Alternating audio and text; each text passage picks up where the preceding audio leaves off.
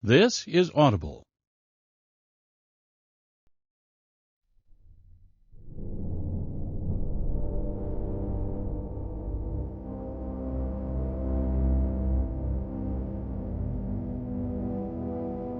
Simon & Schuster Audio presents The Devil's Hand, a thriller by Jack Carr. Read by Ray Porter.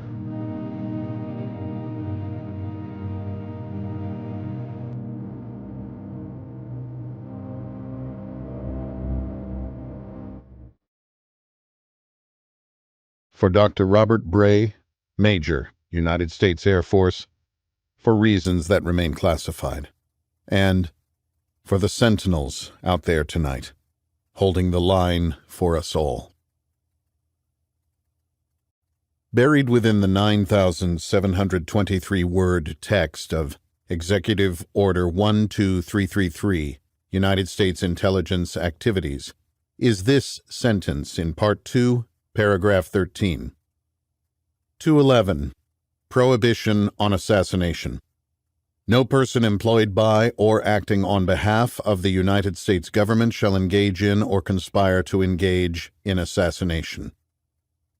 7 days after 9/11, Congress passed a 275-word resolution titled the 2001 Authorization for the Use of Military Force. This document granted the President of the United States the authority to bring individuals and countries involved in the attack to justice.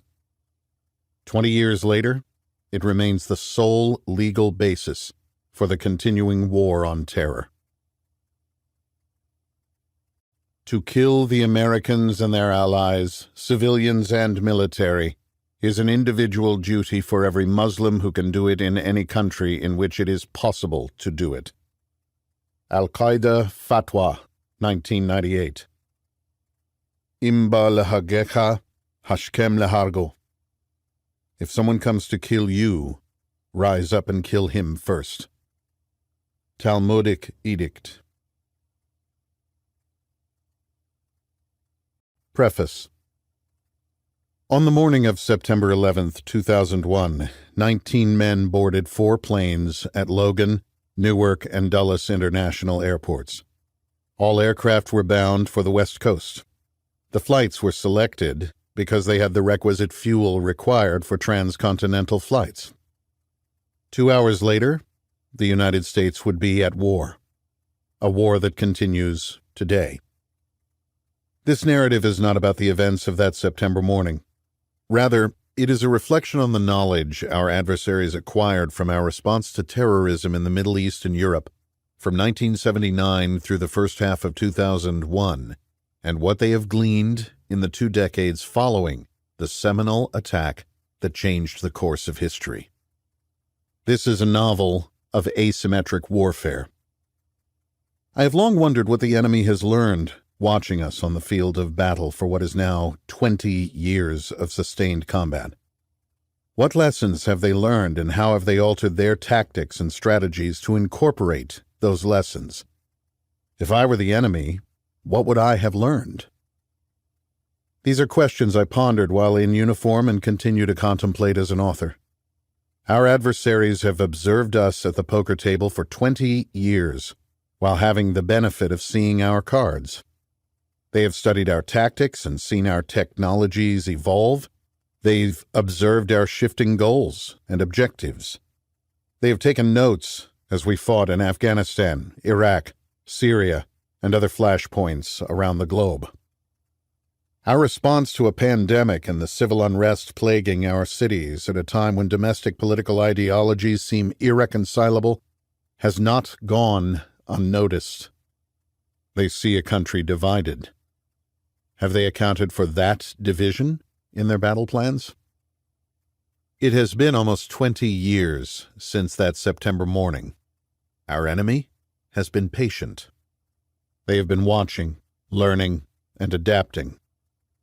Russia, China, North Korea, Iran, terrorist groups, and super-empowered individuals have been waiting, identifying gaps in our defenses and refining plots that exploit our weaknesses. It is my sincere hope that the operation described in this book is not currently being planned by a foreign intelligence service. We would be wise to remember that the Athenian historian Thucydides, in the Melian dialogue of his History of the Peloponnesian War, characterizes hope as danger's comforter. In modern military and intelligence parlance, the ancient Greek general's text translates as, "Hope is not a course of action." While this is true, hope is oftentimes all one has in times of despair. The lesson is one as old as time. Be prepared. There is arguably no military text as influential as The Art of War. The Chinese military strategist and philosopher Sun Tzu knew that the supreme art of war is to subdue the enemy without fighting. In an asymmetric confrontation, this is of extreme importance for the foe that does not possess a nuclear arsenal. How then would they defeat a superpower? All warfare is based on deception. The teachings of the Warring States period general are not foreign concepts to our adversaries who play the long game. With those two idioms in mind, if your mission was to destroy a modern empire, what would you do? This is also a book on the ethics, morality, and legality of targeted assassinations, what the Israelis call chisulim, or eliminations, as an instrument of state power. Is there a difference between using a Reaper UAV to take out an enemy combatant with an AGM-114 Hellfire or GBU-38 JDAM from 50,000 feet and sending a 180-grain 300 Winchester Magnum through that same terrorist's brainstem from 1,000 yards out? How does the enemy view those different methods of killing?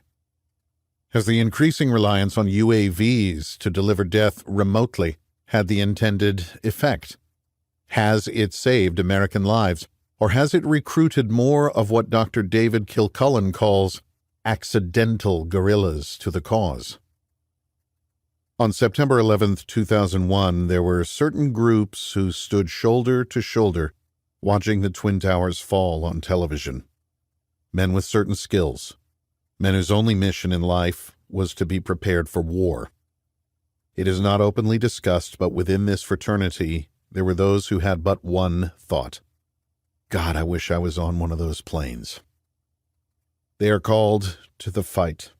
Protectors, warriors, guardians. They are out there tonight.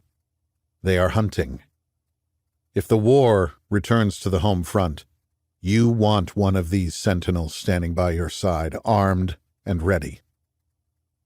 Prior to 9/11, these men would have chosen airline seats by the windows. Based on the data from previous hijackings, they knew this allowed them to be harder to physically strike in an initial violent takeover of the plane's cabin, when terrorists needed to make examples of certain passengers to keep the others in line.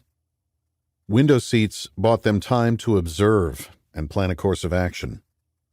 9/11 shifted the hijacking paradigm.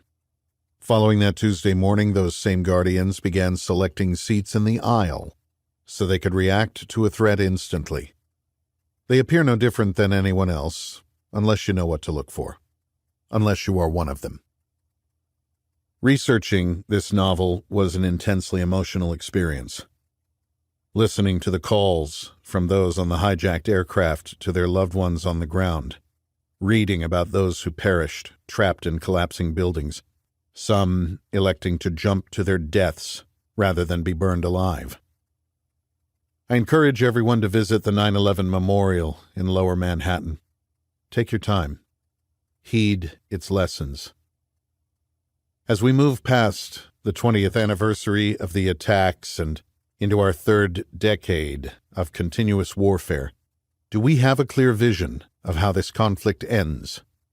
Or has our short war strategy applied to a long-term conflict condemned our children and grandchildren to fight the sons and grandsons of the men who planned the deadliest terrorist attack in history?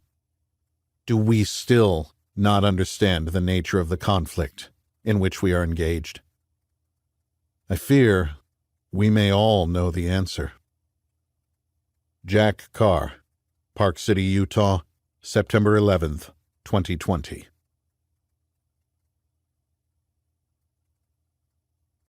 Chronology of events.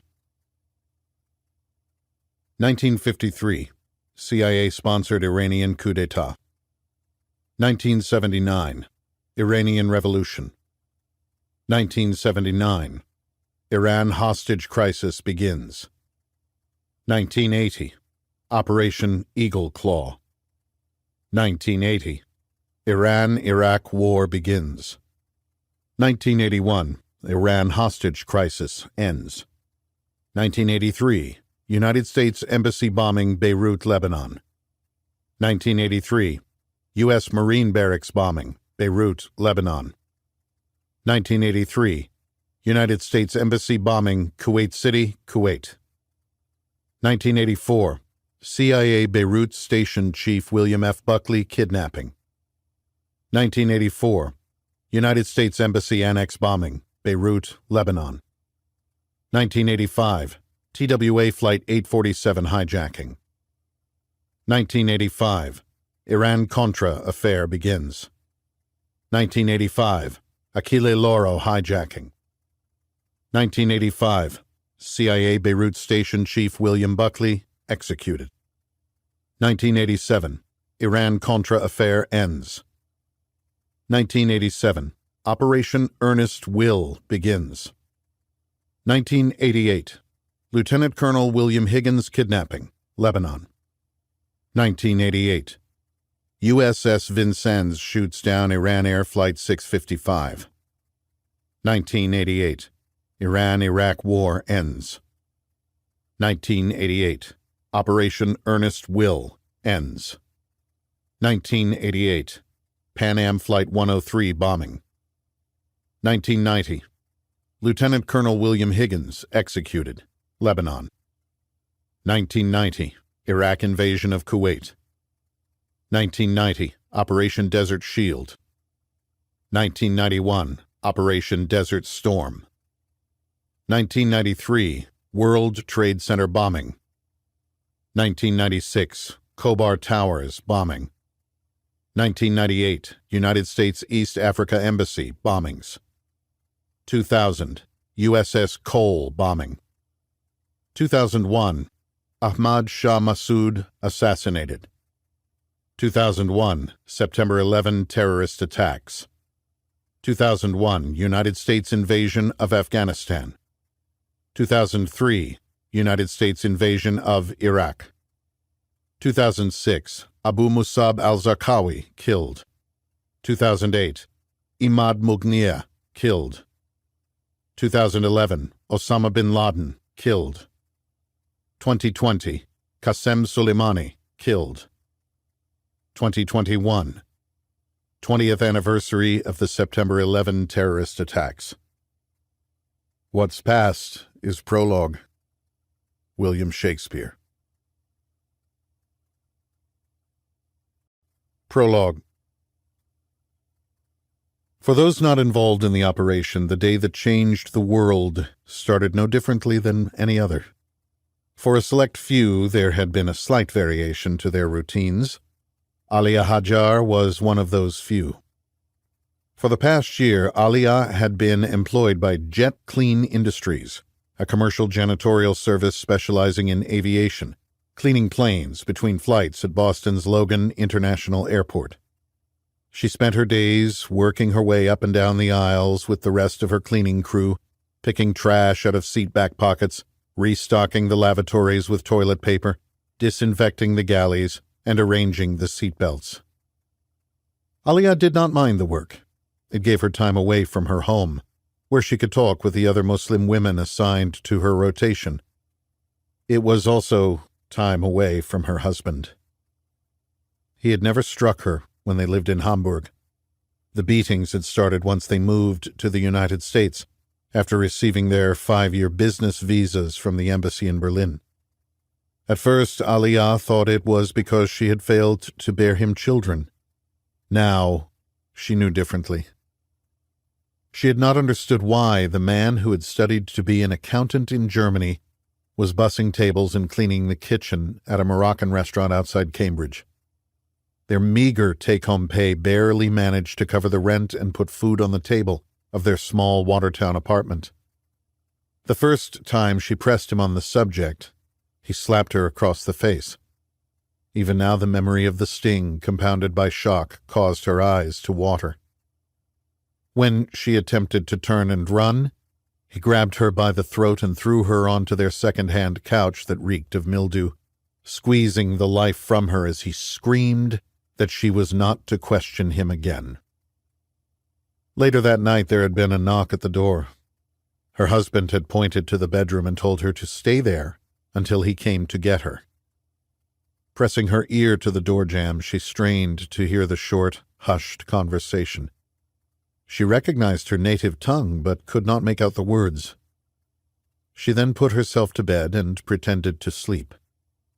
The next day, after work, she searched the small apartment and found an unfamiliar suitcase in the broom closet by the entrance. It was filled with cash. She tried to put it back exactly as she had found it. That night, he beat her again. This time, it took a few days for the swelling to go down. When she did return to Logan International, the hijab hid the marks, her bloodshot eyes all that were visible between the black slits. From then on, she never touched an unfamiliar suitcase, backpack, or bag found in the apartment. She knew it was hawala, the ancient system of money transfer originating along the Silk Road. It allowed for the movement of funds around the world without the digital trail left by banks and wire transfers. Hawala ladars usually took a percentage of the transfer for their trouble, yet Alia noticed no perceivable change in their finances. As a Muslim woman with a strict Islamic upbringing, she was barred from knowing the specifics of their financial situation. She just knew the couch was moldy and her husband took no steps to replace it. 2 weeks ago, she'd returned home from work a little earlier than normal. She had not been feeling well for a few days. As she fished the keys from her purse, she fumbled and dropped them in the stairwell. Had the man coming down stopped to pick them up, smiled, and wished her a good day, she would have thought nothing of it. Instead, he passed by without acknowledgement, his foot stepping within an inch of the keys. He was slightly older than she was, though not by much, and was unremarkable, except for one notable feature. It was his eyes that haunted her. Empty. Even though it was the height of the summer heat, she felt a chill. Perhaps she really was coming down with something. No, she thought. I've seen him somewhere before. Hamburg, Cairo, somewhere. As she pushed the cleaning cart onto the plane docked at gate B32, she wondered if the man with the empty eyes was involved with this evening's mission. Her husband had called in sick to the restaurant, which Alia thought was odd because he was clearly not ill. Yet she accepted it as she did so many other things in her life. The violence had taught her it was best to not ask questions. Then he told her Allah had chosen her for an important task. Now she understood. She understood why they had applied for business visas in Germany, why her husband had taken this menial job in the United States, why they prayed only at home and did not frequent the mosque, and why she had been forced to apply for the minimum wage job cleaning airplanes. The Boeing 767 was scheduled for a morning long-haul flight to Los Angeles. It needed to be cleaned the night before so it would be ready to go the following day. She adjusted her hijab and knelt, using the blade from her box cutter to scrape gum from the deck. Disgusting.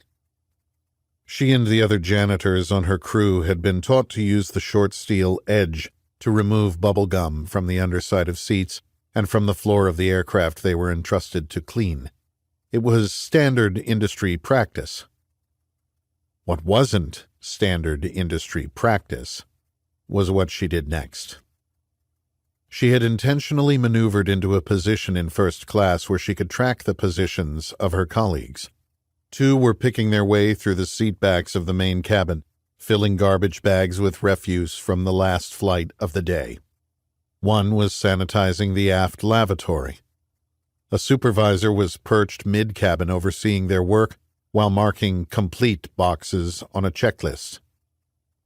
Pretending to notice something across the aisle, she moved to the second row and knelt. When she stood back up, box cutters were taped to the underside of seats 2A and 2B. As their chauffeured town car slowly worked through the morning New York City traffic, Alec Christensen heard the familiar Nokia tone chiming from the new phone in his messenger bag. He fished it out by the third stanza.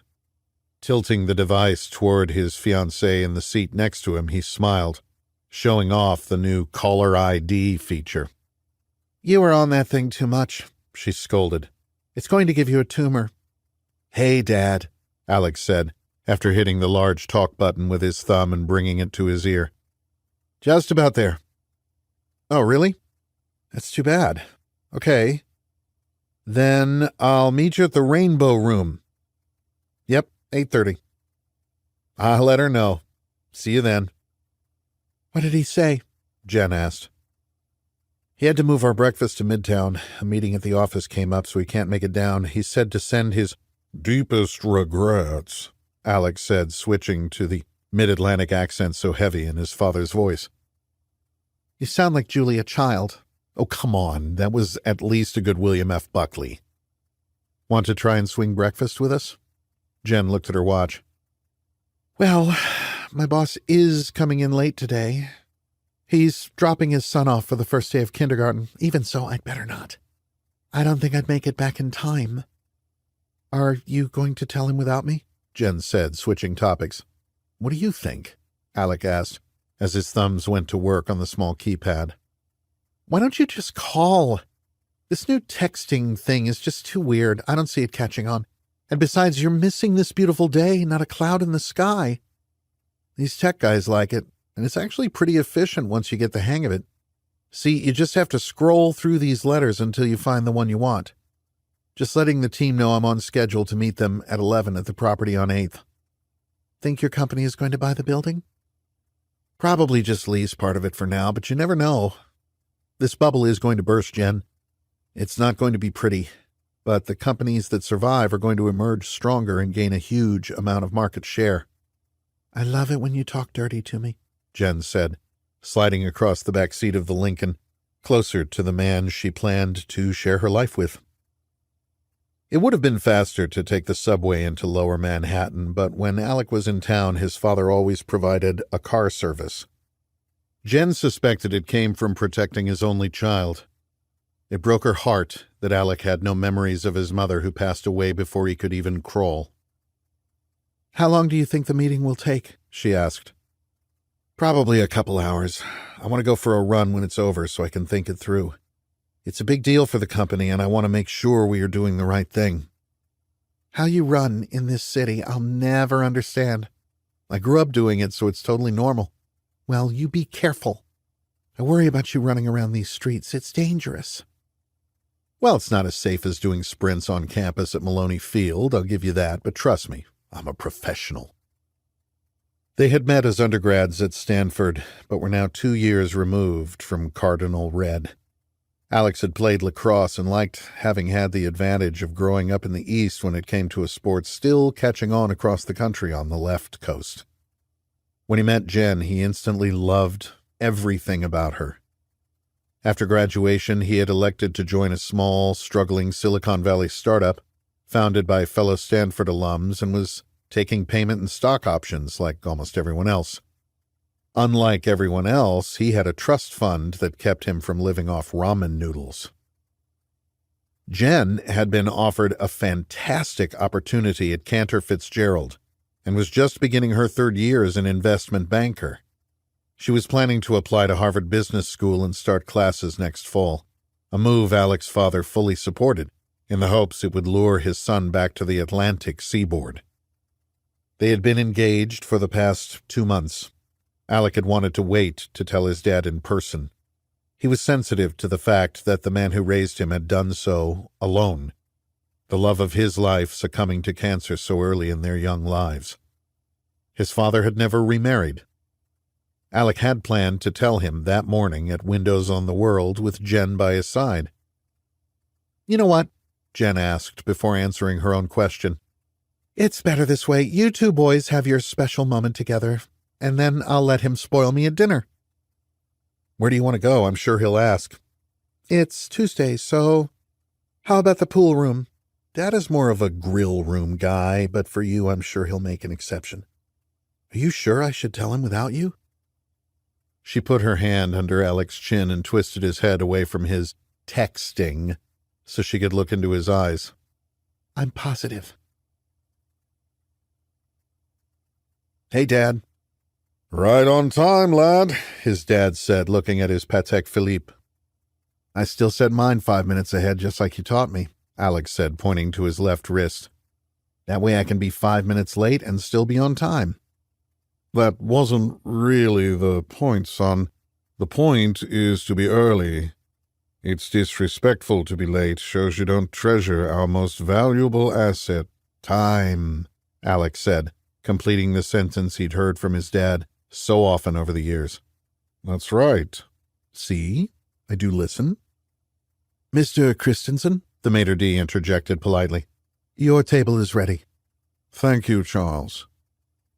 They were seated by the giant windows of the iconic New York restaurant. The Empire State Building dominated the view south towards Soho, Greenwich Village, and the twin towers of the World Trade Center. Lady Liberty was even visible in the distance on such a clear day from 65 floors up. Alex smiled, picturing Jen grabbing a bite in the lobby of her building.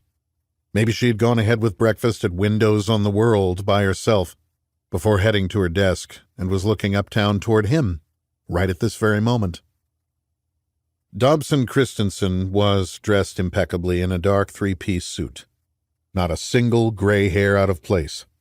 His tailor did an outstanding job of disguising the fact that he was not in the best of shape. Like many of his generation, exercise consisted of walking the links at Maidstone and the occasional trek afield at Clove Valley Rod and Gun Club, both of which consisted of equal parts business and pleasure. Alec's usual Sand Hill Road attire of khakis and a blue button-down had been accented with a dark blue blazer and tie. He dressed more formally in New York out of habit, having grown up dining with his father in places that would not approve of the more casual uniforms that were the norm in Palo Alto. His father placed a white napkin in his lap with great ceremony as a waiter set down a French press. The senior Christensen was a regular. "For you, sir." "I'll have the same, please," Alex said. "So, tell me about the future of the Internet," Dobson said. "And don't leave out the parts about where I should invest other people's money." Dobson Christensen was a bit of an anomaly. While most with money and means had sheltered in place in the world of academia to avoid the Vietnam War, Dobson had taken a different path. He'd dropped out of Princeton and volunteered for the Marine Corps. Years later, he'd say he did it to just get it over with, but Alec knew better. Behind the suit, polished shoes, and country club exterior was a fiercely patriotic man who could have volunteered for stateside National Guard duty or qualified for a student deferment, but instead was drawn to the fight. He found himself as a door gunner on a Huey gunship, which was shot down on its first mission before he could even fire a shot. The pilot and co-pilot were killed, but Lance Corporal Christensen survived with a broken back, pelvis, hip, and femur. He spent the rest of his Marine Corps experience recovering, first in Okinawa and then at Walter Reed. His cane and limp were a constant reminder, and when asked about it, he would say that his Purple Heart was a VC marksmanship medal. He liked to joke that he spent more time in boot camp than in Vietnam. The waiter returned and handed menus to both men. Dobson put his aside, saying, "I'll have the Forestier omelette and a side of your thickest bacon." He wasn't one for wasting that most valuable of assets. I'll have," Alex said, scanning his choices. A sound he could only associate with a freight train barreling by at full speed shook the room. Stunned patrons gripped their tables, bracing themselves for what some thought was an earthquake, even though their left brains were telling them that couldn't be true. Alec looked to his father, whose eyes were focused southeast. Alec followed his father's gaze and stood, pressing his hands and face to the glass. He watched the plane descend from across the Hudson into the city between the buildings. Veering toward its target, it disappeared into the North Tower of the World Trade Center. Fire, smoke, carnage, death. "Jen!" Alex sprinted for the elevator. "Come on!" he shouted. He glanced at the stairwell and contemplated the option, but forced himself to wait, knowing the elevator would still be the fastest way down. Most people were glued to the windows watching the smoke rising from the North Tower, so when the elevator doors opened, Alec was alone. "Please, God, let her live. Let her be in the lobby. Just let her live." Fighting back the bile in his throat, he pressed his eyes shut, willing the elevator to descend faster. Where did that plane hit? He knew Cantor Fitzgerald occupied floors 101 to 105, and that Windows on the World was perched atop the North Tower. "Come on! Come on!" The doors parted, and Alec launched himself through a group of businessmen unaware of the disaster unfolding just a few miles south.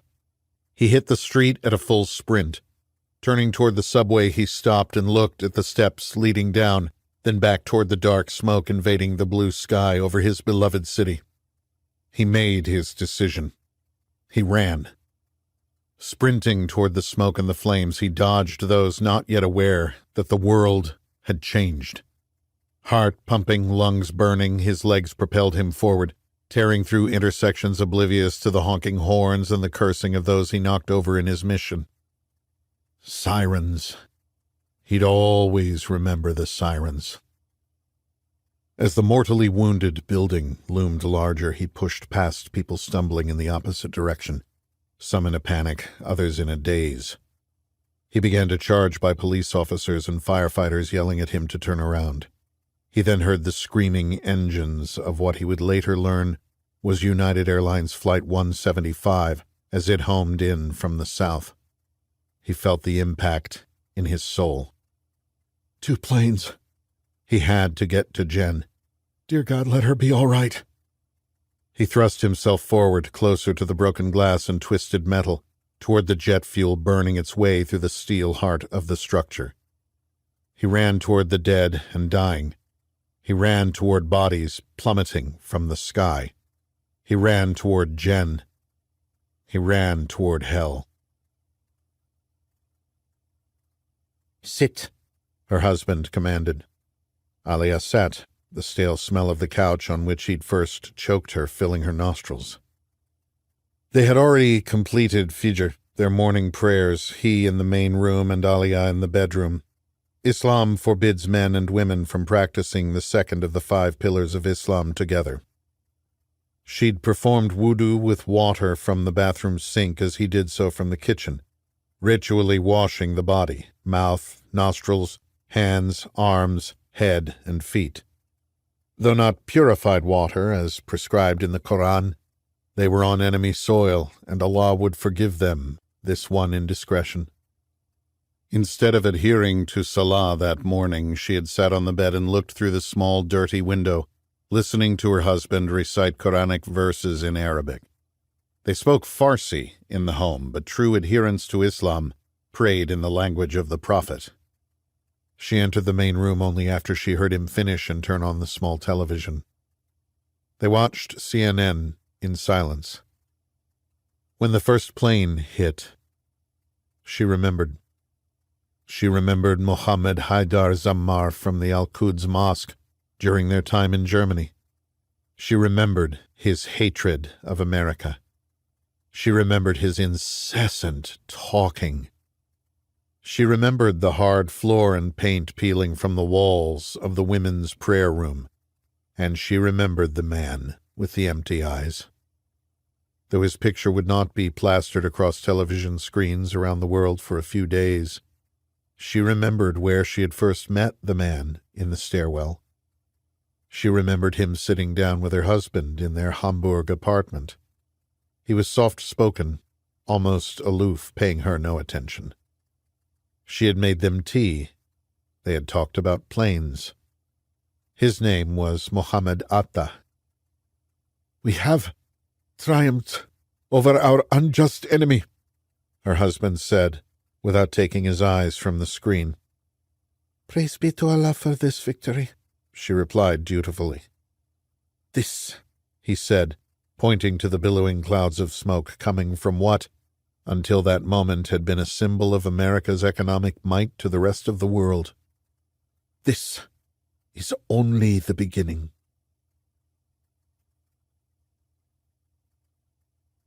Part 1. Origins. One of the most striking proofs of the personal existence of Satan is found in the fact that he has so influenced the minds of multitudes in reference to his existence and doings as to make them believe that he does not exist. William Ramsey. Chapter 1. CIA Applicant Processing Unit, Dulles Discovery Building, Chantilly, Virginia, present day. "Is your first name James?" "Yes," Reese replied. "Have you ever lied to get out of trouble?" Reese paused. "Yes." "Do you intend to answer these questions truthfully?" Another pause. "Yes." "Is today Wednesday?" "Yes." "Have you ever committed a crime for which you were not caught?" "Yes." "Are we in Virginia?" "Yes." "Have you ever committed murder?" Just yes or no, please." "No." Reese saw the polygrapher make a note. "Are you a United States citizen?" "Yes." Through his peripheral vision, Reese saw the polygrapher make another notation and adjust a setting on his laptop. Great. "Have you ever been part of a group that has wanted to overthrow the United States government?" Reese sat in the nondescript room of what would have been a normal office park anywhere else in America. This one was located in Chantilly, Virginia, and was owned by a front company created by the CIA. Reese was halfway through day 1 of his 3-day CIA processing evaluation. Even with his past experience and relationship with the agency, he still had to pass the medical and psychological screening tests to officially join the ranks of Ground Branch. Bureaucracy was, after all, bureaucracy. "Let's try this again," John said in a tone meant to convey exasperation. "Be sure to answer yes or no, honestly, and remain completely still. Keep your eyes focused on one point on the wall in front of you, or we will have to start all over." Reese felt his pulse quicken. He'd been on the receiving end of an interrogation before, and then, just as now, he wanted nothing more than to tear his interrogator's throat out. He'd completed a form in the waiting area answering the exact questions he was currently being asked. He'd even gone over them with his examiner before being hooked up to the machine. "Have you ever been part of a group that has wanted to overthrow the United States government?" the polygraph examiner asked a second time. "No." "Have you ever been in the employment of a foreign intelligence service?" Reese tried to reframe the question in his mind. Instead, a memory intruded. Ivan Zharkov standing in the snow outside his dacha in Siberia, the flames from the downed Mi-8 helicopter smoldering behind him, the dead bodies of his security detail strewn about the ground around him, a security detail Reese had killed. "Are you offering to spy for me, Mr. Reese?" "No," Reese responded. The polygraph examiner made another note. A blood pressure cuff squeezed Reese's left arm. 2 rubber air-filled tubes called pneumographs encircled his chest and stomach to record his breathing, and galvanometers had been placed on the first and third fingers of his right hand to measure sweat secretions. His chair was fitted with a sensor pad, thanks to Ana Montes, a senior Cuban analyst at the Defense Intelligence Agency who had been recruited by Cuban intelligence while in graduate school at Johns Hopkins. From 1985 until her arrest on espionage charges in 2001, she routinely passed classified information to Havana that was then transferred to the Soviets. Later, that information was sold to China, North Korea, Venezuela, and Iran. Her Cuban handlers had trained her to manipulate her polygraph by contracting her sphincter muscles, which is why Reese now sat on a sensor. He was also in socks, his feet resting on two individual pads. All movements would be recorded by the polygraph. The room was small, but not claustrophobically so, about twice the size of a single-patient room at a doctor's office.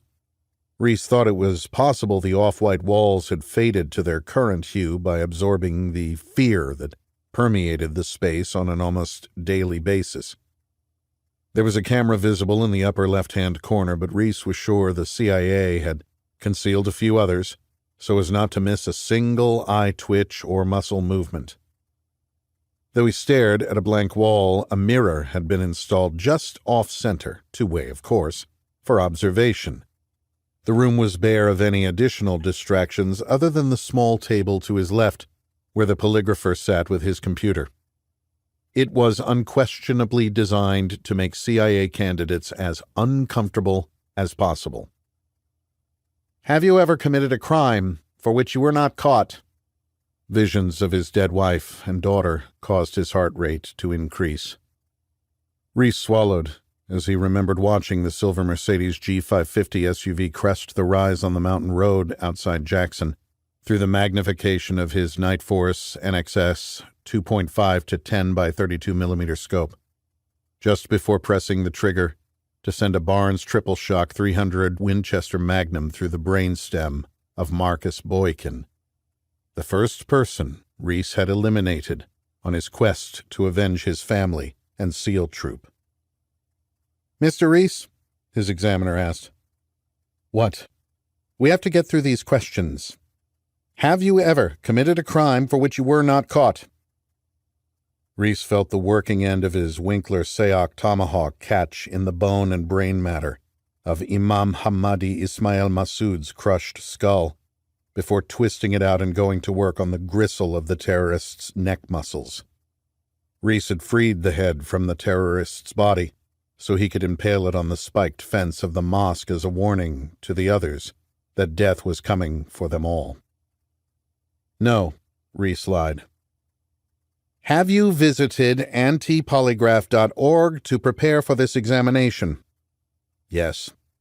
This answer visibly perturbed the examiner. "Are you sitting down?" "Yes." "Have you ever committed murder?" "I thought we covered that." "Just yes or no answers." Again, Reese's mind accessed memories he'd never be able to repress. He remembered hitting send on the cell phone that detonated the suicide vest on political fundraiser Mike Tedesco, turning him and SEAL Admiral Gerald Pilsner into human mist. He remembered shoving the HK pistol into Josh Holder's mouth, feeling teeth breaking around the long suppressor before the .45 caliber bullet blew the back of the Defense Criminal Investigative Service man's head off. No.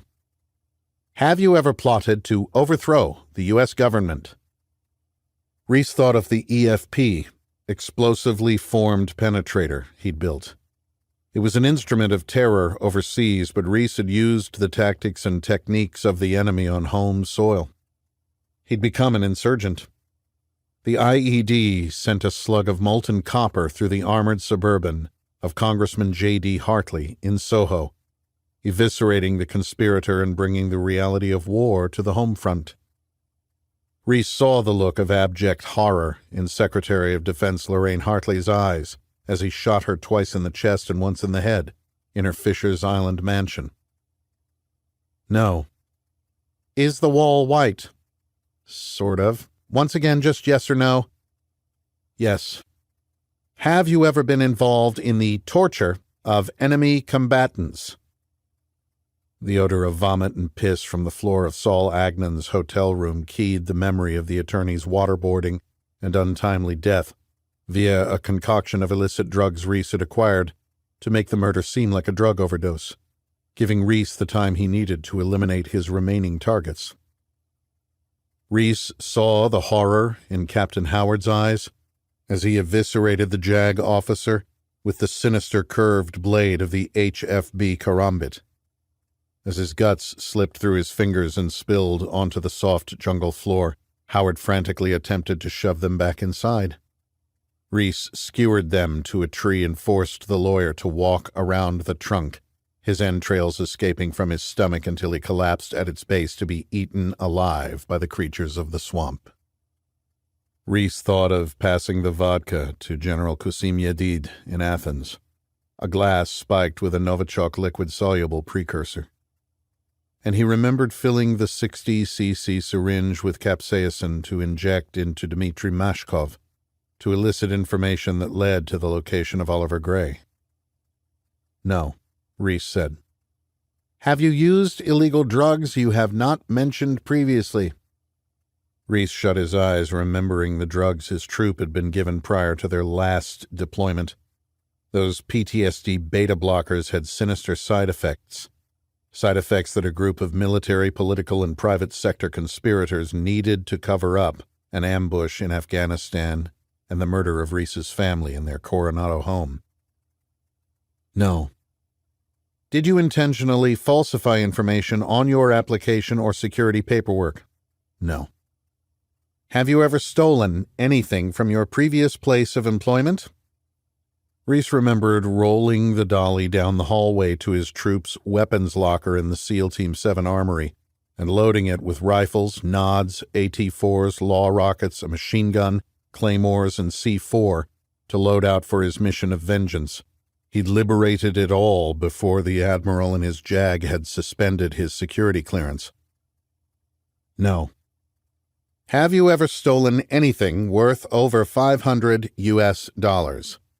"No," Reese said, unsuccessfully attempting to block the vision of himself loading the stolen ordnance into the back of his Land Cruiser. "Do you have any undisclosed relationships with foreign nationals?" The faces of Ivan Sharkov, Marco del Toro, and Mohammed Farouk flashed through his mind. "No." "Have you ever kept a war trophy?" Reese paused. "No." "Have you ever sold government property?" "No." "Have you or do you know anyone who brought back enemy weapons from overseas?" "No." "Is there anything in your background that would disqualify you from getting this job?" Reese remembered his best friend and former teammate, Ben Edwards, holding up the detonator attached to strands of det cord wrapped around investigative journalist Katie Baranik's neck, her head battered and bruised, tears streaming, bandana securing her mouth. Ben had watched in utter disbelief as Reese killed financier Steve Horn and the Secretary of Defense before centering his M4 on the CIA assassin's face and pressing the trigger, eliminating the final target on his terminal list. "Mr. Reese?" "No, nothing." John removed his glasses and rubbed the bridge of his nose with his thumb and forefinger. He then made a production of turning off the computer, though Reese knew quite well that it continued to monitor his vitals and that the audio and visual recording devices in the room were still running. He wondered who was watching through the two-way glass. "Mr. Reese, this is not going well." "Really? I'm shocked." "You must take this seriously. I have to tell you, almost every answer you've given indicated deception on the polygraph, even your name." "Well, I've used a couple aliases." "We covered this, Mr. Reese, just any names not denoted on your employment questionnaire." "It's been a busy couple of years, John." "Let me converse with my supervisors. I'll be right back." John left Reese alone in the room, still tethered to the computer and still under surveillance. Reese looked at the camera in the corner and shook his head. Fuckers. Reese knew the polygraph was largely theater. Yes, the machine measured blood pressure, breathing, sweat secretions, and muscle movements, but There was a reason that results of a lie detector test were inadmissible in every court in the civilized world. Its value was in making the candidate think it could detect deception. It was an expensive prop, one that had gotten more than one candidate over the years to admit to crimes that they would almost certainly have gotten away with otherwise. Reese had visited the antipolygraph.org site years ago as part of a battlefield interrogation course he'd attended in the SEAL teams. It was the approved tactical questioning course of instruction, meant to provide left and right limits to operators in the field who might not have the luxury of having a BIT, or battlefield interrogation team, attached to their unit. The techniques taught at the approved interrogation school were more akin to how a detective would interview the suspect of a crime in the United States. Reese wouldn't learn the darker arts of interrogation until he was detailed to a CIA covert action unit in Iraq at the height of the war. There he would learn techniques that had come in handy over the years, techniques that were not part of a manual and were not searchable via Google. Reese shut his eyes. Calm down, Reese. This is all part of the game, a game you need to win. Remember why you are here. You made a promise to Freddie Strain's widow. I'll find who did this, Joni. I'll find everyone responsible. The triggerman was still breathing. Nizar Katan, a Syrian sniper Reese had vowed to put in the ground. An assassin Reese needed the CIA's robust intelligence capabilities to locate. There was also the letter. A letter and a safe deposit box key from his father. A letter from the grave. Later, Reese, just get through the day. Reese's day had started early that morning with a blood draw. He had given a urine sample and completed his vision and hearing tests. He had an appointment at medical the following day to complete his physical. He'd taken the 567-question MMPI-2 psychological test, which he'd found both amusing and irritating. He would have to sit down with an agency psychologist on his third day. Reese knew the MMPI was designed to uncover psychological issues that might be disqualifying to a candidate applying for employment with the Central Intelligence Agency. It was administered to uncover repressed aggression, psychoticism, alcoholism, anxiety, marital distress, fears, depression, anger, cynicism, low self-esteem, defensiveness, antisocial behavior, schizophrenia, and paranoia. Paranoia. Reese noticed that day 2 contained a long block of free time in his printed schedule. He knew this was a placeholder to retake the polygraph. Enough SEALs had gone through CIA processing over the years that it was anything but secret. Day 3 was set aside for an office visit with Victor Rodriguez, director of what was now called the Special Activities Center. The SAC ran the paramilitary wing of the agency. Vic had tried to recruit him for ground branch at their very first meeting, when Reese had landed on the USS Kearsarge in the Adriatic Sea after he and Freddie Strain had taken out Amin Nawaz, the terrorist known as Europe's Osama bin Laden. Reese had agreed to finish the job he'd started at the behest of the United States government to track down and turn or kill a former CIA asset he'd worked with and befriended in Baghdad. That mission had led to Freddie's death from a sniper's bullet in Odessa. His relationship with Katie had taken a bit of a hit when he disappeared into the Siberian tundra for 6 months, tracking the CIA traitor responsible for the death of Reese's father, a legendary Vietnam-era SEAL and Cold War CIA case officer. Reese glanced at the Rolex Submariner on his wrist, a watch that his father had purchased at the PX in Saigon, a watch that had been slipped from his dead hand in a back alley in Buenos Aires. Reese had taken it back from the man responsible before sending him to the afterlife with 700 grams of RDX from a Russian claymore. The polygraph examiner had been gone for 10 minutes. Was he really meeting with a supervisor? No chance. They were just making him sweat. It was all part of the interrogation playbook, convincing unwitting subjects to admit to disqualifying crimes and thereby putting a feather in the cap of the polygrapher who caught them. They were especially fond of catching and disqualifying those with special operations backgrounds. Katie had been supportive of Reese's decision to accept a provisional contract with the CIA. She had been with him from the start of the nightmare and helped uncover the conspiracy that led to the ambush of his SEAL team in the mountains of the Hindu Kush and the slaying of his young daughter and pregnant wife. She'd waited and wondered when he disappeared off the coast of Fisher's Island, New York, after saving her life, and she'd been by his side as he recovered from brain surgery at Walter Reed Army Medical Center. Their relationship had taken a romantic turn in the mountains of Montana before they'd been targeted on home soil by a Russian mafia hit team at the direction of Oliver Gray. She'd been through a lot, and even though she had been less than happy when he went off the grid in Russia, she understood. Reese was on a mission, one that was not yet complete. Reese heard the door mechanism click and turned his head to see the director of the CIA's Special Activities Center enter the room. Jesus, Reese. Can't you do anything the easy way? Victor Rodriguez asked. Vic was second-generation agency. He was a former Army Special Forces officer whose father had led a squad in Brigade 2506, the CIA-trained group of Cuban exiles that had attempted the 1961 overthrow of Fidel Castro in what would become known as the Bay of Pigs.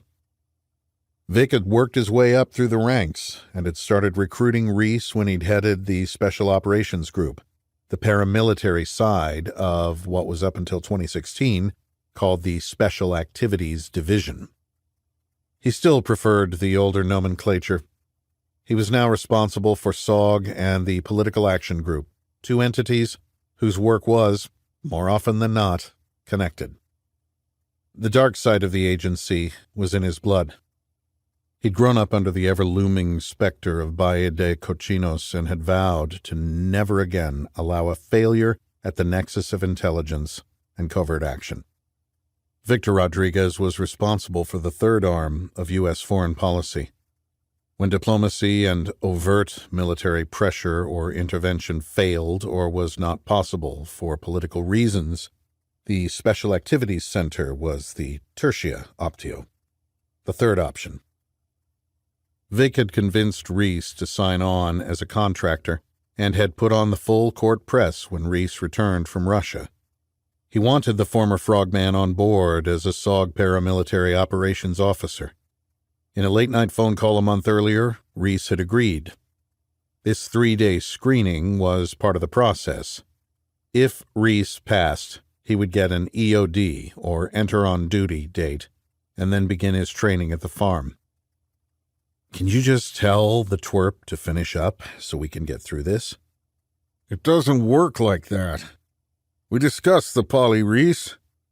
You need to pass just like everyone else. How hard is it? Medical, dental, piss in a cup, answer some questions. You have a presidential pardon, so even if you are technically lying on the exam, you are actually telling the truth. Doesn't mean I have to like it. No, but you have to do it. Isn't that even some SEAL saying? You don't have to like it, you just have to do it, Reese confirmed. Good. Just do it. You are being given a lot of leeway because of what you and Freddie did to save the former president. And even though it's not officially recognized or condoned, there are rumors swirling about you taking out Oliver Gray. The agency and the counterintel folks in particular do not take kindly to turncoats in our midst. They missed Nicholson, Ames, and Gray. It's rumored you gave Gray the sentence most of the agency wishes on traitors. I'm answering these as best I can, Vic. They're just counterintel and lifestyle poly questions. You know the drill. Your examiner will tell you to come back tomorrow. Play nice. And let's get you to the farm. Understood. Just tell John to stop pissing me off. Play nice, Vic repeated before turning to exit the polygraph room. And please don't throw him through the two-way mirror. Those things are more expensive than you think. When John returned, Reese lowered his heart rate the way he would before taking a long-range sniper shot. He focused on Katie's smile and answered with the correct yes and no answers. It wasn't every day you got to beat a lie detector test. Passing the polygraph meant Nizar Katan was one step closer to death. 2 days later, Vic sifted through Reese's test results. No drugs in his system, no sexually transmitted diseases, vision and hearing well above agency standards. It was the polygraph and MMPI test that concerned him. The MMPI had resulted in paranoid and aggressive personality traits, which was not totally unexpected, considering what Reese had been through over the past 3 years. Vic shifted his focus from the multiphasic personality inventory to the polygraph. Is your first name James? False positive. Have you ever lied to get out of trouble? Truthful conclusive. Do you intend to answer these questions truthfully? Deception indicated. Is today Wednesday? Truthful conclusive. Have you ever committed a crime for which you were not caught? Truthful conclusive. Are we in Virginia? Truthful conclusive. Have you ever committed murder? Deception indicated. Are you a United States citizen? Truthful conclusive. Have you ever been part of a group that has wanted to overthrow the United States government? Deception indicated. Have you ever been in the employment of a foreign intelligence service? Truthful conclusive. Have you visited antipolygraph.org to prepare for this examination? Truthful conclusive. Are you sitting down? Truthful conclusive. Have you ever committed murder? Deception indicated. Have you ever plotted to overthrow the U.S. government? Deception indicated. Is the wall white? Truthful conclusive. Have you ever been involved in the torture of enemy combatants? Deception indicated. Have you used illegal drugs you have not mentioned previously? Deception indicated. Did you intentionally falsify information on your application or security paperwork? Deception indicated. Have you ever stolen anything from your previous place of employment? Deception indicated. Have you ever stolen anything worth over $500 US? Deception indicated. Do you have any undisclosed relationships with foreign nationals? Deception indicated. Have you ever kept a war trophy? Truthful conclusive. Have you ever sold government property? Truthful conclusive. Have you or do you know anyone who brought back enemy weapons from overseas? Deception indicated. Is there anything in your background that would disqualify you from getting this job? Deception indicated. Final polygraph test results, inconclusive. Vic closed the file and looked at the faded black and white framed photograph on the wall of his office. The men wore World War II-era duck hunter patterned camouflage uniforms and carried an assortment of small arms, including a Johnson M1941 held by Vic's father. Never again, Vic thought. On the front cover of the file, he signed his name over his director's signature block and checked a box marked Approved.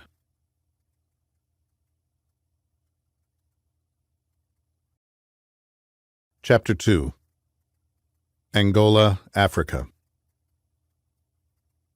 Angola had not been particularly good to Ismail Tehrani. He was getting impatient. It had been 6 years since he had left Lebanon to become one of the 8 million diaspora, Lebanese citizens living beyond the borders. Unique to this group was that they vastly outnumbered their countrymen who stayed behind and continued to endure the chaos the past 40 years had brought to the small republic on the Mediterranean Sea. He missed his native country, but he was on a mission. He had been personally recruited by Al-Said Hassan. Well, not directly, but an order from an emissary of the Secretary General of Hezbollah was as good as an edict from God. It was said that Hassan Nasrallah was a direct descendant of the Prophet Muhammad. Who was Ismail Tehrani to turn down an opportunity to serve Allah at the bidding of the man who had pushed the Israeli dogs from southern Lebanon? Ismail was only a child when the Israeli rockets and artillery had rained down on the Shiite slums of South Beirut. Hunkered in a corner of their one-room apartment with his mother and cousins, They'd lost electricity almost immediately, yet did not risk lighting a candle. His mother had covered him with a thick blanket. The sound of the incoming bombardment and subsequent explosions were endured in darkness. The devastation he witnessed the following morning when he ventured outside cemented his resolve. He would defend his homeland from the invaders. The war that saw more than 4,000 Katyusha rockets fired into Israel and the destruction of critical infrastructure in Lebanon from Israeli warplanes did more than polarize the Arab world. It provided Hezbollah's Jihad Council with an army of young recruits willing to die for the cause. When his father returned from working in Africa to protect his family at the onset of the July War, Ismail remembered him saying that the President of the United States called the Israeli actions part of his war on terror, and that his Congress even voted in support of the Israeli onslaught. To Ismail and his family, it was nothing more than American-funded genocide. Ismail's first taste of combat would surprisingly not be against the Israelis, as he so hoped, but instead against fellow Muslims in Syria, albeit Takfiris. His brigade commander had explained that Hezbollah could not allow Syria to collapse and come under the control of the United States and Israel. Allah needed his warriors to be strong. Syria could not fall, especially in a Zionist plot to overthrow Bashar al-Assad. Most of Hezbollah's weapons passed through Syria from Iran, and that conduit needed to remain open. It was their lifeblood. He'd heard whisperings that Nasrallah wanted to take territory and open another front against Israel in the Golan Heights. Ismail was in full support, parroting the slogans beaten into them by their instructors as they marched during indoctrination, and then in their more formal training in the West Bekaa Valley. Death to Israel, death to America, eradicate the Jews. Fighting in the Syrian town of Al-Qusair, Ismail found combat a confusing mix of screaming, shooting, and mayhem. He generally pointed his weapon in the same direction as those in his brigade. He shot when they shot and ran when they ran. A friend he'd known since birth stepped on a landmine. They had not even stopped to pick up the pieces. Another warrior of God had taken a bullet to the face in mid-sentence as he stood to order his militia forward, leaving Ismail covered in chunks of bone and brain. Ismail had fought. He had not faltered. He drew strength from the passage written above their yellow and green flag, depicting a fist clenching a rifle, similar to the one in Ismail's hands. فَإِنَّ حِزْبُ هُمْ الْغَالِبُونَ. Then surely the party of God are they that shall be triumphant. Hezbollah won the day. Ismail had heard whispers of Unit 910, Hezbollah's external security apparatus responsible for targeting Israeli assets abroad, but had never dared ask about or even speak of them. It was rumored they were also responsible for the assassination of the Lebanese prime minister, though Hezbollah denied the allegation and shifted blame to Israel. When they pulled him from his unit, it was not so much an ask as it was an order. Ismail had been given a task, one that required him to receive additional training by the IRGC Quds Force in Iran. The Quds Force is an elite paramilitary unit responsible for external operations, specializing in the use of proxy forces unattributable to Iran. The West would brand them terrorists regardless of their targets. Born of the 1979 Iranian Revolution, they were accountable only to the Ayatollah himself. Their intelligence apparatus taught Ismail how to assess and recruit assets, identify facilitators, set up safe houses, conduct reconnaissance and surveillance, and transfer information via a clandestine communications network back to Hezbollah. And they taught him to build truck bombs. The Party of God wanted Ismail in Angola. Though Hezbollah had worldwide reach through its network of diaspora, They were underrepresented in this southwestern African country where the corrupt government had outlawed Islam, no doubt at the behest of the Jews. Mosques had been burned and Muslims persecuted. Hezbollah needed a trusted agent in the area to gather information for the Jihad Council. Israel's embassy in the capital city of Luanda was a target, and Nasrallah wanted to know just how soft and objective it was. Finally, Ismail Tehrani would strike a blow against the Zionist aggressors. Though a step up from the horrors of Al-Qusair, Angola was a country in transition.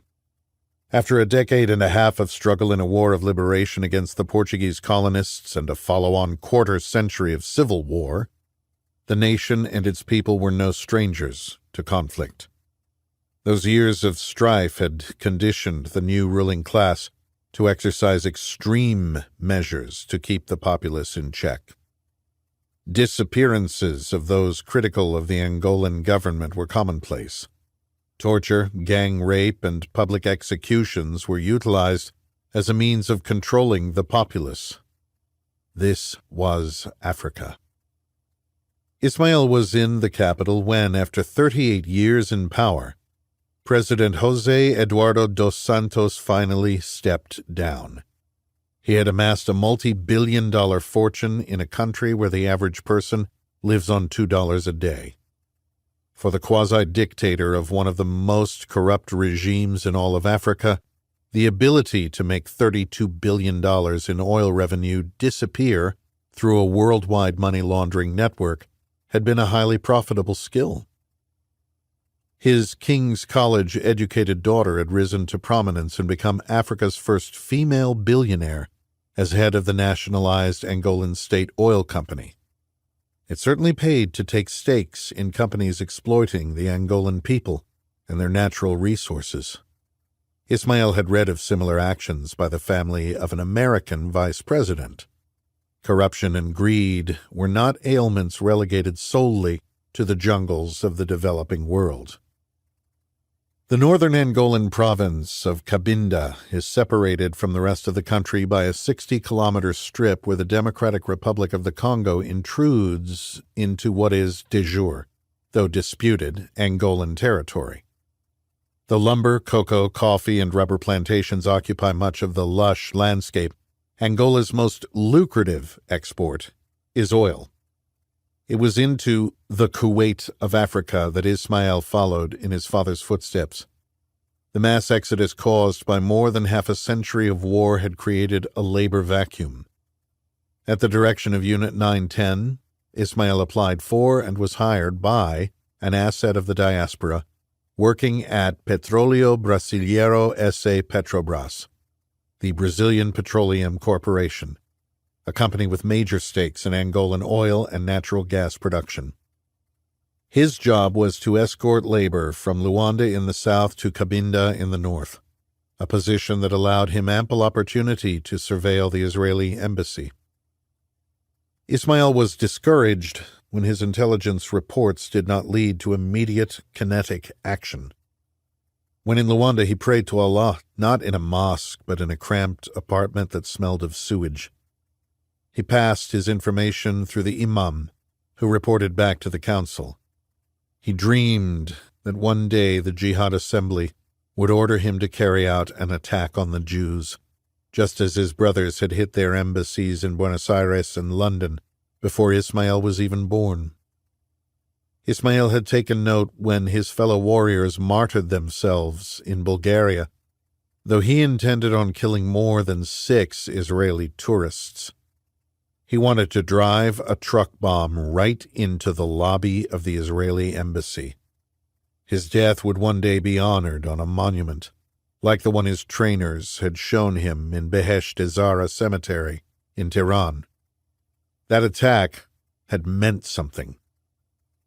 Less than a year after the 1983 Beirut bombings, the infidels had retreated from Lebanon. The martyrs had struck a blow for Allah and sent the Americans scurrying home. With each passing year, Ismail's hope of a glorious attack on the Jews in Angola dwindled. His recruitment by Unit 910 had been a great honor, but at times he felt abandoned in the squalid African subcontinent. Once again, the little boy covered with a blanket. When the assignment came to Ismail, it was not the one he expected.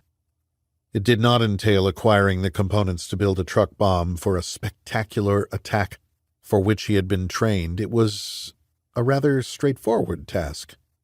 But one did not question orders from a descendant of the Prophet. One evening after prayers, the Imam had given Ismail a package and verbally passed along his orders. Ismail was told the virus would only infect the Jews. Even so, there was a special pill for him to swallow that would ensure his safety. On his next trip north, he was to spray what looked like an asthma inhaler randomly in the marketplace of a local village.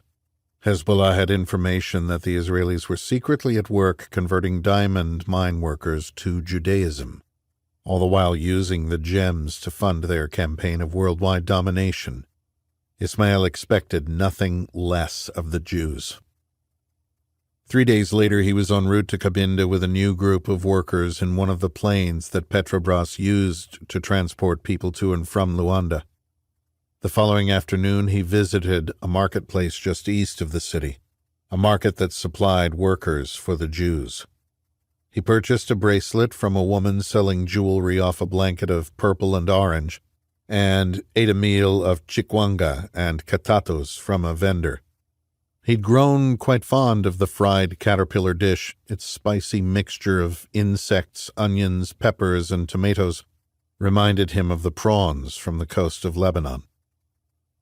Ismail depressed the asthma inhaler as he moved through the crowded bazaar at 10 different places, just as he'd been instructed. Though he trusted his imam and the Hezbollah Secretary General, he still took the special immunity pill. No sense in taking chances. He wanted to be sure he was healthy enough to destroy the Israeli embassy when the time was right. Within 36 hours, the local clinic in Cabinda began to admit patients exhibiting flu-like vomiting, hemorrhaging in the eyes, and bloody noses very similar to the hemorrhagic outbreaks that had occurred in the Democratic Republic of Congo, just to the east in 2014 and 2016. The same clinic had experience with a rare episode in 2005 that killed 39 children in a northern Angolan village. The next day, dozens of infected villagers began flooding the clinic, prompting a notification to the World Health Organization. Having experience in this part of the world where hemorrhagic outbreaks were not out of the ordinary, this one was quickly contained. The doctors and nurses in Equatorial Africa were well versed in hemorrhagic virus protocols. Personal protective equipment was mandated. Bleach was used to disinfect all surfaces and equipment, and blood samples were sent to the Pasteur Institute in Dakar, Senegal, for further study. Though the index case was never identified, the data indicated that this was a small contained outbreak in a crowded, hot market, probably originating with the meat handlers. It was catalogued as yet another in a long string of mysterious hemorrhagic viruses that plagued the Dark Continent. Bodies of the dead were collected and burned in a mass crematorium, as was standard practice to destroy a fast-moving infection like Ebola. If there was a positive attribute of hemorrhagic viruses, it was that they burned themselves out quickly, often killing the host agent before they could spread the infection via blood or saliva. Thankfully, there had never been a recorded case of hemorrhagic virus spreading via respiratory pathways, like the flu or a common cold.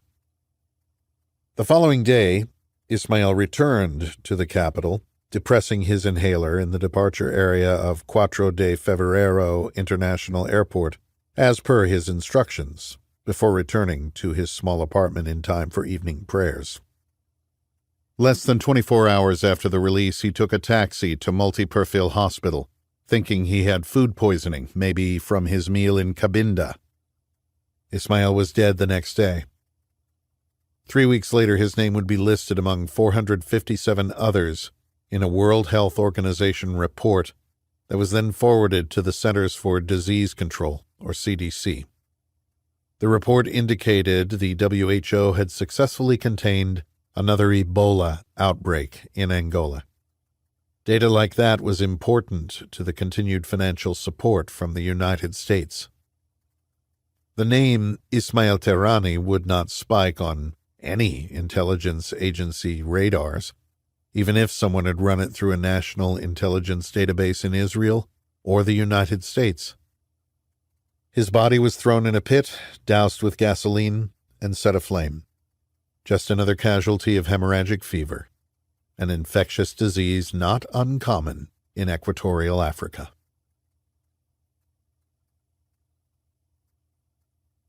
Chapter 3.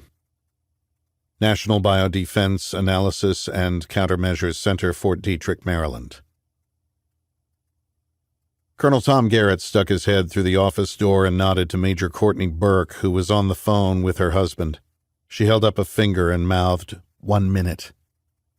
Yep, I'll be home in about 4 hours. Need me to pick up dinner? Chinese? Sounds great. Love you too. And how is everything on the home front? Garrett asked his colleague. All is well. Peter is selling homes and juggling the kids, and I'm about to enter a place that doesn't officially exist, she said, pushing back her chair and logging out of her computer. How's Haley? She's still saving the world at the CDC. Does it ever strike you as odd that you are here weaponizing viruses that could destroy the world while she is working on immunizations and antidotes for those same viruses? Every day. Why don't you go first today? I'll finish this up, she said, pointing to some papers on her desk. Meet you there in a minute. Colonel Garrett reached the end of the hallway, slid his ID card through a reader, and punched in a 4-digit code. The door was marked Biocontainment Level 4. Only 7 facilities in the United States were approved for Bio-Level 4 contagious disease study, and the National Biodefense Analysis and Countermeasures Center in Fort Detrick, Maryland was one of them.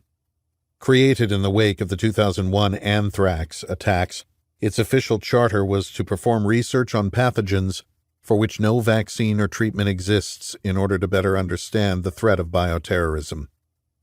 Unofficially, they had another mission.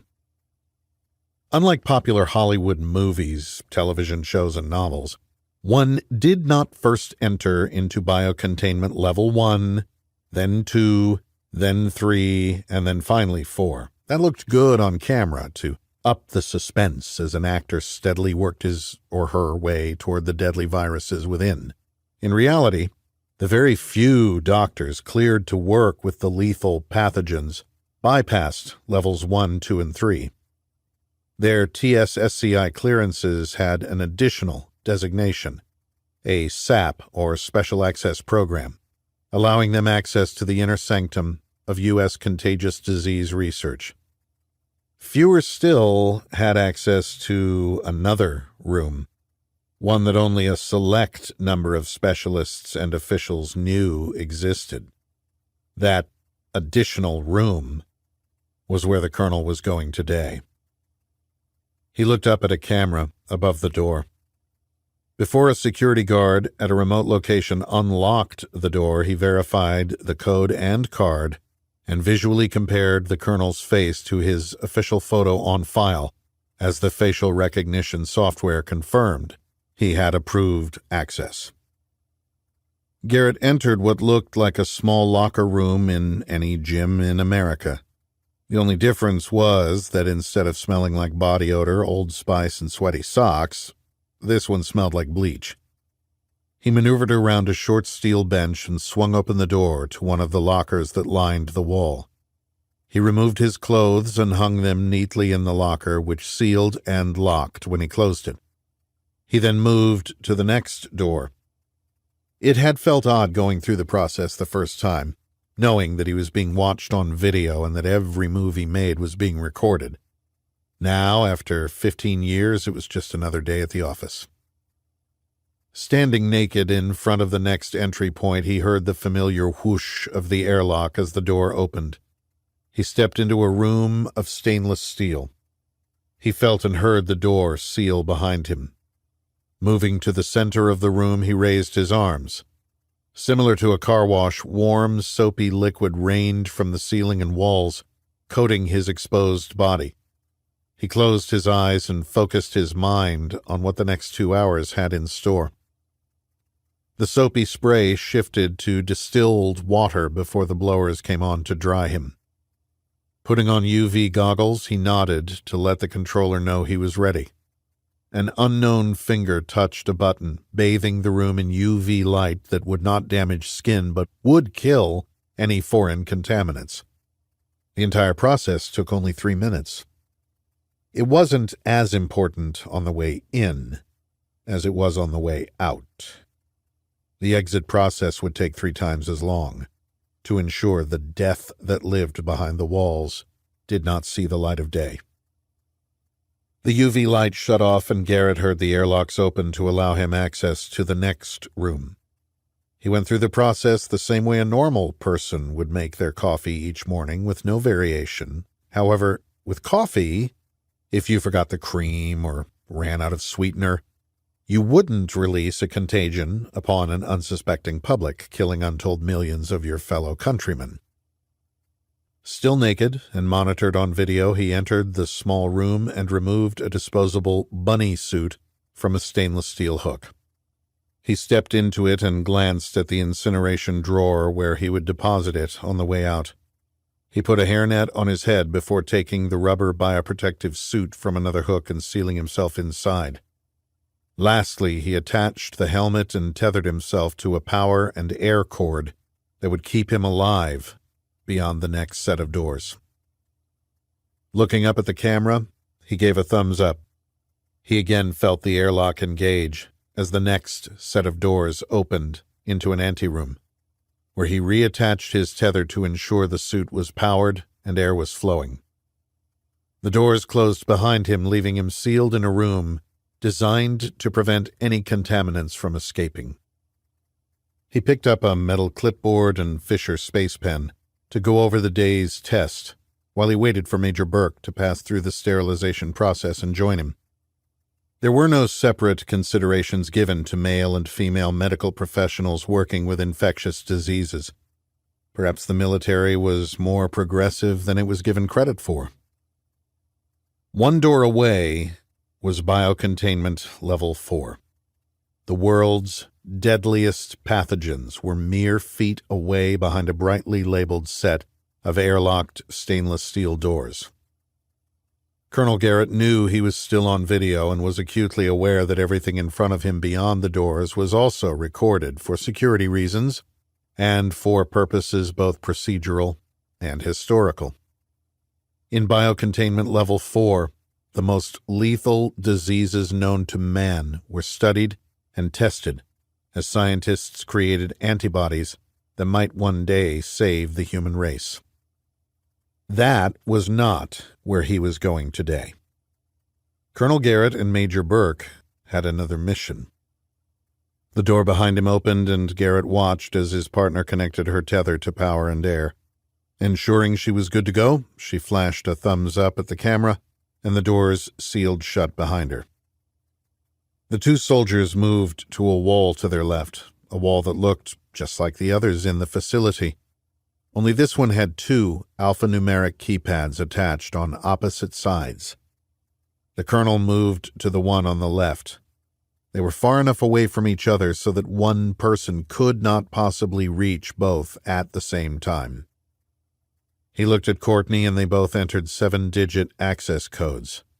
If they did not both enter their codes within 10 seconds of one another, the doors would automatically lock down until credentials could be re-verified.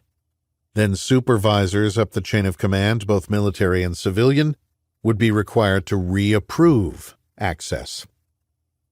A green light blinked, and the doctors looked into a small keyhole camera that they knew was using a laser to biometrically scan their faces. Only after they were approved by the system did a remote security guard grant them access. The wall parted, and they walked into a world fewer than 100 people in all of government knew existed, re-tethering to their life support system as the heavy steel doors shut behind them.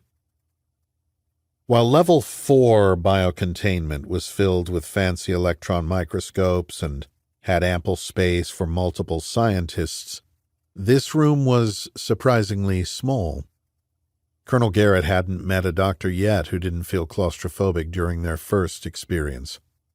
It wasn't necessarily the confined space or the oppressive feel of the rubber suit. Rather, it was knowing what secrets the room concealed. Only 2 such facilities had been constructed, and the United States government disavowed any knowledge of their existence. President Nixon had signed the Biological Weapons Convention in 1972.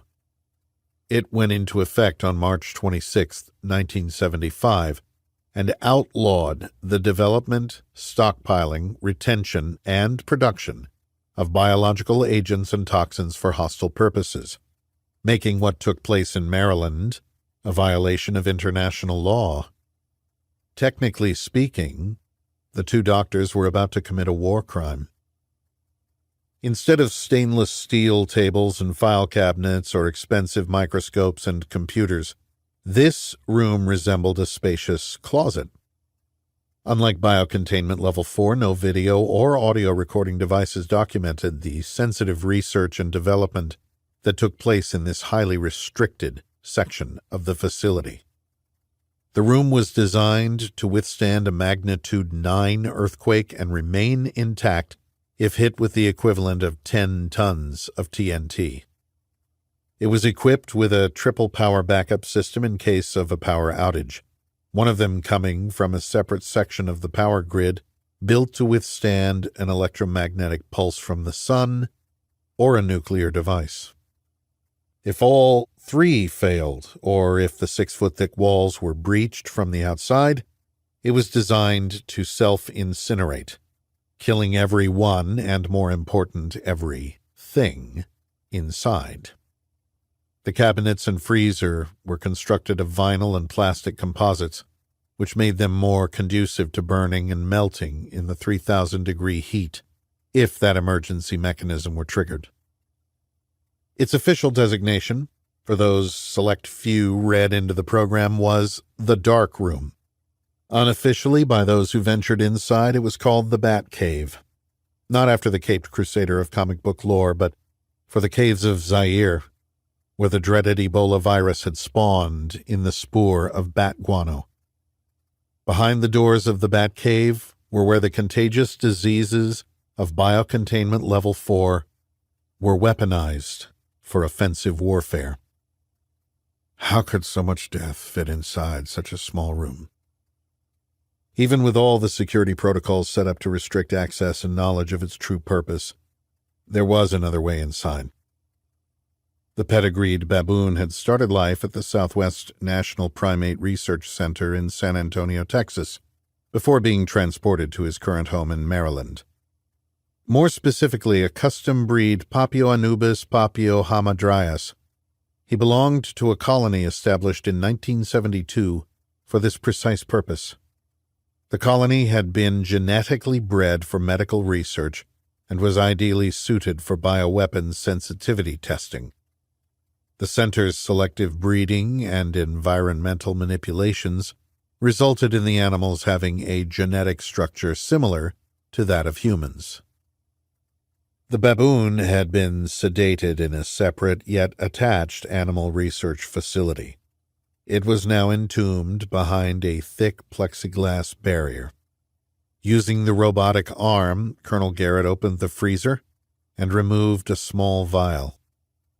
With practiced efficiency, he extracted a sample and injected it into the test subject, while Major Burke took notes. Their research involved infecting a series of animals with a new monoclonal cocktail as part of a dose-exposure curve experiment. The biomedical researchers were in search of sub-lethal viral doses of a biological agent that put the United States government in violation of international law.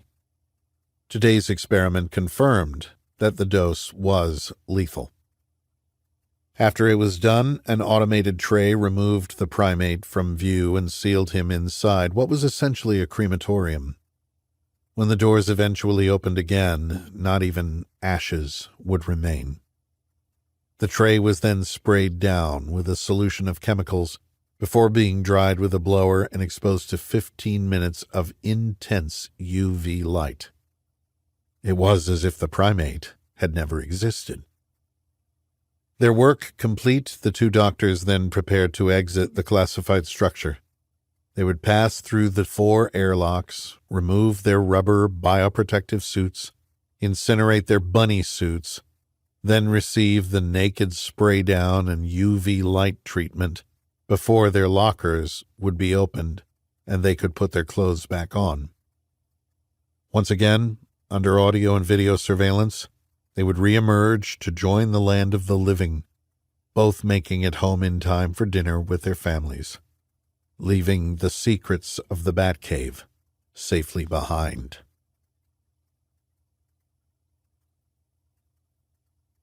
Chapter 4. The White House, Washington, D.C. President Alec Christensen stood behind his desk in the Oval Office looking down on the Rose Garden through windows of ballistic glass that framed one of the most recognizable rooms in the world.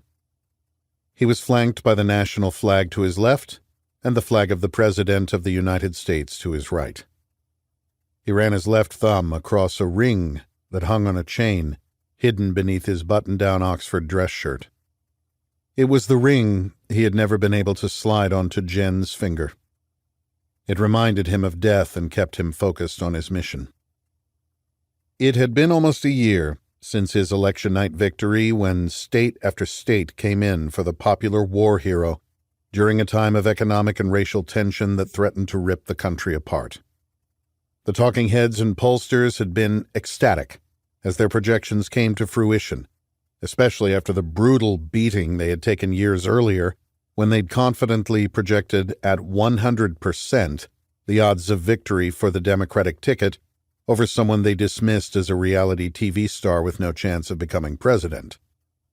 They'd lost a substantial amount of credibility that night and were hoping to gain some of that trust back by making the right calls this time around.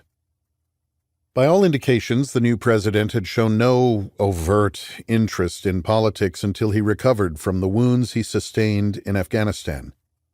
To the media establishment and a populace looking for a bright light on the political scene, he was a savior. He came from money, went to all the right schools, and had focused his efforts on a small Silicon Valley startup a few years before 9/11. In campaign speeches, he didn't lead with the story that had catapulted him into the public consciousness, as he didn't want to be seen as taking advantage of Jen's memory. But then, he didn't need to. The media did that job for him. His fiancée killed on 9/11, the future president running into the burning building in an attempt to save her. The smoke inhalation, being carried out unconscious by a firefighter who then rushed back into the North Tower only to be buried in the rubble. The young entrepreneur working in the debris for days alongside firefighters, police officers, first responders, and citizen volunteers until collapsing from exhaustion. A journalist captured a photograph of him that would become emblematic of America's response to the attacks, covered in the gray dust of the day, not wandering in a daze as were so many others, but sleeves rolled up, crowbar in hand, eyes fiercely set, prying a slab of concrete in the desperate search for survivors, in a desperate search for Jen. When the New York Times identified him as the son of a prominent Manhattan financier and reported that his fiancée was missing in the rubble, they ran it with the headline, "The Spirit of New York." He applied to Army Officer Candidate School from his hospital bed a week later. What followed was basic training at Fort Benning, Georgia, then Rangers School, and then his first assignment with the storied 10th Mountain Division at Fort Drum, New York, before deploying to Afghanistan. After 13 months of sustained combat in a valley that would see some of the toughest battles of the War on Terror, he'd been wounded by an IED in an ambush while on a mounted patrol to a nearby village. He'd pulled himself from his burning Humvee, the screams of his dying turret gunner muffled by a ringing in his ears, a ringing that remained an ever-present eulogy to those who never made it home. He was halfway to cover when he realized he was dragging the lifeless torso of his driver, whose body from the waist down was still strapped in the vehicle. First Lieutenant Christensen had taken a 7.62 by 39 millimeter round to his left hand as he made it to a rock by the side of what passed for a dirt road. Instead of rendering aid to his wounds, he called in artillery from their forward operating base and coordinated Kazivac for the wounded. He ignored his own injuries and led a flanking element to counter the insurgents raining death down from elevated positions, the same positions he knew were probably used to attack and subsequently defeat the British and Soviets before him. Alec had returned home and written a best-selling book.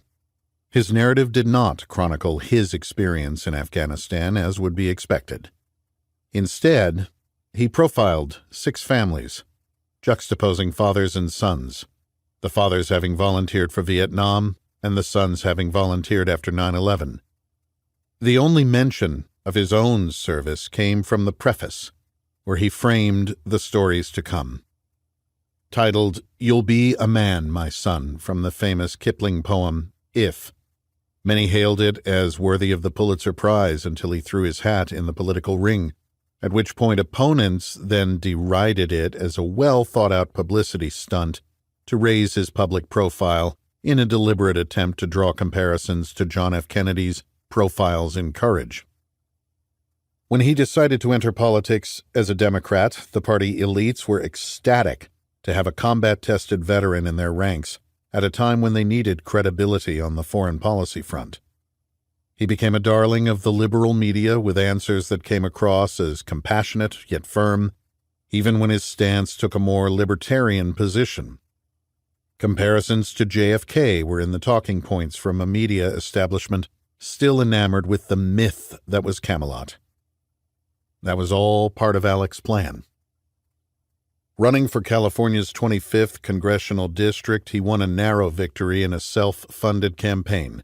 While his opponents said he was buying the election, Alec pointed to her ties to special interest groups, in particular her support of the pharmaceutical industry's pain clinics, which were nothing more than opioid pill mills, ruining lives in a deliberate campaign to addict, decimating entire communities while enriching corporate leadership, lobbyists, and the politicians who made it all possible. As a primary reason for much-needed change, Alec's campaign highlighted the amount of wealth the incumbent had accumulated over the course of her 26 years in Congress, much of it coming from the highly unpopular opioid industry. It didn't hurt that he polled very well with females of both parties, in a district that was almost split down the middle politically. It was said that Republican housewives made the difference. It's hard to compete with the story of running into a burning building after the woman you love, especially when it's true. Alec studied the life and political career of the legendary John Dingell of Michigan. As a liberal Democrat from the Rust Belt, Congressman Dingell would become the longest-serving member of the House of Representatives in congressional history, while holding strong to his steadfast belief in the individual, fundamental right to self-defense. He clearly articulated how the firearm transcended the changing political whims of his party. His 60 years of government service were proof to Alec that those positions were consistent with a progressive agenda and could still win elections in California. It didn't hurt to have millions of new gun owners who had changed their positions on private gun ownership as they watched their cities descend into chaos the summer of the presidential election. They didn't want to abandon their party, nor did they want to rally behind a movement with a rallying cry of defund the police. Alec offered a strong alternative. He was an early adopter, and one of the first to harness the power of social media. As with most technical innovations, the establishment was slow to adapt. Alec was not. His days in Silicon Valley, along with his time in combat, taught him that adapting faster than your enemy led to victory. He built his platforms using the best digital designers and tailored his message to a more libertarian-leaning youth segment of the voter bloc. decriminalizing certain drugs on one side, staunchly supporting the Second Amendment on the other, while championing the environment and a sustainable healthcare plan, all falling under the umbrella of freedom, resonated.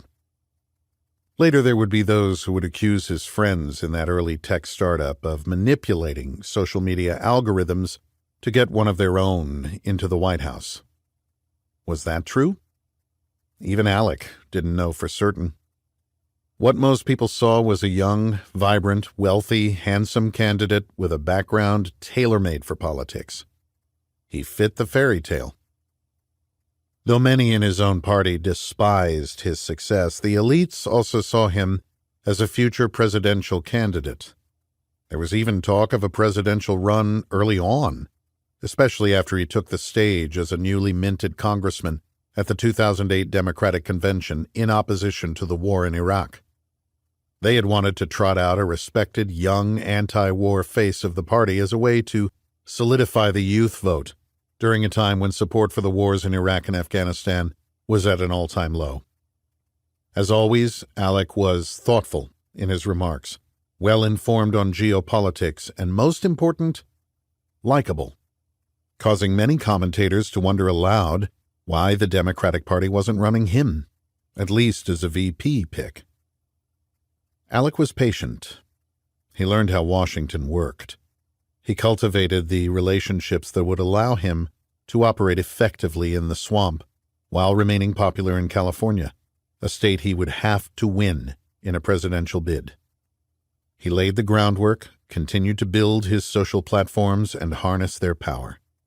No longer was he dependent on the kingmakers of the legacy media establishment. Their power was waning, but they were too self-absorbed to notice. He built his own platforms in the new media and focused his messaging on those who digested their news via their smartphones and made their decisions largely based on influencers. He started a podcast before most people even knew what they were. Legacy print and cable media scoffed at him, but by the time he announced his campaign for the 2020 presidential election, his podcast reach dwarfed the ratings of those in conventional media. The same media that continued to make cynical comments night after night from their sound stages in New York, D.C., and Atlanta. He could talk directly to the people and continue to build his base through engaging content and considerate conversations. He dominated the new media space in a way the rest of the Democratic field could only dream about. He studied the data, capitalized on relationships with influencers to co-opt segments of their audiences, and built a voting bloc powerful enough to sway an election. That power made the party elite nervous. He was not under their control and therefore was unpredictable, but they also saw him as a way back into 1600 Pennsylvania Avenue. Both Alec and the party leadership knew he would have to go farther left for his vice presidential pick to balance the ticket, a chance to keep power for a 16-year run. If they wanted to fundamentally transform the country, they were going to have to support the popular congressman. His vice presidential pick from Florida's 9th District made him the first president in U.S. history to win with a female on the ticket. The fact that she was an Army JAG Corps veteran and of Cuban descent brought in the electoral votes from one of the more hotly contested battleground states in recent history. That she remained a major in the National Guard and outranked the new commander-in-chief, who had been medically retired as a first lieutenant due to his combat injuries, was a source of ample comedic material for the late-night talk shows. Even the women of The View could not stop themselves from fawning all over them both. It kept Alec center stage and made him relatable. As the most eligible bachelor in D.C., he was a staple on the covers of magazines at supermarket checkout lines. In a world where a reality show about finding love trumped ratings across the board, he was a star. He enjoyed female company, but it always became clear after a few months that they would never be his top priority. Truth be told, his attention was on a ghost, one that was never far away. Alec turned from the window and looked down at the resolute desk. which had been a part of the room since Queen Victoria had presented it to President Rutherford B. Hayes in 1880. It was built from wood recovered from the HMS Resolute, a British ship that was abandoned after becoming trapped in the ice while on an Arctic expedition in 1854. An American whaler recovered the ship 2 years later and returned it to the United Kingdom. President Christensen looked at it as a symbol of hope and resolve. Just shy of 100 years after fighting the war for independence, the former colonial rulers gifted a desk made from one of their naval vessels to the leader of the country that defeated them. After contentious beginnings and the war that birthed a nation, the two countries had become the staunchest of allies. He rarely walked into the Oval Office without thinking of the iconic photo of JFK working that very desk with John Jr. peeking out through the knee-hole panel at his feet, a photo that would not be published until after the assassination in Dallas. President Christensen took a breath and looked at the 4 files on his desk. They had been delivered by his national security advisor that morning. 3 of them were the reason for the journey he'd taken over the past 20 years. The president is the only person in all of government who has unfettered access to the nation's most closely guarded secrets. Everyone else is read into and out of special access programs based on need to know. Information is compartmentalized for reasons of national security. The real trick is knowing what to ask for and where to look. The young president was searching for something specific. Alec had not made his request immediately upon taking office. He had already waited 2 decades. He could wait a few more months. The new president needed to learn, research, and plan. He needed to lead.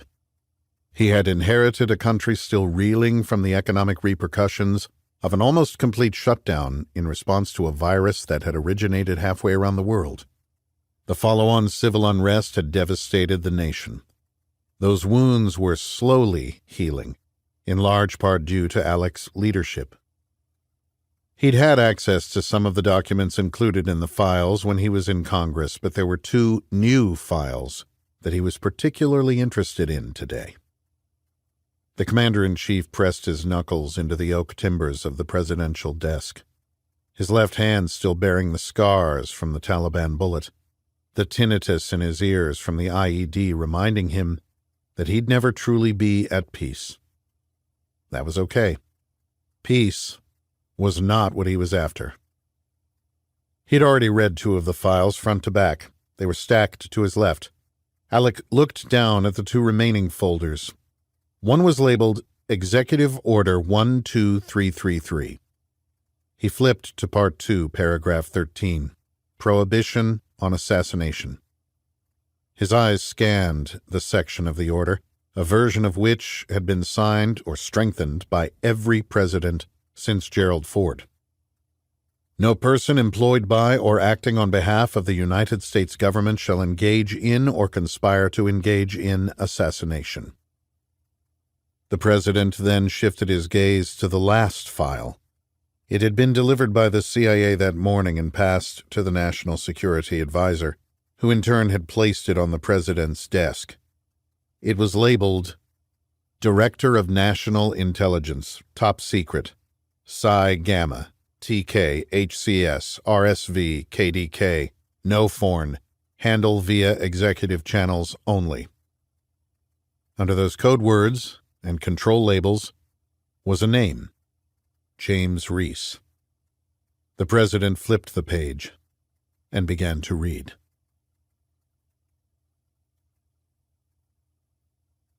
Chapter 5. John F. Kennedy International Airport, New York, New York. Ali Reza Ansari made sure he wasn't the first to exit the jetway. He didn't want to look overly eager to anyone monitoring the cameras or facial recognition programs constantly scanning every face deplaning in one of the busiest airports on Earth. He'd specified with his travel department that he'd like a window seat near the rear of the business class cabin. That would be expected for someone in his position and would put him near the back of the first pack of deplaning passengers. He'd been with Biodyne Medical Systems for 17 years.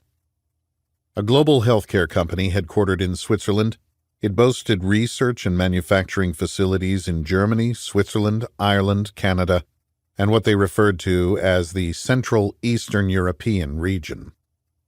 Ali had first interned with them as a graduate student pursuing dual-track business and pharmaceutical sciences degrees from Saarland University in Germany. Biodyne was also one of the few biomedical research companies with research and distribution networks in both the United States and Iran.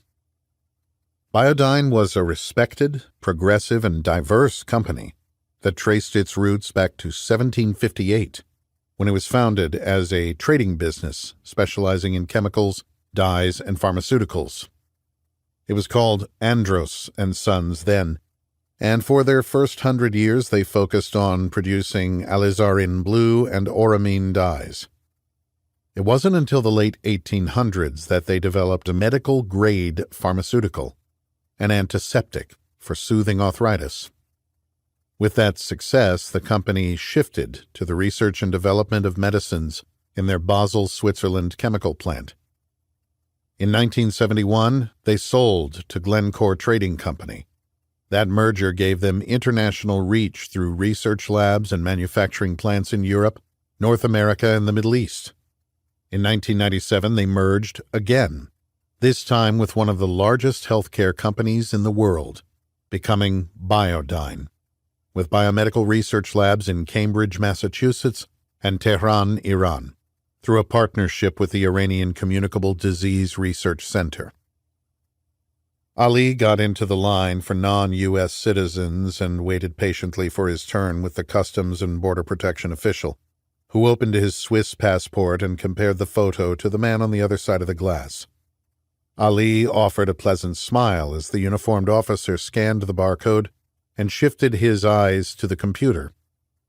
Why the United States did not screen passengers ahead of time, like El Al, Ali would never understand. He'd also never fly El Al. "What is the purpose of your visit?" the CBP officer asked. "Business," Ali replied with only the slightest hint of an accent, as he'd done at least 100 times over the years. "And what kind of business is that?" "A medical device technology company," Ali replied, not offering any more than required. Pharmaceuticals had the tendency to be off-putting with so much bad press around the opioid epidemic in America. It seemed as if the venerable news program 60 Minutes ran weekly segments on Big Pharma's shady lobbying and marketing practices, pointing out that opioids killed more Americans annually than were killed during the entire Vietnam War. What the West called terrorism had nothing on opioids. Even though Biodyne did not manufacture the devastating drugs, Ali did not want to highlight the pharmaceutical side of the company to someone who might be related to one of the thousands affected by a highly addictive narcotic. The official flipped pages in the passport looking for stamps from Yemen, Afghanistan, or Pakistan, which would lead to additional questions and a possible secondary screening. "How long will you be staying in the United States?" "About a week," Ali lied. The official found a blank page and stamped it with an entry date before returning Ali's passport under the plexiglass partition. "Enjoy your stay," he said, nodding to the next person in line. Ali made his way casually into the international baggage claim, noting exits and careful to pay just the right amount of attention to the armed police patrolling the area. He was also sure to force a disarming smile when he passed by a police officer with one of the Americans' canines by his side. Americans loved their dogs. Filthy animals. Senior lab manager with one of the world's leading medical technology companies was not the career field to which Ali aspired in his youth. He'd only wanted to kill Iraqis and Americans. Ali couldn't even remember the last time he'd seen his father. He was still in the crawling stage when his dad was conscripted into military service. 2 years later, his oldest brother would leave for the front lines, followed 5 years later by his middle brother, who would fight in the final battles of the Holy Defense, a conflict the rest of the world insisted on calling the Iran-Iraq War. His mother had not been notified by a knock on the door as he'd seen in so many American movies. Rather, a list of the dead and missing was posted each week in the town square. The list was displayed a good distance from the Provincial Society office, the locally elected Islamic council responsible for coordinating regional affairs with the Islamic Consultative Assembly in Tehran. The politicians seemed more afraid of backlash from Iranian mothers and widows than they were of invading Iraqi forces. Young Ali would accompany his mother to town each week in search of news. She would leave him in a chair by a butcher's stand on the corner and push her way through the crowds to read the names, praying to Allah for the safe return of her loved ones. The stench of rotting meat behind the thin curtain would stay with Ali the remainder of his life. He could live with the smell. What haunted his dreams were the wailings of the women. Their screams as they read the names of husbands and sons they'd never see again would fuel his every decision. The list offered no cause of death, no locations. The bodies were buried on the battlefield out of necessity, often in mass graves. Rarely was it possible for the dead to receive a proper Islamic burial as mandated by Sharia law. In wartime, one must make sacrifices. They would mourn his older brother first, killed in the early days of the war in a human wave attack in the marshes of Basra in 1982. At 15 years of age, he'd received a week of training before being sent to the front lines. The cult of the martyr had become a powerful instrument of the state. Whether he was killed by artillery, rockets, tanks, or small arms fire, or hunted down by the devastatingly effective Mi-25 helicopters, using the same hunter-killer tactics the Soviets had used against the Mujahideen in Afghanistan, Ali would never know. His only connection to his older sibling would come years later in the Iranian Martyrs Museum in Tehran, where he'd found his brother's picture encased under a glass display.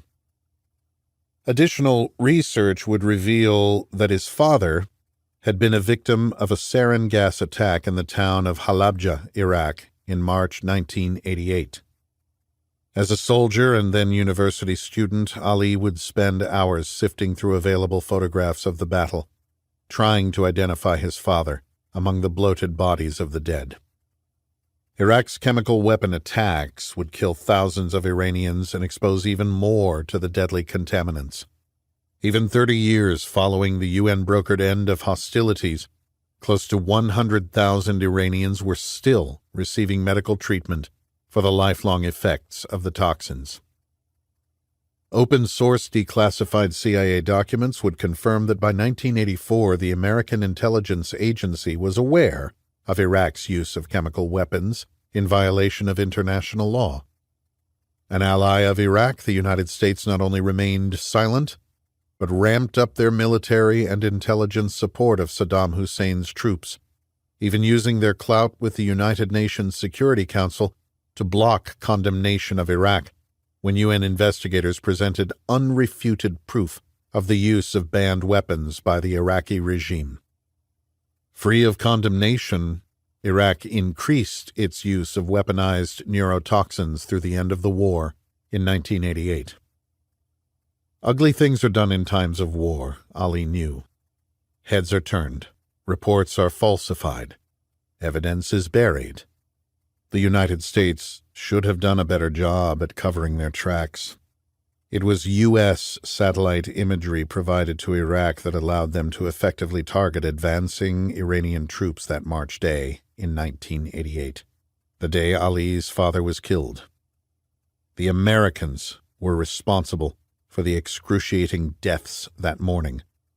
Bodies of women and children scattered among the soldiers, their faces contorted in agony.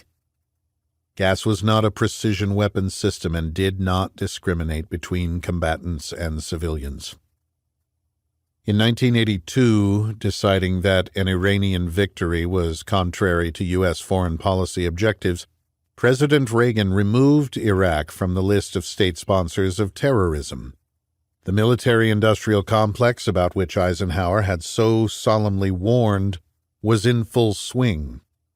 War was big business. Reagan's actions opened the door to military equipment and munitions sales to include the dual-use technology that would allow Iraq to produce and weaponize the chemicals that would give them the upper hand against the Iranians. The same poisons that had altered the course of Ali's life. In the popular press, Iran was portrayed as the instigator, which made it easier for the world to support the Baathists in Iraq. With $1 billion a month flowing in from Saudi Arabia, Iraq was able to purchase weapons from the United States, the Soviet Union, and the countries of Western Europe. Howitzers, Exocet missiles, Gazelle helicopters, Mirage jets, Soviet tanks, Mi-24 attack gunships, mines, RPGs, and AKs flooded the country.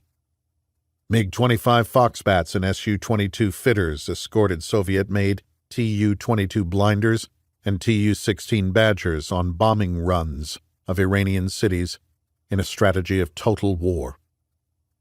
Saddam Hussein was the West's man in the Middle East. As American flags were burned in the streets of Tehran, American support flowed unfettered to their adversary. With the world aligned against them, Iran had stood strong. Allah was on their side.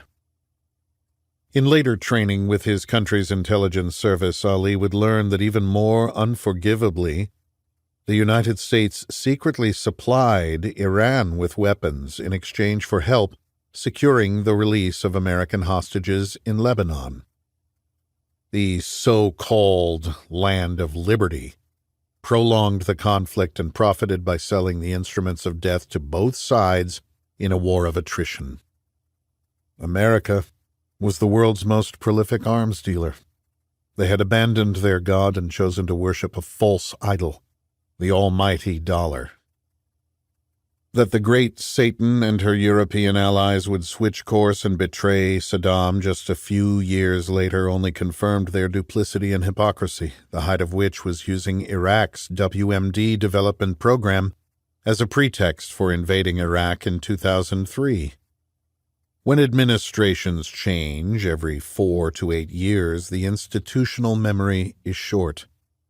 They had conveniently forgotten their country's complicity in the chemical atrocities wrought on civilian and military targets when it suited their objectives.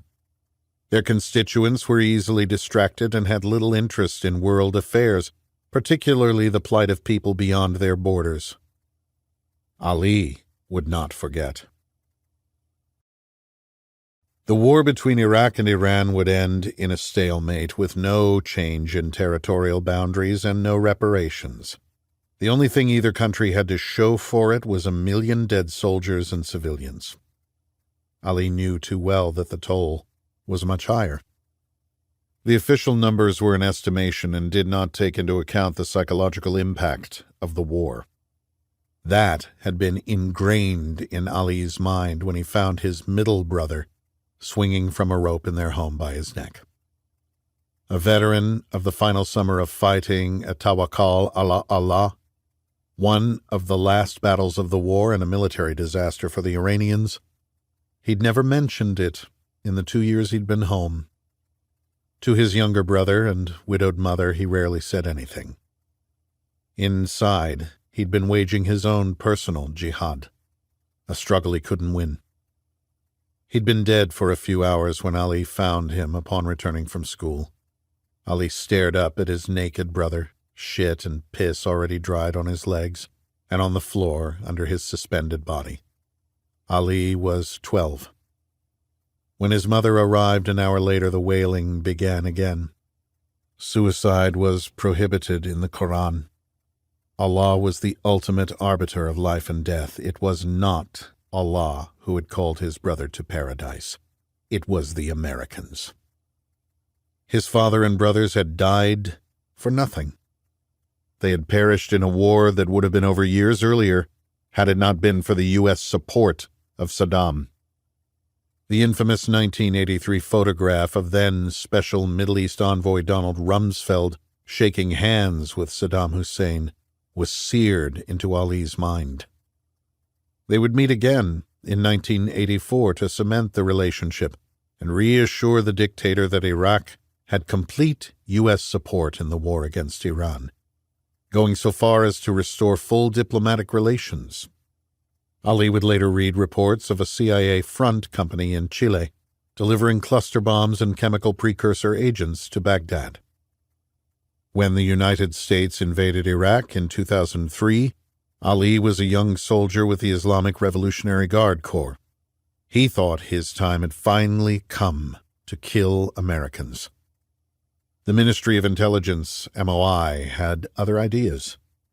The most powerful ministry in Iran, it falls under the direct control of the supreme leader and traces its history back to the 11th century, when the Ismaili Shiite sect known as the Nizari used targeted killings as an instrument of power. They were called Hash-Shasin for the use of hashish in their training. To the Crusaders they were known as assassins. Within the MOI is a group known as Department 15. Their mission is to target and kill threats to the Iranian regime abroad. It was this group that recruited Ali Reza Ansari. The Iranian intelligence service had studied the American response to 9/11.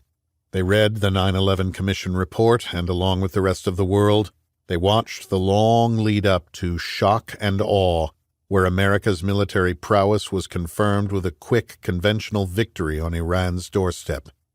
They then watched incredulously as the Americans snatched defeat from the jaws of victory, allowing themselves to be pulled into an insurgency of their own creation through an ineptitude born of arrogance.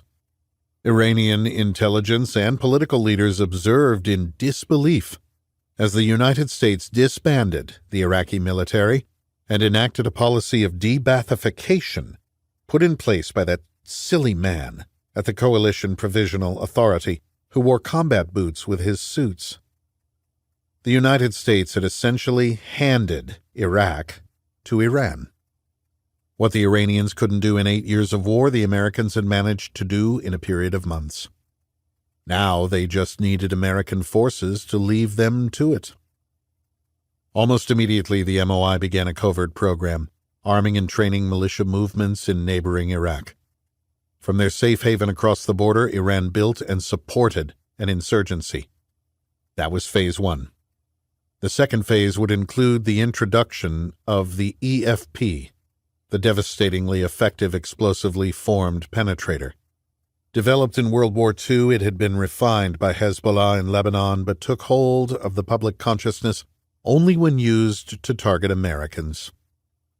Introduced into Iraq in force in 2005, they would wear down public support for the war effort as more and more soldiers returned home in flag-draped coffins. America's sons and daughters once again paid the price, as corporate shareholders benefited from increased revenue. Armored vehicles didn't come cheap.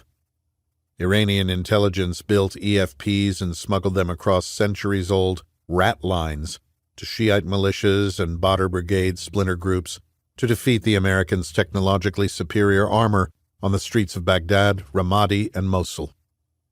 Those attacks could weaken the giant, but eventually she would limp home to recover, adapt, and then continue a war against Iran that had begun with the fall of the Shah. To defeat her, they would have to take other measures. A small group of senior intelligence ministry officials met with the supreme leader in the summer of 2003. They presented a plan. By the fall, they were scouring the ranks for candidates with specific attributes for a special mission.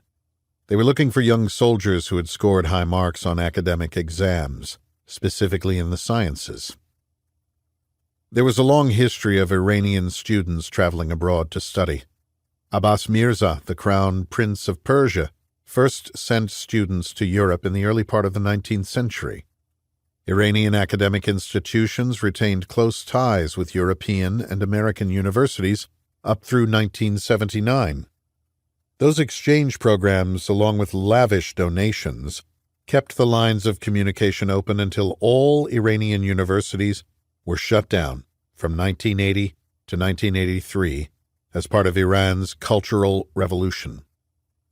When they reopened, instead of being modeled on the American universities they had emulated under the Shah, they now included a mandatory Islamic curriculum in a strict Islamic educational forum. After the Iran-Iraq War, and with approval from the Islamic Council, relationships were re-established with European and American institutions of higher learning under the guise of modernizing Iran. In reality, a long-term deep penetration program was being set up. Iranian students began to once again study abroad in programs financed through government scholarships, particularly in the areas of science and medicine. At first, Ali had been furious that the government had pulled him from his unit. By that time, he was already a member of the IRGC, preparing to avenge his father by facilitating chaos in Iraq. He was training up to replace an insurgent leader who had been killed across the border by the Americans. He was finally going to get his chance. Instead, he'd been summoned to the capital for a meeting. A week later, still dreaming of infiltrating across the Iraqi border and leading Shiite militia against the invaders, he began his studies at the University of Medical Sciences in Tehran. He was 23 years old. His military file disappeared and was replaced with an exemplary academic record. They promised him that if he excelled at the university and in his intelligence training, he'd get his chance to kill more Americans than he ever would smuggling IEDs across the border. It was going to take time. Their new student needed to learn patience. During the day, he was on a pre-med track with a heavy emphasis on English and German. Following classes, he would practice surveillance detection techniques taught to him by his instructors in Department 15. At night and on his days off, he learned to rent cars, check into hotels, and order dinner and drinks. And he learned to kill. He was taught dead drops, surveillance and counter-surveillance techniques, covert communication, and improvised weapons and explosives. His interrogation training was conducted with political prisoners from Section 209 of the Evin House of Detention in Tehran. If the brutal interrogations went too far, no one would miss them. They had already disappeared. Most important, he was taught the dark art of assassination, studying the work of the sicarios in Mexico, the Italian mob, the Russian Bratva, and the Mossad. After a 3-year accelerated program in Tehran, he applied for and was accepted into the master's program at Saarland University. In his first year, he applied for an internship at Biodyne. There was nothing out of the ordinary about an Iranian student studying in Europe and working for a European company. Thousands of Iranian students had done so since 1988. Settling into his new life, he continued to meet with his handler to develop his tradecraft on European soil. He was a precision instrument of the state, and like any tool, he needed to be sharpened. Department 15 honed his edge through missions that eliminated threats to the regime. He had once killed an Iranian diplomat on his way to meet with a CIA case officer to hand over a thumb drive with documents proving Iran had systematically targeted U.S. soldiers in Iraq. The diplomat had been found floating in the Danube weeks later. No thumb drive was recovered from his body. Ali's handler was also in place to assess and ensure that he was not being corrupted by Western ways or courted by a foreign intelligence service. He traveled freely, improving his English and German, and adding proficient French to his list of talents. He was a regular at football and rugby matches, always refining his counterintelligence skills.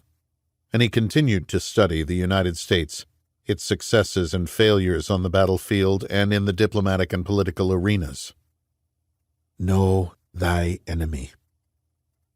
Through his internship at Biodyne, he was accepted into the doctoral program in physical chemistry at the University of Lausanne, Switzerland.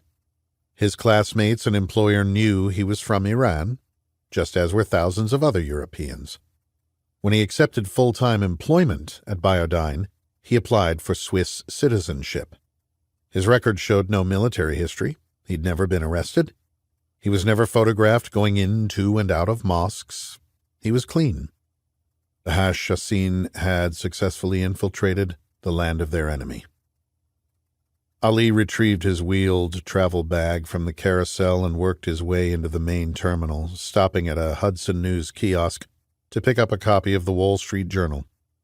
As the deputy director for Biodyne's Institute for Biomedical Research, he was responsible for programs run by almost 6,000 scientists in 17 facilities worldwide, including the Institute for Tropical Diseases, which focused on dengue, tuberculosis, and malaria.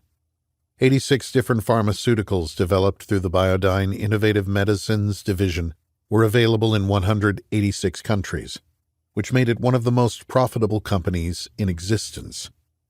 Even with that success, Biodyne still received millions in research grants from the Bill and Melinda Gates Foundation. Eradicating infectious diseases was a team effort. Ali was not in the United States to treat infectious diseases, nor kill an errant traitor to the regime, as he had done in Europe. He was in the United States to fulfill his destiny. Americans would die. Young American children would experience the pain he had felt. They would hear the wailing of their mothers. He was there to weaponize a virus. Iran knew they could not defeat America in a conventional battle or through proxies using $30 IEDs and truck bombs. Removing the great Satan from the world stage would require a long-term strategy. Much like the warriors hidden inside the Trojan horse, the attack would have to come from within. This required an indirect approach, one that could not be tied directly back to Iran. Proxies had proven extremely effective over the years, but the relatively small-scale impact of their attacks resulted in nothing more than a scratch to the United States. This attack would be different. It would be perpetrated by proxies who were citizens of the very country they sought to destroy. COVID-19 had sped up the timeline. The religious council in Iran had seen the great Satan falter. An invisible bug born out of a research lab in Wuhan, China, had devastated the world's most powerful economy. Unemployment was at an all-time high, race riots plagued the major cities, statues were being toppled, a once-strong nation was bowing to the mob. America was on the ropes. Strike where and when your enemy is vulnerable. Ali passed through the crowds that reminded him more of his home country than of the United States. Even the smells were reminiscent of his native Iran. America was becoming more like the Middle East every day. Good. That would only play into what was to follow. He waited patiently in a taxi line with his suit coat over his arm, pulling a small roller bag behind him, briefcase in hand, taking note of any familiar faces from his stroll through the airport, just as his trainers in Iran had taught him. He glanced at people's shoes over the top of his Android device. It was easy for a tail to reverse a jacket or throw on a hat and sunglasses. Changing shoes required more time. He had a scheduled tour of the Biodyne Research Facility in Cambridge at the end of the week. There he would sit down with the team to bring them up to speed on new company policies and initiatives in person. That night he planned to catch a soccer game. The New England Revolution was playing D.C. United. It would also serve as a venue to identify possible surveillance. It was hard for authorities to fake being fans of such an un-American sport. The following day, he would set in motion a chain of events that would bring America to her knees.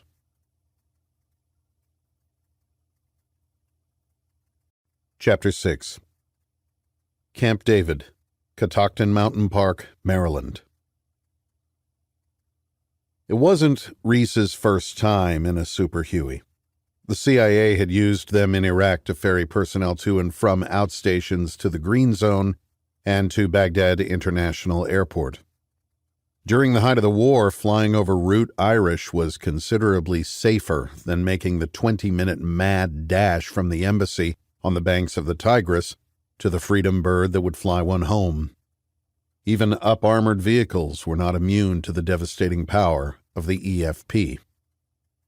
The agency maintained a fleet of innocuous planes and helicopters stateside, one of which was now carrying Reese to his destination. Painted to blend in with normal civilian air traffic, they were flown and maintained by front companies to provide some semblance of distance from America's premier spy organization. The rhythmic whir of the blades never failed to bring Reese back to his SEAL days in Iraq and Afghanistan. He always wondered how some operators could sleep while packed into a helo speeding toward target. As a combat leader, Reese took the time to focus, knowing that whatever plan they had submitted to higher command authority for approval was about to become the first casualty of a dynamic battle space. The enemy always got a vote. He was getting a similar feeling now. As the Huey maneuvered its way north, Reese took a breath and admired the beauty of the Blue Ridge Mountains below. He was almost finished with his training at the farm.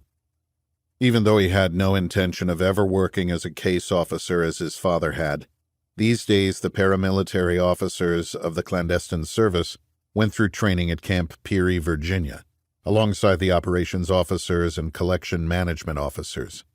This gave the agency and the recruit more career options and fostered the relationships necessary to navigate the halls at Langley. His clandestine service trainee class consisted mostly of graduate students proficient in a second or even multiple languages. There were also a select few his age, plucked from the military's most elite special operations units.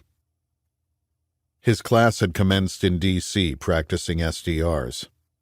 These surveillance detection routes, both in vehicles and on foot, would be a part of every training scenario.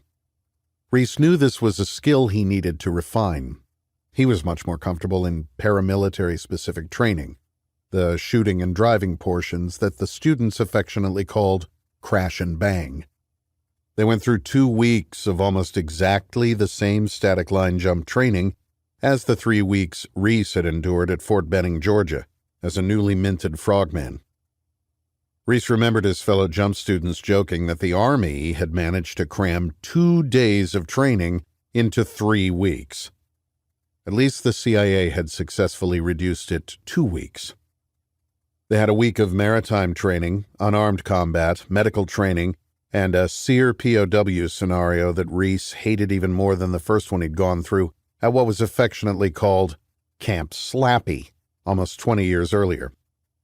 And they were taught the basics of espionage, disguises, working in alias, dead drops, and how to assess and recruit based on vulnerabilities and motivations. They were being turned into spies. The President of the United States has requested a meeting. His supervisor had called Reese into his office and, without even offering him a seat, relayed the information as if it were a common occurrence. Reese thought requested was a strange word to use. Then again, who turns down a request from the president? Reese knew something of the new president's background, but had not studied him in depth, having been preoccupied since his return from a personal mission in the wilds of Siberia.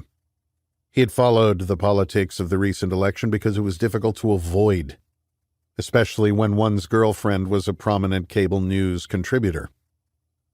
After mourning the passing of so many friends and teammates, it disgusted him to watch politicians offer hollow promises to the masses in a bid to continue their hold on power, most forgetting they were employees of the people as soon as they reclaimed their thrones. The helicopter banked to starboard as it made its approach, settling in through the trees and onto a helipad of bright green astroturf on the grounds of what was officially known as Naval Support Facility Thermont. situated just over 60 miles from D.C. and located near the border of Maryland and Pennsylvania in Catoctin Mountain Park. The 200-acre retreat had been an escape for presidents and their families since World War II. Reese heard the familiar sound of the engines going to idle. He unhooked his seatbelt and removed his headset as someone he assumed to be a Secret Service agent ran toward the bird and slid open the door. "Welcome to Camp David, Commander," the man shouted over the still-turning rotors. "Follow me!" Reese grabbed his pack and hopped from the bird, instinctively ducking his head as he followed his greeter toward a waiting golf cart, where another Secret Service agent waited at the wheel. He heard the whine of the rotors behind him as the pilot increased their speed before pulling up on the collective and rising back into the clouds. "Frank Sharp, Secret Service," the man in slacks and a light jacket said, extending his hand. "James Reese." "We know," Sharp smiled. "This is Agent Neely." "Commander?" Neely nodded. Reese looked around, taking in the moss-green hangar nestled among the trees, his eyes coming to rest on a flagpole with the stars and stripes gently moving in the breeze. "Is it what you expected?" Sharp asked. "Guess I didn't really think much about it. It's got a nice campground-type feel, but as you can imagine, it's a tad more secure than the average campground." "I bet." "Sir, I have to ask, are you armed?" "Pistol and blade." "I'll have to ask you to transfer them to your bag and leave it with us. You'll be meeting with the president alone." Normally being disarmed made Reese extremely nervous, but this was anything but a normal situation. "Of course," Reese responded, removing his holster and weapon from the appendix carry position. He wanted to ask additional questions, but held his tongue. "Is that the XL?" Sharp asked, admiring Reese's weapon of choice. "Yeah, I've been running it for a few months with the red dot, and I have to say I'm a fan. I've had my eye on one, but the missus thinks I have too many already. I've refrained from telling her she has a closet full of shoes that cost more and all look the same." "Wise man," Reese acknowledged, as he unclipped the Amtac Northman blade from his pocket. "Mind if I wand you?" Sharp asked. "Go right ahead," Reese said, raising his arms to allow the metal detector access. "I've been switching up between the XL and the 320X Compact, both solid setups." The wand gave a slight beep at his eyelets on his boots, at his belt, his watch, and his sunglasses. "Thank you. Hop in, it's a quick ride." "Where are we going?" "Aspen."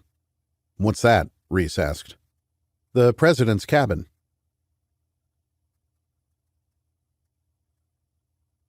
Chapter 7. The golf cart wound its way through the woods on gravel trails. It felt surreal to be on paths that held so much history. It wasn't that long ago that the establishment wanted Reese dead, sending special operators and contractors to kill him. Now, he was about to have a one-on-one meeting with the man who currently led that establishment. They came to a halt at a cabin with the same green exterior as the hangar, a sign designating it as Aspen. A single golf cart was parked just steps away from the front door. Reese couldn't help but smile as he read a small plaque on its front. Golf Cart 1. Sharp noticed and said, "That always gets a few laughs. 43 had it christened during his first term." The Secret Service agent led Reese to the entrance and knocked 3 times. "Mr. President, Commander Reese is here." He turned to Reese. "President Christensen will be with you shortly. We'll be close." "Thank you," Reese said, as his escorts moved off down the path, leaving the former SEAL alone. Reese heard the knob turn, and a second later was face to face with the leader of the free world. He suppressed his military tendency to come to attention. "Commander Reese, thank you for coming. I'm Alec Christensen." "Pleasure, sir." "Come in. I'm told the trees have eyes," he said with a disarming smile. Reese entered a room that reminded him more of his grandparents' house than a retreat befitting the commander-in-chief. "I know, it's in dire need of an upgrade. Probably going to do it myself to save the taxpayers some money. Have you ever been to Camp David?" "No, sir, but I think you knew that." I'd also be remiss if I did not thank you for your service to the nation. Had you not saved President Grimes in Odessa, I might not even be in this position. It was Senior Chief Freddie Strain, sir. He saved the president, Reese said, remembering his friend and teammate killed by a sniper on a rooftop half a world away. A sniper who was still out there. The country will never forget him, Commander. Thank you, sir. I want to show you something, he said, leading the way to the outside patio of the upper terrace, a location that offered sweeping views of the expansive property. Are you a student of history, Commander Reese? I like to think so, Mr. President, Reese replied, looking down on the pool below. Beyond those trees, the president pointed, is Holly Cabin. FDR and Churchill planned the D-Day invasion over cigars and highballs from that very porch. In fact, the only reason this place exists is because Roosevelt's staff was worried that his presidential yacht was going to be sunk by a German U-boat. He was on the USS Sequoia so often they called it the Floating White House. Quite an appealing target for the Nazi war machine. In 1942, the National Park Service was tasked with finding him a more secluded location that was still close to D.C. So they found this old Works Progress Administration site from the 1930s. FDR dubbed it Shangri-La, after the Tibetan paradise described in the James Hilton novel. Eisenhower thought that was a bit pretentious and renamed it in honor of his grandson, David. It's been Camp David ever since. The president looked back to his guest. Forgive me. I get caught up in how many decisions impacting 20th and 21st century history were made right here. The fates of nations have been decided on these very grounds. Reese nodded politely, recognizing that the president was not yet finished. Eisenhower put in the golf course that doubles as the Hilo landing pad. It's really just a driving range with 4 tees. The internet thinks it only has 3. Shh, don't tell anyone. He winked. Khrushchev and Ike actually stayed in this cabin. They watched westerns together, if you can believe that. JFK and Jackie liked to shoot clays right over there. Obama staged a picture there with a shotgun trying to appeal to gun-owning voters, but it didn't play well. Brezhnev almost crashed a Lincoln Continental while driving with Nixon around the perimeter one day in 1973. Why Nixon let him drive is anyone's guess. Maybe his ego got the better of him after opening China in 1972. Gorbachev threw his first horseshoe right here.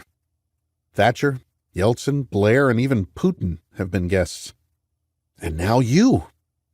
It's an honor, sir, Reese said, unsure of how to respond. The White House is for photo ops and press conferences. The real decisions are made out here. But you didn't come all this way for a history lesson on Camp David, did you, Commander?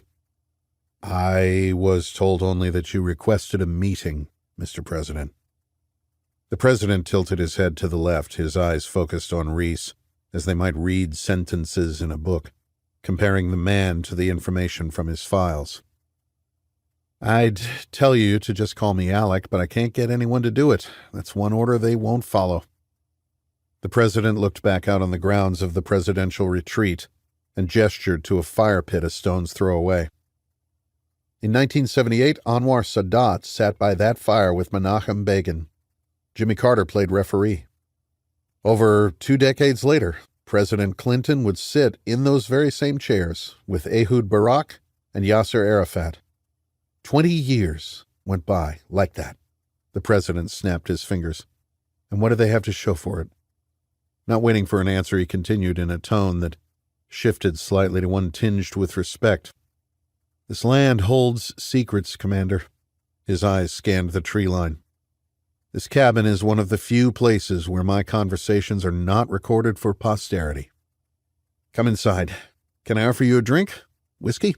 No, thank you, I'm fine, Reese said. Hard to find a picture of JFK around here without a drink in hand. Times have changed. Let me fix you some coffee. Honey and cream, right? That's right, Mr. President. The Secret Service has quite the file on you, as does the Navy, the NSA, the FBI, and the CIA. Reese's eyes narrowed. Fascinating reading. The president moved to the kitchen and dumped the morning's coffee. Are you surprised the President of the United States can make his own coffee? Well, not that you can, but that you do. Even more surprised it's in this old Mr. Coffee? The President chuckled. I like to do a few things for myself. They won't let me at the White House, but out here I can get away with it. Reminds me of a morning in September. The President's voice trailed off. Sir? I made her coffee that morning, you know. Who, sir? My fiancée, Jennifer. Looking back, there were so many mistakes. The coffee maker began to purr. I was working in California and she had a job in New York. I was so invested in my company. I thought we had our entire lives ahead of us. He poured Reese a cup and stirred in cream and honey. Thank you, sir. Do you believe in the deep state, Mr. Reese? The President asked as he made himself a cup, gesturing to a sitting area just off the kitchen. Sir? Sit, please.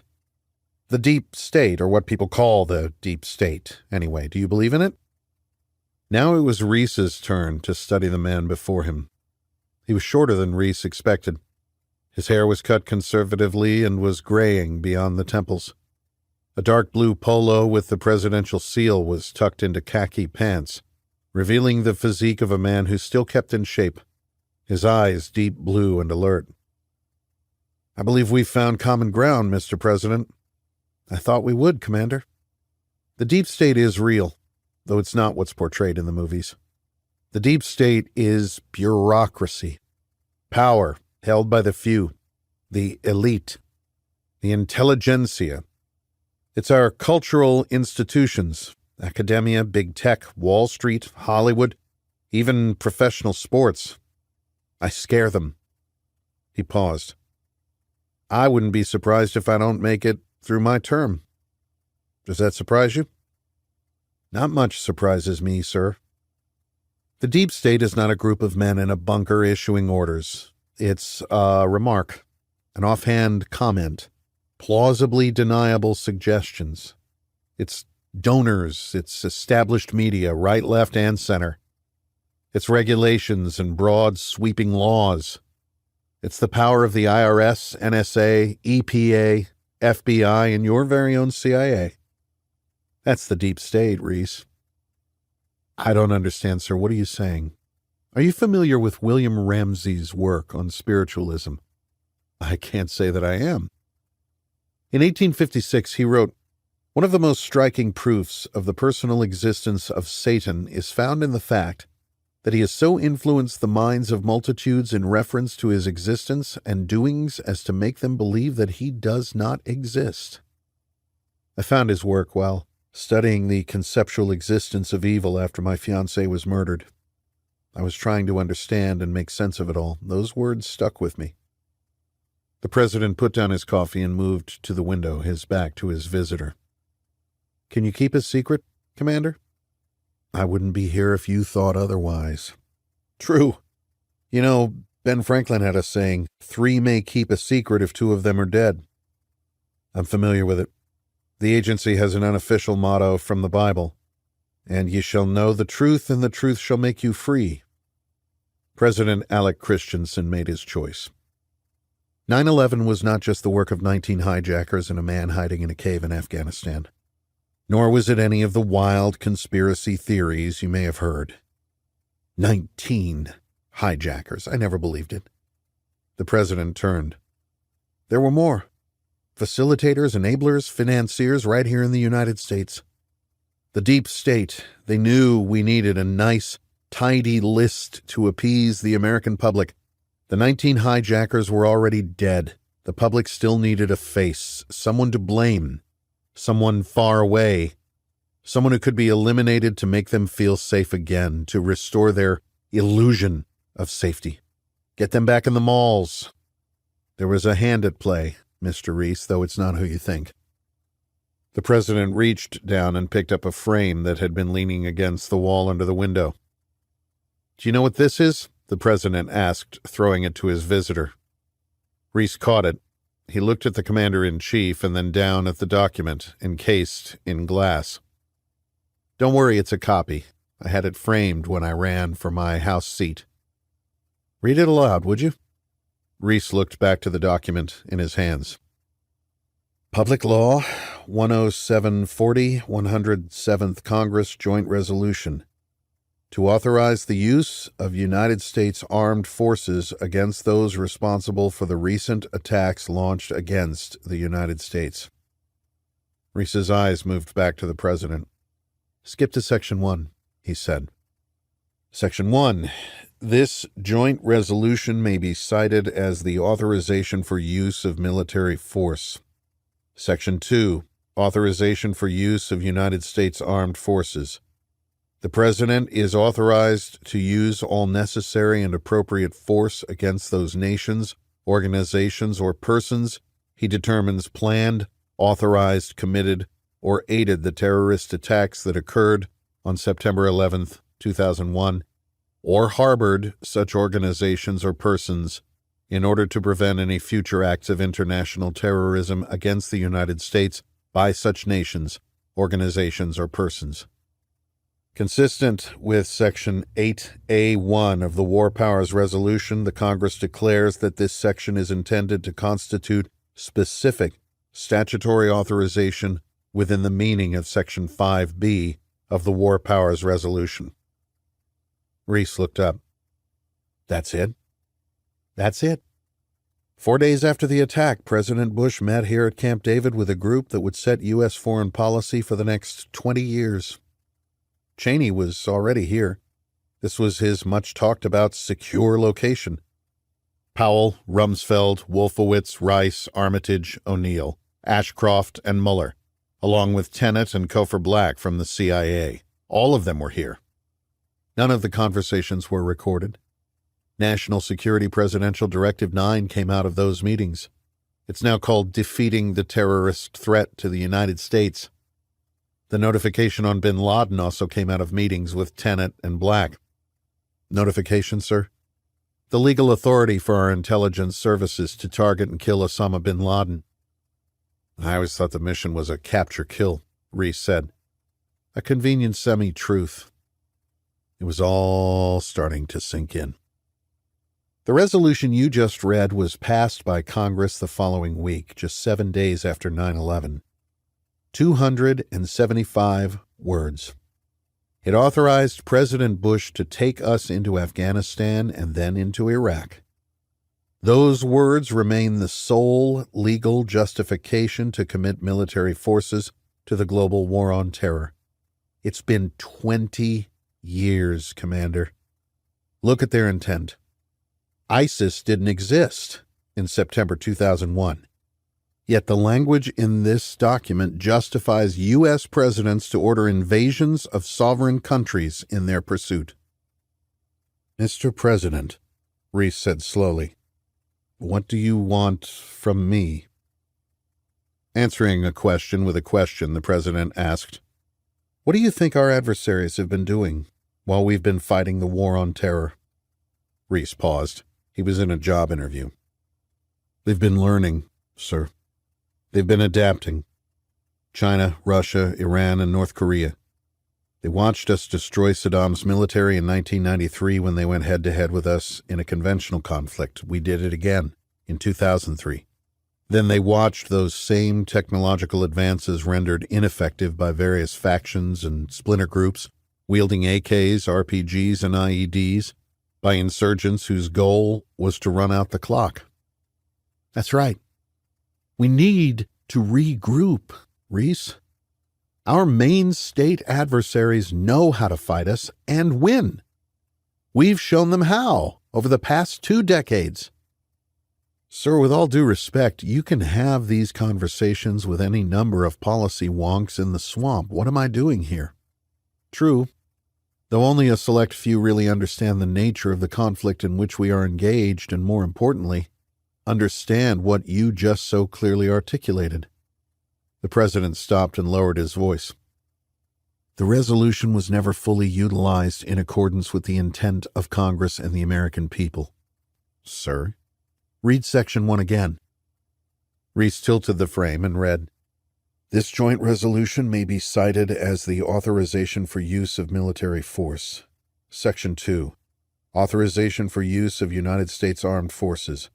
The President is authorized to use all necessary and appropriate force against those nations, organizations, or persons he determines planned, authorized, committed, or aided the terrorist attacks that occurred on September 11, 2001, or harbored such organizations or persons, in order to prevent any future acts of international terrorism against the United States by such nations, organizations, or persons.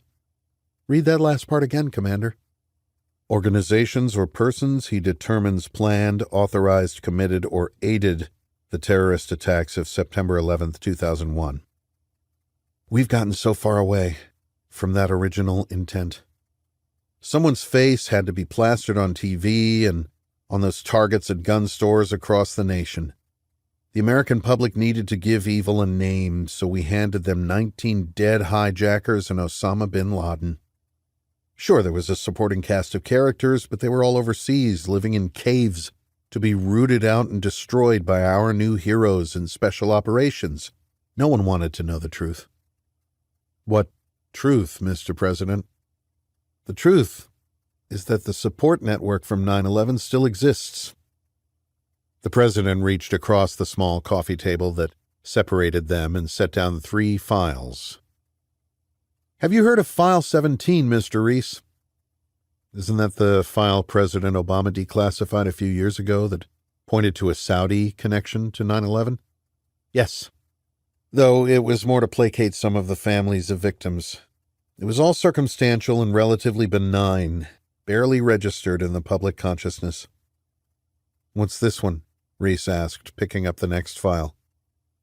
That's the 28 redacted pages from the 9/11 Commission report. Also mostly circumstantial and likely would only have hurt relations with the Saudis in the wake of 9/11, an ally we needed in the region. And this? Reese asked, holding up the 3rd file. That, Commander, is a target package. Open it. Reese flipped the page and began to read. Take your time. When Reese picked his head up, the most powerful man on earth was staring at him with an intensity born in battle. The terrorists in that package are still out there. They still live among us. They didn't fly the planes or slash throats of pilots and flight attendants, but without them, 9/11 would not have happened. Jen would still be alive, as would almost 3,000 others, not to mention those killed on both sides in Iraq and Afghanistan. Reese, there was a concerted effort to convince the American people that there were only 19 hijackers plus Zacarias Moussaoui, the 20th hijacker. There were more. A network of facilitators. I always knew it. I want you to finish what we started in 2001. The country has lost its appetite.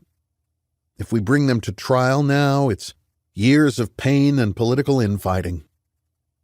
That joint resolution you just read gives the President of the United States the ability to bring all those who enabled the 9/11 attacks to justice. I think I'll take that drink now, Mr. President. The President stood and returned with 2 tumblers. On the rocks, no water. Was that in my file, too? No, just a guess. It was a good one.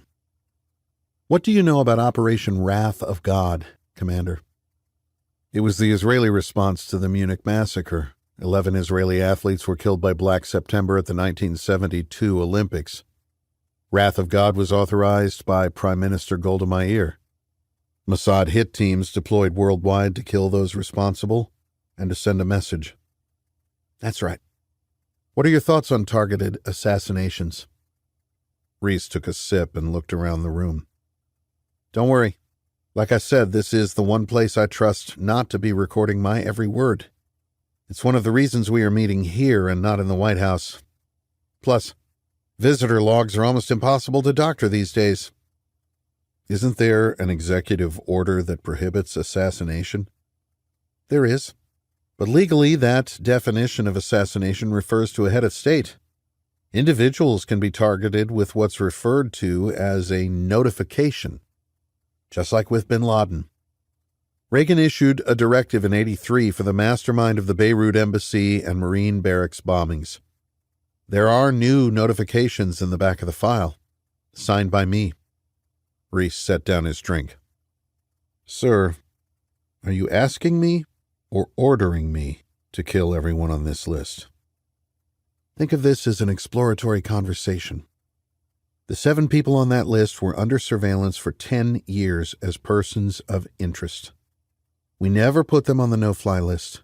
We wanted to watch and observe to find out who else they were in contact with, to continue to gather intelligence, to use them to disrupt any possible sleeper cells preparing for another wave of attacks. They never led us anywhere. Surveillance was called off in 2011 after the bin Laden raid. Maybe we were watching the wrong people, Reese countered. Spend some time with that file. We have the right people. Reese took a long sip of his drink. Reese, do you know that the President of the United States does not even undergo a background investigation? Reese shook his head. Do you know why that is?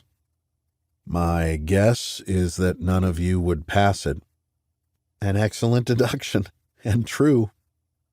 A president does not even have a security clearance, yet has unfettered access to our nation's most closely guarded secrets.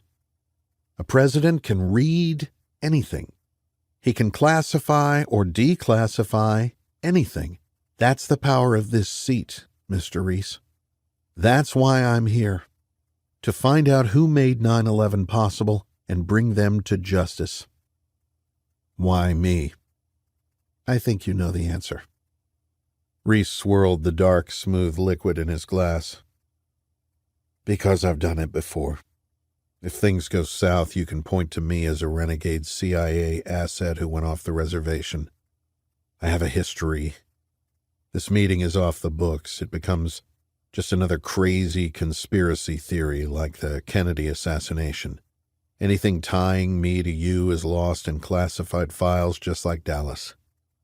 Those notifications in the file disappear. If I'm successful and take them out quietly, it still gets classified in the mountains of files that only a president can access. Maybe I have an accident to further muddy the waters in case anyone came looking. Reese's head was spinning. Not long ago, when he thought he was dying, he'd killed on home soil. Some saw his actions as murder, others as justice. Believing he was already dead gave him a freedom to seal the fate of all those who had taken everything from him. That freedom to become an insurgent on home soil allowed him an effectiveness and efficiency through the acceptance of a fast-approaching death. He'd bottled that part of his life up and packed it away in the deepest recesses of his mind. His wife, daughter, and unborn son slaughtered in their home. His troop ambushed in the mountains of the Hindu Kush. It had been orchestrated by a cabal of senior military officers, political leaders, and private sector financiers, all of whom Reese put in the ground. Sir, I'll need to think about it. I understand. The president stood and started toward the door. Reese took the hint and followed suit. We've prepared a cabin for you. Think it through. Get a workout in. The gym isn't so bad. Shoot some clays. In the morning we can have breakfast. A helo will be here at 10 to take you back to the farm. If you decide against it, it will be like you were never here, and I expect you to never breathe a word of our conversation to anyone. They stopped at the entrance, and the president opened the door for his guest. And remember, don't trust anyone. Even you, Mr. President? Trust no one, Reese. Reese nodded. Oh, Commander, before you go, there is one other thing.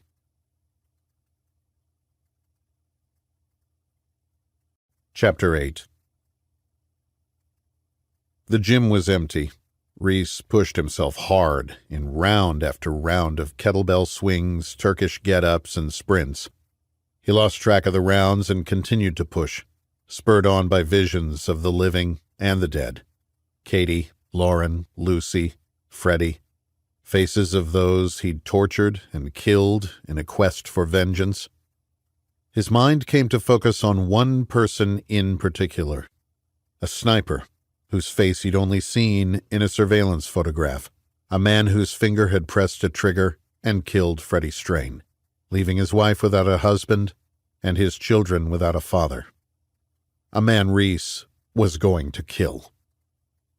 Jogging back to his cabin, he'd thought of Freddie's special needs child, Sam, now dependent on just one parent for his very survival. Freddie was dead because of Reese.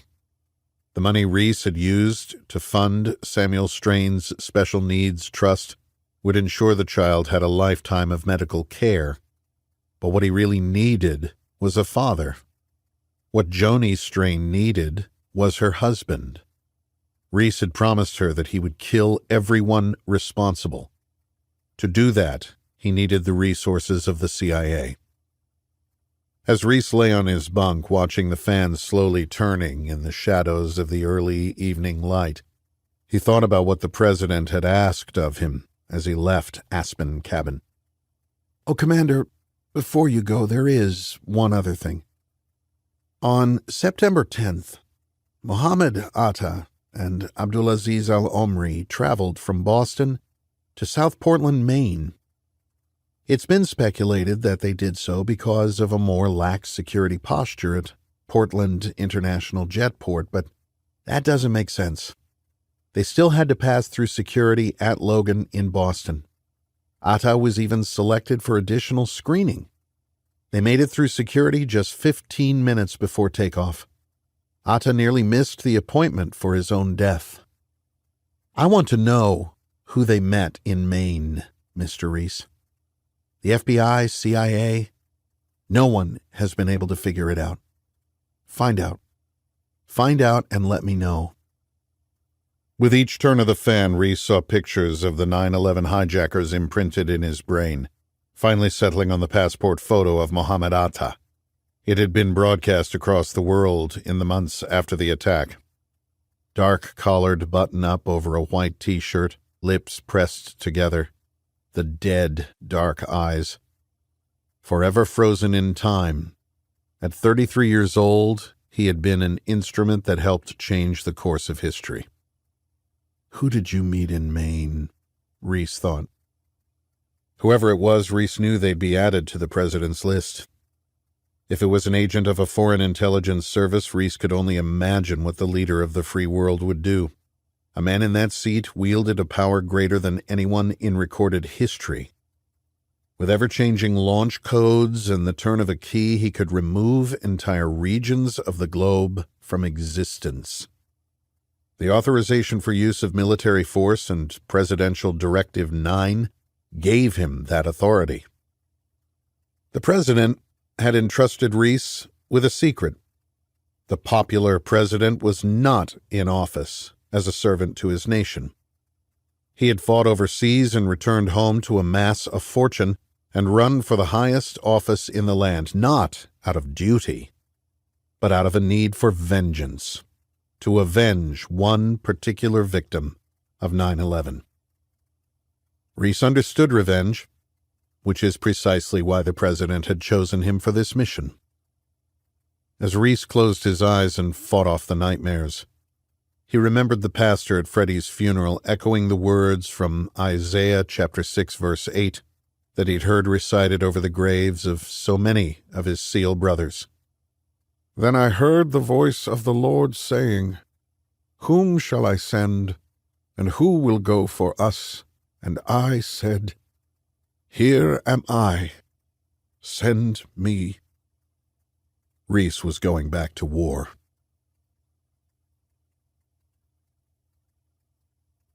Chapter 9. Washington, D.C. As Iran's chief intelligence operative in the United States, Hafez Qassem had been conducting what amounted to a year-long surveillance detection route. He'd been followed by agents from what he correctly assumed to be the Foreign Counterintelligence Squad of the FBI's Washington field office for the better part of a year when he first took the post, though he pretended not to notice. He did not meet with sources, nor did he do anything the least bit suspicious. He went to dinners, as would be expected of a diplomat of his station.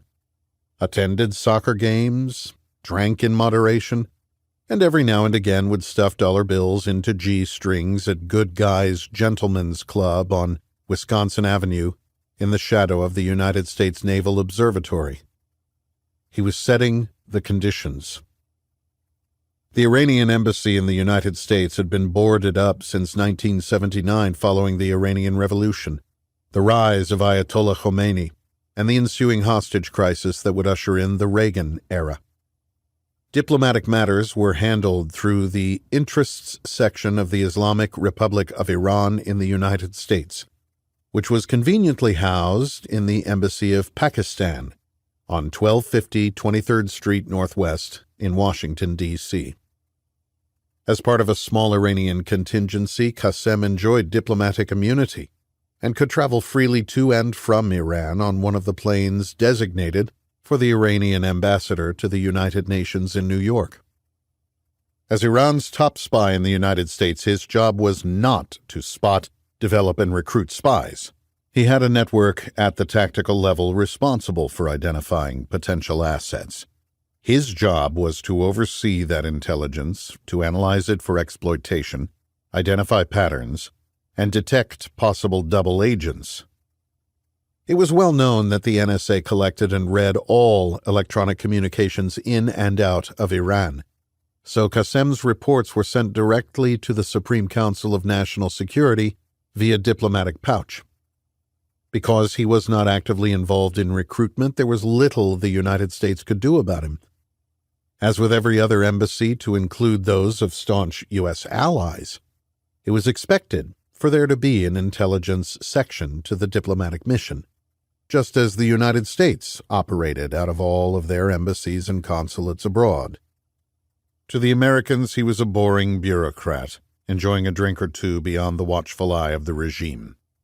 Americans could understand that.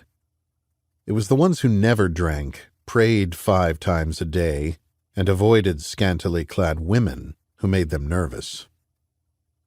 After the first 6 months, his around-the-clock initial surveillance was reduced to what amounted to a checkup, to ensure nothing had changed and that Qasem was still passing his time with nice dinners and soccer games. When the FBI did monitor his activities, they were easy to spot. Qasem had been a player in the game long enough to know when something was out of place. He hadn't met physically with an asset on American soil in almost 20 years, back when meeting in a pizza restaurant in Maine had made his career and altered the destiny of a nation. Following the U.S. withdrawal from Iraq, the up-and-coming spy master had successfully turned it into a client state of Iran. CIA sources, as part of their deep penetration programs, eagerly switched sides after the American abandonment, believing their past CIA associations would come to light. They were looking for a new guardian. The intelligence windfall on CIA tactics, techniques, and procedures was a treasure trove for the regime. Qasem was rewarded with a promotion. More recently, he had overseen the recruitment of U.S. Air Force Sergeant Monica Elfried Witt. She defected to Iran in 2013 and still lived there today. Qasem had met with her numerous times over the years and spent untold hours reading her debriefings. The Americans had not realized what was happening until she was safely on Iranian soil. They should have killed her at the first hint of betrayal, before she was beyond their grasp. That's what Qasem would have done: raped, tortured, and killed her as a warning to others. If the MOI ever suspected changing loyalties, they would not hesitate to put a bullet in her head before she could cross the border, a condition of internment of which she was well aware. She would stay put. Not only had she provided the names of U.S. intelligence sources in Iran, but she also helped reveal a covert communication network code named COVCOM, used by the CIA to securely communicate with agents in Iran, China, Russia, and North Korea. It was the biggest intelligence coup since the end of the Cold War, and it was Qasem who had been its mastermind. Intelligence gleaned from COVCOM served another purpose. It confirmed that the United States did not know who Qassem was or the role he had played in 9/11. Unlike some of his counterparts, he kept a low profile. Revolutionary Guard Quds Force Commander General Qassem Soleimani, Hezbollah Chief of Staff Imad Mughniya, Islamic Jihad leader Fatih al-Shkaki, and PLO Chairman Yasser Arafat had been relentlessly hunted for years. Only one of them had died of natural causes. It was important for the West to have their devils. Qassem planned to remain a ghost. He was more effective that way. While his contemporaries had become martyrs, Qassem would rather live for the cause than die for it. He'd stay off the radar to increase his chances of remaining above ground. Not even he had known what was coming. In 2001, he was simply a messenger, tasked to pass along a word.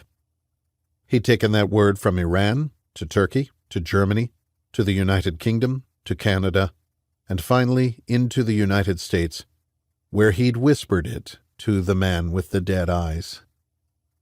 Qassem had suspected a truck bomb near the White House in the months ahead, not a multi-pronged attack using commercial airliners as instruments of terror the following morning. The Sunni-Shia rift was commonly pointed to by academics as the reason Iran could never have played a role in the attack on America. Qassem had listened to the experts on CNN, Fox, and the BBC for years.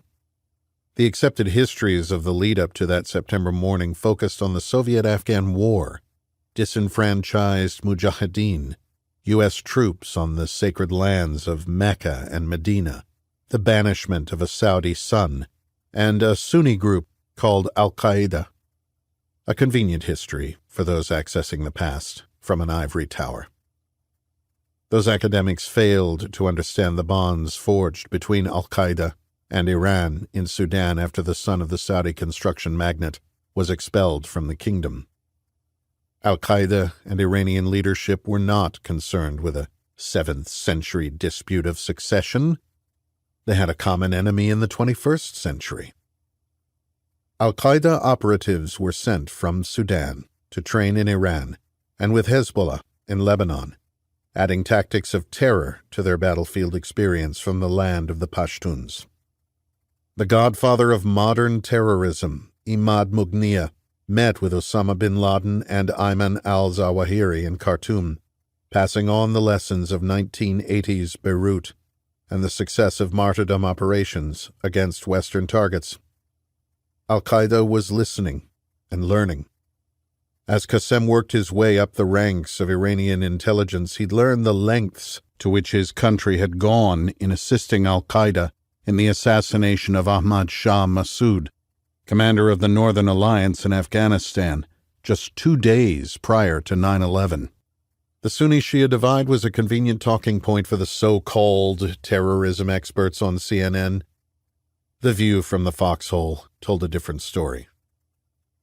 Qassem had proven himself adept at orchestrating the proxy war against the Americans in Iraq, while simultaneously infiltrating every ministry of the Iraqi government to include the office of the Prime Minister.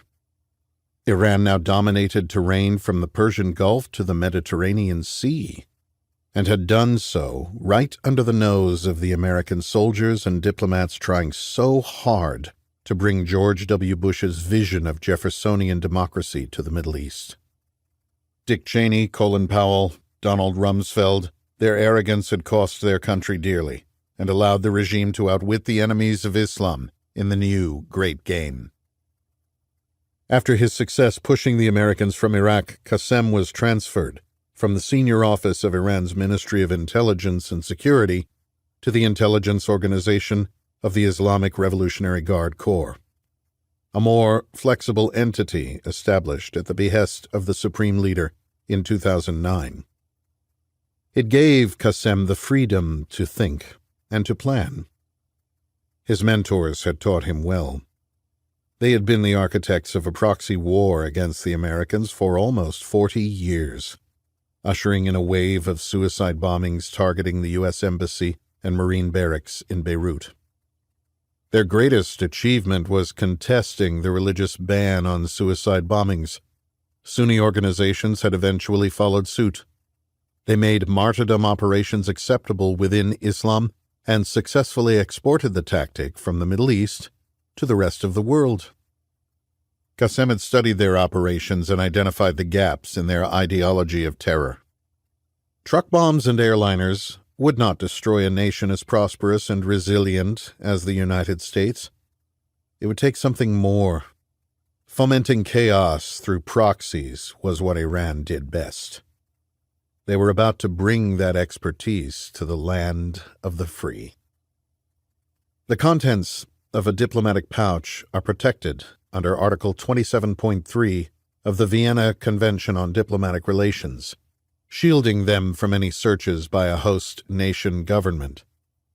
Searching a properly marked diplomatic pouch, including via X-ray, was a violation of international law.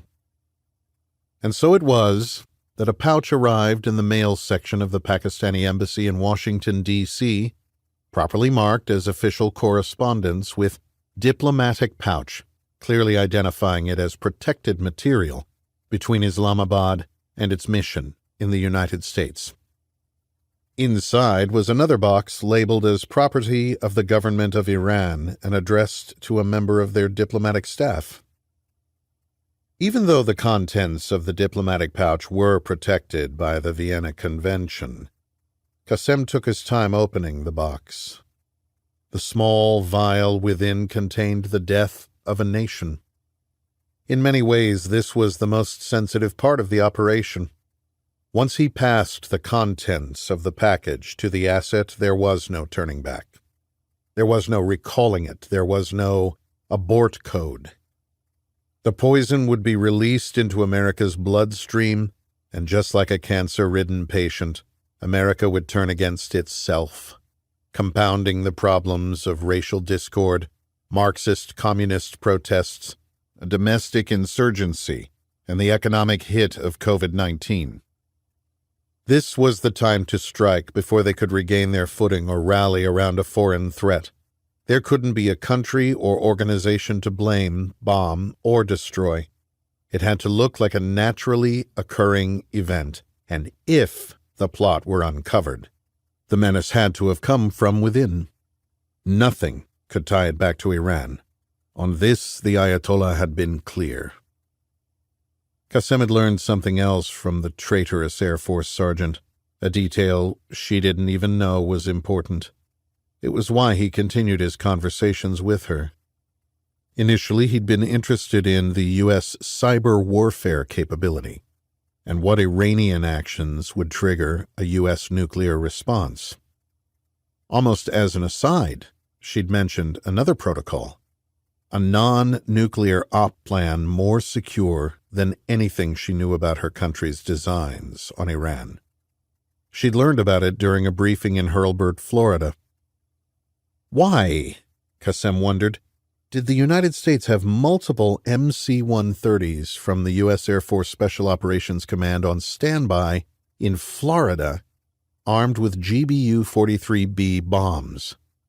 And why was their mission a more closely guarded secret than the nuclear op plan for Iran? MC-130s were not a traditional long-range strategic bombing platform, like the venerable B-52, B-1, or B-2 stealth bomber. MC-130s needed to be forward deployed to a combat theater of operations to be effective. Why the secrecy surrounding this squadron in Florida, always on standby? How far could they fly from their base in the Panhandle? A Caribbean or Central or South America contingency? Maybe. But there had to be another reason to have those platforms on constant alert. Qassem was missing something. He made a trip to an apartment in the Tajrish neighborhood of Tehran, located near good shopping and restaurants but still far enough from the chaos of city center. The third-floor apartment was the last stop for a man who had once been a senior biologist at the Institute of Medical Biotechnology in Moscow. Following the collapse of the Soviet Union, he had been one of those recruited by Iran to help modernize its biological weapons program. The old scientist was frail and not completely lucid as he struggled to make tea for his guest. He'd given up trying to return to the Ukraine of his birth. He'd sold his soul to his masters in Tehran. This is where he would die. Valery Bakayev was not a young man when Gorbachev instituted his policies of glasnost and perestroika. With a wife who had left him for a more attentive suitor, Bakayev was alone in the world when the paychecks stopped arriving and the Soviet Union dissolved before his eyes. The Iranians had recognized their opportunity and pounced. When presented with the prospect of dying alone of starvation in a cold Moscow apartment, or continuing his work in Iran for more money than he ever thought possible, Bakayev left Mother Russia with the clothes on his back and a lifetime of biological warfare knowledge in his head. Contingency. What do you mean, Doctor? Qasem had asked. On this particular point, the old scientist's memory had been clear. Using the Socratic method so popular with those in the legal and medical professions, he'd led Qasem to the answer. What would you do if a deadly pathogen you'd developed in violation of international treaty escaped your lab and threatened to infect a town, a city, a nation, the world? We'd contain it, Qasem answered. What else? What if it escaped the containment zone? We'd have to kill it. Precisely. And how would you do that? How do you destroy what can't be seen? It must be eradicated. In Russia, we had a protocol called Yasny Veter, cleansing wind, the old scientist said. All cities near our facilities studying the deadliest pathogens were on a target list. Biological weapon production facilities, bioweapon research labs, storage facilities, testing grounds. Zagorsk, Pokrov, Kirov, Omutninsk, Vozrozhdennaya, Aralsk, Nukus, Vladivostok. In the eventuality that a pathogen escaped, the area would need to be obliterated before the contagion destroyed the entire country. The Soviet Union targeted its own cities for destruction? It was the most efficient way to contain an outbreak that could have destroyed the country. Are you sure? My son, I developed the contingency. Before he left the old man's apartment, a plan had started to form in the intelligence officer's head. He now knew what would lead a country to destroy its own cities. And he knew why those MC-130s were staged at the ready in Florida. Qasem would turn the might of the American military against itself. Qasem remembered the long-term penetration program he had helped design years earlier, sending young students abroad to study medicine to help modernize the Iranian health system. He remembered one student in particular. He would be perfect. First, he'd need to sell it through his superiors to the Ayatollah. There was nothing electronic to tie Iran to the plan. No emails, no text messages, no cloud-based spy communications network like the CIA's foolish Covert system. This would be done the old way, the way of the Hashashin, the way things were handled when the Persian Empire was at the height of its power. This attack would restore Iran to its rightful place in the world order, reducing what the Americans liked to call a beacon of hope to a legacy of ashes.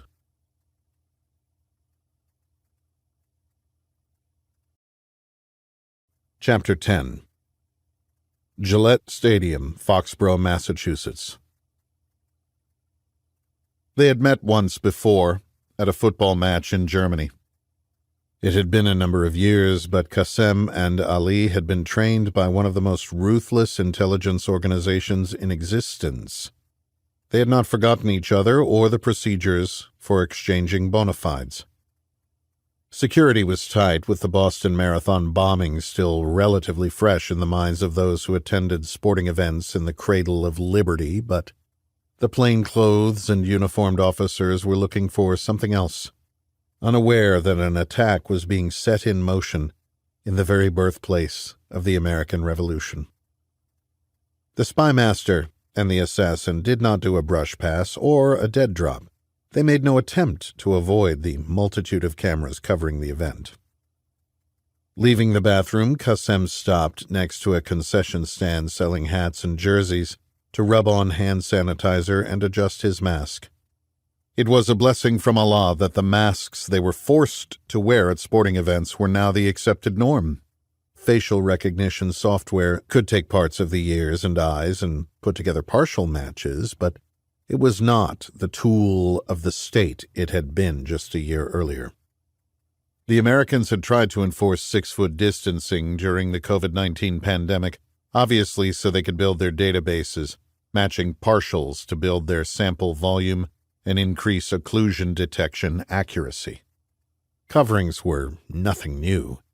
Masks were just added to a list of facial obstructions, including sunglasses, scarves, and hats, so algorithms could make matches via an ear, an uncovered nose, or just one eye. The Americans are such sheep. If the intelligence services went back weeks from now and pieced together the meeting with partial matches from their facial recognition databases, it would already be too late. "Excuse me." Qassem turned and looked into the eyes he remembered from their meeting in Germany. "Yes," Qassem responded. "Could you spare a few drops of that sanitizer? I seem to have forgotten mine in the car." "Of course," Qassem said, holding out the small bottle. "Thank you. Great game." "Ha! Not quite like those in Europe, but it will have to do." "Agreed." "Here, take this extra bottle. I have plenty," Qassem said, pulling another unopened bottle from his pocket. "I couldn't. Please, I insist." "Thank you." "Ma'al safama," Qassem said through his mask, with peace. "Fan alpha," Ali responded, in God's protection. Ali touched his right hand to his heart and walked back to his seat to finish the game. For American soccer, it wasn't half bad. One of the deadliest toxins ever developed had just been placed in the hands of an assassin.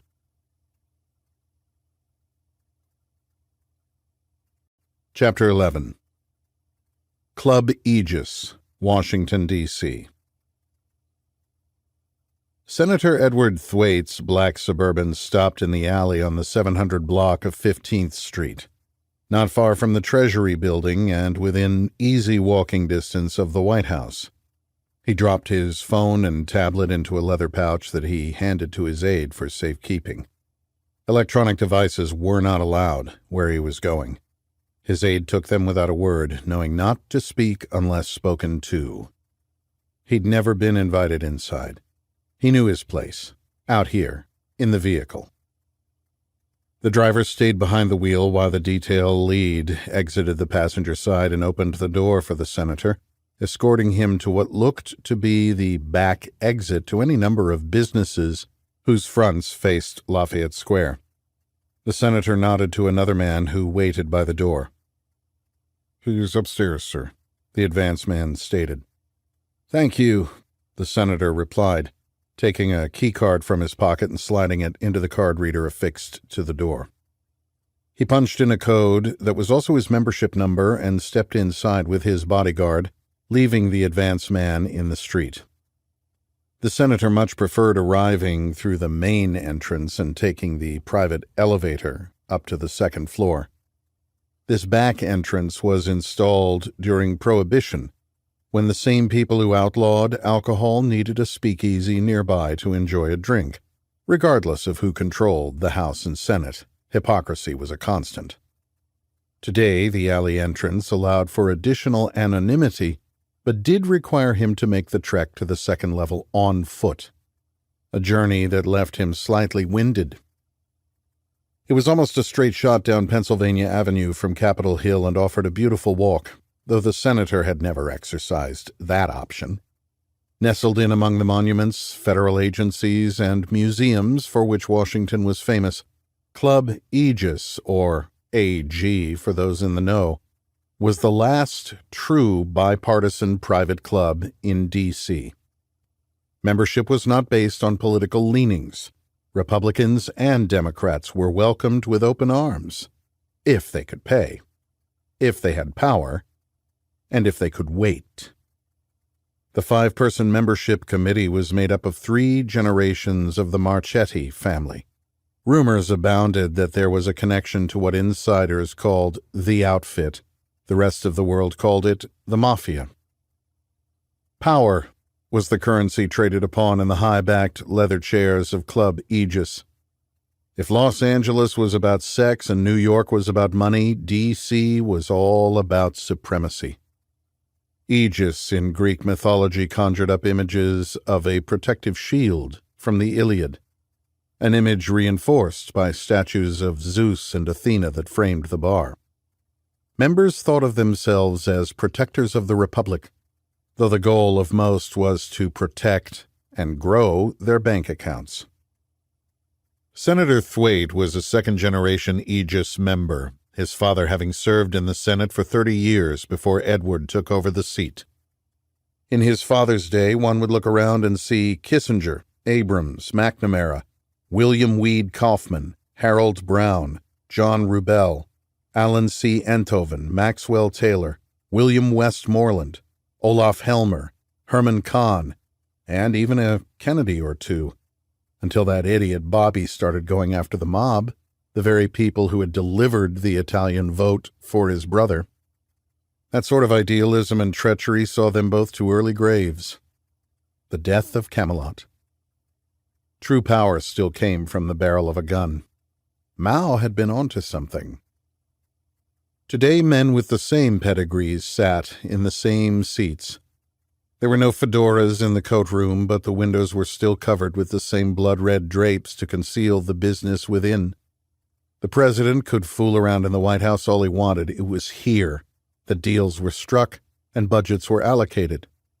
Those who controlled the purse strings had the de facto power. What happened in the halls of Congress was theater, distraction for a gullible public who still believed in a government of the people, by the people, and for the people. No one would ever imagine that the world's most powerful nation was run from a 60-year-old cigar club on 15th Street. They entered through a dark corridor around the corner from the second-level bar. Thwaite handed his coat to the striking, yet conservatively dressed hostess. His bodyguard took a seat at the far end of the best-stocked bar in the city and ordered an ice water from the tuxedo-clad bartender, keeping an eye on his principal in the reflection behind a sea of spirits. Thwaite opened the glass door to the walk-in humidor and approached his personal, humidity-controlled locker. He produced a key and extracted a Fuente Opus X, holding it under his nose and savoring the aroma. To Thwaite, it wasn't just a cigar. It represented his ability to impact the world. At 64, he still believed he had a chance at the coveted top job. It had been within his grasp until that brash young California Democrat started making moves. The new president was going to find out that it could get very lonely at the top. Senator Thwaite closed the door behind him, intentionally avoiding the corner table where he knew his appointment waited. He needed to send a message as to who was the alpha male, though he doubted the man would care. It infuriated the senator that nothing seemed to faze the former military officer. Doing his best to hide his annoyance, he made his way back out onto the floor, passing a waitress in a skimpy black dress.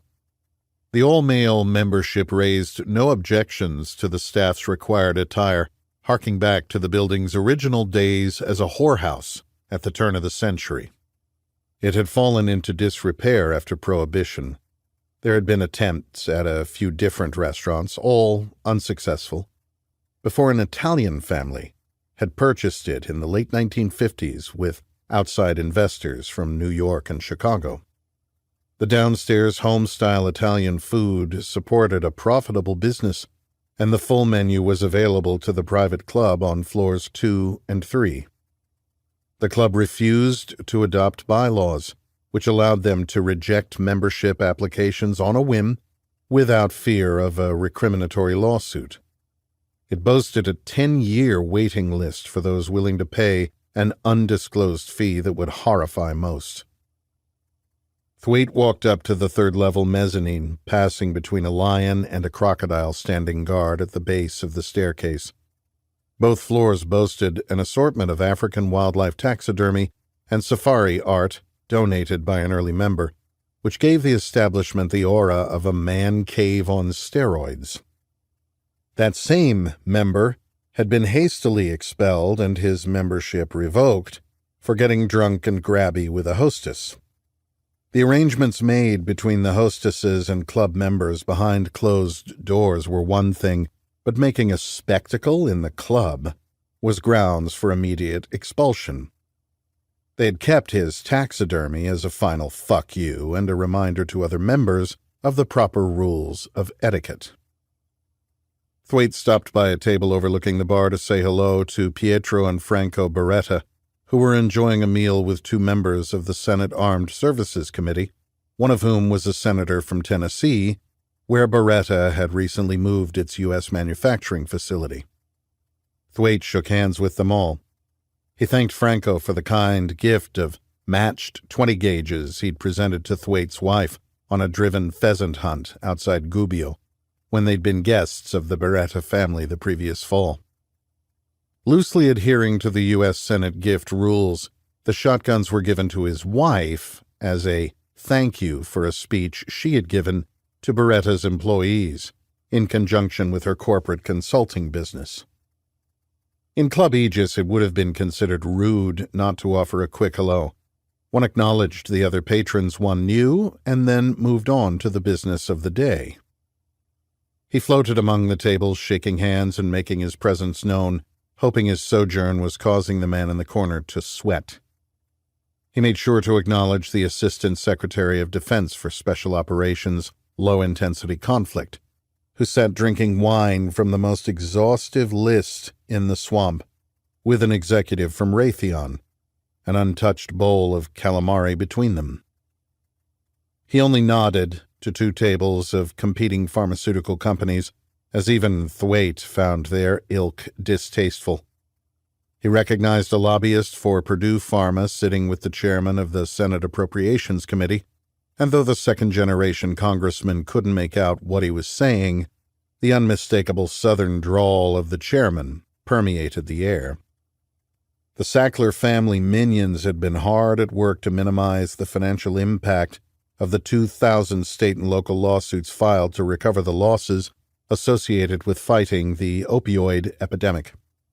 They had hired an army that included 22 separate lobbying firms to ensure they could continue peddling drugs to the most vulnerable segments of society, all the while reaping the financial benefits. To assuage some of that guilt, the Sacklers had plastered their family name over everything from university chairs to the wings of world-renowned museums. Thwaite wondered if that helped. The nail in their coffin was the recent publication of a book by Gerald Posner titled Pharma: Greed, Lies, and the Poisoning of America.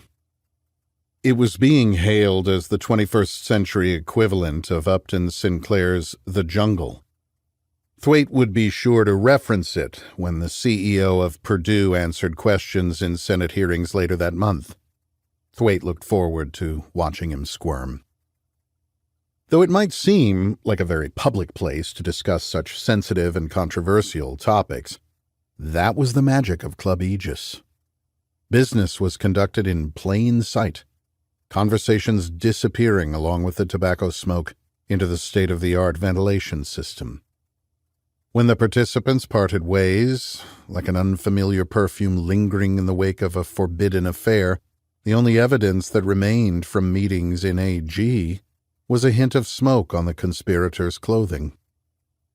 Bidding a good day to an executive vice president of Royal Dutch Shell, Thwaite descended the stairs. Returning to the second level, he took another 3 steps down off the raised bar area, leaving the original wood floor, and striding onto a black carpet inlaid with gold tobacco leaves. He slid into a leather chair the color of the finest Connecticut shade tobacco leaf, before finally making eye contact with his appointment.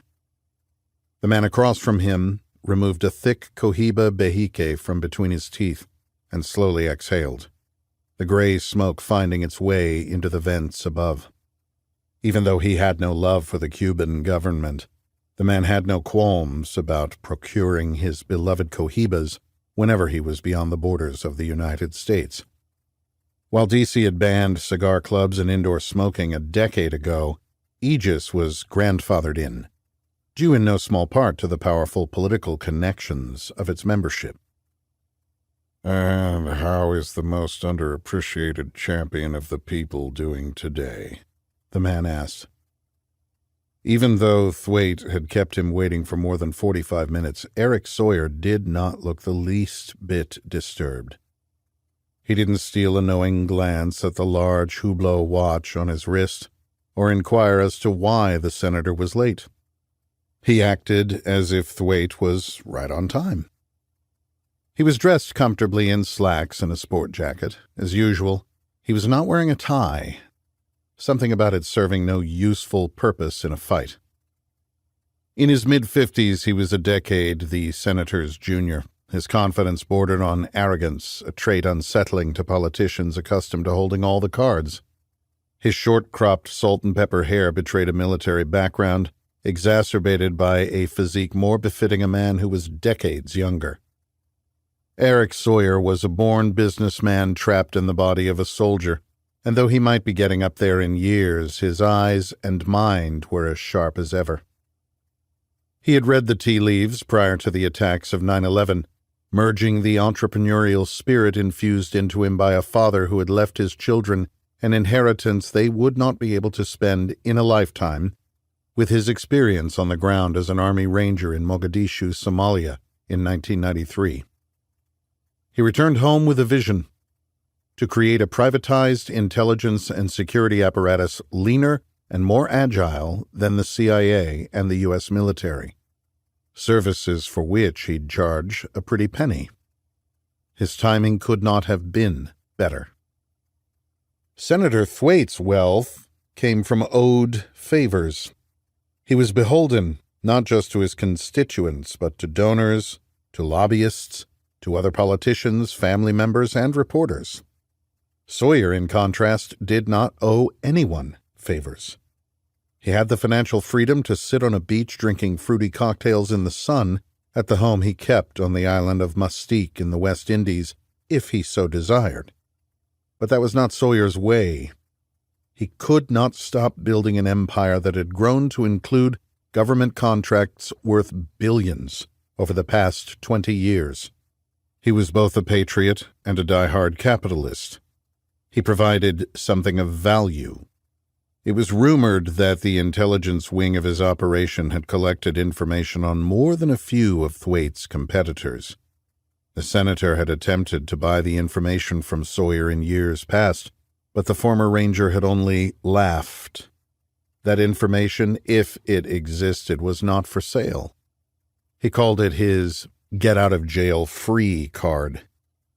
He'd almost had to use it when a convoy of his contractors had hit an IED outside Gardez in 2005.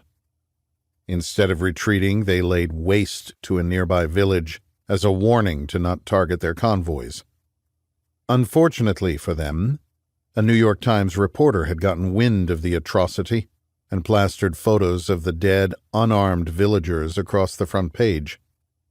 Sawyer had weathered the storm and even paid the legal expenses for the contractors involved. They'd still gone to prison, but the company had survived.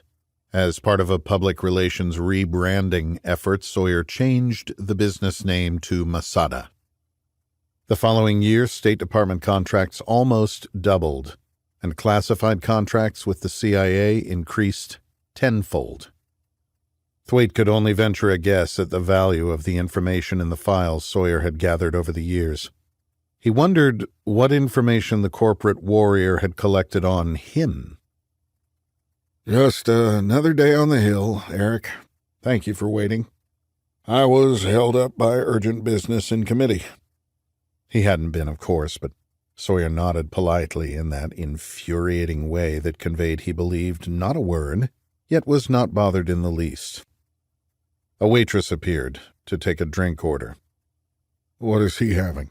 The senator asked, pointing to his companion, who casually took a sip from a crystal glass. Pappy 23, sir, the waitress replied. Sawyer swirled the deep amber liquid around the one large ice cube he'd requested to release the flavor. I put it on your tab, Eddie, Sawyer said. Attempting to not show his annoyance at being called Eddie, Thwaite stifled a grunt, wondering how many glasses of the $2,300 a bottle Pappy Van Winkle family reserve the old soldier had put away while he'd waited. They were both members of the club, and Sawyer certainly had no need to charge it to the senator's personal account. He did it to toy with the senior man. Everything was a chess move with Sawyer. Thwaite pretended to take it in stride. He ordered a Bombay Sapphire Martini with 3 olives. Will you be dining with us tonight? The waitress inquired. Just drinks, the senator responded a little too quickly. Sawyer smiled, knowing he'd gotten to the aging politician. Mission accomplished. The martini was delivered swiftly, and Thwaite took too big a sip. Why does Sawyer make me so nervous?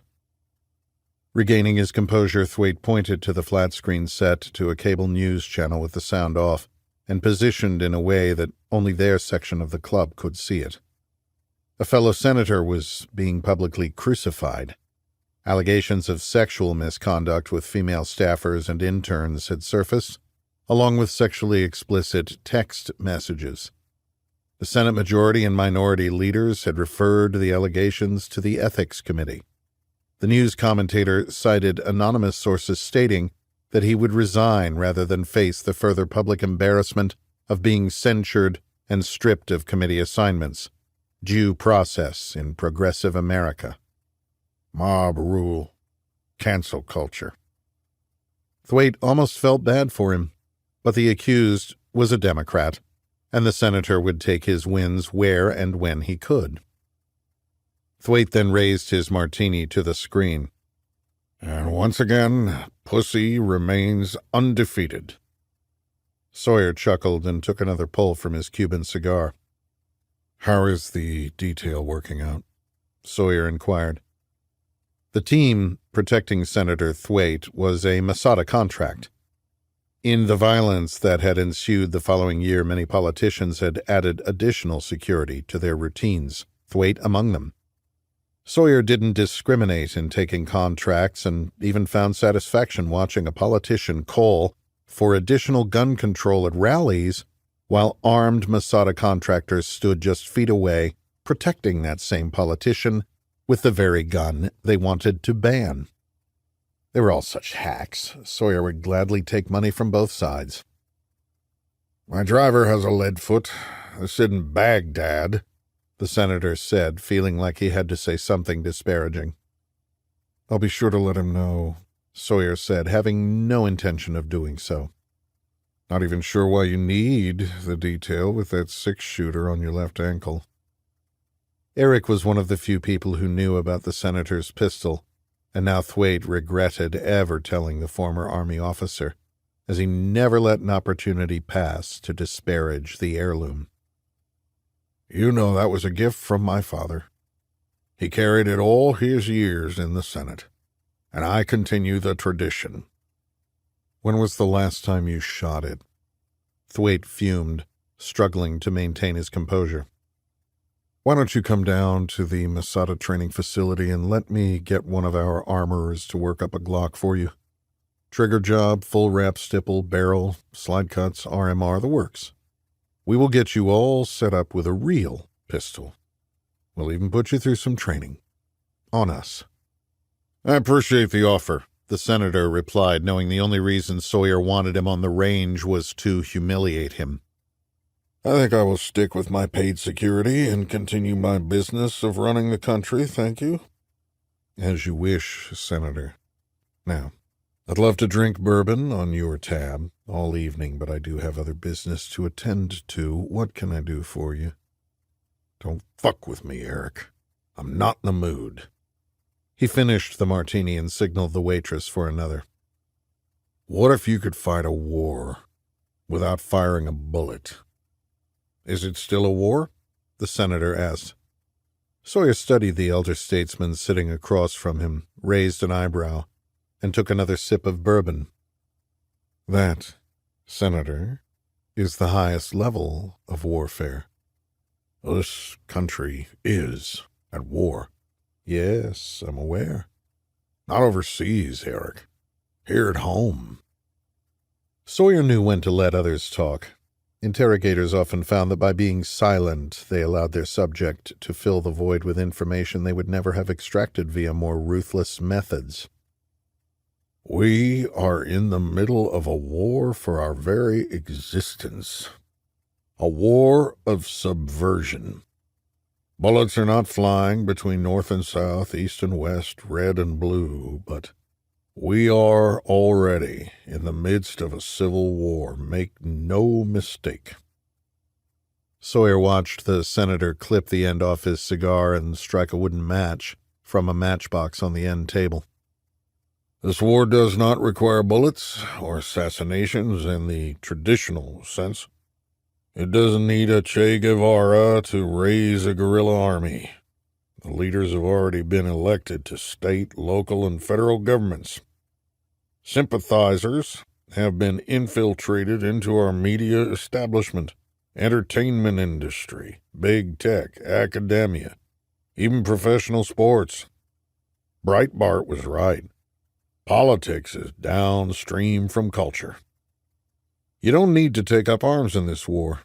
Their weapons are hurled from social media platforms from which there is no defense, and the assassinations are character assassinations. Public executions come not from a slice of the guillotine, but by tweet, gleefully cheered on by the mob. You can fight it from your mom's basement as you eat Cheetos and collect an unemployment check from the very government you seek to destroy. It doesn't take courage, moral or physical, nor does it take resiliency. In fact, it takes the opposite of those once lauded traits. It takes apathy. You don't have to be creative, well-read, in shape, resourceful, or strong. The weaker your mind and body, the better. You can be taken advantage of. You are ripe for recruitment. Racism is the witchcraft of the 21st century, and cancel culture is the stake at which you are burned.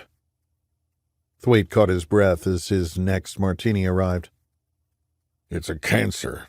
It's infected its host. It was a slow-growing lesion and could have been removed decades ago, but it was allowed to fester under the guise of the very principles it seeks to destroy. Now, it is going to kill the carrier, and there is nowhere for the remaining healthy cells to go. The U.S. was the last bastion of freedom. It was an experiment. That experiment has failed. The very ideals it sought to uphold are the ones that are allowing our ultimate demise. This is our last stand. Nice speech, Eddie. You should think about becoming a politician. The senator waved a hand of dismissal and rolled his cigar between his nicotine-stained fingers to ensure an even burn. This president must not win a second term or the country is finished, Thwaite stated. You can vote him out in 3 years, Sawyer said. Don't give me that bullshit, Eric. The Russian election interference is no joke, and they've only refined their techniques since the last election. This kid in the White House is only there because his friends in Silicon Valley manipulated their social advertising algorithms and swayed the election. Really? Are you sure it wasn't creative marketing and a war hero's resume that crushed you at the ballot box? Or perhaps his opponent just wasn't likable? Thwaite's face flushed red, but he pressed on, pointing back to the cable news program.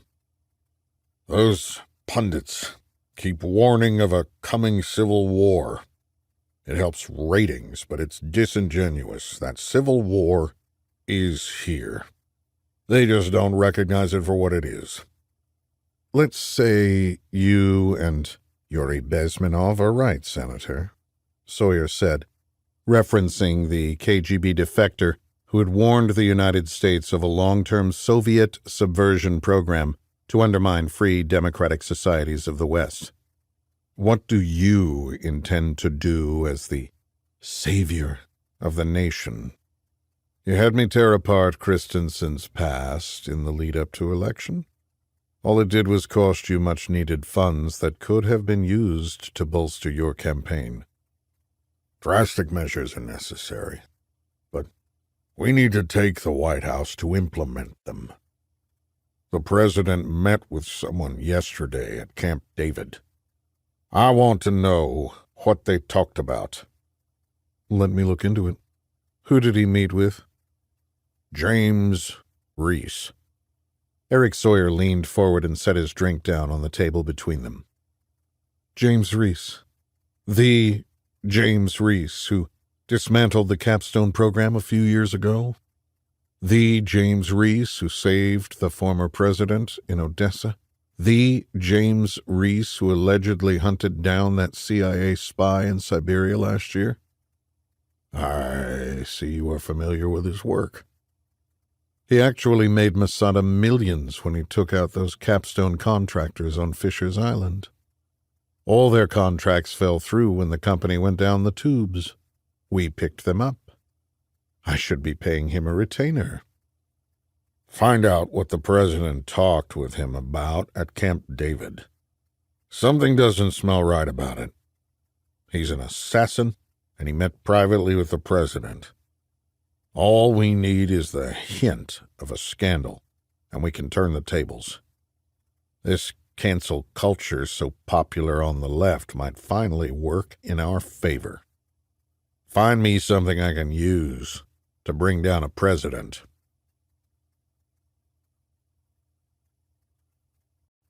Chapter 12. University of Colorado School of Medicine, Denver, Colorado. Sebastian Phillips knocked on the door of his department chair of the Department of Immunology and Microbiology at the University of Colorado School of Medicine to say goodbye.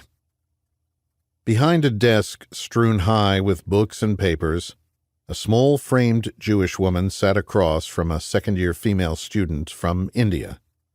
He recognized her from a thesis laboratory he'd supervised earlier in the year. Have a wonderful weekend, Seb. Any big plans? The Indian student turned in her chair and smiled. I'll get some mountain biking in before the snow hits. Other than that, I'll probably just be working on my dissertation, Sebastian said, tucking an unruly strand of his long, curly black hair behind his ear. I'm looking forward to reading the finished product. Take care. Sebastian waved and nodded to his fellow student before making his way into the shadows of a late fall afternoon. He found himself wondering if either of them would survive what was to come. He made his way through campus, messenger bag over his shoulder and hands stuffed into the pockets of his bright blue puffy jacket. He still had a lot of research to do on his dissertation and was falling behind. He'd been distracted by another project lately. He tossed the bag into the passenger seat of his used forest green Subaru, his mountain bike still affixed to the roof rack, and slid behind the wheel to start the engine. He lived walking distance from campus, but as a fifth-year immunology student, he'd finally gotten a parking place because of the teaching duties associated with his degree requirements. He'd been driving a lot more recently. If anyone asked, he'd be able to point to his bike and use it as an excuse, saying he was going for a ride in the Rockies, which were still a bit of a trek from the Aurora, Colorado, Anschutz Medical Campus in a suburb of eastern Denver. Pulling onto I-225, he drove north before hitting I-70 west, passing the Bass Pro Shops and Safeway Distribution Center, the Nestle Purina plant, and the Coliseum.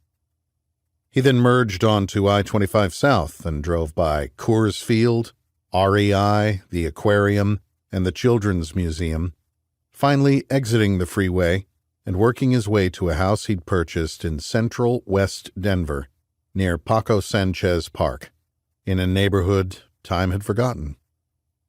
Just over a year ago, he wouldn't have been able to safely make the drive, as Denver and even the streets of Aurora had erupted in riots. He briefly wondered if what he was about to do was even necessary. America seemed content to destroy itself without any provocation from a warrior of Allah.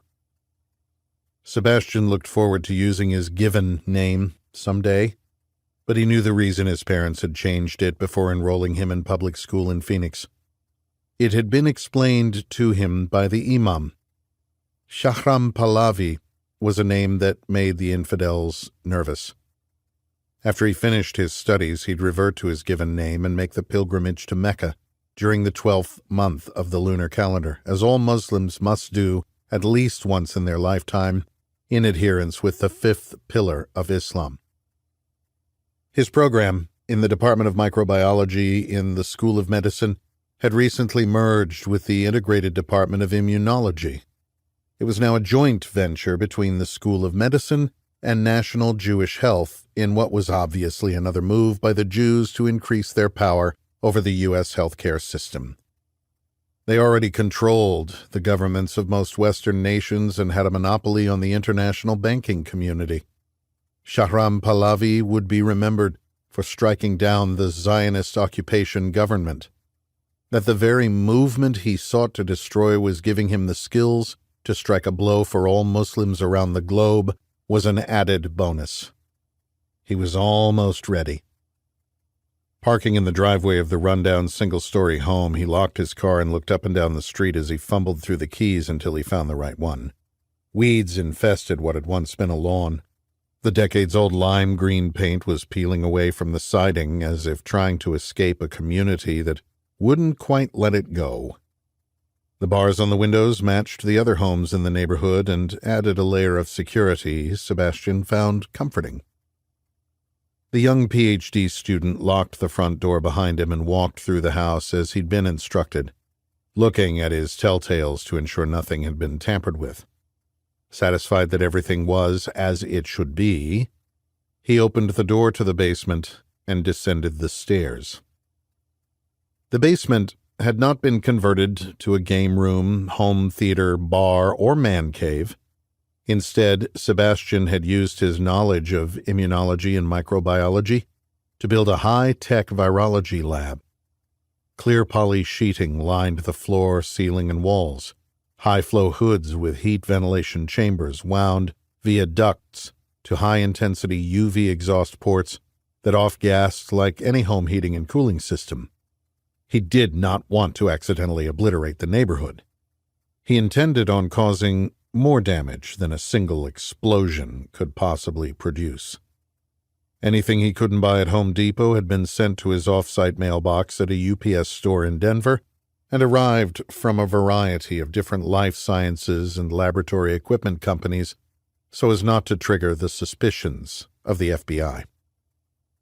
Sebastian was pleased with his work, an expensive ultra-centrifuge culture cabinet cell separation hood, a device that resembled an uber-sturdy photographer's light box with flexible, thick, clear plastic partitions was on a metal table against the wall, next to a Nano Images Model 4500 scanning electron microscope.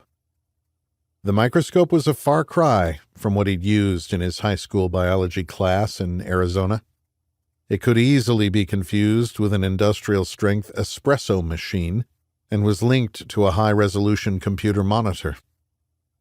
He had followed his instructions to the letter. Whoever was directing the operation clearly knew what they were doing. Sebastian had not been told why he was building the clandestine laboratory, only that he must stay on schedule. The young doctoral student had spent months speculating about what he was preparing in the name of Allah. Patience.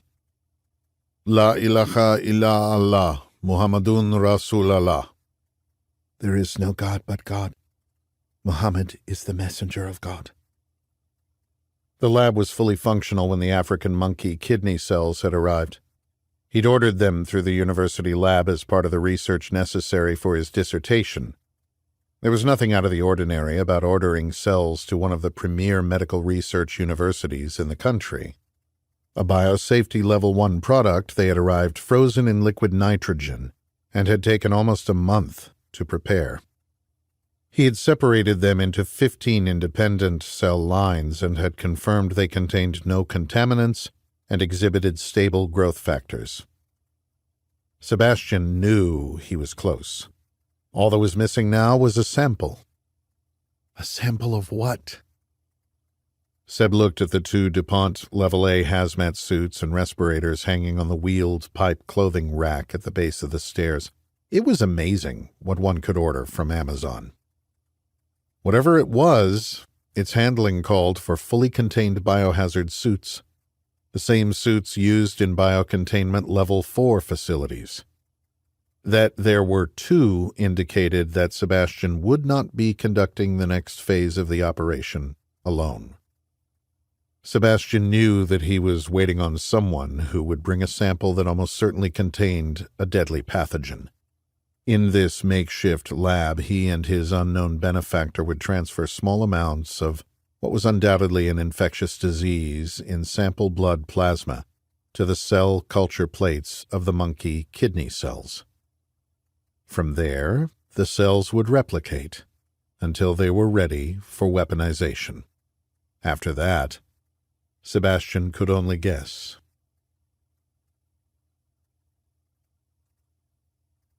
Chapter 13. Landini Brothers Restaurant, Old Town, Alexandria, Virginia. "So, what are you having?" Reese asked. Katie peered at him over the top of the menu and raised an eyebrow. Your usual?"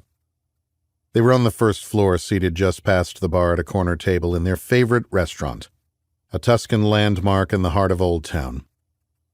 It made Reese uncomfortable that there was no back exit. If something happened, at least he wouldn't waste time deciding where to go. They would fight their way to the front door. Reese's back was to the wall, and even though he knew the layout by heart, he'd still made his security assessment as he walked in. He couldn't help himself. It was ingrained. He told himself it wasn't paranoia. It was situational awareness. He'd lost his family because he had not been there. He wasn't going to let that happen to Katie. "Cheers," Reese said, raising his glass. It irritated Katie that Landini Brothers didn't allow corkage, relegating patrons to their expensive wine list, which for some unknown reason didn't list the vintage. She tolerated it because the food was delicious. The charming old-world atmosphere appealed to her, and unfortunately, there were few great restaurant options in Old Town. Additionally, it happened to be walking distance from her condo. Looking at the wine list, Katie noticed 2 great super Tuscan choices that happened to be among her favorites. Tenuta del Ornaiaia Masetto, which was egregiously overpriced, even though it was a tremendous wine, and Tenuta Sanguido Sassicaia, which was similarly an excellent bottle. With a smirk at the sommelier, who clearly had no idea what he was doing, Katie ordered the Sassicaia, which was mistakenly priced at half of what they should have charged. "So much for no corkage policy." To what are we drinking on this fine evening? She asked. A weekend back from the farm? Can't you think of anything more romantic than that? She liked to make him sweat. She'd seen him under pressure before, and it never failed to amuse her that someone who could be so calm, cool, and collected when the bullets were flying struggled to find words when it came to matters of the heart.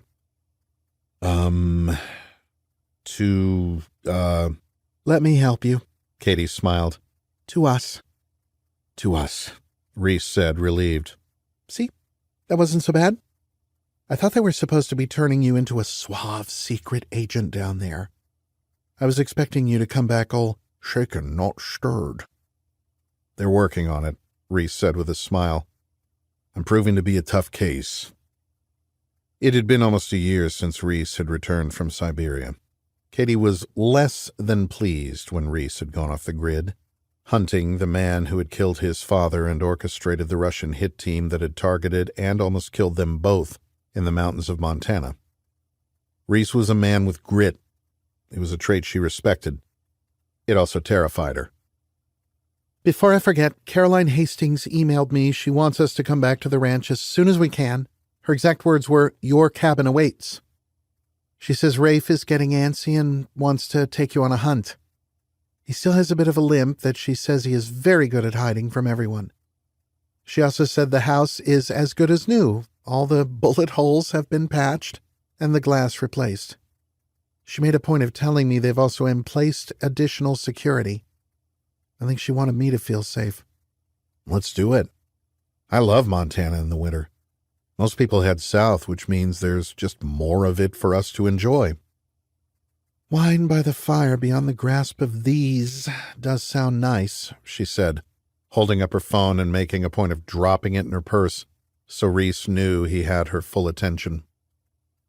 As she was hanging her bag on the back of her chair, a guy at the bar chatting up a young woman spilling out of a dress a couple of sizes too small caught her eye and gave a little wave. Katie nodded back politely and turned back to Reese, rolling her eyes. Ugh, that guy is the worst. Reese shifted his eyes from Katie to the Romeo at the bar, recognizing him as a cable news personality, light on substance and heavy on hair products. Not to be gossipy, she said conspiratorially. But he is such a creep. Reese raised an eyebrow.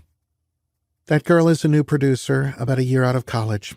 Guess how he met his third and current wife, who is at home with the kids. Producer, Reese ventured. Exactly. Doesn't he have a book out? Oh, yes. A New York Times bestseller. Guess how that happened? No idea. You need to suffer through an evening of cable news. That should be all you need to figure it out. I wouldn't mind as much if he wasn't so slimy. I refuse to even do his show. It's guys like him that make me seriously consider getting out of the news business. Sounds like a real treat. On to more pleasant topics. How was your week? Katie asked, knowing Reese would have to be guarded about his final weeks at Camp Peary. Are all those grad school co-eds behaving themselves? The CIA's Camp Peary was commonly known as the world's most exclusive dating service. Recruits were typically in their mid to late 20s with graduate degrees from the nation's most elite bastions of academia. That they were under intense pressure for the better part of a year and were restricted from talking about their training with anyone outside the circle made for some intense relationships. The farm was responsible for more than a few marriages, as well as a slew of divorces. Katie was familiar with government agencies. As one of the most recognizable journalists in the Beltway, due to her book about the embassy annex attack in Benghazi, aptly titled The Benghazi Betrayal, Katie had interviewed a host of current and former CIA staff officers and contractors. Her expose on the conspiracy to kill Reese's team in the mountains of Afghanistan by a cabal of government-connected financiers only raised her profile as one of the country's most respected investigative journalists. Well, it was, interesting. Oh, do tell, Katie teased. I met with the president on Tuesday. So have you decided? Want an appetizer? Katie dropped her menu on her plate. You what? You mean he came down from D.C. to address your class? No, I mean he sent a helicopter and flew me up to Camp David. What do you think, calamari or caprese? Are you serious? What did he want? That's classified. I think I'll start with the carpaccio. Salads look good, too. I love this place. James! How long were you there? About 24 hours. Did you know that Brezhnev almost crashed a Lincoln with Nixon in the passenger seat joyriding around the perimeter? I was not aware, Katie said, suddenly serious. What are you thinking for your main? Fillets here are fantastic. James Reese. The President of the United States does not just summon a CIA recruit to Camp David to give him what I'm sure is a fascinating history. Reese put down his menu and looked into the deep blue eyes of the woman with whom he'd fallen in love. True. He wanted to discuss the events in Odessa. He said he might not even be in the seat if it hadn't been for Freddie saving President Grimes. Reese felt more than a tinge of guilt for not telling Katie the whole truth, but what was he supposed to say? The President of the United States got himself elected to the highest office in the land to wage a personal war of retribution against those he believed helped facilitate the attacks of 9/11 that killed his fiancée? Did he ask you about Russia? Interestingly enough, that didn't come up. Did you know that FDR and Churchill planned D-Day there? I did know that, Katie acknowledged, still skeptical. Their waiter interrupted just in time. Have you decided? He asked. What are the specials tonight? Reese asked, trying to draw out the disruption. He smiled at Katie, who shook her head, knowing exactly what he was doing. Men could be so transparent. They ordered appetizers and main courses, handing their menus back to the waiter, before leaning back toward one another to continue their conversation. Change of topic, Reese declared. What have you been up to this week? Well, I most certainly did not meet privately with the president, but I am in the middle of a fascinating investigation that my friend Haley Garrett is helping me with. Isn't she the one that works at the CDC? Reese asked, using the acronym for the Centers for Disease Control and Prevention. That's her. We were roommates at Davis before I changed my major and transferred to Berkeley. She was on the pre-med track, always talking about wanting to work with Doctors Without Borders, which she eventually did. She volunteered with them in the Democratic Republic of the Congo. It changed her. How so? Reese asked, taking a sip of his wine, remembering how Africa gets in your blood. She was always a free spirit, but seeing so many people, particularly children, die of malaria, Ebola, Zika, cholera, yellow fever, even bubonic plague, took her down a different path. She came back and got a master's in public health and did a residency in internal medicine. She's now at the CDC specializing in infectious diseases. I'm glad somebody does it, Reese said. As you may or may not have noticed, I have been devoting columns to Russian government mafia collusion. I hadn't noticed, Reese responded with a hint of sarcasm. They'd had more than a few conversations on the subject, Reese advising her against poking the bear and Katie standing strong for the principles of her profession. It was her way of fighting back. When the Bratva tried to kill them both in Montana, Reese went to guns. Katie's weapons were her words and her platform. Haley and I were talking about that very same thing. What did she say? She sounded an awful lot like you, Mr. Reese, Katie said, swirling her wine in her glass and holding it up to the candlelight. Before changing majors, Katie had been in the viticulture and enology program at UC Davis. She knew her wines. I like her already. Their appetizers arrived, and Reese dug into the carpaccio while Katie picked at the caprese, choosing her next words carefully. She also said something that got me thinking. And what was that? When she was in the Congo, they heard about a village a couple 100 miles northeast where there had been an outbreak of hemorrhagic fever. Like Ebola? Yes. What do you know about it? We did some training in bio and chemical weapons in the teams in case we were ever tasked with hitting a WMD facility. Did some full mission profile exercises out on a base in Utah that's set up for that type of scenario. Not a mission any of us were dying to do. Other than that, just what I read in the Hot Zone. True story, if I remember correctly. That's right. It was about a scare they had just down the street in Reston, Virginia back in 1989. They contained it. It didn't get out of control. Anyway, she told me that they had heard rumors of Russian military advisors working in the area. When I heard that, I put my reporter hat on. And? Russian arms dealers and advisors have been going in and out of Africa for a generation. It is one of the least talked about battlegrounds of the Cold War, so that wasn't surprising. What was surprising were the other rumors. Other rumors? That the Russians had been using villages as test subjects for their bioweapons programs since the early 60s. Test subjects? I hadn't really thought about it before, so I did my research. Between 1976 and 2020, there were 28 documented hemorrhagic fever outbreaks in Africa. All were assumed to be natural occurrences. Typically, the World Health Organization and various NGOs go in to treat infected people, take samples, and conduct research.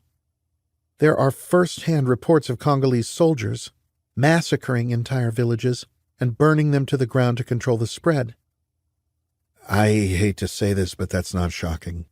Human life tends to have a different value in certain parts of the world. And sometimes in our very own part of it, Katie concluded. Though it had not been her intent, Reese's memories flashed back to the smiling faces of his young daughter and beautiful wife. Very true, Reese said, looking into the cherry-red wine in his glass. When Haley and her team arrived at the village the following day, do you know what they found? I hate to even speculate. Nothing. Nothing. The village had been incinerated. Not just burned to the ground, but wiped off the map. You said that was common practice. Yes, but Haley said this was different. There was a huge crater where the village should have been, and the jungle was a charred ruin for what seemed like miles in every direction. A crater? From a bomb? That's what she said. Did she get any pictures? They did, but it was back before everything was cloud-based. On their way back to Kinshasa, they were stopped at a roadblock. They were accused of being spies. She swears there were Russian mercenaries assisting the indigenous military personnel manning the checkpoint. All their phones, cameras, and computers were confiscated. They were ordered out of the country the following day. They're lucky they weren't killed. African dictators don't mess around over there, Reese said, remembering his own experience with Rafe working on a hunting concession back in their college days. I did a little more digging.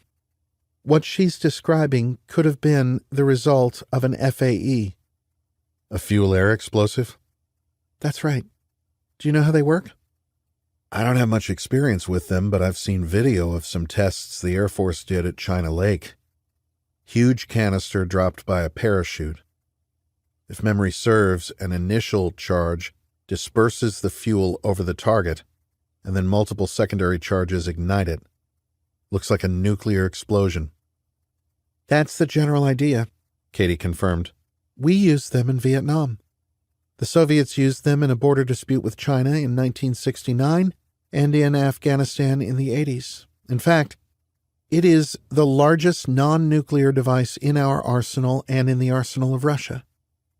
The Russians call them vacuum bombs. They both took a moment to collect their thoughts as the waiter placed their main courses on the table. Can I get you anything else? He asked. Reese eyed the bottle of wine. I think we're good for now. Katie? This looks delicious. Thank you. Their server nodded. You think the Russians used an FAE to control an outbreak? Reese asked when their waiter was a safe distance away. Yes, but I believe there's more to it. Such as? It's possible these outbreaks are not naturally occurring. Reese slowed his chewing and chased the tender meat down with a large sip of wine. You think the Russians were testing a bioweapon on villagers in Africa, and when they got what they wanted, they cleaned it all up with an FAE?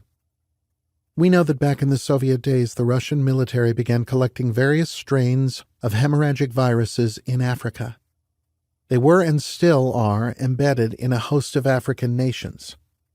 I think they took samples back to the Soviet Union and weaponized them. More information on the Soviet bioweapons program has come to light in recent years. It even had a name, biopreparat. We are now finding out that there were hemorrhagic virus outbreaks in the Soviet Union in the 70s and 80s that were covered up. These are tropical diseases, Reese, not something you find outside Africa. The Russians were weaponizing some of the deadliest pathogens known to man. They also needed to test them. What better place to test a bioweapon than in a place where its effects would look like a naturally occurring event to the rest of the world? They refined their weapons in human test subjects, and if it looked like it was going to spread, they wiped the test village off the face of the earth. Reese took it all in. And you want to expose it? I do, but I need proof. I need to talk with a doctor involved in the program or a pilot who dropped a bomb. And what brought all that up to begin with? Reese asked. There was another outbreak. In Africa? Yes, in Angola. Every time hemorrhagic fever breaks out, the World Health Organization is alerted. The CDC monitors the outbreak. They do what they can, working with NGOs to treat infected people and contain the spread. Depending on the severity, Haley will take a team in to assist and bring back samples to study and compare to previous outbreaks, looking for mutations. Viruses adapt, just like the enemy, Reese, she said, framing it in terms he would understand. Do I remember that her husband worked at Fort Detrick? A scientist or doctor as well, right? Ah, you do pay attention when I talk about my friends. Steel trap, Reese said, tapping his temple with his finger and giving her a wink. What are your next steps? I need to track down some Russian defectors. There's nothing I can do to discourage you from doing this, is there? Nope. I didn't think so. Well, be careful. While you were working to prove that a major world power violated an international bioweapons treaty, I have another week of training. My class is going to Harvey Point in North Carolina. That might be classified, but if you want any specifics, you can just Google it. All the information is out there in cyberspace. I know a lot of the instructors. It's the improvised weapons course, James Bond and MacGyver stuff. The grad students love it. Well, don't you go getting all smitten with any of those young female spies, Katie said, pointing her fork at the former SEAL. Speaking of smitten, Reese said, pulling a box from his pocket. It's not a ring, so don't get nervous, he said, smiling. Just a little something. Katie put her hand to her heart. James, you did not have to do that. She opened the box and looked down at a gleaming diamond pendant in a platinum setting with chain. But I'm glad you did. It's beautiful, James. I love it. I know I missed your birthday while I was away, and I wanted to say I'm sorry. You're sorry for what? For leaving the way I did. I was so focused on the mission I didn't stop to think about anything else. I had the opportunity to go after Gray and finish it. I couldn't have him coming after you again. Katie saw the candlelight reflected in the dark green eyes of the man who had killed for her. She swallowed, knowing that he was capable of intense violence and intense passion. She had first-hand experience with both. I had one of Wraith's outfitters bring it down from the Northwest Territories. I had no idea Canada was such a big player in the diamond industry. Jonathan Hastings knows Martin Katz, so he set the stone for you. So fancy, she said. I had no idea you had such refined taste. Katie pulled the stone from the box and brushed her blonde hair aside as she tilted her head to clasp the catch behind her neck. Well, what do you think? She asked. It's striking, but not nearly as stunning as who's wearing it. You look beautiful. Oh, stop it, Mr. Reese. You are going to make me blush. What do you say we settle up and get out of here? Reese asked. You think this diamond means you're getting lucky tonight? One can hope. I thought you told me that hope is not a course of action. I did, hence the diamond, the former frogman said, pointing to the rare gem around the reporter's neck. Your place or mine? Katie asked with a gleam in her eye. Reese signaled the waiter for the check. Yours is closer. We can have dessert at my condo. I'm in. What are you serving? You're looking at it.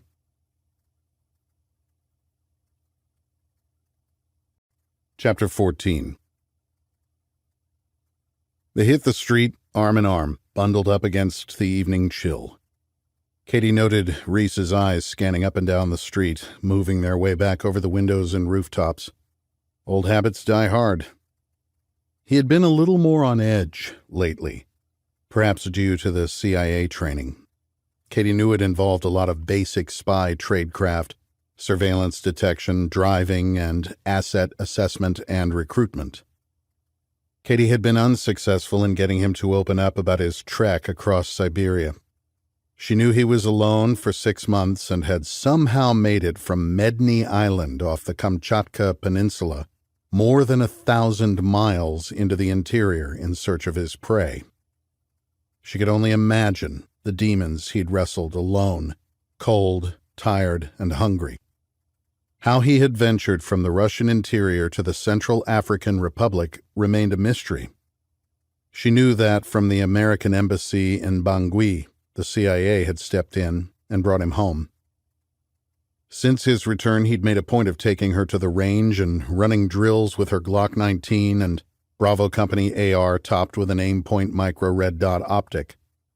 She was pleasantly surprised that tonight's gift was jewelry and not a blade, gun, or weapon of some sort. Both her firearms were legal in Virginia, but if she forgot and drove over the invisible boundary into the District of Columbia, she risked imprisonment. Beware of the government that fears your guns. In less than the distance of a foot, she'd go from law-abiding citizen to felon. Citizens could be trusted in Virginia, but not in D.C., though even that could change. Virginia had been trending away from the state motto so boldly emblazoned on their official state seal and flag, Sic semper tyrannis, thus always to tyrants. She'd written a few articles for Town Hall and National Review on the irony of politicians calling to defund the police while surrounding themselves and their families with armed security paid for by the taxpayers. More often than not, these were the same politicians taking active measures to ensure private citizens could not own firearms. The irony seemed to be lost on the mob, but not on Katie. She proposed that any politician who supported legislation to defund law enforcement should also be responsible for funding their own security. How they could live with themselves in a constant state of hypocrisy, Katie would never comprehend. As long as she had a platform, she was going to hold them accountable. That was the responsibility of a free press, or what was left of it. Knowing that husbands or boyfriends were inevitably the worst teachers due to relationship dynamics, Reese had his buddy Ox come up to run them through drills in individual and team tactics, working barricades, training in vehicle dynamics, room clearing, malfunctions, tactical communication, and combat medicine. Rick Ox Andrews had been around the block a time or two. Closing in on 60 years old, he'd earned his nickname as a young ranger weighted down with a mortar tube across his shoulders and belts of linked M60 ammo crisscrossing his chest, sprinting across the Port Salinas Airport runway in Grenada. He'd eventually serve as a sergeant major in Delta Force before he retired into the waiting arms of Ground Branch, continuing to put rounds into terrorists and insurgents the world over. When not deployed with the CIA, he trained up new recruits stateside at the farm and conducted more specialized training at a black site in Florida. As luck would have it, he was running the basic rifle and pistol courses for Reese's clandestine services class and was available to help teach Katie the way of the gun.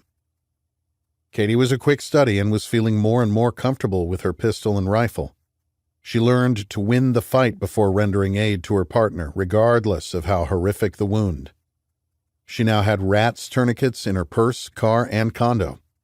At home, they trained to both barricade in place and clear the 2-floor structure.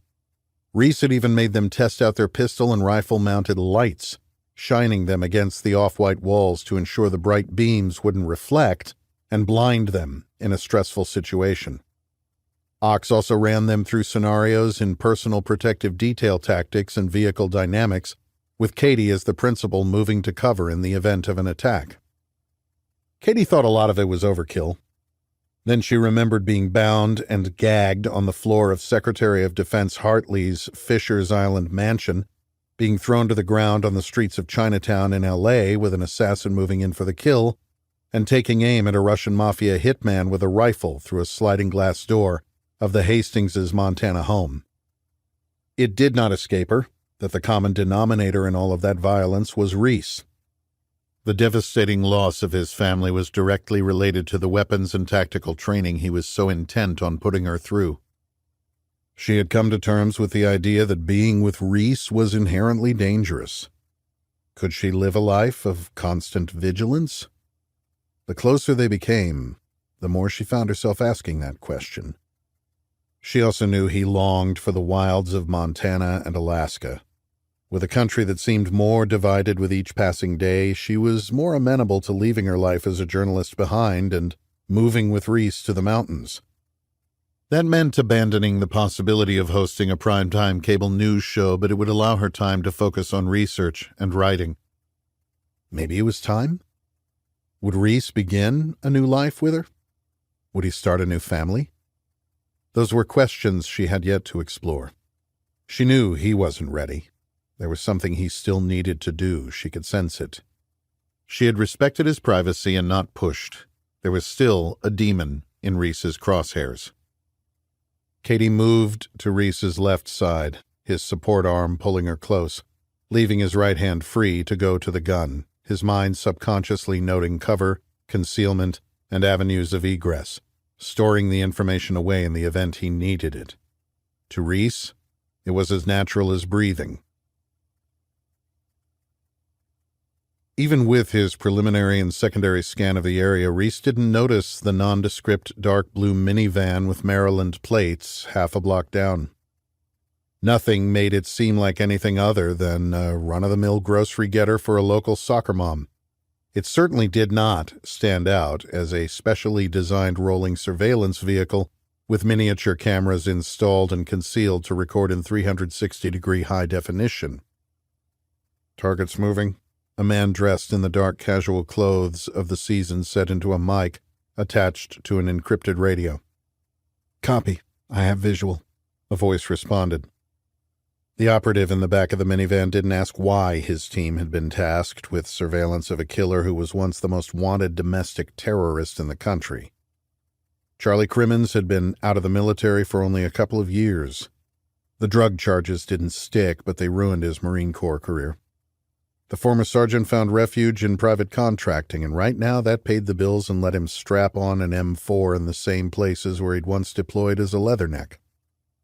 He'd heard rumors that their target had terminated an entire protective detail on an island off upstate New York before killing the Secretary of Defense a few years back. The former SEAL didn't look so tough now as he walked with his lady friend through the early winter snow. Crimmins felt himself begin to perspire, thinking that one day he might get a chance to take out a frogman. The founder and CEO of Masada wanted him surveilling James Reese. He hoped the company would order him to take things to the next level and install listening devices in the hot reporter's apartment, better yet audio and video. He'd like to see what she looked like out of those tight clothes they made the female reporters wear on cable news. He'd make sure he suggested that to his boss. For now, he'd have to be content just to imagine. They'd been told to avoid detection at all costs, to get photographs of anyone he met, and to track his every movement.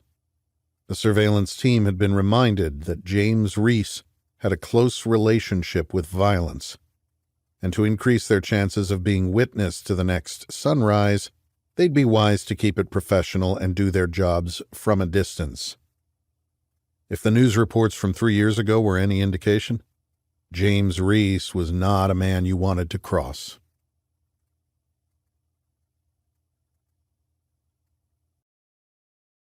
Chapter 15. White House Situation Room, Washington, D.C. Secret Service agent Frank Sharp held the door open, and the President of the United States entered the Situation Room. "Keep your seats," the President said as he made his way to the head of the table. Officially called the John F. Kennedy Conference Room, the secure area in what amounted to the basement of the West Wing of the White House had been in operation since 1961. It was installed following the Bay of Pigs fiasco to ensure the executive branch would have a secure facility to monitor sensitive world events and military operations in real time. Finally updated in 2007, the fax machines and computers that were state-of-the-art during Reagan's second term were replaced with encrypted communications equipment and flat screens. The room was layered in sensors to detect illicit monitoring. Lead-lined cabinets for smartphones and tablets were built in by the entrance as a reminder to leave unsecure devices on the outside. 6 black leather swivel chairs were arranged on each side of the rectangular mahogany table, and additional chairs lined the walls. There was one seat at the head. The presidential seal affixed to the wall behind it made clear who controlled the room. This was no Knights of the Round Table. Responsibility and accountability fell on the shoulders of only one man, the Commander-in-Chief of the United States Armed Forces. The president had entered precisely at 6 o'clock a.m., balancing a cup of coffee he'd been handed on his way into the secure conference room. Veterans of previous administrations sometimes still called it the sit room, a term this new generation only knew from books, movies, or fireside chats with their grandparents. It was now called WHIZZR, for White House Situation Room. The young president glanced at his watch, still set 5 minutes ahead, and smiled at the memory of his father. The room itself was really a collection of rooms manned by a rotating team 24/7, 365 days a year. The staff was assigned for 2-year cycles and occupied a watch floor just off the main conference area, where they constantly monitored world events for the National Security Council. There were additional offices and breakout rooms for private calls and conversations, one of which had been immortalized in the photo of President Obama's national security team the night U.S. Special Operations Forces killed Osama bin Laden. Though the area occupied more than 5,000 square feet, it still felt surprisingly cramped to those who met there to discuss the government's most sensitive secrets. President Alec Christensen ran his hand down his bright blue tie out of habit and leaned forward in his chair. "Thank you all for coming. I know this is not our usual morning crew, but the Vice President is attending a funeral in Japan, and I wanted to have a more limited discussion today." The president still found it odd not to shake hands with everyone, but the previous year's coronavirus pandemic had shifted some of the country's cultural norms. The nation had still not recovered from the devastating impact of an almost complete economic shutdown. It was Alec Christensen's job to lead the way back to financial prosperity and create the conditions for small businesses to revive. The country had seen technology giants flourish, increasing the distrust between rich and poor, a divide exploited by both parties for political gain. As a Democrat who came from the 1%, the president was acutely aware that any move he made would always be scrutinized through the lens of his past life, privilege offset by service in Afghanistan. During the economic shutdown, the power of big business and the technology sector was highlighted on a daily basis. Blue-collar workers read headlines to learn a tech mogul dropped $165 million on a Beverly Hills mansion for his new wife, while regular people wondered how they were going to pay the rent and feed their families. Disdain for the ultra-rich grew, their wealth increasing as unemployment soared. The middle class had been decimated, and there were those who blamed a progressive ideology that advanced its base only if Americans became increasingly dependent on government. Christensen understood the theory. Before his foray into politics, he would have categorized it as a fringe conspiracy, but after 15 years in the swamp, he now understood the draw of absolute power for power's sake. This game was all about control. It was the president's job to bring the Democratic Party back to the ideals that embraced the values of working-class American voters, the people his party claimed to represent, but who in reality had been left behind for Wall Street, Hollywood, tech titans, and media elites long ago. If he succeeded, there was still hope for the country. A predecessor of his had run on a campaign of hope and change, only to further commit the United States in the Middle East and escalate a drone war that fed the enemy's recruiting efforts.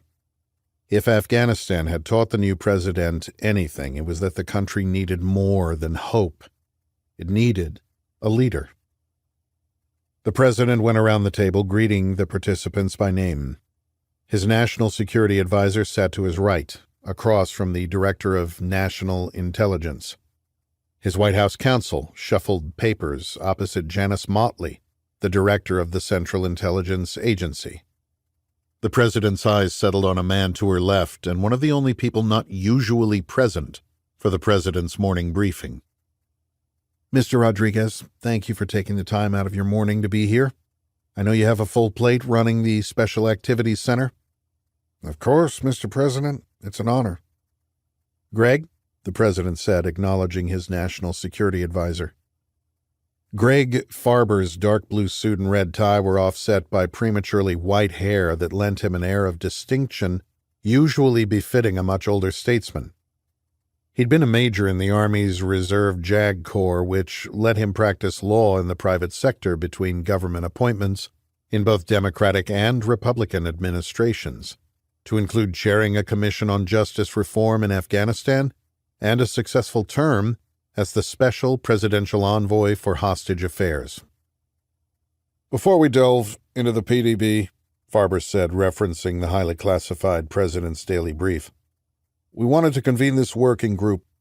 The administration is conducting a review of the past extreme rendition programs run by the CIA and targeted drone strikes by both the CIA and armed forces.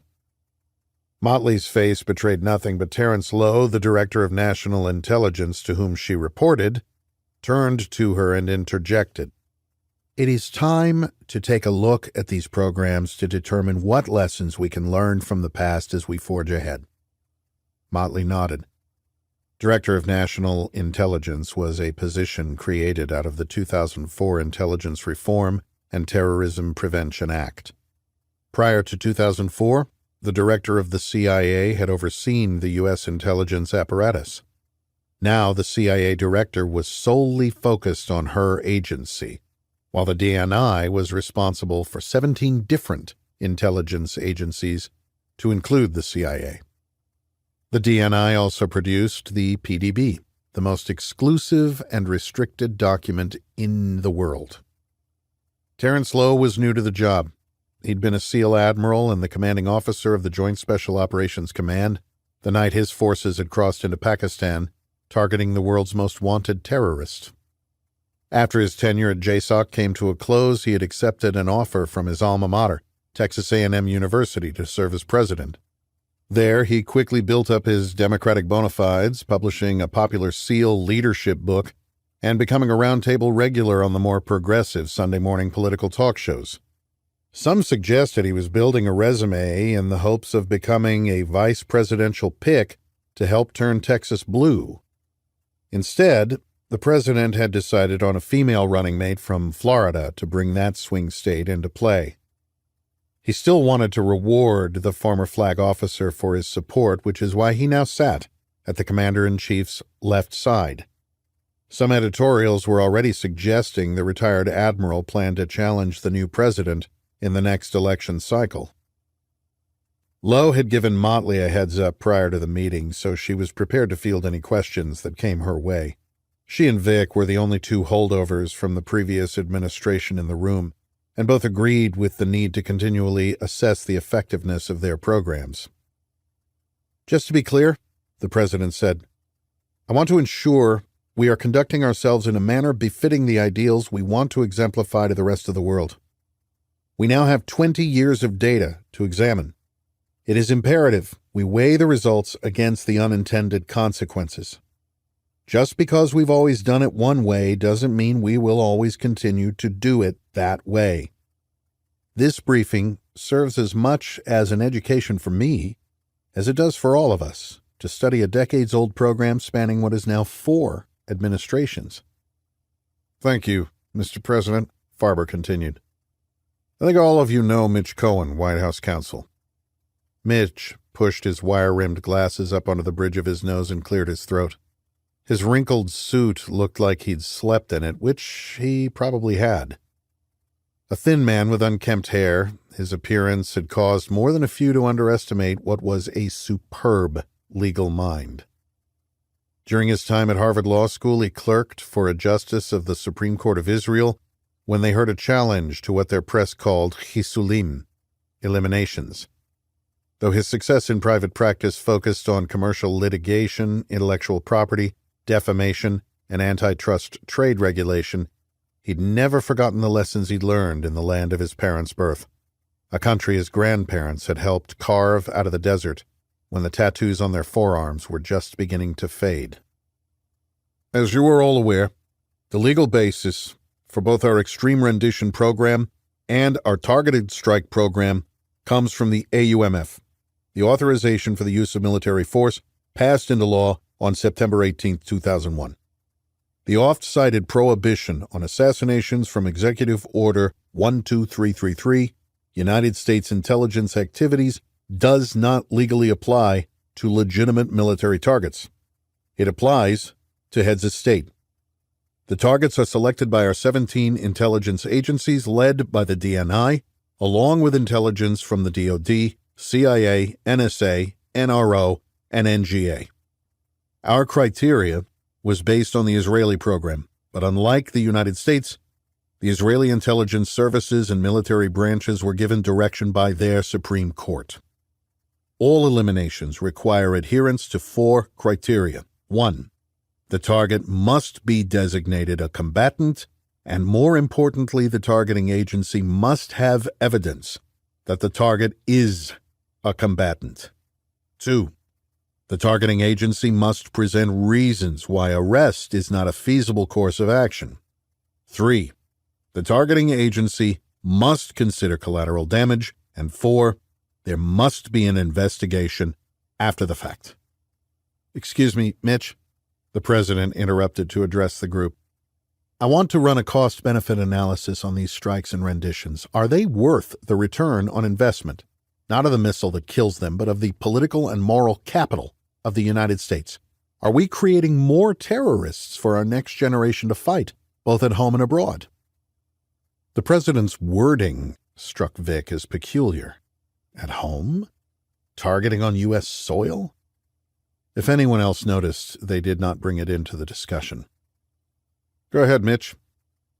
In the United States, we have operated by 3 principles since the attacks of September 11, 2001. In accordance with the AUMF, a targeted individual must pose an imminent threat to the nation. Their capture must not be feasible, and the operation would be conducted in accordance with the principles set forth in the laws of armed conflict. But no requirement to investigate after the fact. It was a statement, not a question. No, Mr. President. Christensen looked to the DNI. Admiral, in your experience at JSOC and since coming on board as DNI, have we followed those 3 requirements? Yes, Mr. President. The collateral damage assessments are crucial to a green light. Our policy is not to authorize a strike if there is the possibility of any non-combatant casualties. The enemy knows this and have incorporated that information into their order of battle. They keep women and children close. I'm not saying we haven't made mistakes, but collateral damage is always at the forefront of the decision-making process. Thank you, Admiral. Mitch, please continue. Yes, sir. The President has the authority to authorize targeted elimination operations and indeed has the responsibility to do so, which is derived from his constitutional authority to protect the American people.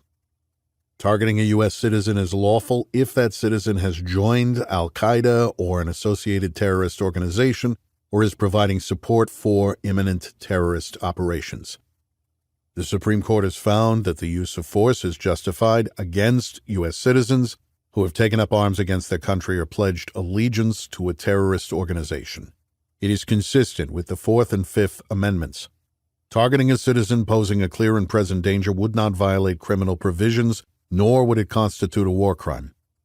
Congress has authorized the president to use all necessary and appropriate force against al-Qaeda and its associated terrorist organizations through the AUMF.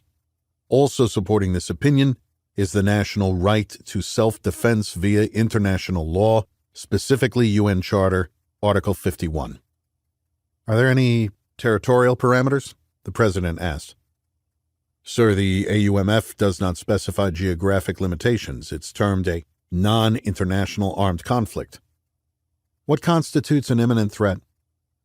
If there is a gray area here, that's it, sir. As we all know, war with proxies, non-state actors, and super-empowered individuals like bin Laden is not a conventional war between nation-states with clearly defined areas of operation. Terrorist organizations are continually planning. If they conducted an operation in the past, there is a high probability that they are still in the network and planning future attacks. Therefore, a targeted elimination would not be an act of revenge, but an act of self-defense to protect the American people from violence. If I may, sir, Farber interjected. The concept of imminence is subject to interpretation, meaning it must be formulated and argued. Does imminent constitute a day, a week, or a month? And if there is no guarantee that a window to strike based on actionable intelligence, which might also be the only window, will align perfectly with a predetermined criterion of imminence. Thank you, Greg, the president responded, turning back to the White House counsel. If it has been determined that members of a terrorist organization have planned attacks in the past, then legally, whether a day has passed or 20 years, they remain viable targets. Is that correct? Legally, yes, Cohen answered. And rendition operations fall into that legal framework? Yes, sir. Providing adherence to the law of war principles, necessity, distinction, proportionality, and humanity, i.e. collateral damage. Have they forfeited their rights as U.S. citizens? Admiral Lowe asked. Yes. Actions hostile toward the United States constitute a forfeiture of citizenship. Legally, they would still be targetable with lethal force due to imminent threat, but to answer your question directly, a U.S. citizen gives up his or her citizenship, what the law calls a loss of nationality, when he or she engages in hostilities against the United States. U.S. citizenship does not guarantee immunity in armed conflict. The Supreme Court has held that the president may authorize lethal force against a U.S. citizen who is an enemy combatant. It is considered an act of treason, a capital crime. A lawfully targeted elimination is consistent with the principles of national self-defense. The important takeaway, Mr. President, is that lethal force cannot be used as a punishment for past acts, only to prevent future acts, as with Admiral Yamamoto in World War II. I'm clear on the legality. Ms. Motley, the president said, addressing his CIA director. What is the position of the CIA? Mr. President, Motley said, my organization operates in accordance with strict criteria. The target is confirmed as present, and there are no combatants within the blast radius. Capture is not feasible. The foreign government is not capable of addressing the threat to the United States, and no other reasonable alternatives exist. And in terms of effectiveness, are we just creating more terrorists in a game of whack-a-mole? Janice Motley had risen through the ranks on the Hill, first as a legislative assistant before becoming the lead staff attorney for the Senate Select Committee on Intelligence. It was in that position where she had caught the eye of the then CIA director, who began grooming her for an executive position in America's premier intelligence organization. She would eventually become the staff director of the SSCI before accepting a position on President Obama's National Security Transition Team, which would lead her to acting director of the National Clandestine Service and then into the role of America's top spy. She was the second female director in CIA history and the first African-American woman to hold the position. Those who briefed her would walk in familiar with her background and reputation as one of the smartest people in the Beltway. They would walk out with a newfound respect. In addition to being a brilliant strategist, she was tough as nails. That is certainly a probability, Mr. President. Then why do we continue to execute a policy with long-term results inconsistent with the investment. Without missing a beat, the director of the CIA answered the query. Previous administrations have continued the program and even escalated it to keep the enemy off balance, Mr. President. Our signals intelligence supports the contention that while it does assist in enemy recruitment efforts, it also continues to disrupt the planning process. I'll have my office send over a classified white paper detailing the threats to the homeland prevented by the strike program. It's insurgent math, Mr. President, Admiral Lowe offered. Insurgent math? For every terrorist killed, we create 10 more. Stan McChrystal arithmetic, Mr. President. I see. Administrations of both parties have operated under the president's constitutional authority to protect the nation, Cohen added. These actions are supported by al-Awlaki v. Obama and Hamdi v. Rumsfeld, the inherent right of the United States to protect itself under international law, and the congressional authorization for the use of military force against AQ and associated groups. I'd like to hear Mr. Rodriguez's thoughts, the president said. In his early 50s, Vic was the most junior member of the group. He remembered asking new members of his Special Forces ODA for their opinion during debriefs when he was a young SF captain with 7th Special Forces Group. The president was a veteran and was doing the same thing. Sir, my team has studied this at length in accordance with the Office of the General Counsel at CIA. As you are aware, my department offers another option if the conversation in question is specific to the effectiveness of using unmanned aerial vehicles to deliver a lethal payload. The enemy can use Google, just like the rest of us. They have studied our tactics and know exactly what we just discussed in this secure conference room. They know our aversion to collateral damage, which is why you rarely find senior al-Qaeda or ISIS leadership alone. They surround themselves with non-combatants, specifically women and children. My office offers a different option, one that is much more personal, and also more dangerous from a commitment of forces standpoint. A single operative, or a small team from my side of the house can, at times, be a viable alternative. The president looked at his national security advisor and then back at the leader of the CIA's paramilitary division. Assassins? No, Mr. President. Hunter-killers. Ground branch operatives who understand the nature of the conflict necessitates them getting close to eliminate the threat, limiting collateral damage that can't be positively identified from a Reaper firing a Hellfire at 50,000 feet. A covert action statute authorized under Title 50 of the U.S. Code is an option we've exercised in the past. Director Motley. Mr. President, this agency is not in the business of creating more terrorists. The targeted killing program under President Obama rose to levels inconsistent with desired end results. Human intelligence networks with proxy forces targeting the enemy run by ground branch operators are high risk, but they lower the potential of creating more terrorists vis-a-vis the insurgent math Admiral Lowe referenced.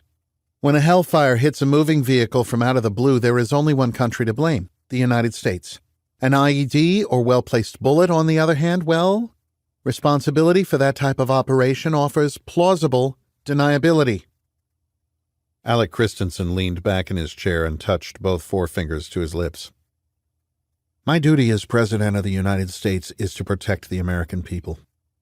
Having fought in Afghanistan, I am distinctly aware that we now have soldiers patrolling those same mountains who were not even born on September 11th, 2001.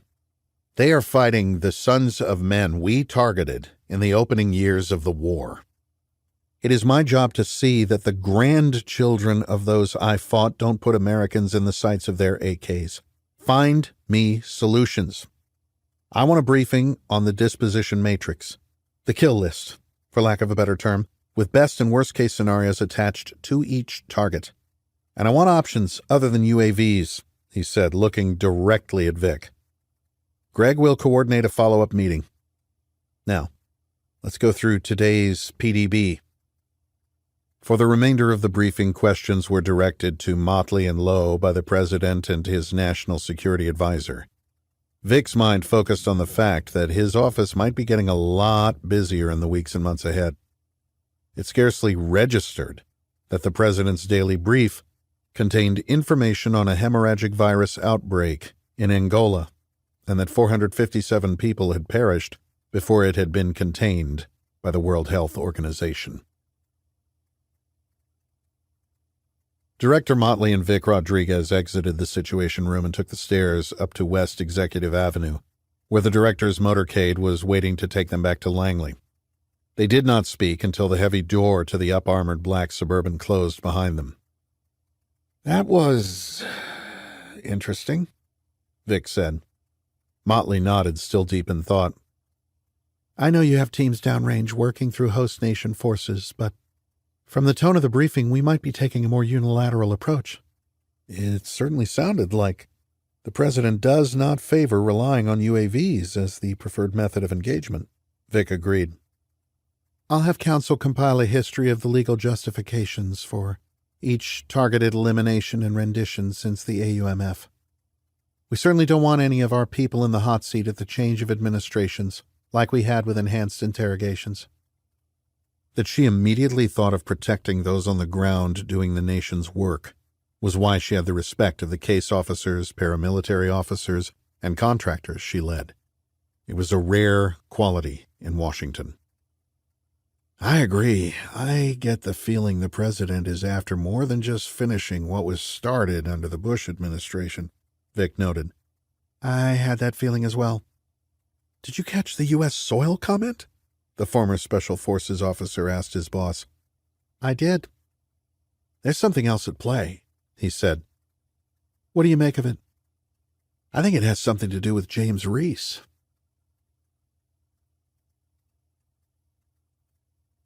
Chapter 16.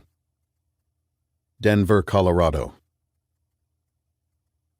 Dr. Ali Reza Ansari pulled his rental car close to the curb in front of the aging home. A green Subaru, extremely popular in these parts, was parked in the driveway. Ali noted that it had not been backed in. The bike was on the roof rack, signaling that it was safe to approach. Still, Ali was cautious. If the FBI were on to them, this would be the time they would make their arrests, before the deadly virus could be replicated. Ali had supervised the construction from afar. The Hawala network transferred more than funds. It passed information. The network of couriers had no idea what they were passing or why. The messages had been hand-carried from Switzerland into the United States. Ali suspected he would have to make a few adjustments, but as long as all the materials were there and the monkey kidney cells had been prepared as he had instructed, he would be able to complete the next phase of the operation. His priority was to use the scanning electron microscope to ensure the cells contained no contaminants and exhibited the stable growth factors necessary to cultivate the virus. He had informed Biodyne that he'd decided to take 2 weeks and tour the United States before returning to Europe. He would be reachable for Zoom conference calls and would be answering his emails. The drive from the East Coast had taken 4 days. He could have done it in 2, but he'd explored along the way, not because he was interested in the sights and history between the Atlantic seaboard and the Continental Divide, but because he was looking for surveillance. He was certain that the Americans were not conducting physical surveillance, but these days, with drones and the interconnected web of the surveillance state, it was nearly impossible to tell if they were tracking you electronically. Ali had always been careful. All his military, intelligence, medical, and business training had culminated in what he was about to do. This was his moment of truth. Ali approached the front door and knocked 3 times. The door opened immediately. The young student had been eagerly waiting.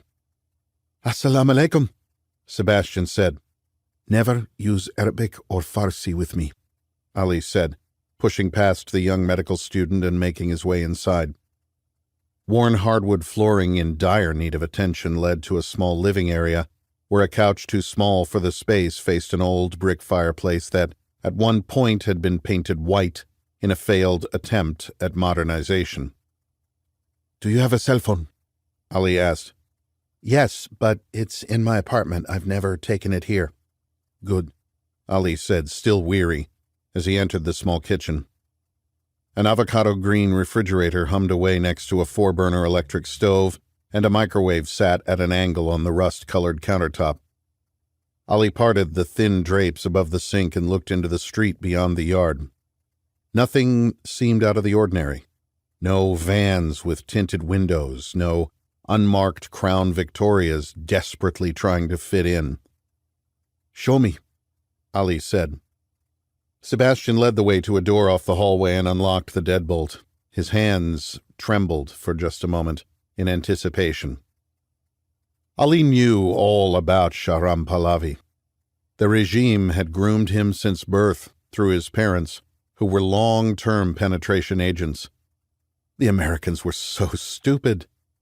Why they kept allowing the sons and daughters of those who wanted to destroy them inside their country baffled him. You did not see Americans flocking to Iran, Russia, China, or North Korea to conduct subversion operations and change the fabric of those societies. That is why those countries would endure, and why America was doomed to fail. Shahram seemed eager to please. By design, he knew next to nothing about the Biodyne executive who now followed him into the makeshift lab. No name, no background. Ali already had a plan to kill him after his usefulness expired. Ali surveyed the virology lab. Clear plastic sheets, the ventilation system duct-taped to the outside vents. The state-of-the-art lab equipment he had ordered through intermediaries was all set up and running. "I need to check the cells," he said. Sebastian tapped the space key and brought the computer monitor to life. The high-resolution black-and-white image came into focus, displaying what looked like a worm with one end curled into a ball. "Just as I was instructed. They've been growing for 28 days.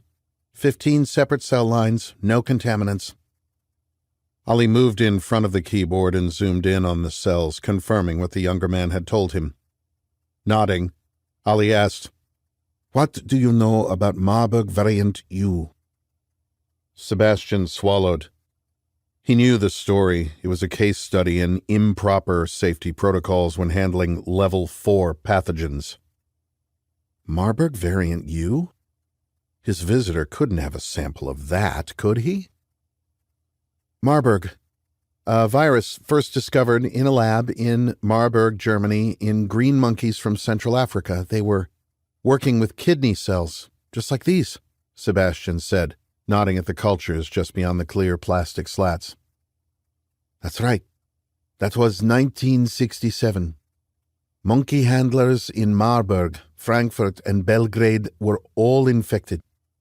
They died in ways the researchers had not seen in their previous experiments. The virus liquefied organs and brain cells. Almost 10 years later, 430 people died in Zaire and Sudan with similar symptoms to what had been observed in Marburg. But this was another filovirus. Ebola. Ebola Zaire and Ebola Sudan, Ali corrected. "I studied Ebola," Sebastian said. "Under a microscope like this one, filovirus strains look almost the same. Ebola's mortality rate is between 70 and 90%. For our purposes, we need something even more toxic." Marburg? Not just any strain of Marburg. Variant U. That is one of the most closely guarded pathogens on the planet. Only the Russians have a strain, if memory serves. Not just the Russians, Sebastian. With the fall of the Soviet Union, their scientists were more than willing to sell it. China has it, North Korea has it, Iran has it, and most importantly, the Americans have it. "Where did we get this strain?" Sebastian asked. Ali paused. "Where do you think?" "Iran?" Instead of confirming, Ali continued. "What do you know about bioweapons?" "My studies have all been on virology and immunology, not weaponizing viruses." "I will guide you through this. Before we begin, it is important for you to understand just how careful we need to be. You've done a more than adequate job setting up the lab in accordance with my instructions. What we don't have is a decontamination station. I didn't have you build one because it wouldn't matter. If you prick yourself while handling variant U, you have less than 2 weeks to live." Ali had to hit the right psychological tone to ensure Sebastian believed he was a part of the team and would survive the mission. At its height, the Soviet State Center for Virology and Biotechnology, also called Vector, was one of the most advanced bioweapons labs in the world. In 1977, Dr. Nikolai Ustinov was injecting Marburg virus into a guinea pig when he accidentally injected the virus into his thumb. The animal was not strapped to a board, and Dr. Ustinov was not wearing the proper biohazard suit or gloves required for the experiment. Sebastian whispered a prayer to Allah. As you know, all viruses have unique characteristics. That is what allows us to differentiate them from one another and develop vaccines specific to the particular disease. The more deadly they are, the harder they are to spread, killing their host before they can move on to another body with healthy tissues to destroy. High contagion rates, such as H1N1, flu, and COVID-19 have kill rates between 0.01% and perhaps as high as 0.2 or 0.3%. By contrast, the 1918 Spanish flu and the swine flu in 2009 caused worldwide panics because of the respiratory nature of the spread. Hemorrhagic viruses like Marburg only spread through direct blood-to-blood contact or secretions with broken mucous membranes, making them difficult to transmit. Once contracted, however, Marburg is a true killer, with an infection fatality rate of 85 to 90% and death in 13 days. Forgive me, if it only spreads through blood-to-blood contact, what is all this for? Sebastian asked, pointing to the equipment he'd so painstakingly prepared over the preceding months. Because the variant extracted from Dr. Ustinov can be aerosolized. Alhamdulillah, Sebastian whispered. Dr. Ustinov was immediately quarantined in the facility behind pressure-locked doors. As his body and brain liquefied over the next 2 weeks, he kept a diary, documenting the progression of his deterioration. It started with a headache, fever, and nausea, followed by toxic shock as his eyes filled with blood and the capillaries throughout his body began to hemorrhage. Near the end, he was literally bleeding through the pores of his skin, to say nothing of the blood and liquefied organs oozing from his nose, mouth, penis, and anus. The blood and mucus-stained pages were collected and transcribed before being incinerated. When Ustinov's body had nothing more to give the invading filoviruses, when his cells had all burst, he finally succumbed. His body was doused with a chloramine disinfectant and welded into a metal box to seal the deadly African pathogen inside. But not before the Russians took samples from his organs, Sebastian deduced. That is correct. Additional testing showed something interesting. Do you know what it was? Sebastian took a moment before responding. The virus had adapted. Lab-grown viruses are often more potent than those found in nature. Not only was it more deadly, it was also more stable. They named it Variant U, after its creator. Do you know what they did next? Sebastian didn't hesitate this time. They weaponized it. Yes. They weaponized it for an aerosolized delivery via vapor. They tested it on monkeys in a facility in Kazakhstan and on human test subjects in Africa. It became the most potent bioweapon in the Soviet arsenal. And you have it with you? I do. It's time to make a weapon. Dressed in full Level A hazmat suits with respirators, Ali and Sebastian went to work. Ali's hands moved deliberately in the encased glove box as he carefully cut open the bottle of hand sanitizer that he'd received from Hafez Qassem. He slowly extracted a small test tube of plasma under the vented hood. Plasma originating in Dr. Ustinov's dead body in 1977. The most deadly pathogen in human history was now in the basement of a rundown house in Denver, Colorado. Over the next 3 days, Ali and Sebastian transferred variant U blood plasma to the cell culture plates in a process called transfection. A virus that had been sitting dormant for decades had been given a host. It had been lurking in the shadows, waiting for its opportunity to multiply.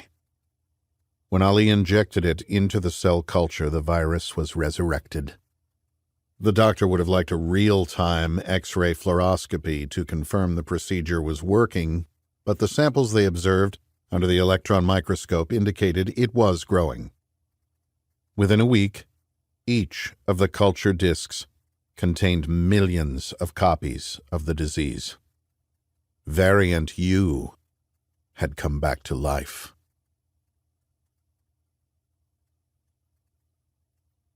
Chapter 17. Interstate 90. Reese had never driven from Virginia to Illinois. When he was stationed on the East Coast, he and Lauren had big plans to explore Maine, the Shenandoahs, New River Gorge, the Okefenokee Swamp, and the Florida Keys. Instead, the newlyweds never left Virginia Beach, a series of back-to-back workups and deployments taking precedence.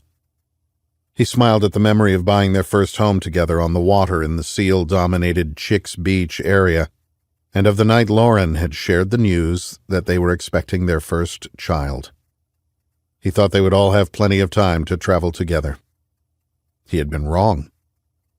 Lauren and Lucy were dead, murdered, because of a government private sector conspiracy that Reese had dismantled piece by piece. His wife and daughter had been murdered by the same government Reese now served. Not forever. I'm going to do this job, get the intelligence from the agency I need to find Nizar Katan, and put him down. Then I'm out. The former SEAL had never been the biggest fan of flying. Even in SEAL training, it had always been a relief when the red light switched to green and the jump master pointed at the exit ramp or door. He'd had to touch down in more than a few airfields that required excessively aggressive landings where there was nothing for Reese to do but brace for impact. That and pray. Reese would much rather be in control of his own vehicle on the open road with access to his weapons. On this particular drive, he needed to think. As the miles clicked by on the odometer of his old 1988 Land Cruiser, Reese attempted to shake the memories of the dead.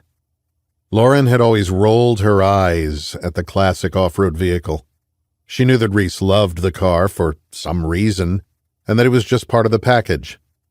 His old FJ62 had recently been upgraded with a Corvette LS3 engine, giving it more power than most modern trucks and SUVs.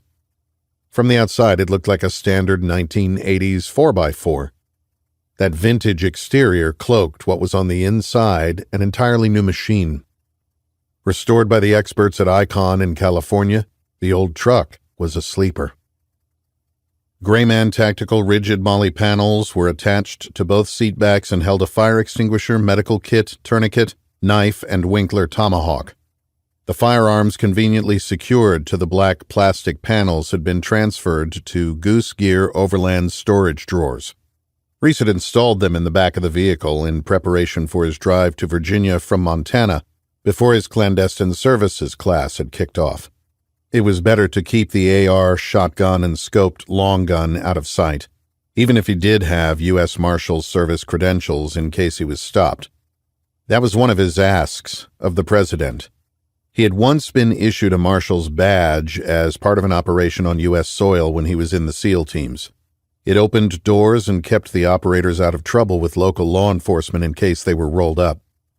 U.S. Marshal creds were also federal, meaning he would not have the issues that Texas Rangers Frank Hammer and Manny Galt had when they left the Lone Star State hunting down Bonnie and Clyde. The arsenal that Hammer carried around in the backseat of his 1934 Ford Model 40B in pursuit of the infamous killers actually dwarfed what Reese had hidden in the back of his Land Cruiser. The former SEAL needed to be a bit more subtle. Get in the game, Reese. He'd been taught the basics of surveillance and surveillance detection routes in the SEAL teams as part of his training in PSD, or Personal Security Detail Operations. His team had been the first tasked with protecting the interim Iraqi government officials after the invasion, a mission most of them thought would be suicide. He had also done some work with the FBI's hostage rescue team on close target reconnaissance, which included driving into enemy territory to gather intelligence prior to a hit. Reese's troop had 2 HRT members and 2 field agents assigned to them in Iraq, investigating connections to planned terrorist operations in the continental United States. Of all the missions Reese had conducted over the years, the ones that gleaned intelligence on threats to the homeland were the ones of which he was the most proud. More than a few acts of terror had been thwarted on foreign soil before they had a chance to take flight. He was never a fan of the PSD mission. Reese preferred to be on offense, taking the fight to the enemy rather than standing next to a politician with what was essentially a target painted on their back. The year of training he had recently completed at the farm built on the lessons he had learned in the SEAL teams. The CIA was all about their SDRs. Using the SDR techniques had become second nature. They augmented his proficiency acquired through operations in Iraq, Afghanistan, Mozambique, Albania, Ukraine, and Russia. That real-world experience was enhanced with the scenarios they'd put him through at Camp Peary. He knew that to execute his current mission successfully, he'd need an entire team conducting both physical and technical surveillance to build a pattern of life and confirm they were targeting the correct individual. With that information, they could then decide upon the time and place of the elimination. Then why was Reese driving to Chicago alone? He needed time to think. The President of the United States has asked you to complete a mission. You could say no. Or was saying no not an option? Reese had raised his right hand to protect and defend the Constitution of the United States against all enemies, foreign and domestic. Protect and defend the Constitution. Protect and defend. What are you doing, Reese? You are protecting the country you swore to defend. Are you? Or are you an instrument of vengeance, the personal assassin for the most powerful man in the world? Are you working for the very government that had a part in killing Lauren and Lucy? Are you doing this to avenge the attacks of 9/11?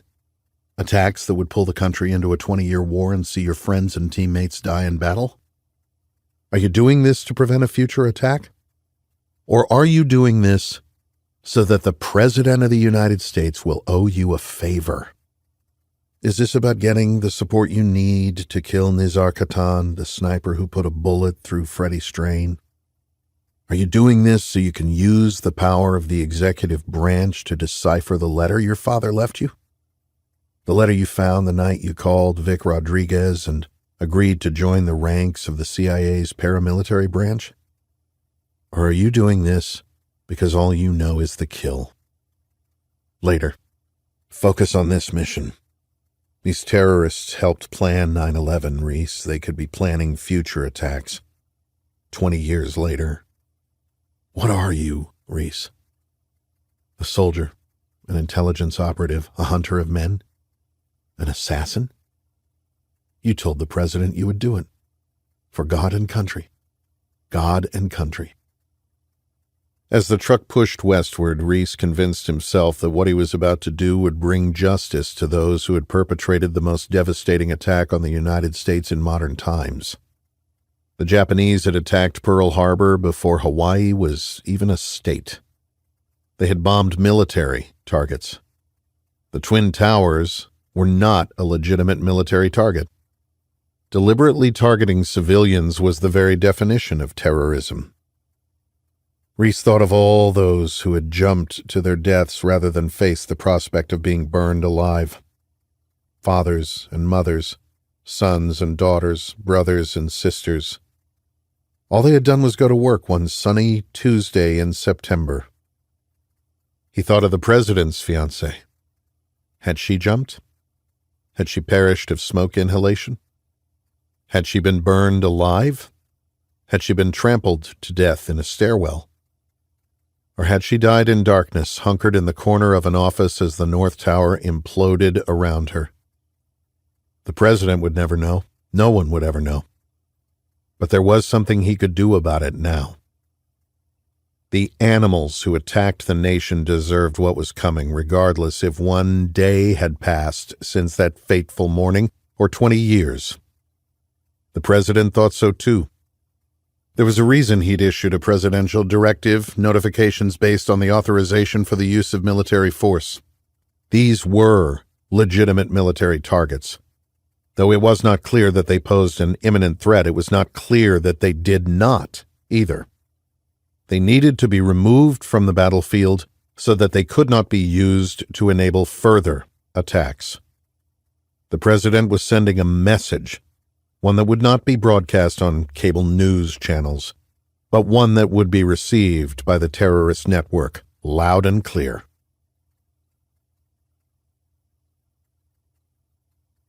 Chapter 18. Chicago, Illinois. Ali would have preferred to spend a few more days in the area, but time did not allow for that luxury. Out of necessity, he had taken a circuitous route to Chicago. Borrowing Sebastian's Subaru, he first drove to Richardson, Texas, just outside Dallas, where he met with a man named Mahan Faramand, a sleeper agent of the regime. Ali had passed him the delivery mechanism and specified his objectives. First, multiple restaurants and grocery stores. Then, 2 days later, a hospital in Richardson. It was imperative they target hospitals. Timing the releases was critical. The green Subaru would undoubtedly be caught on video at some point in the journey. Avoiding every camera in the western United States was an impossibility. So Ali was going to use the power of the surveillance state to his advantage. If an enterprising investigator or intelligence officer began to put the pieces together, it would lead back to a radicalized virology student in Denver. He had then driven back to Colorado, returned the Subaru, and passed a second device to an asset in Denver. The operation was in motion, and nothing could stop it. He'd studied the Colorado asset for 2 days to confirm that the intelligence he'd been sent by Hafez Qassem through a local mosque was indeed true. He was a true believer. They'd met in Cheeseman Park across from the Denver Botanic Gardens, where Ali had explained the simple instructions to a man who had 2 weeks left to live. Again, public locations followed by hospitals were the key. Though they didn't know it, as soon as they depressed the plungers on the CO2 cartridges, releasing Marburg variant U into the atmosphere, they were as good as dead. No loose ends. Ali had given them 2 special inoculation pills and told them to wear N95 masks as an added precaution. In actuality, the pills were 2 tablets of vitamin D from Walgreens, and the masks would do nothing to stop the aerosolized 5 to 20 micron droplets, each one containing 100 viral strands of the deadly pathogen. They would strike a blow for Allah and would die martyrs. The delivery mechanism had been designed by the Iranian and Russian scientists at Damgan, a bioweapons research facility about 185 miles east of Tehran. Disguised as a bottle, it looked like a piece of trash. All the asset needed to do was press down on a handle that resembled a Korovin, a wine bottle sampling and preservation device that used a needle and argon gas cartridge to tap wines without removing the cork. A needle powered by a cartridge containing the gas would puncture a rubber seal on a small glass vial inside the bottle, aerosolizing the virus and forcing the liquid to rapidly deploy through a nanofiber mesh filter to produce a vaporized cloud of droplets. The resulting whitish-yellow puff contained billions of viral particles. Released through a ventilation system, it could infect entire shopping malls, office buildings, or in this case, hospitals, in minutes. With most contagious viruses like COVID-19 or H1N1, thousands of viral particles need to be inhaled or touched and transferred to the nose or mouth to initiate the infection. Marburg was in a league of its own. As little as 1 or 2 viral particles were enough to contaminate a host. A single droplet from an aerosolized spray would generate a fatal illness with an incubation period of less than 48 hours. Death would follow within days. It was vital that the attack not look like an attack at all. Though Marburg was not airborne, as the American press liked to call viruses that could be spread with a cough, it was imperative that they believe it was. It needed to look like it had originated in Angola, the result of a naturally occurring hemorrhagic virus the Americans were always making movies and writing books about. The infidels never did anything other than confirm it was contained on a continent they largely ignored. All they really cared about was that African diseases stayed in Africa. What made this outbreak different was that it had made it to the homeland and had gone airborne, or so they would believe. They would connect the dots from Cabinda in northern Angola to the Quatro de Fevereiro International Airport in the capital to a flight landing in the United States. Ali needed at least 2 of the 4 target cities to be hit with the same infection. The virus would be traced to Angola, a country with a history of infectious tropical diseases. The most sophisticated intelligence agencies in the world would never trace it back to Iran. Of course, never was a word that made Ali cringe. Every plan needed a contingency.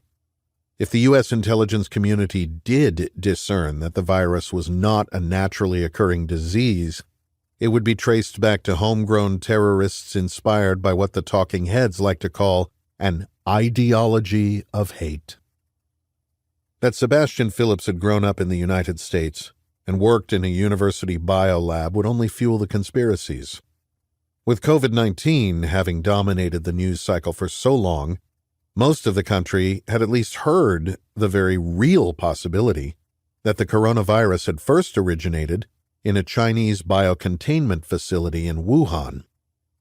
Either way, regardless of whether the United States traced the virus to Angola or if they discovered it was released into the environment by a terrorist organization made up of U.S. citizens, the result of an airborne pathogen with the infection and death rates of Marburg was the same. The only choice was for the United States government to release the antibodies that would destroy it. In this case, those antibodies were on standby in Hurlburt Field, Florida. MC-130s armed with the largest non-nuclear payloads ever developed. To save the country from an invisible virus, the United States would have no choice but to attack itself and incinerate the disease threatening to destroy the entire nation. As with a host whose immune system attacks an invading cancer, oftentimes that host did not survive.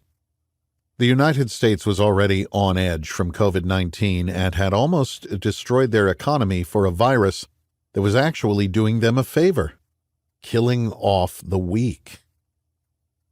Pulling to the curb 3 blocks from his meeting location, Ali put the car in park and looked at 2 small children playing in the front yard of a house across the street.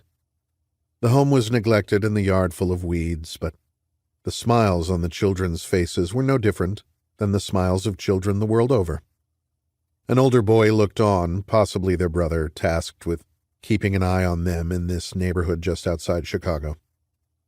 He was about the same age Ali had been when he'd found his brother swinging from the noose, eyes bulging, tongue protruding from the left side of his mouth, a casualty of war. The wailing of his mother. Ali had been told that the asset in Chicago had been unreliable in his communications.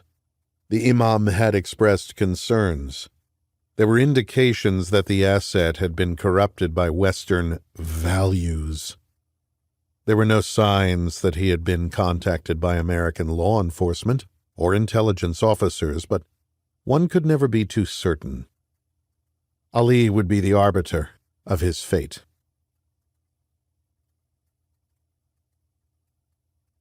Chapter 19. The door opened, and Karim Talib looked suspiciously through the crack, a thin chain linking the door to the frame. "Salam," Ali said with a disarming smile. "Salam, Chichori," the smaller man replied. "I'm well, Karim. May I come in?" Ali said, switching from Farsi to English. "Of course," Karim responded, bowing his head and pushing the door closed to disengage the chain barrier before holding it open for his guest. He had been expecting the visitor. "Mutshakar hastam. Are your wife or children home?" Ali asked. "No, they are at the park. I don't expect them for another hour." "Good. Let's talk, Karim. May I have some tea?" "Manre Bilkash, yes," Karim said, nervously putting his hand to his heart. "Please follow me." Ali trailed behind the shorter man down a hallway and into a small kitchen with aging linoleum floors. As Karim filled a pot with water and set it on the electric coil stove, Ali pulled a photo from a magnet on the refrigerator. "Is this your family, Karim?" "Yes, my wife and 2 sons. They are handsome boys," Ali noted. "How old are they?" 4 and 6. "You seem too old to have such young children." "My first wife died in childbirth. Our daughter did not survive. I did not remarry for many years." "I am sorry, Karim. Even the Prophet Muhammad, peace be upon him, lost 6 of his 7 children."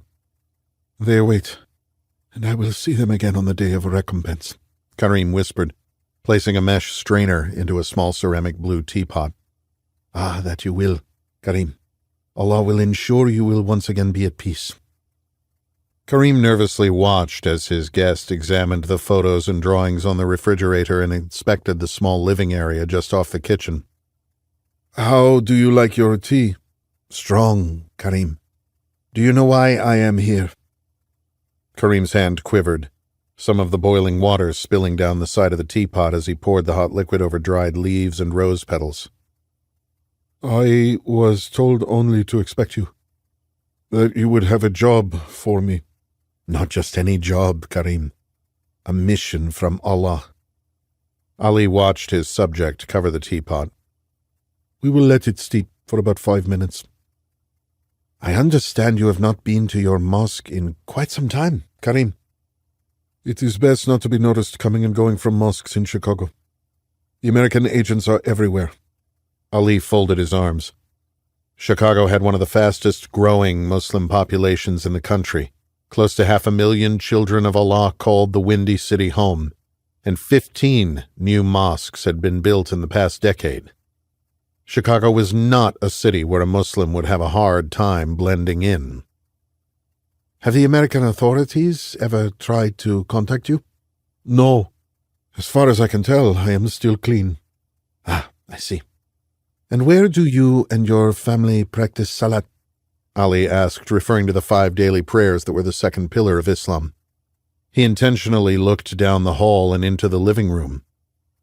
Karim slowly removed 2 clear glass teacups from the cupboard and set them on the counter, gathering his thoughts. "Has faith left your heart, Karim?" Karim drew in a deep breath and whispered, "No," with as much emotion as he could muster. "Have you not come to terms with what you did for Allah?" Karim pushed his hands together in an attempt to steady them. "Here, let me help," Ali offered, gesturing to the small kitchen table where his host reluctantly took a seat. The assassin took charge and poured a splash of tea into both cups to warm them and check the brew for consistency. Judging the tea was strong enough for his liking, he then poured them back into the pot before filling both cups to the halfway point, adding a dash of hot water to each. Karim did not notice the small, wax-infused wafer that his visitor slid into his cup. It dissolved immediately, and Ali placed the steaming hot liquid in front of his asset. "Merci," Karim said, thanking his unwelcome caller, thinking back to the day his adopted country was attacked, an attack he had helped facilitate. an attack that occurred on the day his wife died in childbirth, September 11th, 2001. Chahesh Mikonam, Ali responded. why are you nervous, Karim?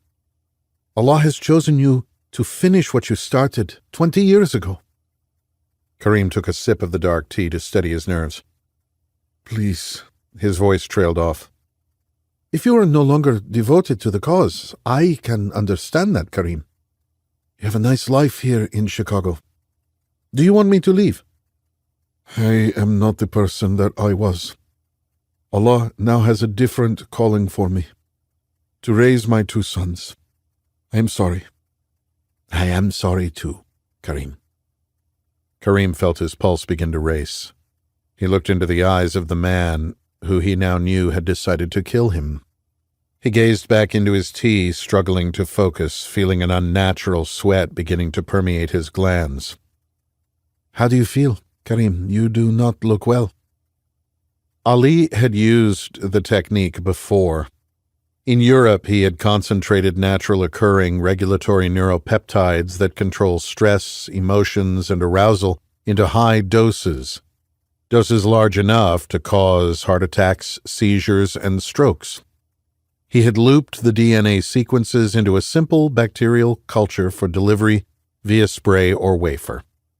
It was completely undetectable in an autopsy, as peptides are so efficiently metabolized by the body that they are gone seconds after absorption. The concoction had sent more than a few enemies of Iran to paradise. Karim looked at Ali in horror as his body began to react to the overdose of neuropeptides. As he struggled to breathe, the cold sweat was replaced by a bout of nausea. His chest felt like it was being crushed by an invisible block of iron. His vision blurred and he made a feeble lunge for the kitchen counter, knocking over his tea before collapsing to the floor. Ali took a sip of the dark liquid. He would have preferred it stronger. He crossed his legs and watched as Karim struggled to breathe on the dirty linoleum tile. He waited another 5 minutes after Karim had stopped breathing and finished his tea. He then washed out his cup in the sink using a paper towel to turn on and off the water, and also to dry out his cup before replacing it in the cupboard. He then exited the home and walked the 3 blocks back to his car. Chicago would be spared. No matter. This contingency had been built into the plan. Ali had another city to visit. He made his way out of Chicago and merged onto I-65. Setting his cruise control to the speed limit, he drove south toward Atlanta.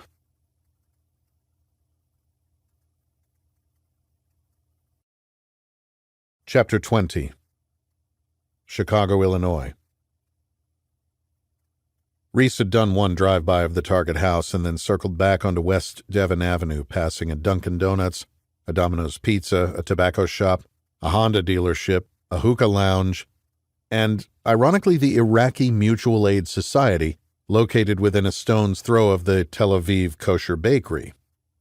This one street on the outskirts of Chicago was a multicultural microcosm of American society, where Italian, Mexican, and Chinese restaurants shared the street with Lahore Food and Grill and the Salvation Army. He passed a synagogue, a mosque, and a church within blocks of one another. Driving by a business awning signage that read Baghdad Hair Salon, he did a double take and almost missed his turn, flashing back to a mission on the streets of Iraq's capital city in a thin-skinned Humvee. The West Ridge neighborhood of Chicago was far enough outside the Loop that it had been spared the rioting and looting of the previous summer. Reese couldn't help but think how much better the country might be without politicians stoking the coals of division. They excelled at stirring up hate and discontent to advance partisan political agendas in an attempt to persuade their voting blocs that they were the answer to the very problems they were creating. Those who sell the panic sell the pill. Those politicians might be responsible for more deaths than your target, Reese. The former frogman was acutely aware that his Land Cruiser stood out. He could have gotten away with it in a few California seaside surf communities or the back roads of the Pacific Northwest, or a ski town in the Wasatch or Rockies, but in suburban Chicago, vintage off-road vehicles were not the order of the day. If he was going to go through with this mission, he would need to do it right. That meant a team. It meant indigenous vehicles. It meant technical and physical surveillance. It meant building a pattern of life and getting creative with the method of termination. Then what the hell are you doing here? Reese's attention was drawn to a woman descending the steps of the small single-story home with 2 young children in tow. He watched them disappear down the street and found himself thinking of Lauren and Lucy, walking to the park in Coronado together. Beauty, innocence, and hope, shattered at the business end of an AK. Shifting his focus back to the house, Reese wondered if his target was inside. Am I about to do to this family what was done to mine at the behest of the same government? According to the file, this man facilitated 9/11, Reese. He deserves what's coming. Justice. Justice? Or retribution? Just over 20 years ago, Karim Talib had lived in Florida. He'd taken flying lessons at Huffman Aviation in 1999, but dropped out well before he'd completed the 35 hours required for a private pilot's license certification. He was not a U.S. citizen at that point and had moved to Chicago shortly thereafter.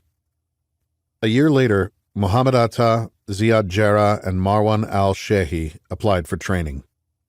Talib had conducted what was known in special operations circles as an advance force operation. He had confirmed that a dark-skinned Muslim on a student visa could apply for flight training in the United States without getting a visit from the FBI. By all indications, Talib had been living his life as a U.S. citizen for almost 2 decades, without any negative interaction with law enforcement or U.S. intelligence agencies. Had he reformed? Or was he just biding his time, waiting for his next assignment? That was not Reese's department. This man was a foreign agent, responsible for the deaths of almost 3,000 Americans, citizens with families and dreams, just like Lauren and Lucy. His actions had forfeited his right to citizenship. It was time for him to die. The man who knocked on the door to the home wearing what most people still called a COVID mask could have been anyone, a friend, relative, neighbor, or business associate. He spoke briefly to the man who opened the door and then disappeared inside. Shit! I should have had my phone ready, or even better, had a high-resolution camera with a zoom lens. Rookie. 20 minutes later, the man re-emerged alone and casually made his way down the street, away from Reese's position. The camera on Reese's iPhone wasn't bad, but it was not made for taking surveillance photos through windshields at over 100 yards. Something about the way the man moved put Reese on edge. He'd seen it in the instructors at the farm, men and women who had been trained to blend in while still remaining situationally aware in non-permissive environments. He took a burst of photos and resisted the urge to follow the visitor. Stay on target. Reese forced down a sip of coffee from the 26-ounce Yeti Rambler in the seat next to him. The mini-mart where he'd filled up hadn't had any honey, so he'd been forced to substitute with artificial sweeteners and French vanilla creamer. Reese made a mental note to dig out his Black Rifle coffee travel kit and keep it in his vehicle. The woman and children returned around noon. Less than 10 minutes later, the first police car arrived. Reese continued to snap pictures with his phone as a fire truck roared down the street and came to a stop in front of the target house, an ambulance and another police cruiser close behind. The paramedics entered the home with 2 large medical packs as 2 EMTs pulled a wheeled stretcher from the back of the ambulance and maneuvered it inside. What the fuck is going on? Reese wondered. In less than 5 minutes, the medical team re-emerged with a body strapped to the gurney. They loaded the patient into the back and sped off with sirens blaring. Moments later, the woman and children rushed down the steps and into an aging Civic, taking off after the ambulance. Reese exited his vehicle and approached a police officer who was talking to a firefighter. Hey guys, Reese said, holding up his marshal badge. "I was just driving by. What happened?" "Heart attack," the officer responded. "That's too bad," Reese said. "Will he make it?" The officer looked to the firefighter, who shook his head. "He's gone. We still rushed them to the hospital as a matter of protocol.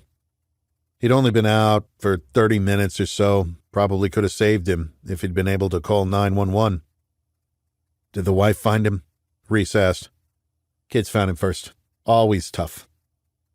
Reese contemplated telling the cop that he'd seen a man leave the house just minutes before the family had returned, but that would have led to additional questions. Reese had already pushed it enough. "So rough," Reese agreed. "You guys stay safe. Thanks for holding the line." "You too, Deputy." Reese crossed the street and walked back toward his cruiser. "There is no such thing as a coincidence," was a popular saying in spy novels and movies. In real life, Reese knew that coincidence was a real thing. That is why it was a defined term. Then what is this? Who is the man who arrived just prior to Talib's family returning? Had he killed the first target on Reese's list? Though he knew it was a fruitless effort, Reese took his time getting out of town, slowly weaving his way through the surrounding streets on the off chance he might see the man in the mask. Still perplexed by the mysterious visitor, Reese turned south onto the interstate, toward the next name on his list.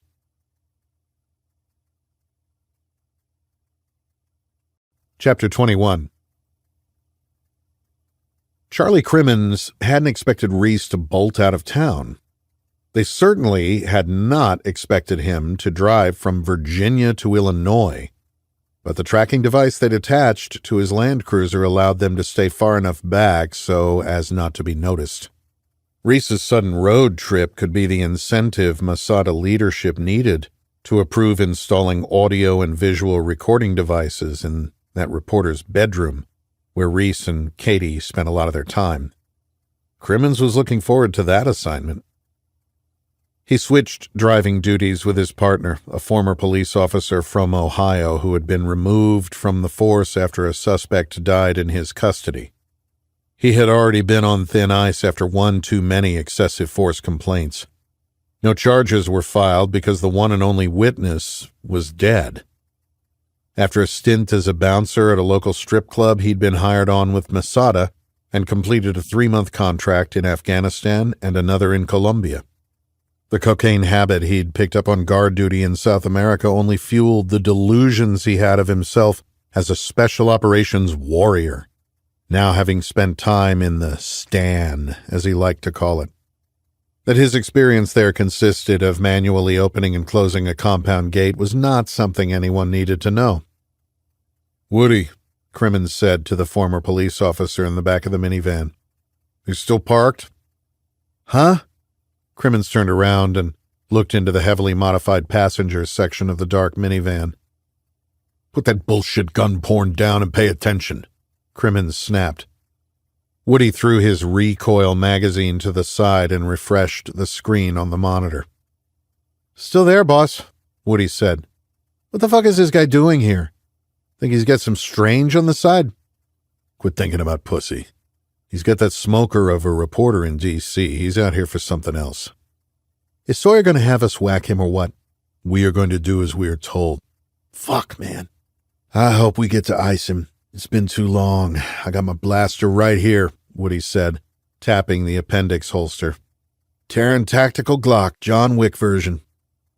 Crimmins could only listen to so much from the wannabe super soldier. "I'm hungry," Crimmins said. "I'll take over for you. Why don't you run back to that kebab place we passed a couple blocks back and pick me up a tandoori chicken?" "Fuck that Hodge shit. Had enough of that in the sandbox. First of all, you didn't do shit in the sandbox. Secondly, it's Indian food. And thirdly, you can go wherever you like, but you'll grab me a tandoori chicken." "Fuck." "You want a drink?" Woody asked, moving his steroid-assisted bulk into the front passenger seat. "Dr. Pepper, and have them throw in some—" His order was interrupted by a siren. Crimmins watched in the side view mirror as a police cruiser sped past and turned onto the street where their tracking device pinpointed James Reese. Where's he going? Crimmins wondered aloud. Oh man, I miss that rush, Woody said. Probably going to smash some skulls. A fire truck, ambulance, and another police car passed in close succession. What else you want with that Hodge food? Forget it, get in the back, hit the recorders. Woody maneuvered into the commander's swivel chair in the back, which allowed him access to the technical surveillance equipment that lined one side of the van. We're good, he confirmed. Glad that the equipment was almost idiot-proof, Crimmins started the engine and slowly merged onto the street. Doing a drive-by with the Maryland plates was a risk. Thankfully, he'd already requested another Masada team to assist with surveillance. A second vehicle in the rotation would help keep them from getting burned. Target vehicle still hasn't moved, Woody said. Roger. Crimmins turned onto the street and immediately identified the emergency response vehicles in front of a home just down the road from their target vehicle. He recognized Reese talking to a police officer and firefighter in front of the house and continued to drive past, collecting 360-degree video. He drove 4 more blocks before pulling over. What the fuck was that about, boss? Not sure. Keep an eye on that monitor. Let me know if he moves. Crimmins pulled a phone from his pocket, selected a name, and brought it to his ear. Eric Sawyer listened to the report. Send me the address and stay on him, he ordered before ending the call. The address appeared in his messages a moment later. Sawyer forwarded it to an assistant and, within minutes, had a name and criminal history from a publicly available background check. Sawyer picked up his encrypted Crypt-All secure mobile phone, which was used to communicate only with people who owned the same devices, and placed a call. Senator Thwaite answered immediately. What do you have for me? He asked. James Reese drove to Chicago. He parked outside a house owned by a man named Kareem Talib, a naturalized U.S. citizen with no criminal record. And Kareem Talib died of a heart attack while Reese was parked outside. That gives me next to nothing. If I were you, Senator, I'd use your contacts at whatever government agency owes you a favor and find out all you can about Kareem Talib. The senator terminated the call and did just as he was told.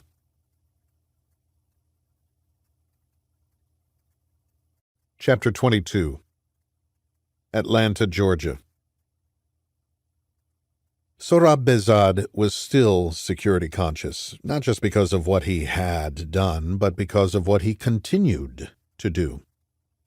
Emigrating from Morocco in the early 90s, drawn to Nevada by the low cost of living and growing Muslim population, Sohrab's father had started his American dream as a cab driver. He soon had to quit because of the distasteful practice the company had of long-hauling tourists to cheat them for a higher fare. That and dropping drunks at strip clubs ran counter to his beliefs.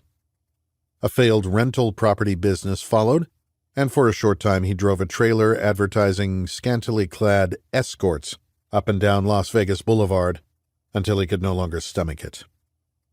Speaking fluent French, English, and Arabic, his wife found a good-paying job at one of the upscale hotels and acted as an interpreter when the various princes from the kingdom and other parts of the Middle East rented out the penthouse suites for a week of sin.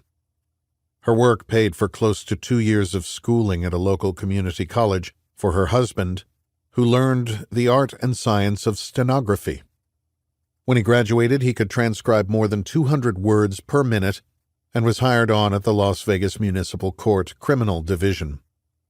The elder Behzad was proud of the life he carved out for his family in the land of opportunity. For the teenage Behzads, the Mecca of sin provided other temptations. Sohrab had been young in the spring and summer of 2001 and had already spent time in the Clark County Juvenile Detention Center for possession with intent to sell. His older sister had been disowned by their parents, the lure of the Vegas Strip proving stronger than the teachings of Allah. It was her pimp who had introduced Sohrab to the drugs. The money and women that came with them were hard to resist. It wasn't easy being a Muslim so near to the gambling, fornication, and gluttony of Sin City. The Bezads lived 15 minutes from downtown, a distance that proved not far enough. There was only a single mosque when his parents had arrived from Morocco, and they raised their children to be stringent adherents of the faith. When Sorab's sister had been brought before the judge as part of a prostitution sting operation, his father dutifully took notes as a court reporter. When he returned home that evening, they had boxed up all her belongings and removed them from the house, stacking them by the garage. She had picked them up a week later with a strange man who loaded them into a lowered van. Her mother watched from the window, but her father refused to even look at her. All her photographs were discarded, and she was never spoken of again. Sorab continued to sell drugs at his high school. He was paid in sexual favors by the pimp's prostitutes and given money that to a 17-year-old kid seemed like a fortune. All the while he continued to go to the mosque and pray with the men. He wasn't yet ready to be kicked from the nest. His parents did not disown him, as they had his sister when he returned from the juvenile detention facility. He had found a deeper connection to Allah while incarcerated, which they saw as a blessing. His time in the state-run facility had two unintended results. He had learned to fight with improvised weapons, and he had been recruited. It was rumored that the imam from their mosque in the Vegas suburbs had fought the Soviets in Afghanistan, but he didn't look like a battle-hardened warrior to Sorab. When the imam called upon him one evening after prayers, he had expected a lecture on the dishonor his criminal activity had brought to his family. Instead, they discussed worldwide Muslim persecution. The same country that had locked him up for a minor drug offense was actively murdering Muslims across the globe at the behest of the Jews. The respected imam had given him a mission. 4 men would be coming to Las Vegas, and Sorab would be their guide. It was important that they not attract attention. He was to provide them with a list of hotels and internet cafes with no security cameras, and he was to help them get around while they were in town. If Sorab was successful, the imam would have further assignments that paid. In exchange, Sorab would have to swear to Allah that he would stop selling drugs. The 4 men visited Las Vegas 6 times over the next few months. Each time, Sorab did his duty. They were not interested in strippers, gambling, or cocaine. Instead, they stayed to themselves, meeting in the dirty rooms of shitty motels in the seedier sections of the city just off the Strip. They also spent long hours in the Cyber Zone Cafe. It was Sorab's responsibility to make sure they could get to and from their destinations in a way that wouldn't attract attention. That, and teach them how to fight. They wanted to learn the skills Sorab had acquired in jail. They were particularly interested in training with box cutters. Sorab adapted what he'd learned as a ward of the state. He taught them how to use the short-bladed cardboard cutting tools as instruments of death. He didn't think it unusual when he saw Mohammed print off flight schedules in the cyber cafe. Nor did he think much of it when he drove them to the Hoover Dam. He did find it strange when the one called Marwan wanted to move to the St. Louis Manor. Only after the attack did Sorab realize that the new hotel put him a block from the Stratosphere, the tallest building in Vegas. In the days following September 11th, he saw their pictures on the news. Mohammed Atta, Hani Hanjour, Marwan al-Shehi, and Ziad Samir Jara. Rather than disgust or guilt, he felt a power. He was a warrior of Allah. He walked with a newfound swagger. He trained harder in the ring and in the weight room, feeling a great sense of pride when the hookers commented on his physique. Sorab stuck to his schedule after the attacks, continuing to work out at the boxing gym, pray at the mosque, and smoke weed with prostitutes. He kept his word and never sold drugs again. Using them was another story. When the imam called him to his office, he did not mention the men who were now known the world over as the 9/11 hijackers. Instead, he offered Sorab another job. The mosque would recommend him for employment with the Islamic Relief Society of America. One of their objectives was to provide security to mosques in the United States and Canada. They would train him as a safety and security operations officer, even bringing in the Arab American Police Association to conduct a seminar titled Protecting Our Places of Worship. Violent anti-Islamic backlash was expected as part of the fallout from the attacks, and mosques needed to be prepared. Sohrab accepted. Without leaving his adopted country, he could be a warrior for the faith. Almost 2 decades later, Sohrab was one of the leading experts on mosque security in the United States. His skills had improved over the years as he added Brazilian jiu-jitsu and firearms training to his regimen of boxing and weightlifting. The Islamic Relief Society sent him around the country conducting mosque vulnerability and risk assessments, writing armed carry authorization policies, providing emergency medical training, developing active threat engagement strategies, instructing de-escalation courses, and teaching incident response and crisis management. His favorite days were those training staff and volunteers for what were now called active shooter scenarios. After a day of force-on-force UTM paint cartridge training, he was ready for a night of ganja and female companionship. The dating apps on his phone made it so much easier to connect to call girls in the cities he visited across the country.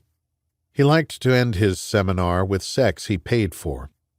He favored the transactional nature of the relationship. He could fuck them and kick them out, just like his parents had abandoned his sister.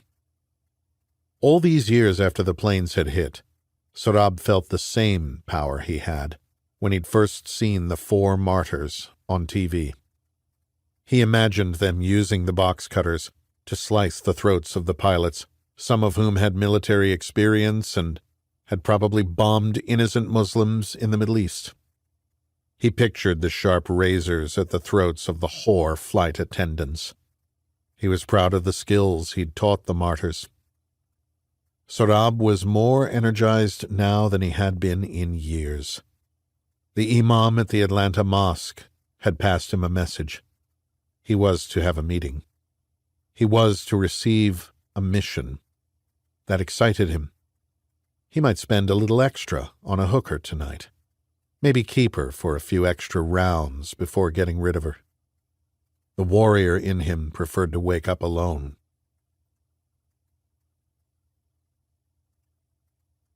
Chapter 23. Atlanta, Georgia. Reese had taken his time with this one.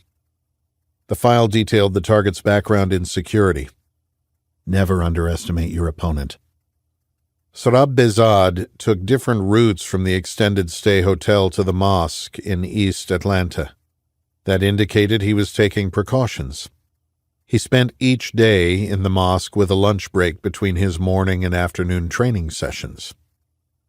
Reese was staying in the same hotel, which allowed him to access camera locations, entry and exit points, and study the doors and locks.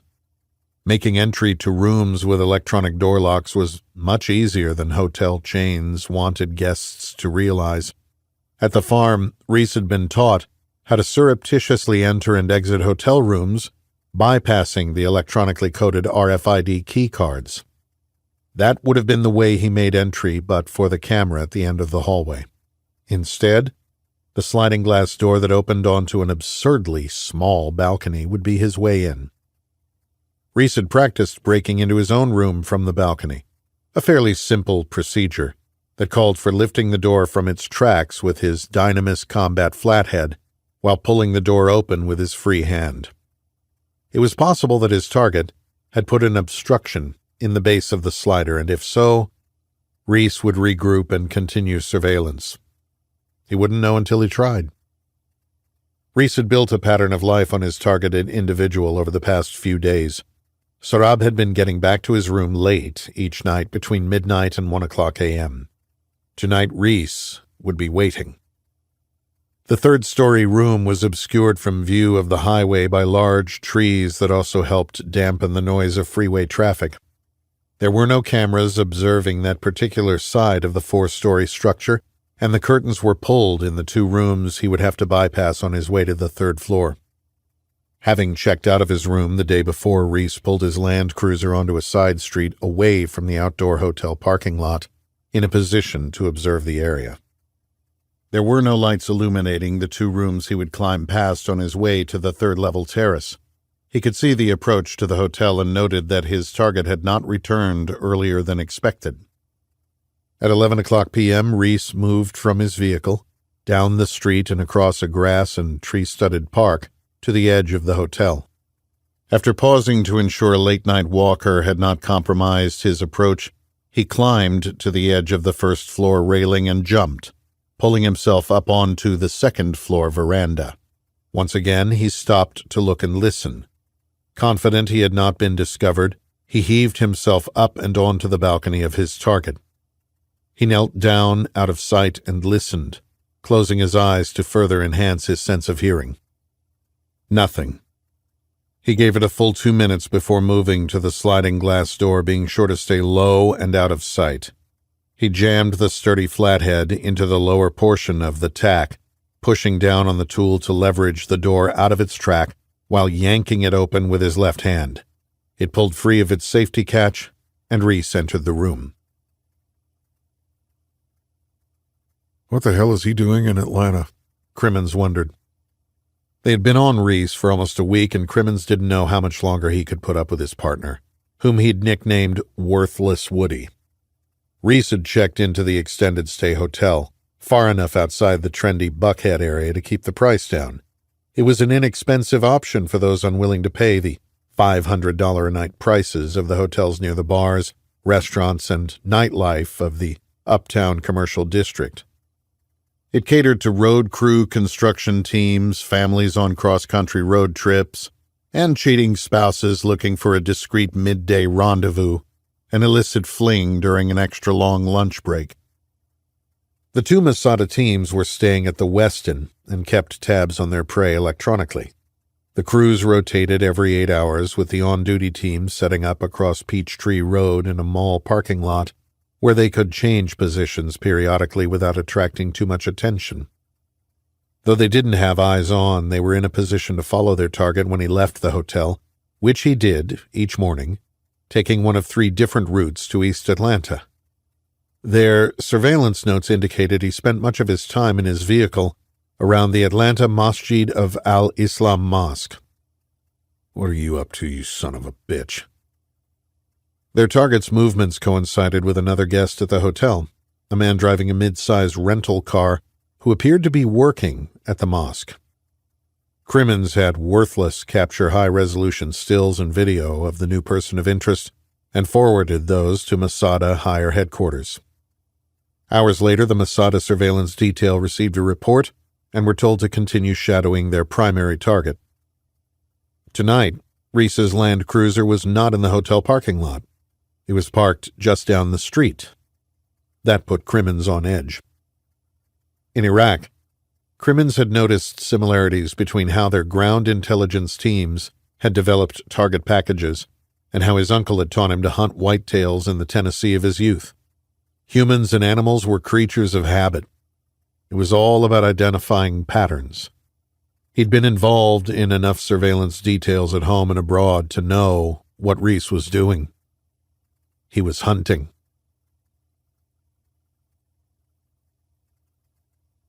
Chapter 24. Reese waited in darkness. He'd wetted down the Dead Air Odessa 9 suppressor with water from the bathroom's sink to further dampen the sound.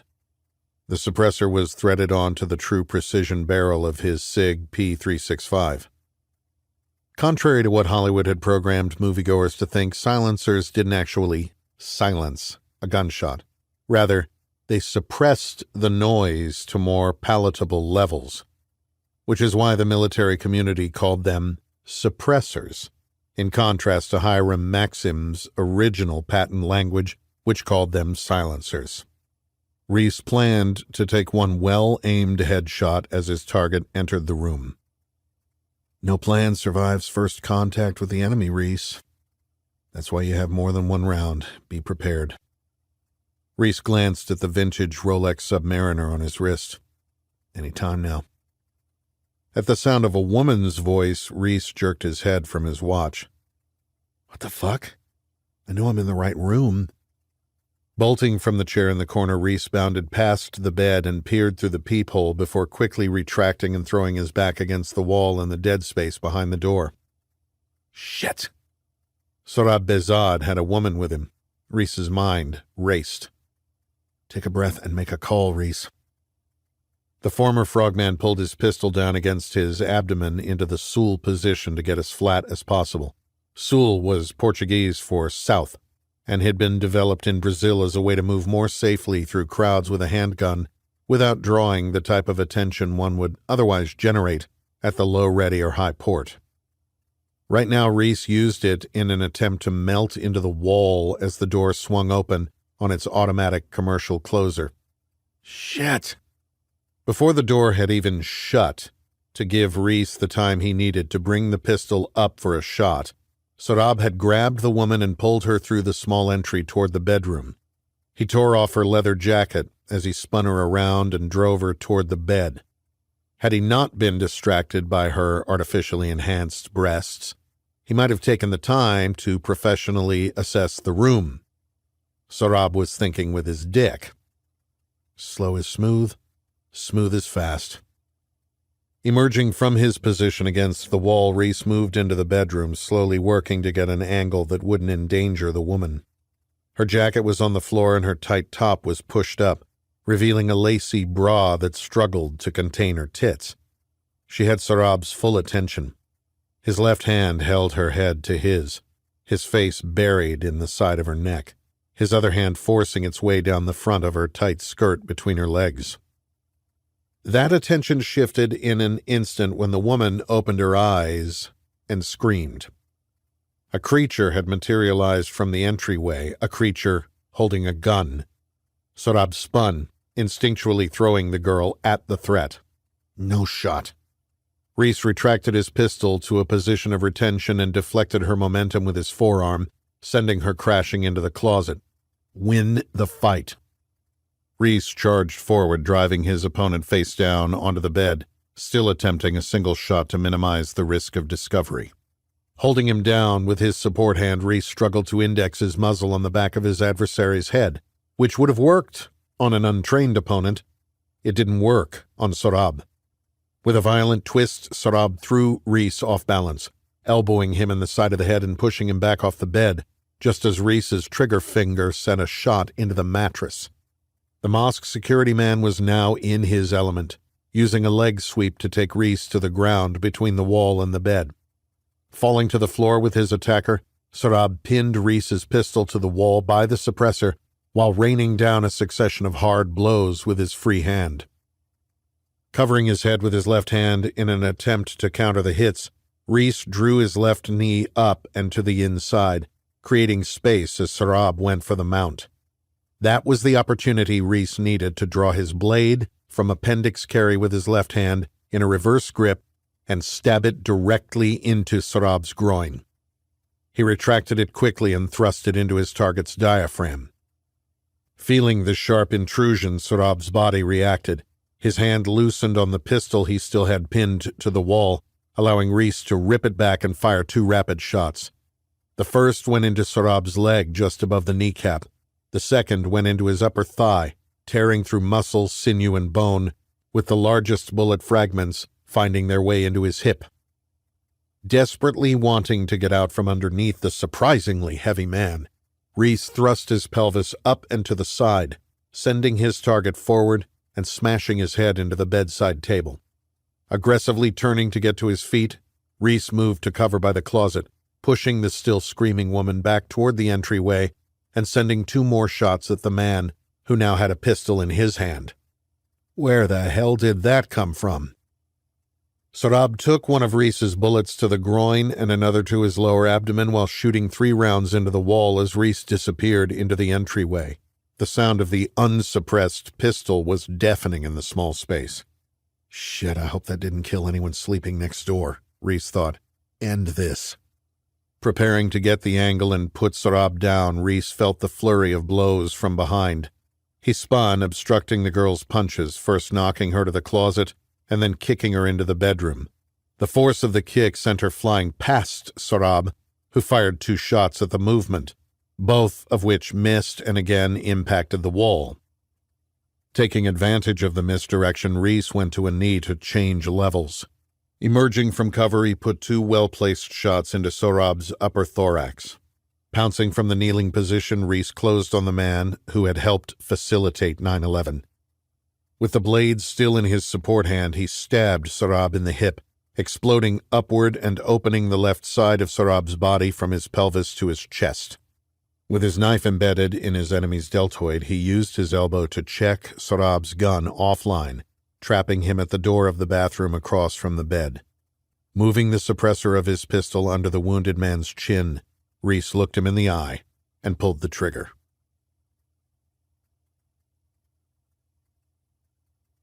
Chapter 25. Ali Ansari was fulfilling his due diligence. Of all the assets in place across the United States, he had the most specific information on Sorab Behzad. The man worked for the Islamic Relief Society of America and had been in and out of mosques developing security plans for almost 20 years. According to the file, Sorab came from a devout Islamic home. The family had disowned his sister years ago. Lucky for her, she didn't live in Afghanistan. Ali knew that when she left the world of the living, she would spend eternity in the fires of Al-Nar. In fact, Jahannam might be the next place the siblings were reunited. Ali pulled his car to a stop across the street from the extended stay hotel. He'd tailed Sorab from the hotel to the mosque to dinner at the home of the imam, and then into an area of the city one wouldn't want to spend much time in unless it was absolutely necessary. Ali wondered why Sorab didn't pick one of the more upscale gentlemen's clubs in Atlanta. 2 hours later, Sorab exited and picked up a woman by the back entrance. It was not difficult to discern that she was a whore, just like his sister. No matter. Sorab would soon be dead. They had an appointment in Briarwood Park the following day. There, Ali would pass on the Marburg dispersal device, along with the vitamin D tablet antidote. Atlanta would suffer the same fate as Denver. Ali was about to start up his car and return to his hotel, his curiosity satisfied, when he heard the gunshots. Instantly alerted, he focused his attention back on the 4-story establishment. His breathing intensified as he wondered what was happening and if he should get out of the area before the police arrived. Catching movement in his peripheral vision, he watched as a side door swung open and a man and woman swiftly moved into the dark wooded area just south of the hotel. The woman was the same one who had entered with Sorab, but the man was someone new. What is this? The man kept his head down but was obviously alert, his arm around the woman who stumbled along next to him. Ali took pictures with his cell phone before they vanished into the darkness. For a moment, Ali didn't know whether to follow the man and the whore, stay observing the hotel to find out what happened to Sorab, or turn tail and put as much distance between him and the gunshots as possible. Trusting his instincts, he hit the start button and eased into the night. As his headlights illuminated his marks, Ali was careful not to change speed. He passed them getting into a Land Cruiser. Had it been a different car, Ali might not have noticed, but it was a vehicle prevalent in the land of his upbringing, and not so prevalent in the United States. He had also seen it before, outside the house of Karim Talib in Chicago. Ali's heart raced faster than his mind. A nervous sweat caused him to take a tighter grip on the wheel, his eyes darting to the rearview mirror and out the side windows looking for any sign of the American FBI. If law enforcement were on to him, they would not have allowed him to pass the device to the assets in Texas and Colorado. Were they following him? Was he leading them to the entire cell? Had all his hard work been for nothing? No. The Americans would have stopped him. This was something different. Ali drove exactly the posted speed limit, watching the cars around him. He pulled into a gas station on the outskirts of the city. He still had a mission. He carefully screwed a time-release mechanism onto the virus dispersal device and left it in an overflowing trash can. It would not be as effective as what Ali had originally planned for a local hospital, but in this business one had to adapt. The cold perspiration continued to intensify until he pulled into a motel just over the Alabama border. Acting as naturally as possible, he checked in and went to his room. He requested one with a view of the parking lot and immediately parted the drapes at the window, half expecting to see a fleet of American police cars descend upon him. He opened his Biodyne work computer and selected a VPN.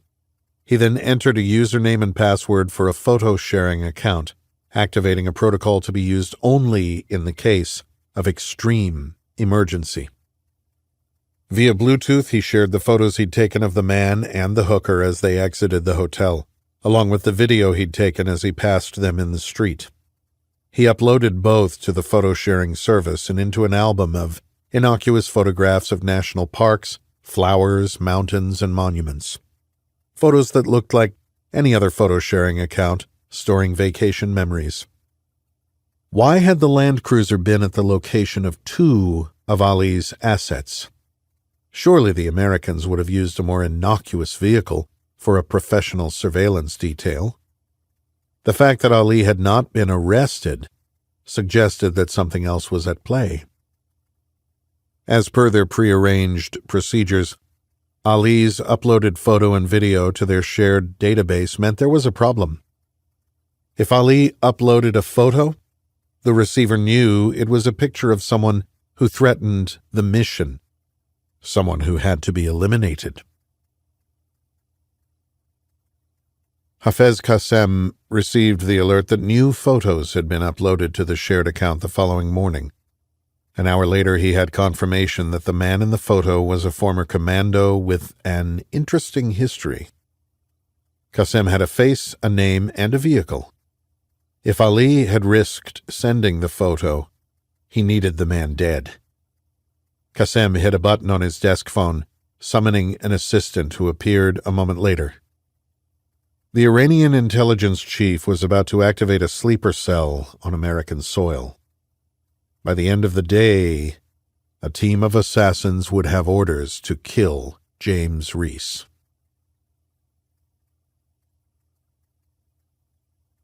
Part 2. Infection. Marg bar Amrike. Death to America. Ali Khamenei, Iran's supreme leader. Chapter 26. Camden, North Carolina. Eric Sawyer finished reading the report for the fourth time and tossed it onto his desk, leaning back in his Wegner swivel chair and interlacing his fingers behind his head. Lieutenant Commander James Reese, what are you up to? Save for the lavish chair, his office as founder and CEO of Masada Security Solutions was no different than the 9 other offices that dotted the administration building of the largest paramilitary training facility in the United States. Just across the Virginia border in North Carolina, Masada's 8,000-acre flagship compound boasted indoor and outdoor shooting ranges, a driving track, a lake for waterborne insertion operations, 2 sniper ranges, an airfield, kill houses, a maritime interdiction trainer, and a multi-purpose canine complex. They also had constructed what they called the Tactical Training Laboratory, a huge, state-of-the-art indoor facility housing multiple buses and airplane fuselages. Lighting, audio, fog, and temperature could be configured from a control room that filmed the practice runs for later debriefings and assessments. They even had a 150-foot ship available to rent for visit, board, search, and seizure underway training docked in Norfolk. Located within driving distance for special operations units based in Fort Bragg and Virginia Beach and the FBI's hostage rescue team in Quantico, Virginia, Masada was a playground for the best operators in the world. It was also the headquarters of Sawyer's private army. Sawyer preferred his office to look just like those of the boys, the retired operators and spooks who ran the day-to-day operations of what had popularly become known as a PMC, or private military company. His employees were called contractors in Western parlance. The rest of the world called them mercenaries. Behind his back, he was disparagingly called the whore of war by those critical of outsourcing America's wars to for-profit companies. Sawyer wore the moniker as a badge of honor. He had purchased the property with a sliver of his inheritance after his return from Mogadishu. It had come a long way. The years following 9/11 saw an explosion of growth in the security sector, and Sawyer was positioned to pounce. He used the new influx of capital from overseas contracts to expand the North Carolina complex, also adding off-site facilities in California, Illinois, and Florida. Maritime, Air, and Intelligence divisions were run from offices in McLean, Virginia, near his most profitable clients, the U.S. Department of State and the Central Intelligence Agency. The privatization and outsourcing spurred on by the global war on terror had been good to Sawyer. The Spartan offices on the edge of the great dismal swamp stood in stark contrast to the building in McLean, where politicians could stop by for bourbon, and military and intelligence officials could marvel at the impeccably decorated conference rooms and offices. Maybe there was an office waiting for them in retirement if they approved a multi-million-dollar security contract. When Sawyer was in North Carolina, he wanted to train. He'd hit the obstacle course with a group from Quantico early that morning, impressing even the most fit agents in the group. When HRT moved on to the Tactical Training Laboratory to practice bus takedowns, Eric had challenged his COO of the training division to a shoot-off. The COO was a crusty master chief who kept the range schedule packed with well-paying clientele. He also happened to be on the streets of Mogadishu on October 3rd and 4th of 1993. They ran a stress course competition in full kit. Eric won the speed game but lost by 10 points when they scored their targets. "Fast is fine," the Master Chief chided his boss, "but accuracy is everything." "Wyatt Earp, I believe," Eric said, citing the attributed source of the quote. Though he didn't mention it to the old SEAL sniper, Eric knew his first shots were on target well before those of the aging Master Chief. He counted it as a win. Originally incorporated as Talos, named for the bronze god who guarded the island of Crete, the company name had subsequently been changed to Masada, following the unfortunate 2005 Gardez incident. In Greek mythology, Talos had a weakness. An unprotected vein in his ankle held his ichor, the lifeblood of the gods. It was a reminder to Sawyer that even the most powerful and well-trained among them had flaws. The country had weaknesses, as did his company and each individual operator who now worked for him. The key was acknowledging those weaknesses and then taking steps to turn them into strengths. Rebranding his company after an incident on par with the My Lai massacre in Vietnam, he had chosen the name Masada for the great fortress in southern Israel overlooking the Dead Sea, a fortress occupied by warriors who defied the Romans. It was occupied in AD 66 by a Jewish sect known as the Sicarii, for the small Sikai daggers they carried concealed in their clothing. At the end of the First Jewish-Roman War, as the Romans prepared to overrun the citadel, the Sicarii set Masada ablaze and committed mass suicide rather than become slaves of the Roman Empire. Sawyer's 21st century Masada in North Carolina was his personal fortress, and his operators were his Sicarii. Sawyer registered Masada offshore in Barbados as a tax-exempt corporate entity, with daily flights to Bridgetown from Miami, Charlotte, Dallas, Philadelphia, New York, and Atlanta. It was easy to host meetings away from the prying eyes of investigative journalists employed by the New York Times and Washington Post. Though Sawyer wouldn't be caught dead on a commercial carrier, his clients could fly into Grantley Adams International Airport and then transferred to a Twin Otter for the short flight to the island of Mustique, a Caribbean hideaway for those willing and able to pay for its veil of privacy. Sawyer's father had purchased property there in the late 60s, property that was now endowed by a trust attached to an innocuous LLC. Sawyer had printed out the report from the surveillance team assigned to James Reese the night before, mulling it over in preparation for his upcoming call to Senator Thwaite. Rather than reading important documents on his monitor, he preferred to print them off. He needed the visceral experience of reading from physical paper in his hands. It helped him process and think. He circled sections and made notations with his St. DuPont fountain pen, handcrafted to honor the warriors of feudal Japan. It had been a gift from a Japanese businessman after Sawyer had provided him with revealing photographs of the CEO of a rival company.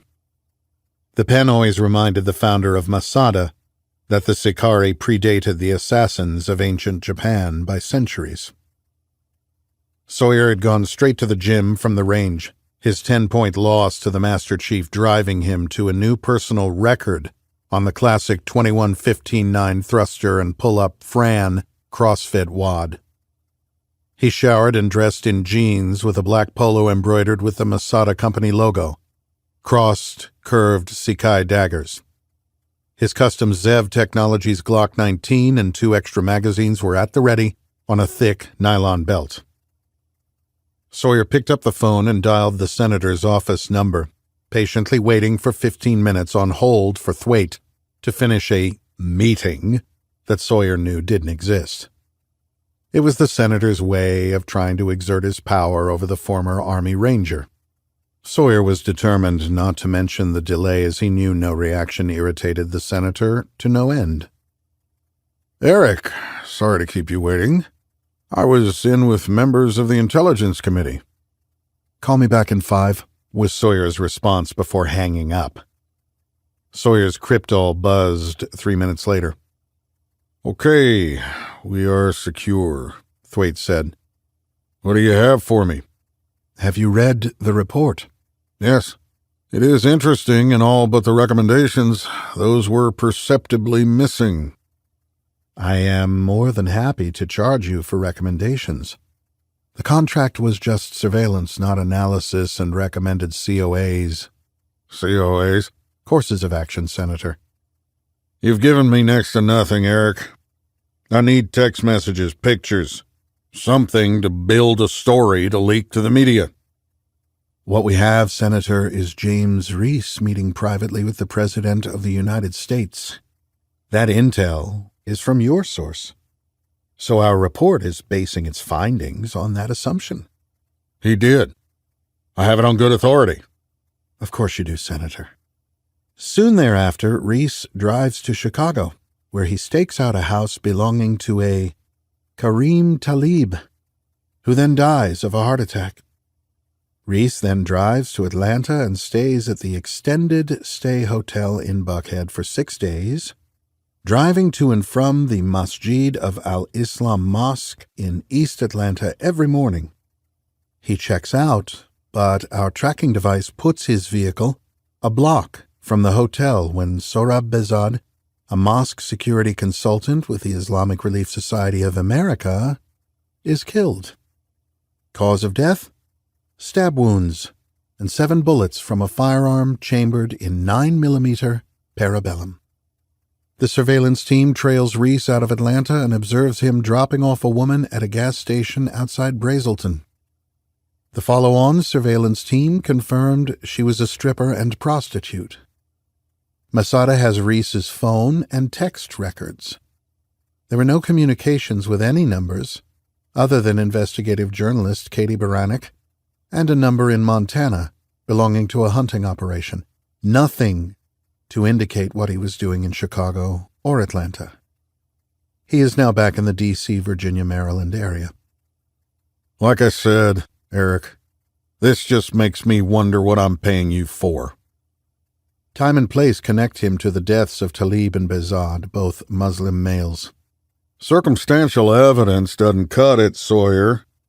I need something I can use. What did you find out about Talib and Behzad? I would think the chairman of the Intelligence Committee would have the power to look into their backgrounds. Thwaite ignored the comment. Talib was under surveillance for years after 9/11. Sawyer leaned forward in his chair. Really? Yes, really, Thwaite said, finally enjoying a small victory. Why? Something about taking, or I should say attempting to take flying lessons at the same school as the hijackers. At the same time? Sawyer asked. No, about a year before. Why was surveillance dropped? Clean record. No contact with anyone on a terrorist watch list or no-fly list in person or electronically. No extremist website activity. When was it dropped? After the bin Laden raid. And Behzad? Sawyer asked. Juvenile record for drugs in Vegas. Looks like he committed to Islam in prison and has been clean ever since. He was one of the country's foremost authorities on mosque security. Country of origin? Parents are from Morocco, immigrated to the United States in 1992 and settled in Las Vegas. Father is a court recorder and the mother is employed by one of the casinos. Any government surveillance, similar to Talib? If there was, it's not in any government records. I see. I'm going to need more, Sawyer. Recommend we stay on Commander Reese. It appears he was surveilling both at the time of their deaths. There is a connection. We will find it. Sawyer could buy one coincidence. Two, on the other hand? Fool me once, he thought. Find the connection. Build the story. Get me what I need to destroy this president. Senator, these secure phones we use. What about them? Talos. What? There is always a weakness, Sawyer said. What are you talking about? I'll be in touch. Clear your calendar in the evenings all next week. I'm coming back to D.C.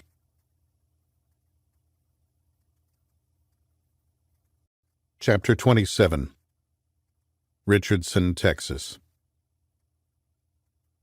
Dr. J dropped his day pack onto the cracked leather passenger seat of his slate-gray 1970 Porsche 911S and turned the key to crank the engine. It sounded more like a lawnmower than a high-performance sports car, but it was now more than 50 years old and built in a time when it was still possible to turn wrenches on motors instead of plugging them into computers for expensive diagnostic checks at the dealership. Today, its specs were dwarfed by even the most average of economy cars, but back in 1970, it was the pinnacle of performance. Gripping the wheel always brought him right back to the dinner table of his family's small Centralia, Pennsylvania home, where he would spend hours talking with his father about race cars. The family had neither a vehicle nor a television, but that did not stop them from dreaming. One of Dr. J's most pleasant memories was of taking the bus into Pottsville to watch Le Mans. For the first 3 minutes and 40 seconds of the film, as Steve McQueen throttles his Porsche through France, the legendary actor is uncharacteristically upstaged by the 200-horsepower machine. Dr. J had no idea how many previous owners his 911S had known before ending up on a used car lot outside Fort Sam Houston in Texas, where he had seen it rotting away, dented, and unloved. The financing interest rates had been atrocious, as they are at all car dealerships in military towns where slick salesmen in cheap suits love to take advantage of young E3s who have steady paychecks for the first time in their lives.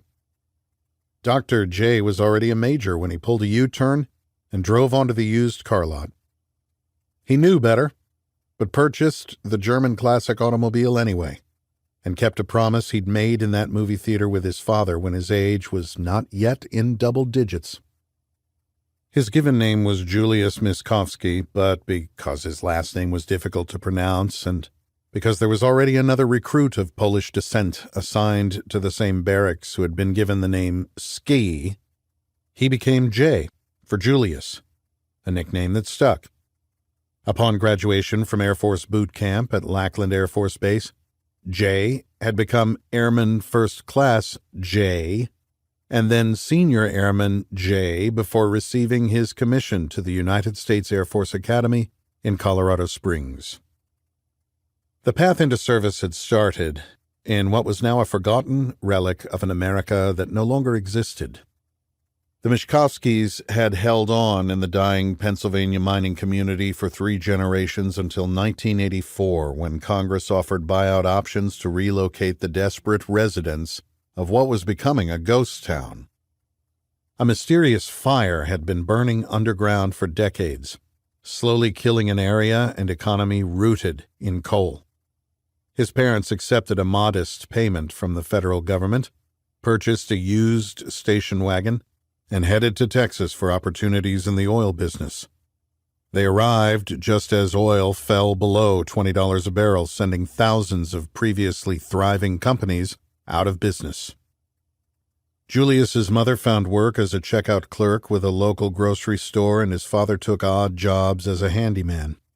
All 5 kids were working by middle school in a time and place where labor laws were not strictly enforced. Julius still remembered the taste of the fried spam he was eating when he heard that devastating cough. He would never forget the look on his mother's face when she heard her husband try to mask it by pretending to clear his throat. Mining families could immediately differentiate the cough of a common cold from the one that meant death. Pneumoconiosis plagued the mining community, more commonly referred to as black lung. Once you had it, there was no known medical treatment. His father died on Christmas Day, when Julius was in his first year of high school. It was that cough that spurred Julius to take his MCATs and pursue a career in medicine, first becoming Major J and then Dr. J. Trained in internal medicine and general surgery, he transferred into the Air Force Reserves in the late 90s. He wanted to provide a solid financial foundation for his wife and children, a foundation young Julius had never known. As a lieutenant colonel, Air Force Reserve doctor, he was mobilized after September 11, 2001, and soon found himself in Afghanistan running a field hospital. An assignment establishing the hospital in the Green Zone in Baghdad would follow. When he had his 3 years under his belt as a colonel, he retired and accepted a position at the Richardson Methodist Medical Center just northeast of Dallas. He didn't want his kids to grow up without a father. His experience in Afghanistan and Iraq lent itself to emergency medicine, and working in the small regional emergency room with a Level 1 response team provided all the stimulation he needed. At this stage in his career, he worked 9 o'clock a.m. to 9 o'clock p.m. shifts for 4 days straight, but was then able to enjoy 10 days off with his family. The boys were getting older and would soon be in college, pursuing dreams of their own. He and his wife had a few more years with their youngest daughter, and he intended to make the most of them. He was conservative in his investments, and the family lived well below their means. The Porsche was the one indulgence he allowed himself, a promise to a 7-year-old boy in a Pottsville, Pennsylvania movie theater eating popcorn with his father. Now, in his mid-50s, with 2 sons in high school and a daughter in 8th grade, a reserve military retirement check that would kick in a few years down the line, and a secure job at the hospital, he finally felt like he'd built the life he wanted. No matter how much he loved the familiar sound of the German engine and the slight aroma of gasoline in the cabin, he couldn't keep his mind off work. It was a bit unusual for an early flu spike, yet the hospital had seen more than the usual number this year. The entire country remained on edge from the COVID-19 pandemic still so fresh in the collective consciousness, and with flu symptoms so closely mimicking the fever, chills, headaches, and body aches of the coronavirus, Richardson Methodist Medical Center had invested in an Abbott ID Now point-of-care testing system. The procedure and testing provided coronavirus results in less than 15 minutes. So far, all patients exhibiting flu-like symptoms had tested negative for COVID. This had to be just an early flu season. It was 9:35 p.m. when he pulled the Porsche that his kids affectionately called the Time Machine into the garage. He kicked off his shoes and took the 4 steps up into the main house. He called out a quick hello to his wife and whichever kids happened to be home before taking the stairs 2 at a time to the second-level master bedroom to jump in the shower. His family was accustomed to this routine. Too many bugs in the emergency room, he always told his teenage girl. By the time he was out of the shower, his wife was just saying goodnight to their youngest. He stuck his head into her room and whispered, "I love you, honey. Sweet dreams." He then said hello to the boys who had been back from Friday night's football game for a couple of hours and were having a second dinner, as teenage football players were apt to do. "How did you play?" he asked his oldest. "Caught a touchdown pass, but we still got creamed." "Well, that happens in life, son." "How about you?" he asked his middle child. "I'm off the bench, finally starting. Just JV," he said. "Fantastic.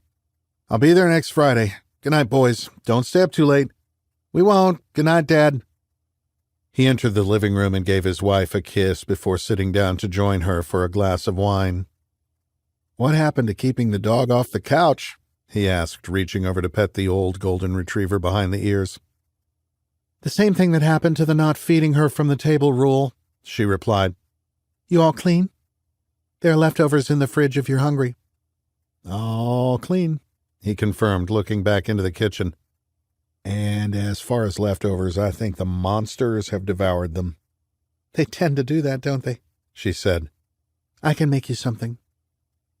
They had been married for 25 years, surviving multiple wars and a residency she categorized as tougher than the deployments. "I'll see what I can scavenge after the boys vacate the premises. How was the day?" As they caught up, he grabbed his laptop. The doctor in him couldn't help but scour a few medical sites to check for reports of flu spikes. He noted a few cases around the country, but nothing too out of the ordinary. Before going to bed, he ensured the house windows and doors were locked and that the alarm was set. Just after 1:00 a.m., his phone vibrated to life on the nightstand. He grabbed it and slid his finger across the screen to answer. He listened in silence. "Dr. J, something is going on," his head ER nurse said with an unusual edge to her voice. "We are being flooded. Everyone is so sick." Julius swung his feet from the bed and worked his way to the bathroom in darkness, carefully closing the door so as not to disturb his wife. "Sorry, Nancy. Just waking up. What's going on?" "I don't know. I've never seen anything like it. It's like the flu, but much worse. And everyone has it at once." "What do you mean, everyone?" "They look so sick." He could tell she was looking at patients as she spoke. "Nancy, what do you mean, everyone?" he repeated. "I mean, we are running out of places to put people. The waiting room is completely packed, and they just keep arriving." "Take a breath. I'll be there in 30 minutes. "I apologize, Doctor. I know you are off today, but we are going to need you. This is different." There was something about the way she said different. He ended the call and looked at himself in the mirror, noting the dark bags under his eyes, the result of working too many vampire hour shifts over the years. Running his hand over the gray stubble on his chin, he decided to forego the shave. He moved as quietly as he could from the bathroom to the walk-in closet and dressed before re-entering the bedroom. "Is everything okay?" his wife asked, pushing herself up on her pillow. "Oh, yes, don't worry," he whispered. "The ER is just a bit overworked tonight. Typical Friday in Texas. I'm going to go help out for a few hours. Go back to sleep. I'll see you in the morning. And then we can have 10 days off." He leaned over and gave her a kiss. It didn't enter his mind that he would never see his family again. When he arrived at Richardson Methodist Medical Center, his parking place was blocked by a truck with the engine still running. Vehicles occupied every space in the lot. Most were double parked. 2 ambulances were unloading patients in the arrival area, the lights swiveling with reds, yellows, and blues. A third pulled in as Dr. J passed. This couldn't be from the flu, could it? Not wanting to add to what was a palpable and growing panic, he stifled his desire to run. Instead, he walked swiftly past the growing line and into the ER, his brain flashing back to the field hospitals of Iraq and Afghanistan as he processed the scene. Nurses and doctors moved from patient to patient, stepping over piles of vomit that orderlies hurried to clean up, maneuvering mop buckets from one mess to the next. Nancy was right. This was different. People were everywhere, in the hallways, waiting rooms, and examination rooms, some supported by worried family members with terror in their eyes. Children, babies, the middle-aged and elderly of all races endured their weight together. Whatever was happening certainly did not discriminate. The unmistakable stench of bile overwhelmed his senses. He found himself wishing he was home, showering away the smells and memories of trauma wards and war zones. Dr. J remembered an attending physician early in his residency telling his interns, "The pungent smell of stale blood gets on you and sticks with you, and you cannot wash it off, no matter how many showers you take." That physician had been right. Blood in the vomit? The olfactory system in his old brain was warning Julius to get out and get away from the smell, away from the danger. Not today. Dr. J clicked into military mode and began barking orders. "Nancy, set up an area in the cafeteria to isolate," he said, pointing down the hall. "We're on it," she said, delegating the task to 2 junior nurses so she could take on the role of Dr. J's executive officer. "We need to get this cleaned up," he said, pointing to the vomit, remembering the blood on the floor of the field hospitals overseas. "Make it a priority." The staff had seen Dr. J like this before in the trauma room during emergencies. "Nancy, give me the biofire results from the last shift of the flu patients, the labs from the last 2 days. Get them now." The biofire assay was a blood test that checked for 26 known virus strains. The hospital had been testing patients with flu-like symptoms in the wake of COVID. BioFire was one of the biotech companies that had made it big during the pandemic and had developed the standard test to check for COVID, H1N1, rhinoviruses, and agents known to cause viral illnesses. "Here they are, Doctor," Nancy said. Julius pulled down his readers and stared at the results. All the patients were negative. "What the fuck is going on?" he whispered, leaning against his office door, looking from the data to the chaos of the hallway. This wasn't a plane crash, vehicle accident, or shooting, but it was, without a doubt, a mass casualty event. "Give me the CDC hotline and numbers for the sheriff's department and mayor's office," he said. "Julius, are we going to be okay?" "We will be fine." Dr. J was not a good liar. A nurse passed by in the hall, assisting a patient to an exam room. He looked up while attempting to cover a cough. Julius saw red hemorrhage in the conjunctiva of his eyes. "And get every staff member in full PPE, gown, gloves, goggles, and N95 masks. Do it now. And don't touch anything or anyone until every member of the staff is protected." "You got it, Doctor," she said before moving off down the hall to carry out her orders. Julius watched her go and then rushed to the lavatory, thoroughly washing his shaking hands before donning his PPE gear. "A hemorrhagic fever outbreak in Texas?" Before emerging into what was now ground zero, Dr. Julius Miskovsky dropped to his knees and began to pray.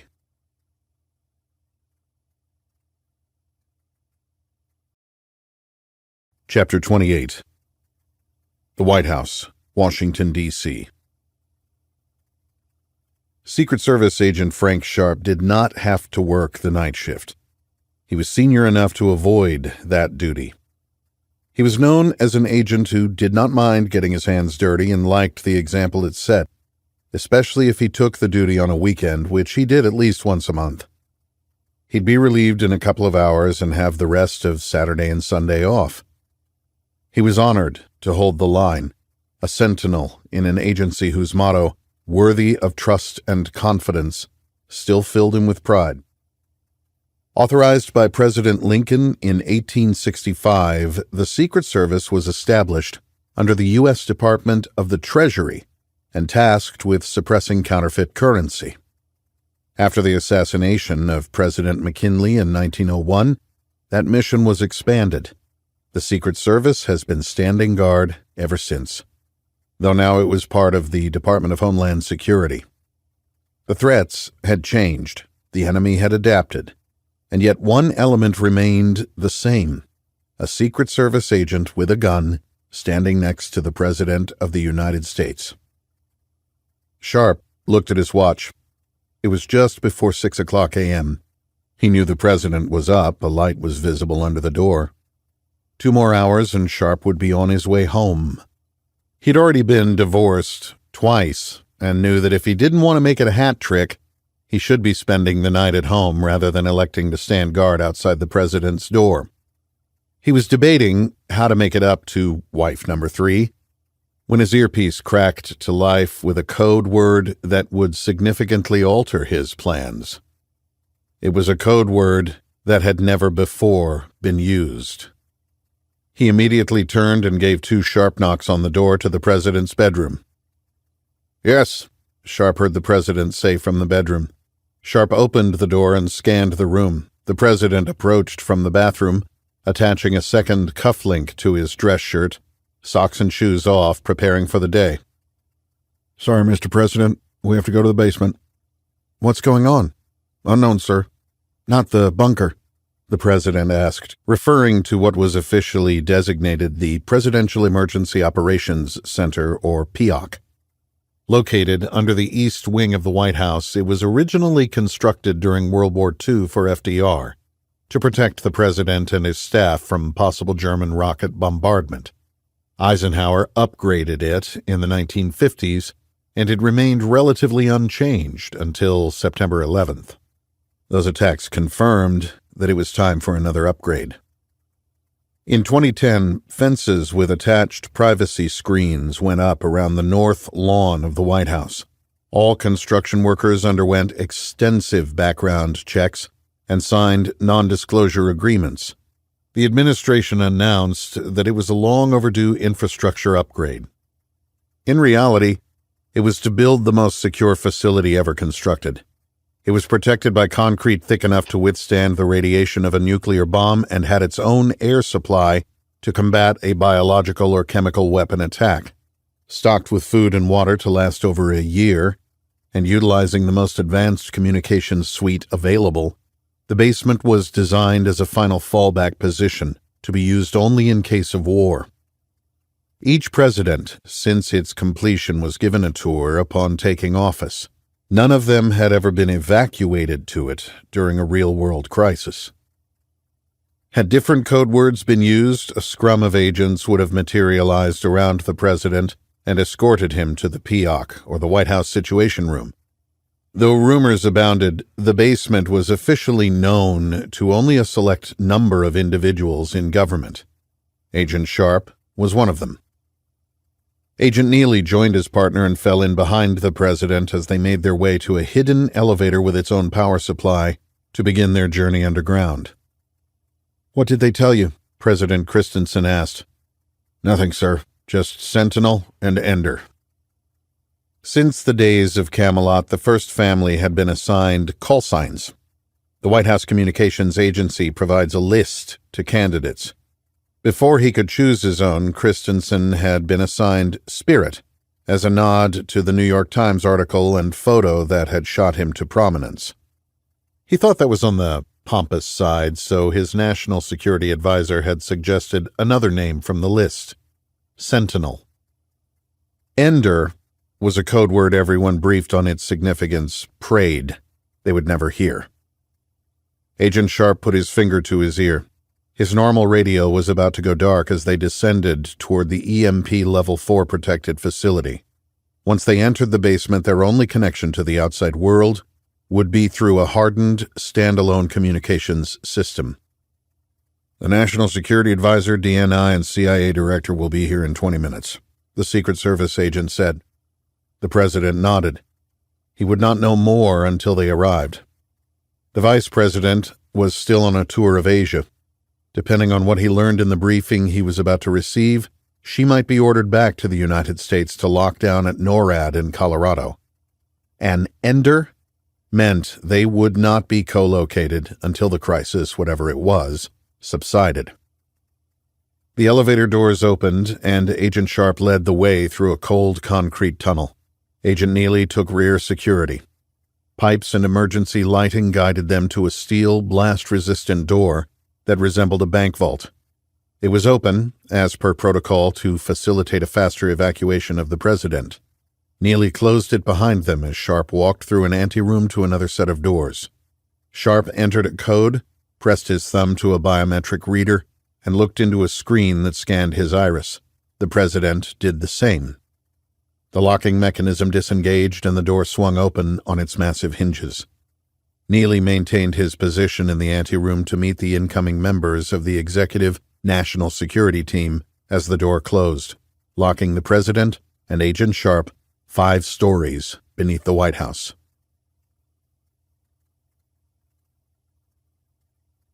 Chapter 29. Fairfax, Virginia. Haley Garrett's phone went off with an unknown government number coded 00011 just before 7 o'clock a.m. She looked over at her husband, but he had already snuck off for his morning run. She answered on the third buzz. Yes? Is this Dr. Haley Garrett? Yes. Who is this, please? She asked, already irritated at the tone of the caller's voice. Doctor, this is Deputy Director of CISA, Isaac Glover. CISA? Haley searched her memory, filled with government acronyms, as she shook the cobwebs from her head. The Cybersecurity and Infrastructure Security Agency? What can I do for you at... Haley turned her phone in her hand to look at the clock. 6:47 on a Saturday morning. We understand that you are the lead on a hemorrhagic virus outbreak in Angola. That's right, I was point on that outbreak. It burned itself out. My office would be happy to forward you the report. I've read the report, Doctor. There's been another outbreak. Damn it. Same area? Haley asked, rubbing sleep from her eyes and still wondering why the Deputy Director of CISA was calling her so early on a weekend. No, Glover cleared his throat. We are going to need you at CDC now. You will be briefed when you arrive. CISA will be handling all responses from here. You are not to discuss this with anyone. Discuss what? You haven't told me anything, Haley said, raising her voice. This has been designated a national security critical infrastructure threat. Any violation of these orders is an act of treason. Is the Deputy Director of CISA reading from a prepared document? What are you talking about? A CISA representative will be at your office shortly to coordinate. Thank you for your cooperation. Hey. Before she could get another word out, the line went dead. CISA? She knew that CISA had been created in 2018 and that it was a standalone agency reporting to the Department of Homeland Security. She had taken part in an exercise a year ago in which CISA co-opted control of the CDC in a simulated bioterrorism attack against the United States. Her part in that exercise had consisted of sending a couple of emails. She had not thought much about it at the time. Nothing in Deputy Director Glover's voice indicated this was another exercise, but she wouldn't know for certain until she got to work. She slipped out of bed, splashed cold water on her face, dressed, and texted her husband a message saying she'd been called into work. He'd see it when he returned from his morning run, promptly at 7:30 a.m. As she waited for the coffee machine to do its magic, she began connecting the dots. If CISA was confirming that she was the lead on the Angola outbreak and was calling her in on a Saturday morning, there really was only one reason. The outbreak didn't die out on the dark continent. It was alive, and it was now on U.S. soil. Without waiting for the coffee to finish, she grabbed her purse and headed for her car.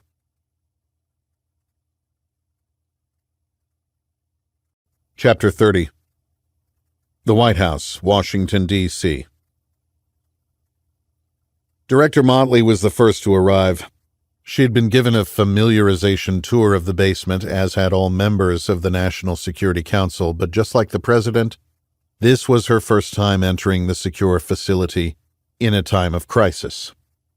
National Security Advisor Greg Farber and Alan Cruz, director of the Cybersecurity and Infrastructure Security Agency, emerged from the tunnel talking in hushed voices, followed by the Secretary of State, the Secretary of the Treasury, the Secretary of Defense, the Director of National Intelligence, and the Chairman of the Joint Chiefs of Staff. They were all flanked by Secret Service agents. Each of them typed in a code, pressed their fingers to the biometric scanner, and stared into the screen that read their irises to confirm identities and access. Cruz looked more like a construction foreman than he did a government bureaucrat. His height and girth suggested a past-his-prime linebacker when in fact Motley knew he was one of the smartest people in Washington. With a background in secure data storage, he was instrumental in advocating and building the cloud a decade before most had ever heard of it. Oracle often took a backseat to Microsoft and Apple in name recognition, but that didn't bother the founder, executives, or shareholders.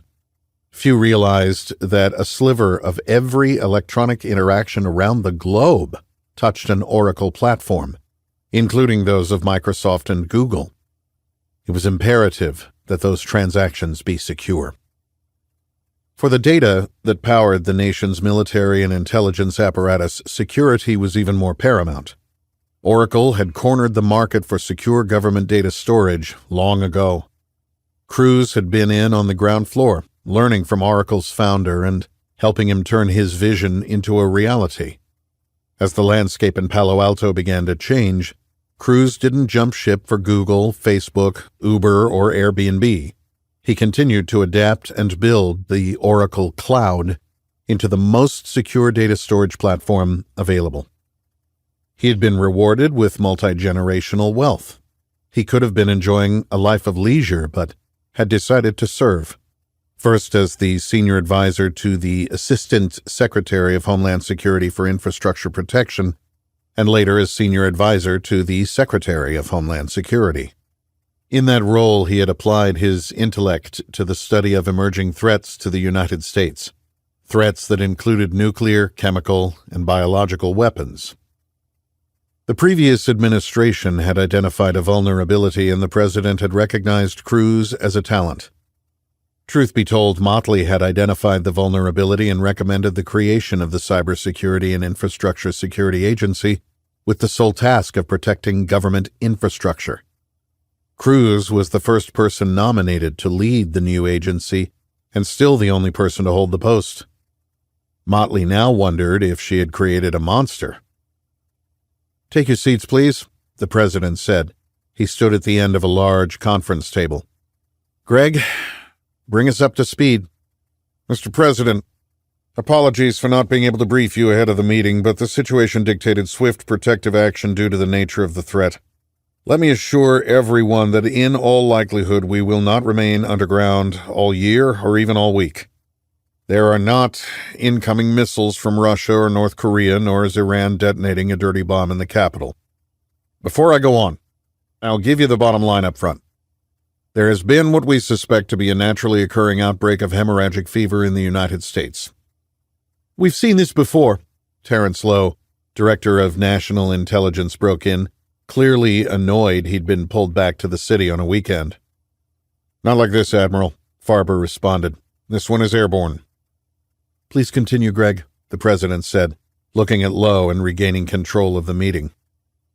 "Mr. President, 4 hours ago, the CDC emergency hotline received a call from a hospital in Richardson, Texas, just outside of Dallas. Late last night, that hospital started admitting patients exhibiting signs of severe flu. They were overrun in a matter of hours." "What made them think it's not just the flu?" the president asked. "The hospital invested in an on-site array for symptomatic infectious disease testing during the COVID-19 pandemic." "What does that mean?" Lowe broke in. "It means that they can rule out 26 viruses, including the flu and COVID. It's a presumptive diagnosis with all 26 tests being negative. So it could be anything, Lowe said. Not the 26 negatives, Farber continued, beginning to get irritated with the retired admiral. The on-site physician is a former Air Force doctor. He observed hemorrhaging in multiple patients' eyes along with blood and vomit, all symptoms consistent with a hemorrhagic fever diagnosis. Wait, when you say hemorrhagic fever, you mean Ebola? Lowe asked. Blood samples were sent to the CDC in Atlanta and here in Washington. Possible hemorrhagic strains include Ebola, Marburg, Lassa, and Crimean Congo. Aren't these strains usually limited and spread via bodily fluid transmission? Lowe asked. True, Farber conceded, but we've never seen an airborne variant. How do we know it's airborne? Lowe asked. On the way into this meeting, the director of the CDC called, confirming this appears to be a new strain of Ebola. His senior infectious disease specialist compared it to various strains of hemorrhagic fever in the Level 4 host site lab in Atlanta. It doesn't match any known samples, which indicates it is a strain that has evolved. The number of patients exhibiting symptoms in Richardson suggests it is airborne. Jesus, Lowe whispered. Also, just before I called this meeting, we received a call from a hospital in Denver. Same symptoms. Director Motley? Mr. President, I received a call from Mr. Farber this morning on the developing situation. As you recall, 13 days ago, you were briefed on a hemorrhagic fever outbreak in Angola. I remember. It burned out, as I recall. That is correct, sir. My analysts linked the Angola outbreak with flights from Quatro de Fevereiro International Airport to the United States. Depending on a variety of factors, if we assume that the hemorrhagic fever from Angola is the same contagion now in the United States, it would mean that an infected passenger boarded a flight in Luanda sometime between 10 to 14 days ago. There has been one flight a day since the outbreak from Angola to Johannesburg. From Johannesburg, there have been 2 flights a day to JFK and Atlanta, with connecting flights to the rest of the country, not to mention the flights out of Johannesburg to the rest of the world. My agency is working with the FBI to track the passengers and flights from Angola to South Africa to the United States. We are reaching out to our counterparts worldwide to find out if there are any other outbreaks. Preliminary analysis suggests that connecting passengers during the time frame in question did take connecting flights to Dallas and Denver. The gravity of the threat momentarily turned a meeting of the National Security Council into a prayer service, as silence gripped a group not accustomed to silent reflection. Director Lowe, the president said, addressing the DNI. Give me some options. Sir, certain protocols automatically engage in the event of a threat to critical infrastructure from nuclear, biological, or chemical attack. This naturally occurring event falls under the parameters of that executive order. I'll turn it over to Director Cruz, who is versed in the details. Cruz stood and addressed the room. Mr. President, as you are well aware, CISA's mission was envisioned during the Obama administration out of concern for attacks on critical infrastructure. The previous administration officially formed CISA as a component of the Department of Homeland Security, but in times of crisis, as an independent agency with direct report to the executive branch for action. The world has never dealt with a respiratory spread hemorrhagic fever. If the CDC confirms that Ebola is in fact airborne, it has the potential to spread at a rate unparalleled in the history of infectious disease. What kind of mortality rates are we talking about? The president asked. Without containment measures, it has the potential to kill 90% of the country. Over 290 million people. For the first time in as long as he could remember, the president was at a loss. Greg, do we have contingency plans for an outbreak of that magnitude? Sir, Farber hesitated. The sensitivity of those plans requires a smaller audience. Smaller than this? Sir, we are in uncharted territory, Farber said. This is the National Security Council, the president said, reasserting his authority. We will all be briefed on the contingencies." "Yes, sir," Farber said. "General?" General Nathan Seifert stood to address the room. Even though this was an emergency meeting on a Saturday morning, he was clean-shaven and his uniform was immaculate. Though it was obvious he could no longer pass the Army PT test, he was stern and direct. By his way of thinking, at this stage of his career, the American people were not paying him to pass a 2-mile timed run. They were paying him to advise the President of the United States and the members of the National Security Council as the highest-ranking military officer in the country. Though he hid his contempt, he maintained no regard for those senior-level officers who hid their intellectual ineptitude behind their annual PT scores. "Mr. President, by way of background, in the years following World War II, it was revealed that the Nazi and Imperial war machines had experimented with bioweapons as a way to destroy the enemy without firing a shot. President Eisenhower tasked the United States military to develop protocols in the event a biological weapon were released in the continental United States. Those containment and eradication plans have been updated on a periodic basis since inception in 1954. "Containment and eradication?" the President inquired. "Yes, Mr. President. To stop the spread of either a bioweapon or a naturally occurring highly contagious virus that threatened to destroy the country, a fail-safe last resort plan was developed in the 1950s. Only a select number of people have ever been briefed on the contingency." General Seifert looked at the Secretary of Defense, who nodded. "Mr. President, there are protocols in place to isolate areas, to include cities, in the case of a contagion event. Troops are staging as we speak in advance of a containment order." "And eradication?" the President asked. "If the pathogen escapes the perimeter and threatens to infect and destroy the nation, we can rapidly expand the containment zone. There are MC-130 aircraft on standby in Hurlburt Field, Florida. Those planes are equipped with GBU-43B massive ordnance air blast fuel air explosive munitions, the most devastating non-nuclear bombs in our inventory." The President leaned forward and cleared his throat. "General, are you telling me we have had plans in place to destroy our own cities since the early days of the Cold War?" "That is correct, sir. Even the pilots and crews don't know their mission. The squadron believes they are on standby for a Cuban contingency, more specifically a Chinese buildup in Cuba.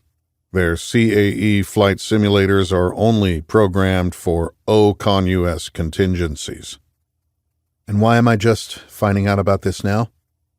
"Sir," the National Security Advisor offered, "there are several military contingency plans in place, their existence only revealed through a triggering event." Christensen's head was spinning. "Dear Lord, give me strength." "If I may, sir," Cruz interjected. The President nodded. "Mr. President, you may remember Operation Jade Helm in 2015. It was a continental U.S.-based exercise. 1,200 troops mobilized across 20 Texas cities. Under the guise of a military exercise surrounding a potential asteroid strike, FEMA tested citizen response to martial law. In 2017, a similar exercise called Operation Gothic Shield moved military forces into and around New York City. This time, the cover was an exercise to combat a potential nuclear threat to Manhattan. Martial law was again tested on the citizenry. Based on the findings of Jade Helm and Gothic Shield, CISA was created in 2018 to coordinate a whole-of-government response to a cyber warfare attack. But its charter more broadly applies to all acts of terrorism against U.S. critical infrastructure. During the COVID-19 crisis, CISA conducted trial runs in Portland and Chicago. "What were the findings?" he asked. That small pockets of resistance emerged, organized primarily through social media. Algorithms are now refined and in place through our partners in the technology sector to reduce the spread of information intended to incite violence." The President leaned back in his chair. "Jesus." "Continue," the President said, weighing the implications. The Bioterrorism Act of 2002 first delegated authorities to HSS. Ill-equipped to handle a crisis of this magnitude, the Department of Homeland Security was tasked with building response mechanisms to a bioterrorism attack. Those same protocols apply to a naturally occurring event like a respiratory spread hemorrhagic fever in the continental United States. And what was designated as critical infrastructure? The President asked. That was and is a living document, Mr. President, Director Cruz said.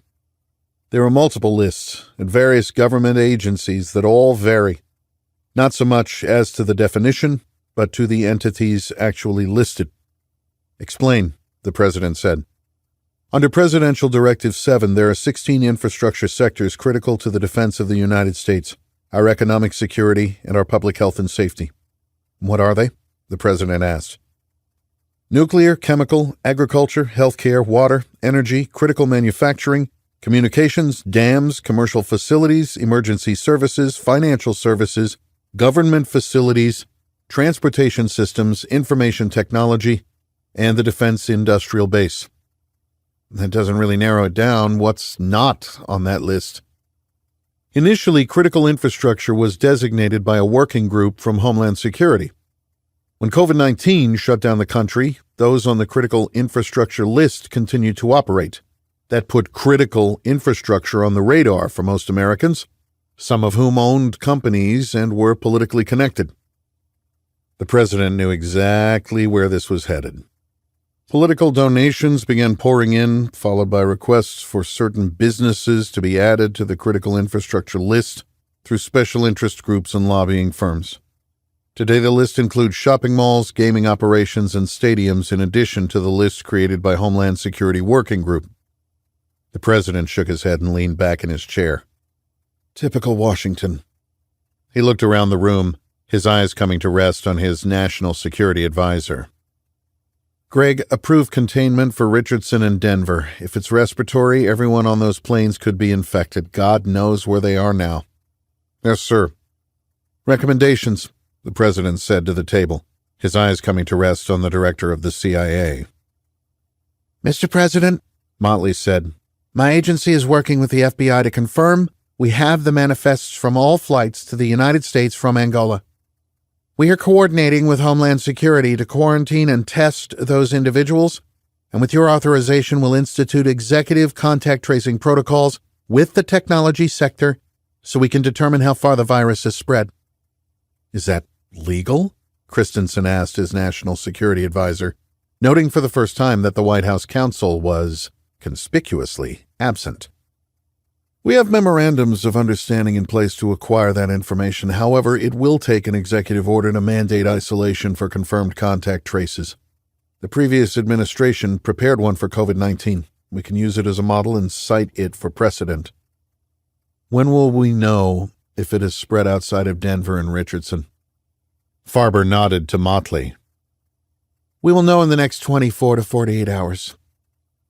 The President looked to his Secretary of Defense, William Dare, a quiet and thoughtful former Marine flag officer, often uncomfortable in a city where most speak before even bothering to study their history or form a coherent opinion.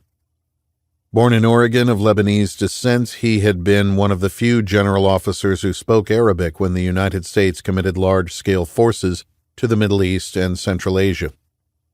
A graduate of the United States Naval Academy, during his time in uniform he earned a master's in Middle Eastern Studies at Harvard, before being selected as an Olmsted Scholar studying at the University of Jordan in Amman. Upon retirement, he accepted a position at the Hoover Institution at Stanford and a board position at the President's former startup, now one of the most powerful and profitable companies in history. Christensen tapped him for SecDef early in the transition process, and his confirmation hearings were the most civil in recent memory. Bill, what does it take to launch the MC-130s? If it comes to that, will those crews drop on an American city? Mr. President, I have instructed the 15th Special Operations Squadron at Hurlburt to forward me SF-86 security paperwork for each crew to determine if they have family in the affected areas. Your executive order will also allow us to access their social media accounts. Those with family and friends in the target cities will be pulled from the rotation and replaced. Turning back to his national security advisor, the president asked, "And to confirm, so far there are no cases outside of Richardson and Denver?" "Correct, Mr. President." "Greg, I am going to address the nation." "Yes, Mr. President, the basement is designed with that provision." Not from the basement, from the Oval Office. "Sir, I strongly recommend remaining on lockdown until we have a clearer picture of how fast this is spreading." Greg, the American people need to know we are not in a panic. Staying in an actual basement did not play well for leaders during COVID-19. I need to inform the American people that military forces will be containing areas in Texas and Colorado before they see it on the news or walk outside and see Humvees and Bradley fighting vehicles staging in their local Walmart parking lots. General Seifert, what is the status of troops in Texas and Colorado? "They are moving to bases in closer proximity to the affected areas to await your containment order."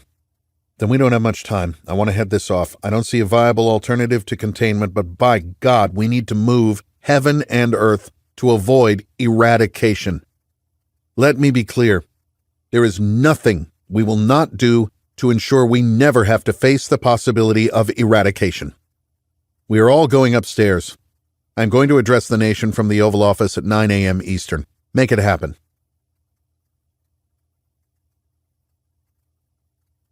Chapter 31. Richardson, Texas. The response came unusually fast for a town typically mired in the sludge of the literal and figurative swamp. The president's address from the Oval Office was broadcast live at 9 o'clock a.m. Eastern. By the time those on the West Coast were pouring their first cups of coffee, it was the talk of cable news. With no shortage of experts to choose from after the experience of COVID-19, every channel had panels of talking heads expounding on pandemics, epidemics, hemorrhagic fever, vaccines, masks, shutdowns, and the legality of contact tracing. The hashtag outbreak began trending on social media, and the 1995 Dustin Hoffman movie of the same name experienced a resurgence on Hulu. The events of September 11, 2001 had not only put the country on war footing, they had set in motion a flood of convoluted congressional directives and acts, resulting in a series of new authority chains, departments, and agencies that effectively handed additional power to the executive branch. The president now had more control and discretion on applying military force than at any time in the nation's history. In order to streamline and expedite certain decisions, CISA had automated initial steps in the decision-making process to protect critical infrastructure. In the case of a naturally occurring virus, forces identified as essential to containment measures were put on standby before the president had reached the secure space under the North Lawn. As part of their classified mission set, the Air Force Global Strike Command at Barksdale Air Force Base in Shreveport, Louisiana was put on alert. Tasked with continental United States unconventional responses, they notified component commands and began to consolidate forces at predetermined staging locations across the country. The United States Northern Command at Peterson Air Force Base in Colorado Springs activated the Unified Action Layered Defense Strategy OP Plan, federalizing the troops of Special Operations Command North. This brought Special Operations personnel trained to fight an enemy overseas under the control of a command focused on maintaining peace and security within the borders of the continental United States. While the Commander-in-Chief was addressing the nation from the Oval Office, the 1st Special Forces Command, established in 2014 at Fort Bragg, was activating the recall of intelligence, psychological operations, civil affairs, and sustainment assets for follow-on movement to Dyess Air Force Base in Abilene, Texas. Blackhawks and Little Birds from the Special Operations Aviation Regiment in Fort Campbell, Kentucky, were loaded into C-130s and lifted off to stage within striking distance of the affected areas. They had been flying in major U.S. cities and population centers for years as part of exercises termed realistic urban training with special mission units out of Virginia Beach and Fort Bragg. In Florida, C-130J transports were wheels up from Eglin Air Force Base en route for Dyess and Buckley Air Force Base in Aurora, Colorado. As the president closed out his address, local news outlets were already broadcasting videos of tanks, Bradleys, helicopters, and troop transports staging for what looked like an invasion, giving rise to a number of conspiracy theories across the new media. A crisis was always good for news outlets and their advertisers. Dyess and Buckley Air Force bases were converted to military command centers. By the time the president approved the order to contain the outbreak, forces were already in place to respond. All flights in and out of Dallas, Denver, and surrounding areas, to include private aviation, were grounded, while restricted airspace designations were immediately put in place via NOTAMs, notices to airmen. Though the president never mentioned martial law in his address, it became the topic of the day. Never mentioned in the Constitution, not clearly defined by an act of Congress or by Supreme Court ruling, martial law has been enacted more than 60 times since 1776, perhaps most infamously by General Andrew Jackson in New Orleans during and after the War of 1812. Lawyers, pundits, and military analysts debated the merits of the Insurrection Act, Posse Comitatus, along with Title 10, Title 32, and Title 50 of the U.S. Code. As they talked, argued, and cycled through commercial breaks, the United States military took up positions outside Richardson and Aurora.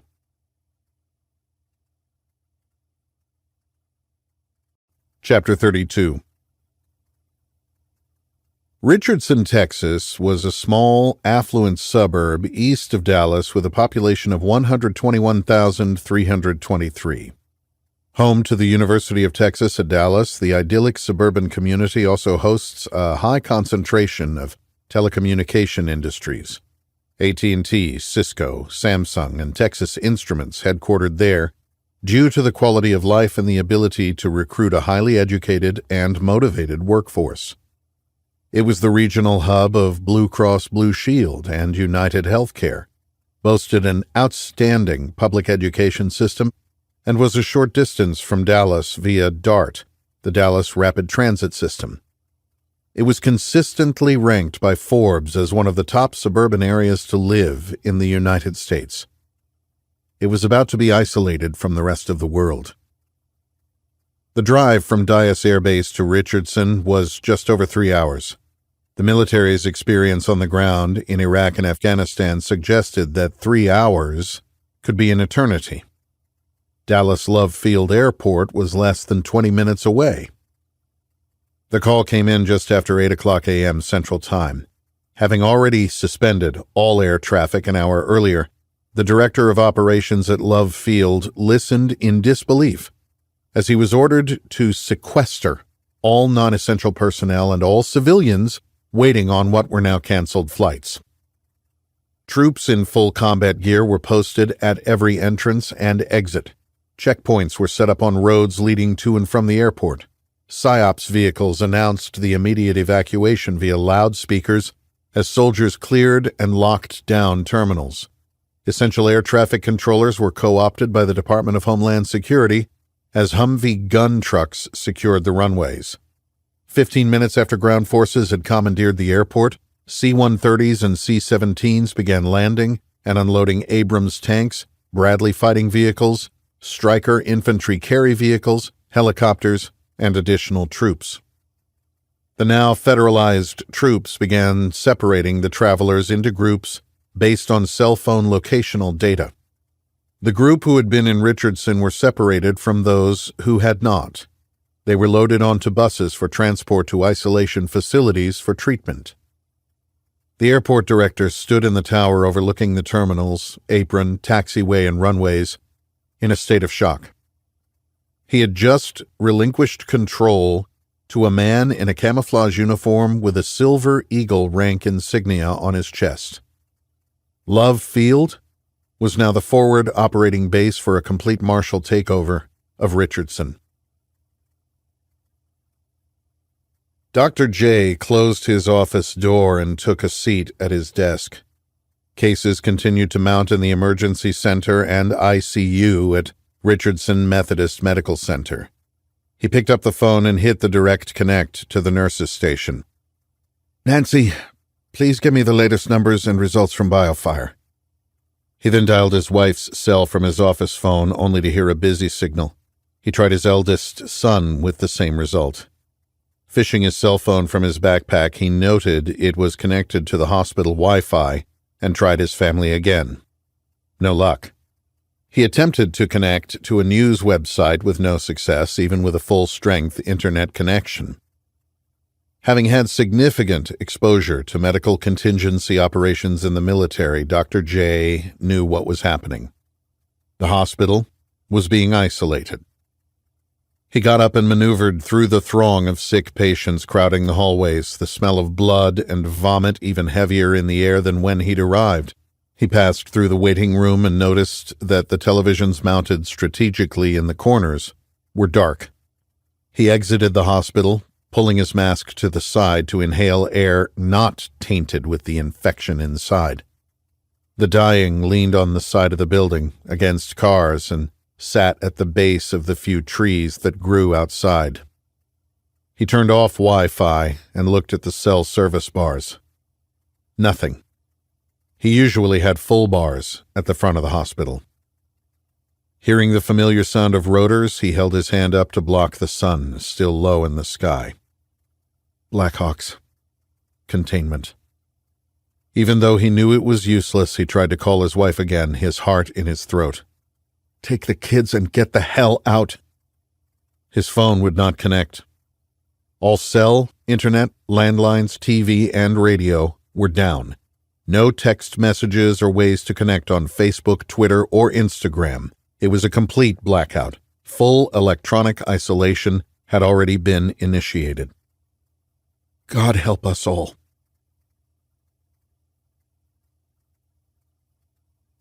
Chapter 33. By 8:30 a.m., Richardson, Texas had become a prison. Military and law enforcement personnel had sealed the city from 635 to the south, 380 to north, Route 75 Addison to the west, and Route 78 to the east, creating a noose with a 3-mile radius. A soft boundary was set at the 2-mile mark with no entry or exit permitted. No one, for any purpose, was allowed out of the 1-mile containment zone. Wire mesh barricades and 12-foot walls had been assembled and installed around the hard 1-mile perimeter. Only authorized personnel with full credentials and hazmat gear were allowed between the 1 and 2-mile rings. Armed little birds from TF-160 patrolled the perimeter of the lockdown area. Communications were now via secure channels only. More than 80,000 people were restricted to the central core of the city. An evacuation area was set up to the south on the University Park field, manned by personnel in full hazmat gear. A 50,000-square-foot tent was erected with massive air filtration systems, sealing it off from the outside world. The internal section bathed in UV light for sterilization. Patients were transported into the facility and escorted to a pre-designated cot. Each man, woman, and child was heavily sedated with morphine and then restrained to their beds. Fingerprints, pictures, and DNA swabs were taken. Wallets, phones, and personal effects were confiscated, sealed in clear storage bags, and labeled. In an ominous prelude to the expected body count, refrigerated trucks and trailers were positioned on the streets behind the field. By the end of the day, 457 people had been transported to the holding facility. 108 of those were now in body bags and stored in refrigerated trucks.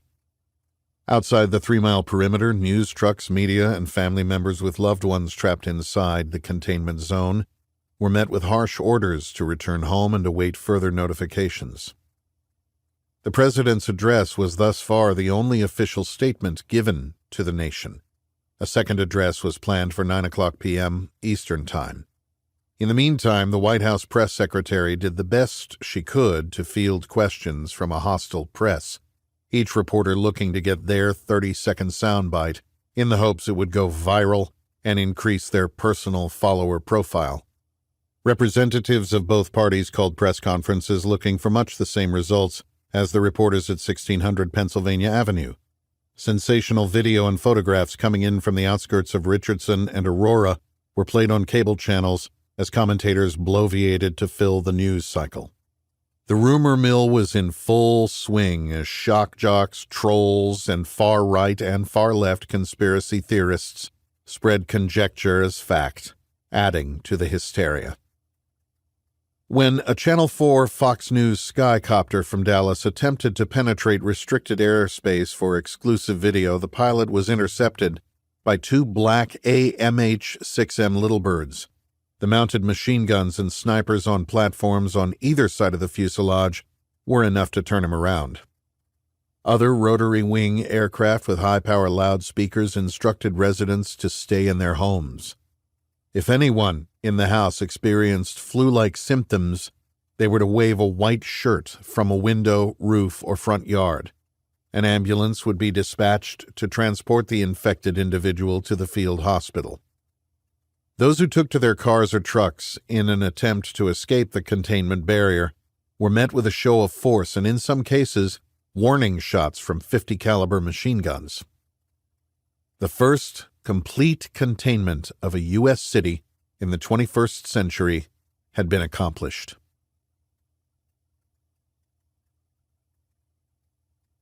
Chapter 34. U.S. 50 West, Maryland. The Land Cruiser's old, yellow plastic headlight coverings had been replaced with clear lenses and modern LED bulbs that cast a bright, whitish-blue light across the dark road ahead. The truck barreled down US 50 West toward the CIA safe house in Maryland that Reese currently called home. With the country on the verge of another lockdown due to the emerging threat of a new pandemic, coupled with the peculiar death of the first target on the kill list, Reese's mission was on hold. The president wanted him to stand down while they got a handle on the situation. "This is just too eerie," Katie said from the passenger seat. "There are hardly any other cars on the road. It's a Friday night. We are not even in a mandatory lockdown here. There have been no cases in D.C., Virginia, or Maryland." COVID made us all gun-shy and ultra-sensitive to any sort of virus, Reese said. Even though the outbreak seems to be isolated in Denver and Richardson, locking down en masse has become the norm. What does your friend Haley at the CDC have to say? "You can ask her yourself. She's going to stop by for a drink tonight. She wants to talk with me about a story. She's at the forefront of this and hasn't slept since the first cases appeared. Just like the president said, it appears that it's a new strain of Ebola originating in Angola. They are still looking for the index case, but it looks like one of the people who died in the Angola outbreak a few weeks ago infected a traveler who then boarded a plane to the U.S. We've never had a strain of hemorrhagic fever go airborne, so this is something new." Depending on traffic, the drive from D.C. to the house on the Severn River was between 20 minutes and an hour. Reese had picked Katie up at the Washington Bureau, where she was part of a panel on the constitutionality of government-mandated lockdowns and using active-duty troops to quarantine cities without congressional approval in violation of the Posse Comitatus Act. The president's actions in Richardson and Denver had brought up serious legal issues about the power of the federal government in dealing with pandemics. It was her last live show of the work week, and Katie was not scheduled to appear again until Sunday morning. They planned to pick up a pizza from Neo's before it closed and enjoy a lazy Saturday morning together in a house in one of the nicest neighborhoods in the country. Maybe they would even get out on the Chesapeake in the agency sailboat docked across the lawn. What the fuck was that? Woody asked as their minivan swerved slightly to the right. Asshole, Crimmins said. What? Not you, asshole, these other assholes, Crimmins said.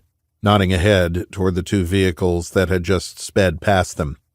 "Oh," Woody said from his captain's chair in the back seat, where he continued to monitor the Land Cruiser. "When the fuck are we going to do something other than monitor this guy? This shit is boring. I signed up for the action. So far, all we've done is follow him around the country and sit outside while he bangs his chick."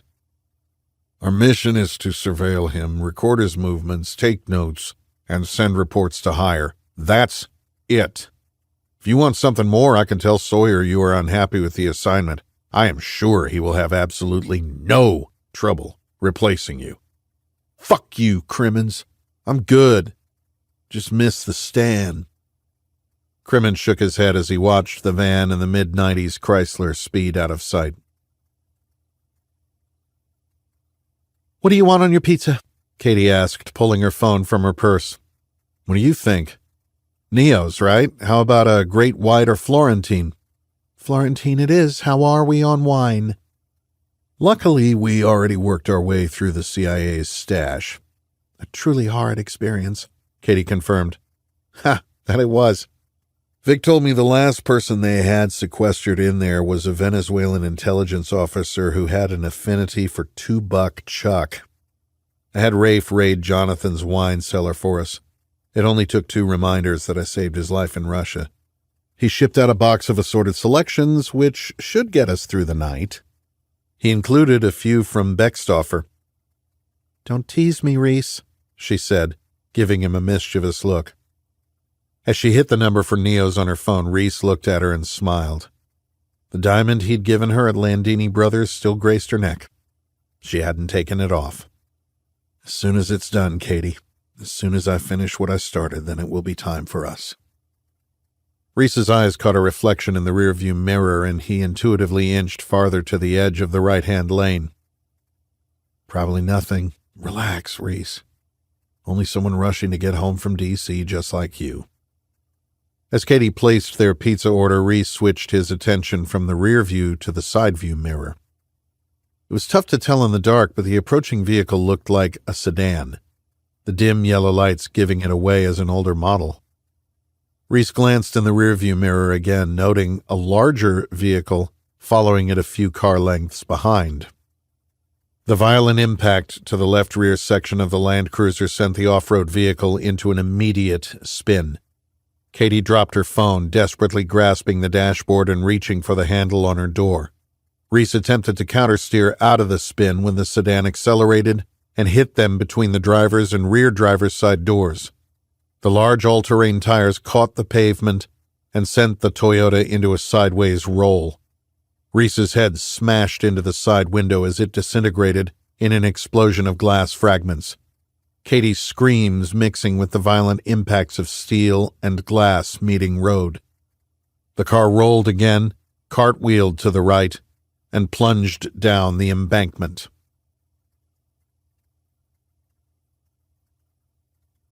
Chapter 35. "Whoa!" Woody yelled from the back, where he monitored the tracking device. "What?" "The fucking thing just went off the road!" "Speak English. What's happening?" "I don't know. He was driving along and the tracker just flew off the road." "Could he have found it earlier and thrown it out the window now?" Crimmins asked. "Maybe. Let's find out. You want the rifle? Just stay cool." Crimmins and Woody had been monitoring from a few miles back so as not to spook their prey. They hadn't thought about what to do if their target had an accident.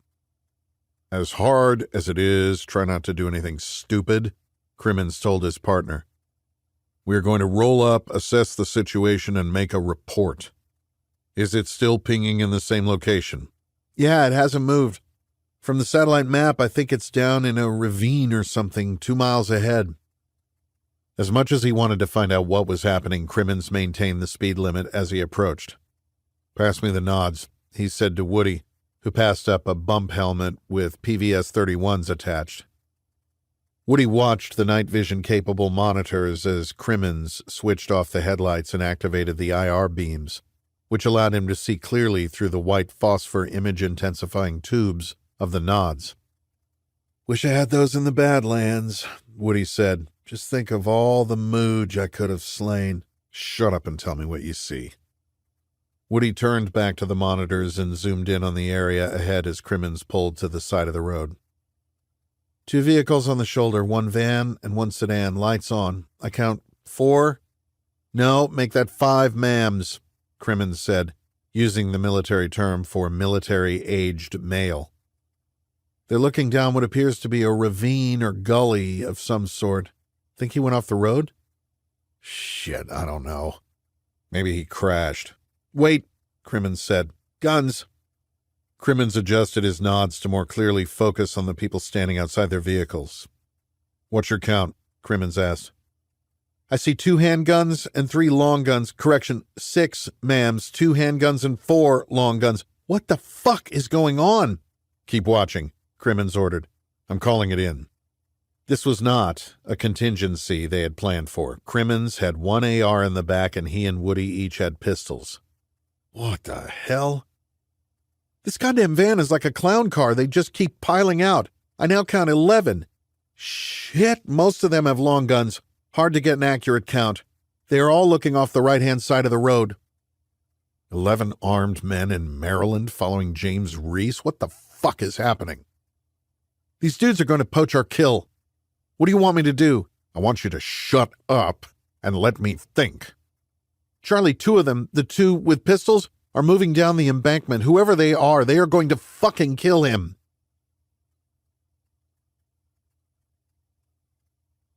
Chapter 36. James! James! It wasn't Katie's screams that roused him from unconsciousness. It was the gunshot. Upside down, suspended by his seatbelt, Reese re-entered the world of the living. In pre-deployment workups, SEAL platoons were put through helo dunker training at Miramar, in which a simulated helicopter fuselage hanging from a specially designed crane over a deep pool was dropped into the water and spun upside down. They were taught to unhook their restraints, find a reference point, and then pull themselves to safety. That was all well and good until they were then given blacked-out goggles to simulate a nighttime crash. Reese's takeaway had been that if they survived and were not knocked unconscious in a helo crash in the middle of the ocean at night, with mere seconds to unhook and find a window in which to escape, most of them were not going to make it. With his left eye swollen shut and caked with blood, his right eye focused on a gun. Katie was screaming and thrashing in her seat, pinning the weapon to the dash with both hands. Even in the ambient light, he could tell it was a Glock 17. A second shot tore through the steering column. Katie! There was no time to process what just happened. They were upside down, in the dark, still restrained in their seats, trapped in the wreck, with at least one person trying to execute them. Reese lunged forward to grab the pistol Katie so desperately grappled with in the passenger seat, but his seatbelt prevented him from reaching it. Just a few inches shy. The gun fired again, sending a round in front of Reese's face. Just one more second, Katie. Reese reached behind the passenger seat, felt for the corner of the Greyman Tactical rigid Molly panel. Reference point. He stretched farther and unhooked the bungee, holding his Winkler Sayok tomahawk securely in place. His hands choked up around the familiar wood just under the axe head and ripped it from its sheath. Time to kill.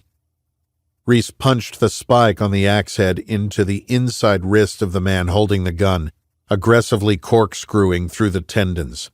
Screaming in both agony and surprise, the hitman dropped the pistol, which fell through the broken windshield and slipped out of reach. Don't let him go, Reese.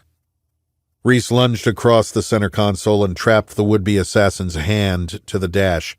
He then pushed the hawk into his leg, forcing his hand to the base of the shaft, and then used it to extend his reach. Thrusting it past Katie and hooking the curved butt of the axe head around the neck of their assailant, he pulled him into the vehicle through the broken window. Changing tactics, the hitman crawled over Katie, whose fists pounded on the aggressor as she continued to curse and scream.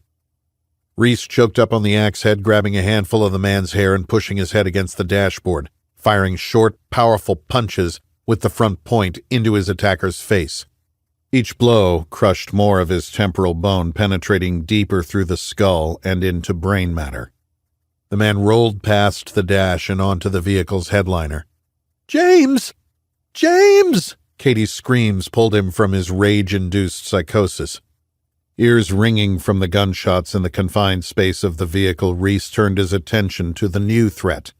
He heard shouting, in Farsi, feet sliding down the rock and dirt-strewn embankment above, and the unmistakable sound of incoming gunfire. "Get off the X." Still upside down and restrained in his seat, Reese switched the axe to his left hand and arched his back, drawing his SIG X compact from appendix carry. His good eye found the red dot, and he destroyed the target in his optic, which in this case were the knees and lower thighs of a fast-approaching threat. The man fell face first, screaming into the dirt. As he attempted to push himself up, Reese took a second to get steady and put a 9mm round into his face. Reorienting himself, Reese reached down and sliced through the seatbelt where it attached to the frame. He then quickly cut through his lap belt, freeing himself from the safety harness and unceremoniously falling on top of the man he'd just killed. Hearing more shouting in Farsi over the distinct sound of incoming gunfire, Reese adjusted to the circumstances. On his side, in an awkward half-crimp position atop the dead man's body, Reese identified the muzzle flash of a rifle behind a tree halfway up the slope and sent 5 rounds in response. "Katie, are you okay?" What? Reese spun around, his face inches from Katie's. "Let's go," he said, slicing through her seatbelt and attempting to soften her fall. More rounds cracked above them. "Get ready," Reese said, twisting around on his back, lying as flat as possible to give him the angle he needed to shoot uphill from the upside-down cab of the Land Cruiser. His working eye focused on the optic, and he pressed the trigger, sending 3 bullets into the chest of a man running down the slope with a rifle toward the overturned Land Cruiser. "Get out on your side," he yelled to Katie. "Get out now!" Experience had taught him that vehicles had a tendency to turn into bullet sponges in gunfights. Reese had no idea about the numbers and skill level of the opposition. The fact that they had rifles but had instead led with men using pistols to make sure their marks were dead gave Reese a data point. Had Katie not grabbed the gun when he stuck it inside to finish them off, they would both be dead. A professional would have used the distance and executed them without sticking the muzzle into the vehicle. Pros would have led with the rifles. That information told Reese he was probably not dealing with a professional hit team. Crawling over her dead attacker, Katie felt a shard of glass slice into her upper leg as she dug her fingers into the damp ground and pulled herself through the broken passenger side window. Reese pivoted on the dead body and crawled after her, emerging into the night. He quickly put himself between Katie and the wheel well and engine block, taking stock of their injuries and the situation. "Are you hurt?" Reese asked, quickly giving Katie a once-over before sliding the axe into the back of his belt. He performed a tactical reload, ensuring the pistol was at full capacity and stowing his partially used magazine for future use. Even in the darkness, he could tell Katie was shaken. Blood matted her hair to the side of her face and was already starting to clot around her nose. He felt safe in concluding that the hit team did not have night vision. If they did, he and Katie would be full of holes and the assaulters would be pouring effective fire into the overturned vehicle. James, your face, Katie said. "It's okay. Do you have your Glock?" "No, I was in D.C. "Shit." Reese knelt back down and leaned into the vehicle. He rolled the body to the side and stood back up, holding the dead man's pistol. He released the magazine and pressed down on the top round to ensure that the gunman hadn't expended his last couple of rounds in the struggle. He reinserted the magazine and performed a one-handed press check, feeling for the chambered round in the darkness. "This 17 works just like your 19, Reese said, handing Katie the pistol. "Now, just like we practiced with Ox, we are going to move across the open space behind us and hardpoint in that building." Katie turned her head and saw a brick building up a low hill behind them. Gunshots and yelling in Farsi brought their attention back to their attackers. "Cover and move," Reese said, repeating what Ox had taught them when training in team tactics. "Cover and move," Katie affirmed, nodding. Her frantic screams while trapped and struggling for her life in the overturned cruiser had been replaced with an air of resolve. When I start firing, sprint to that set of trees at the base of the hill.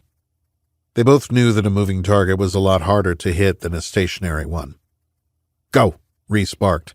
Leaning out from behind the vehicle in a low kneel, Reese started sending rounds at the muzzle flashes of the enemy shooters.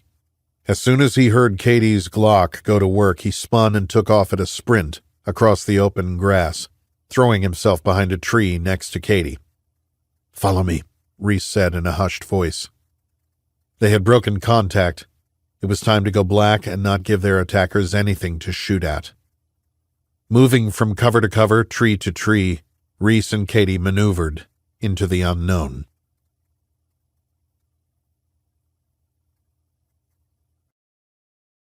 Chapter 37. What did he say? Woody asked. He said to continue monitoring and ensure we are getting video, Crimmins responded. Are we just supposed to let these guys kill him? We're supposed to follow orders. If you'd done that, you'd still be a cop. Fuck off. Are we recording? Woody turned his attention back to the main terminal in front of him. Yeah, boss.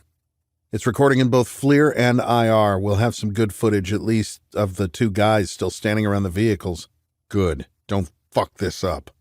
If you can keep your mouth shut and do your job, I'll put in a good word for you with Sawyer. He might even move you back to an overseas detail where you can get your kill on. Fuck. Yeah. We'll have good video, don't you worry. Be a shame if they whack that blondie. Sucks we never got to install that video camera in her condo. Stay focused, Crimmins ordered. Think they'll see us? Woody asked. Don't think so. We are far enough back, even though these optics make it seem like we are right there. If they start coming this way, we'll get out of here. Crimmins turned his attention back down the road toward the two vehicles, his IR headlights illuminating them in the night. Who the fuck are these guys? Moving, Reese hissed, grabbing Katie's hand and placing it on the back of his belt. She latched on, remembering the training they had done together with Ox to prepare for a scenario in which they had to defend themselves from multiple armed attackers. Her job was to watch the 6 o'clock position as Reese concentrated on the terrain ahead. They moved together across the dimly lit parking lot of a 2-story brick warehouse. Always improve your fighting position. Reese didn't know how many assailants they faced. He had put down 3 and needed to hardpoint in an advantageous position. His iPhone had been in the cup holder and Katie had dropped hers on initial impact. His encrypted cryptol was in his backpack in the back seat. All were somewhere in the wreck, on the street or the embankment. No comms. Reese trained his pistol ahead, keeping it just below his line of sight. Where his one good eye went, the pistol went. Reaching the side of the warehouse, Reese noticed an exterior stairwell. He paused at the base of the stairs to take stock of their situation. His left eye was completely swollen shut, and he felt the pressure building on that side of his head. Katie was limping, and the right side of her face was caked in blood. They both needed medical attention, but they were breathing, ambulatory, and determined. Win the fight. "We're going up," Reese said. "We've got to find a phone and hardpoint until the cavalry arrives. I'll cover. See if that door is open." Katie's eyes reflected the light from a lamppost that cast a dim glow over the parking area. The horror she'd experienced in the overturned vehicle and the mission of moving through the darkness were beginning to give way to shock. Reese had to get her upstairs and take a look at her leg. "We're going to be okay, Katie. Check that door," he said, turning back to the tree line. He could hear her moving up the stairs behind him. "You can't lose her. Not now, Reese. Focus." "It's locked," Katie whispered downward as loudly as she dared. "Shit." "Coming up," Reese responded. "Hold on the tree line." Katie forced herself to kneel, pointing the Glock in the direction of the last known threat as Reese raced up the stairs. She moved her left hand to the top of her pant leg and turned her palm to see it wet with blood. Reese examined the door and lock, holstered his SIG with practiced precision, and reached to the back of his belt for the axe. Inward opening door, master lock. The base of this particular tomahawk was not designed for breaching, so Reese jammed the back spike on the head of the axe into the latch of the padlock, prying it violently to the side and popping the lock free. 5 rounds from Katie's pistol caused him to spin back around in time to see a man with an AR-type rifle scamper back into the tree line. Fuck. Reese steadied himself on the landing railing and drove a mule kick into the exterior door. It flew open, exposing a small office with an interior open door in the back right corner. He redrew his pistol and cleared the room as best he could without a light, not wanting to hit a light switch that would backlight them. Clear. Katie, move, Reese said, training his weapon on the open interior door and expecting her to move past him. Katie. He looked back and saw her struggling to her feet. Shit. Reese turned and helped her up. Not knowing the extent of her injuries, he reached down and picked her up in a fireman's carry over his shoulder, left arm around the back of her legs, cig in his right hand, up and at the ready. He kicked the door closed behind them and moved into the room. You have got to win the fight, Reese. Yeah, but if she dies, it doesn't matter. Reese pushed one room deeper, clearing it from left to right. This room was bigger, with a number of cubicles set up in its center. A couch was against the wall to his left by a water cooler and countertop with a sink and microwave. It looked like a poor substitute for a break room. Reese dropped Katie onto the couch. Where are you hurt? I think just my leg, James. Don't worry about me. Find a phone. Reese ripped the rapid medical tourniquet from under his belt.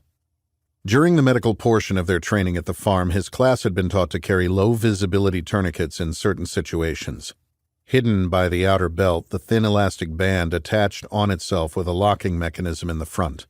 Reese assessed the wound as best he could in the hazy light, creeping through the dirty windows. If it was a femoral bleed, Katie would already be dead. The wound probably didn't require a tourniquet, but efficiency was of the essence. He would normally have packed the wound with gauze before throwing on the tourniquet, but the aid bag was in his truck, so he ripped off his plaid button-up and quickly cut a strip of fabric to stuff into the cut. For now, his makeshift bandage and the tourniquet would have to do. You'll be fine, Katie. It's not bad, he said as he locked the tourniquet in place on her upper leg. What's going on, James? Katie asked, unable to control her reporter's instinct to ask questions. Who are they? I heard Farsi. We'll figure it out. Right now I need you to hold on the door. Anyone comes through, start shooting.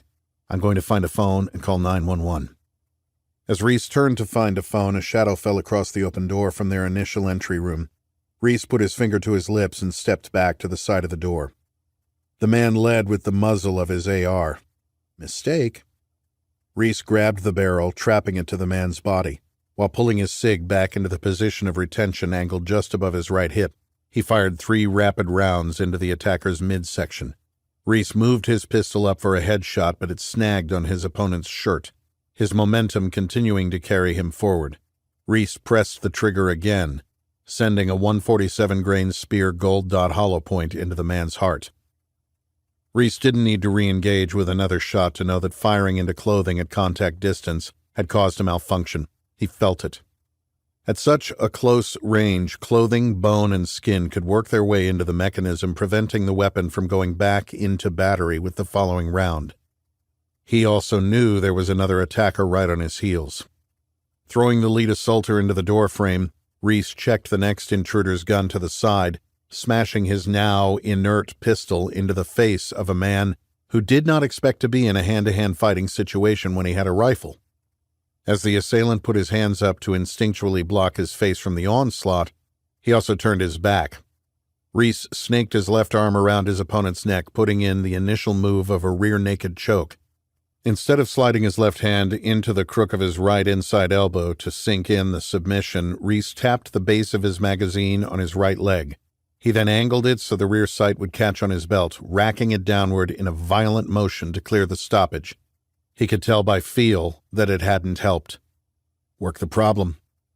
Instead of losing time clearing a Type 2 malfunction, Reese went for his secondary weapon, which in this case was his Winkler tomahawk at the back of his belt.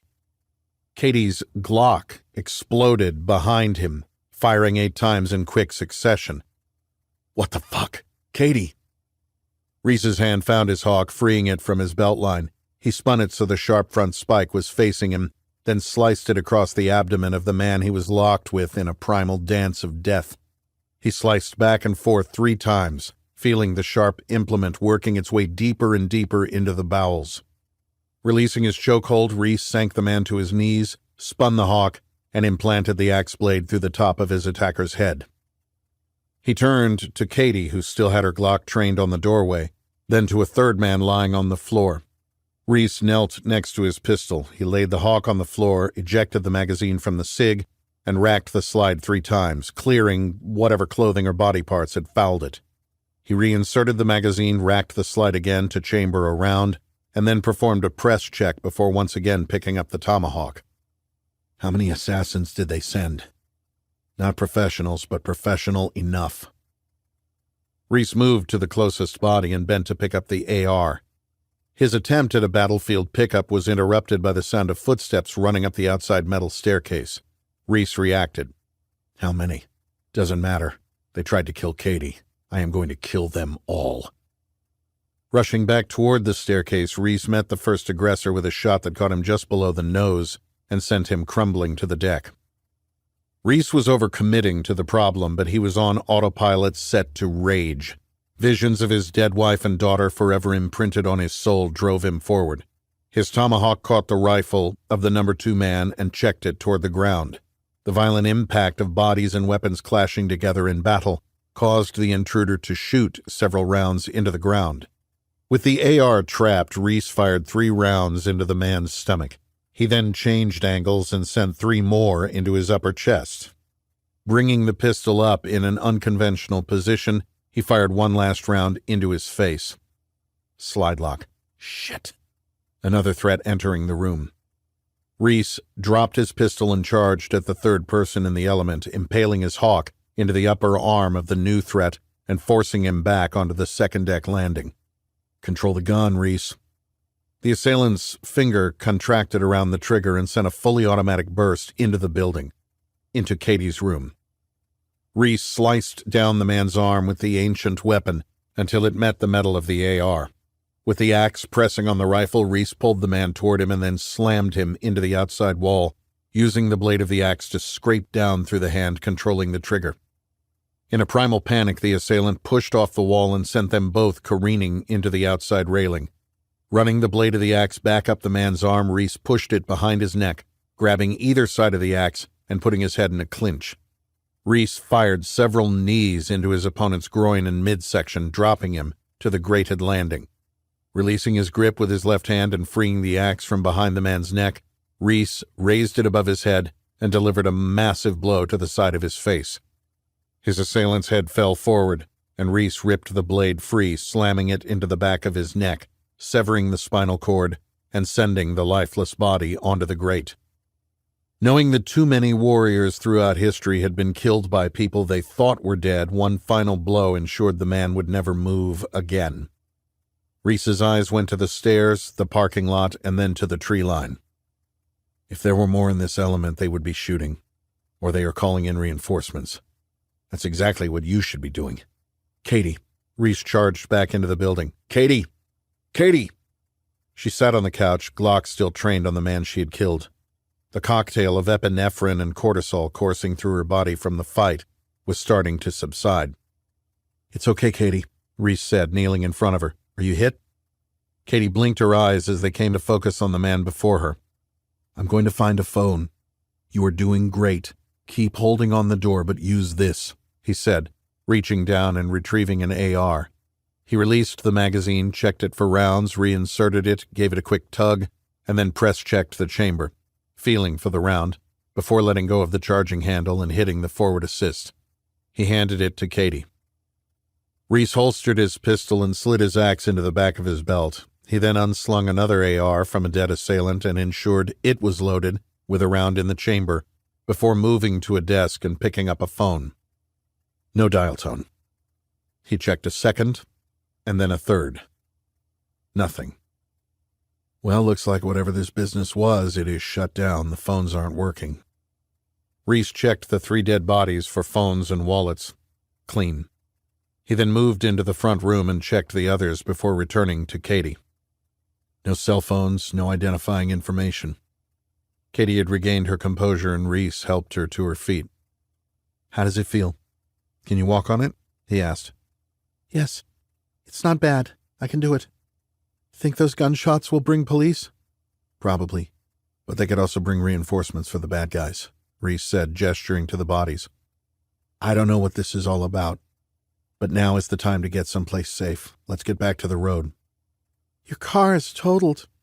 "True, but I've heard Toyota made more than one," he said with a smile, knowing the power of humor on the battlefield. "These fuckers had at least one vehicle, and judging by the numbers here, I think they had a follow car with hitters. I didn't find car keys, so I'd bet they left at least one person back at the road." Katie nodded. How do you do it, James? "What's that?" This. Katie said, looking over the trail of bodies that littered the 2 rooms of the second-floor office. Reese paused. "It's time to go, Katie. Just like we practiced. Are you ready?" Katie knew this was not the time to attempt to analyze the psyche of the man she loved. Could she live with someone so attuned with death? That was a question for another day. Right now, they needed to survive this one. "On me, Katie." Reese made his way across the office to the opposite side exit door. Outward opening. Kicking it open, he pied the door, using angles to clear as much of the outside space as possible.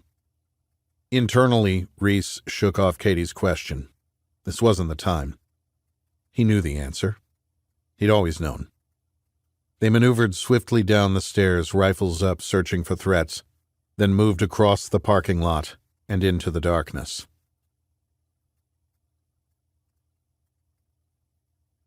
Chapter 38.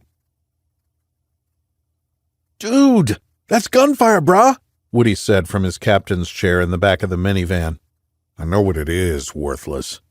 "Well, let me go mix it up out there. I need to get after it." "Keep it in your pants. I'm texting Sawyer." "Fuck. I'll prep the bang stick just in case." "You do that," Crimmins said, tilting up his nods and starting to text. "Who do you think they are?" Woody asked as he opened the Pelican case and extracted a Daniel Defense M4. "No idea," Crimmins responded, concentrating on his text. "Can't tell for sure on the FLIR, but they look like Hodge to me." "Is that so?" "Yeah. I used to watch them in Afghanistan. These goat fuckers are holding their guns just like the host nation force dudes we trained up." "You mean the ones you watched on guard duty?" "Fuck off, Crimmins. All I'm saying is that they move the same." "Ever heard the adage that everyone looks guilty under nods?" What's that mean? "Never mind," Crimmins said, finishing his text. What did he say? "I just sent it. Cool your jets." Crimmins moved his nods back into place. As dumb as Woody was, he might have a point. They actually did move like the host nation forces Crimmins had worked with in the Marines, though he wasn't about to concede the point to his partner. Crimmins heard the bolt go forward on the rifle behind him as his phone buzzed.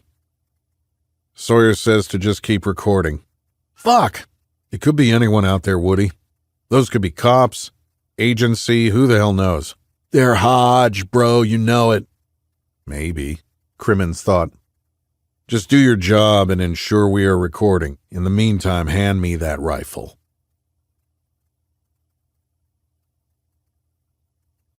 Chapter 39. Reese and Katie made their way deliberately down the wooden slope with just a sliver of a moon to guide them. Reese angled west. He who flanks first wins. He paused at the base of the embankment. His Land Cruiser was visible about 75 yards to the east. "Sorry, old girl," Reese thought. Turning his attention from the wreck, he looked up toward the road. In the darkness, it was hard to tell if anyone was in an overwatch position.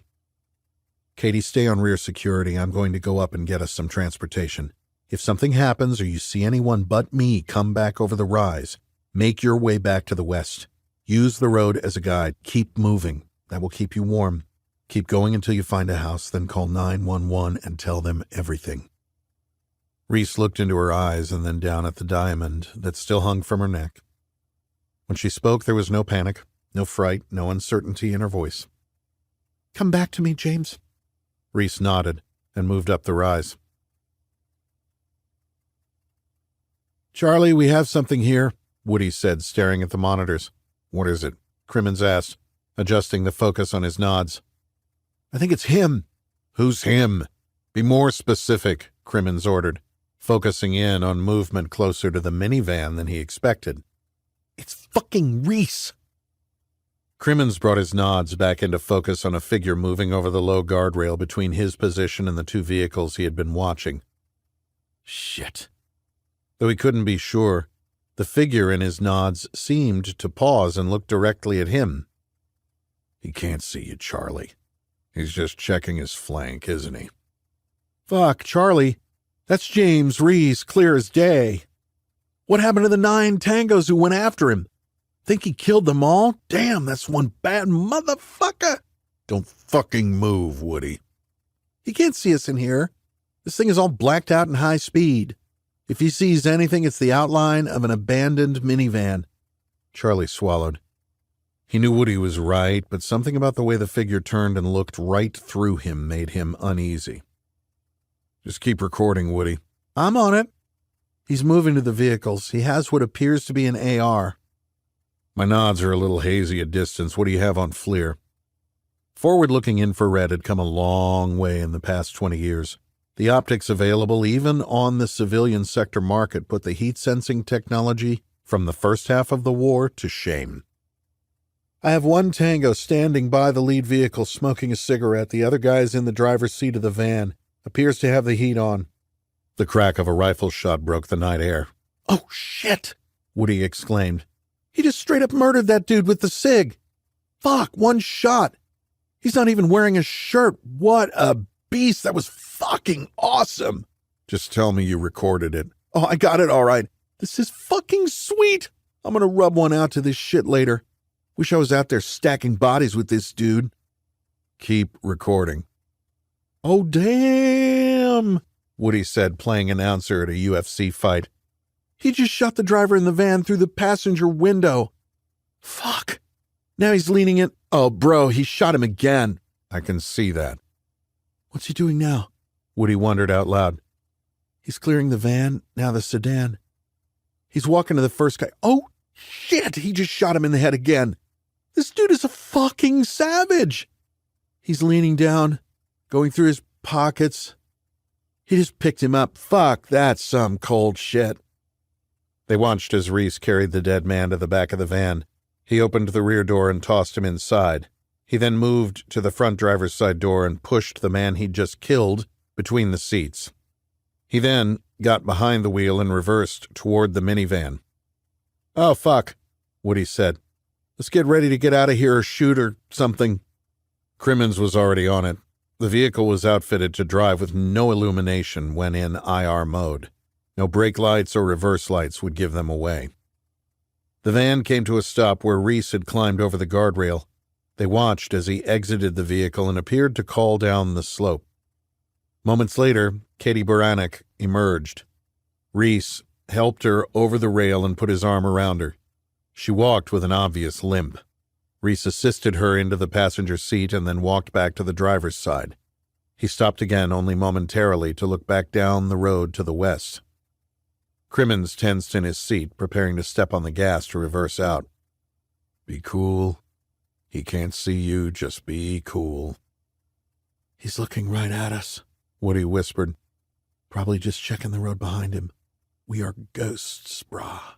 "Shut up and don't say another fucking word." Reese got back in the van, and a second later, it sped off down US 50 toward Annapolis.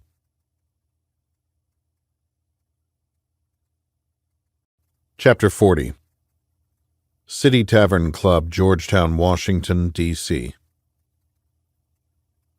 "You could have at least worn a tie," Thwaite said, as he joined his companion in the private third-floor room of the City Tavern Club, a private club located north of the Grand Old Ditch, otherwise known as the C&O Canal near M Street and Wisconsin Avenue in Georgetown.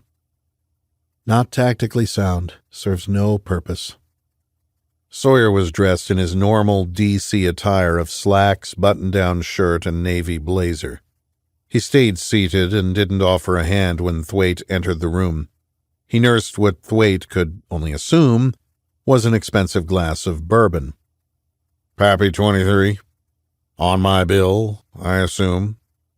No. Cognac tonight. Louis XIII, and yes, of course it's on your bill. I'm not a member. I doubt the former CIA officers who restored this place would be happy I'm even having a drink here. Probably not. A waiter approached and set a Bombay Sapphire martini on the table in front of the senator before leaving the two men alone in a private room usually reserved for functions with a minimum of 14 people. Your usual? Fuck you, Eric, I ordered on the way up. The building was one of the last remaining examples of American federal-style architecture in D.C. With a history dating back to 1796, its early patrons included George Washington, Thomas Jefferson, and John Adams. When a group of CIA clandestine service officers stumbled across it in the late 1950s, it was scheduled to be demolished and turned into a parking lot. The enterprising officers on the verge of retirement formed an association to save the historic building.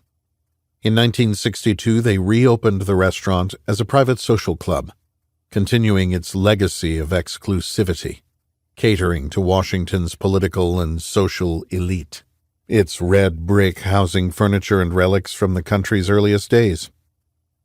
I wonder if Jefferson discussed the Barbary Wars in this room, Sawyer said, admiring the fixtures and flooring that dated back to the 18th century. America's first war on terror, Thwaite said, draining half his martini in the first sip. There you go again, Eddie. Remember, I've heard your speech before. You could have at least waited for me in the receiving room or Jefferson Library. One never knows how long your vital work for the people will take, Senator. Besides, we are in the private room for a reason. Eric, the president is destroying this country. Our economy is in shambles. People across the nation are sheltering in place to avoid a virus that so far has only affected Texas and Colorado. Are you not worried it might spread? Sawyer asked. Thwaite finished his martini and looked for the waiter. Yeah, I'm worried it's going to spread. The president has evoked executive powers put in place after September 11th and strengthened by each administration since, Republican and Democrat. His administration is keeping Congress and the American people in the dark. Who knows what this thing really is, though we might find out tomorrow. The president is going to address Congress in a closed-door session. It's about time.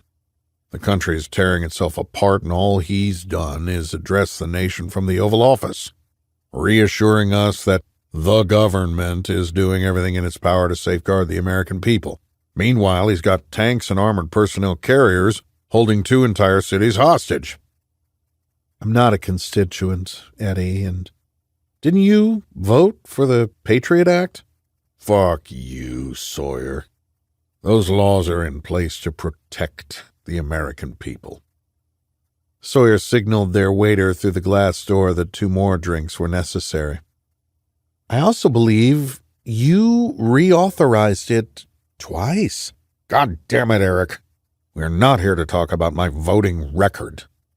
I need to know what you have on James Reese and the president. The waiter entered with 2 additional drinks.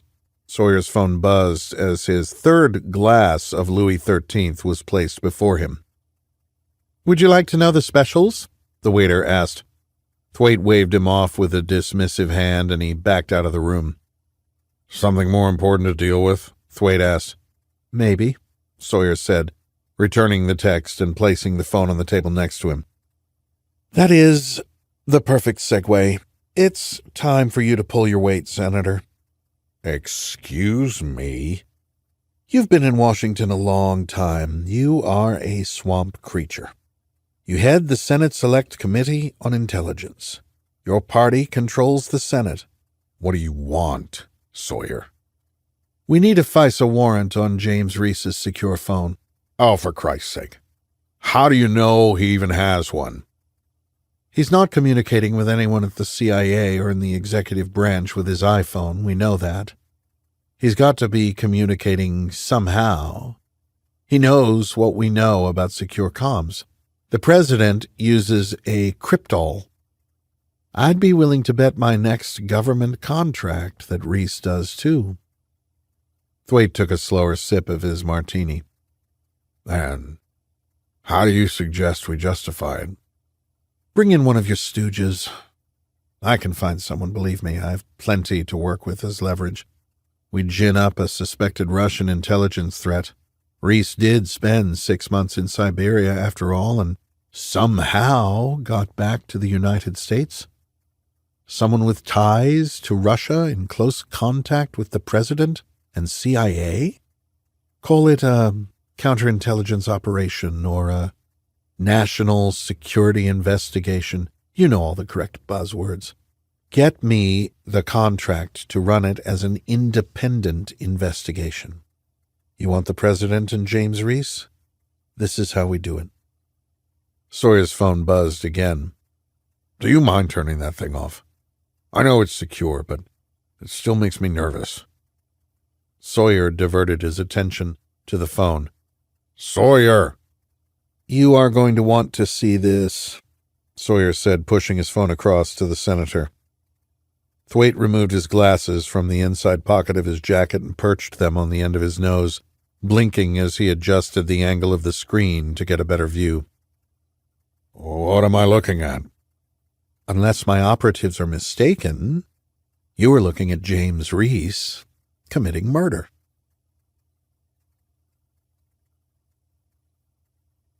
Chapter 41. Annapolis, Maryland. Within an hour of their pulling into the CIA safe house on the banks of the Severn River in Annapolis, additional vehicles began to arrive. To the casual observer passing by, it would look like just a normal Friday night get-together. Had they looked closer, they would have noticed that all of the guests were male, and that not one of them seemed out of shape. As they parked and approached the entrance, a more studious observer would take note that none carried bottles of wine or plates of appetizers. They were not focused on the front door, nor did they joke or even talk as they approached the house. None of them looked directly at the home. Instead, their heads were on swivels. Closer inspection would indicate that the one on the right looked to the right, ahead, and behind, while the one on the left looked to the left, ahead, and behind. They were dressed in earth-tone clothing, and each carried a backpack. These were anything but ordinary men. Jesus, Reese! Where did you get your medical training? Logan asked to lighten the mood. Katie sat on the couch in the main room. A large kitchen was to their left, and huge windows opened onto a deck that overlooked an immense grass lawn. Lit up by lights to discourage intruders, the yard sloped gently down toward a dock with a sailboat secured next to a Boston whaler.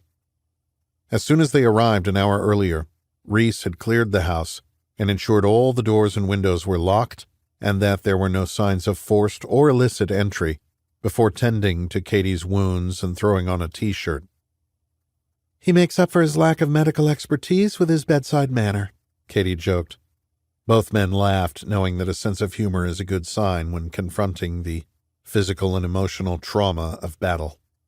Big hole, big patch, small hole, small patch, Reese teased back. What else do you need to know? Logan rolled his eyes and smiled at Katie.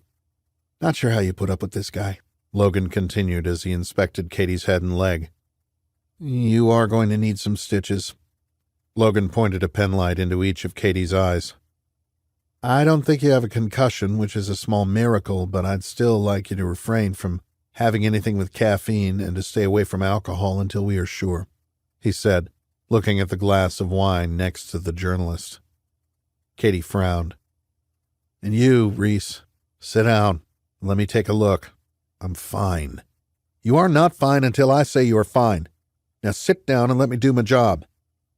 Reese reluctantly sat and let the former Air Force PJ give him the once-over.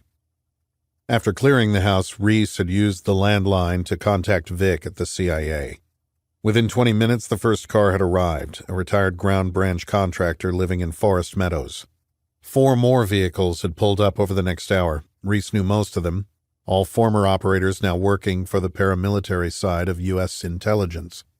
They now stood guard around the house, sentinels of the Republic, allowing Logan to tend to Reese and Katie's wounds.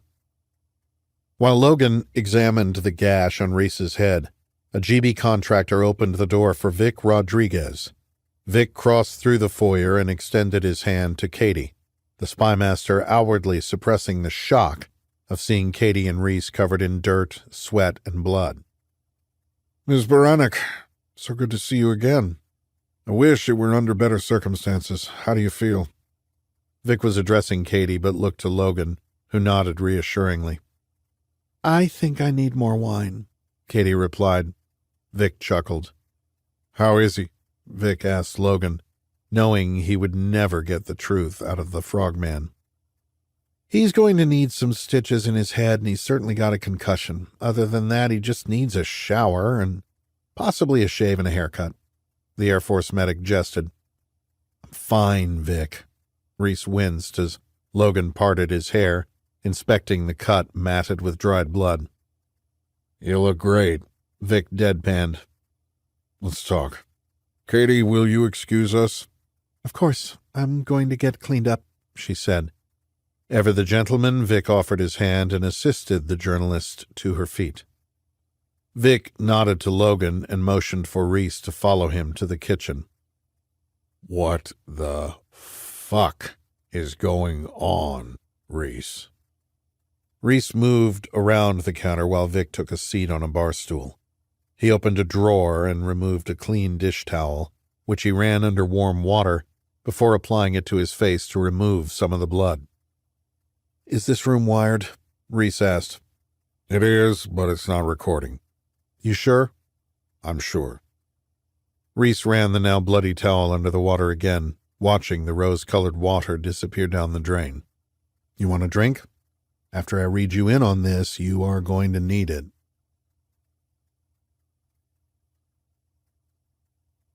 Chapter 42. When Reese finished, Vic closed his eyes and rubbed the bridge of his nose. The President of the United States ordered assassinations on U.S. soil. Jesus Christ. And the 2 dead guys are still in the van? Vic asked. They are. I went through their pockets, no wallets or cell phones, but it was just a cursory search on the side of the road. You might have better luck with a forensic team. I'll coordinate it. And if you don't mind, I have an AR in a storage drawer in the back of my truck, and my secure phone is in my pack, which was in the back seat. There are a few other things in there I probably shouldn't have had in D.C. Vic nodded. I'll take care of it. Reese paused. You're wondering why I didn't try to take one of those last 2 on the road alive, aren't you? Vic studied his newest recruit. It sounds like you were wondering that yourself, Reese. Reese dropped the bloody towel in the sink. I saw the killers who took Lauren and Lucy from me in each of the men who came after us tonight. I couldn't let that happen again, Vic.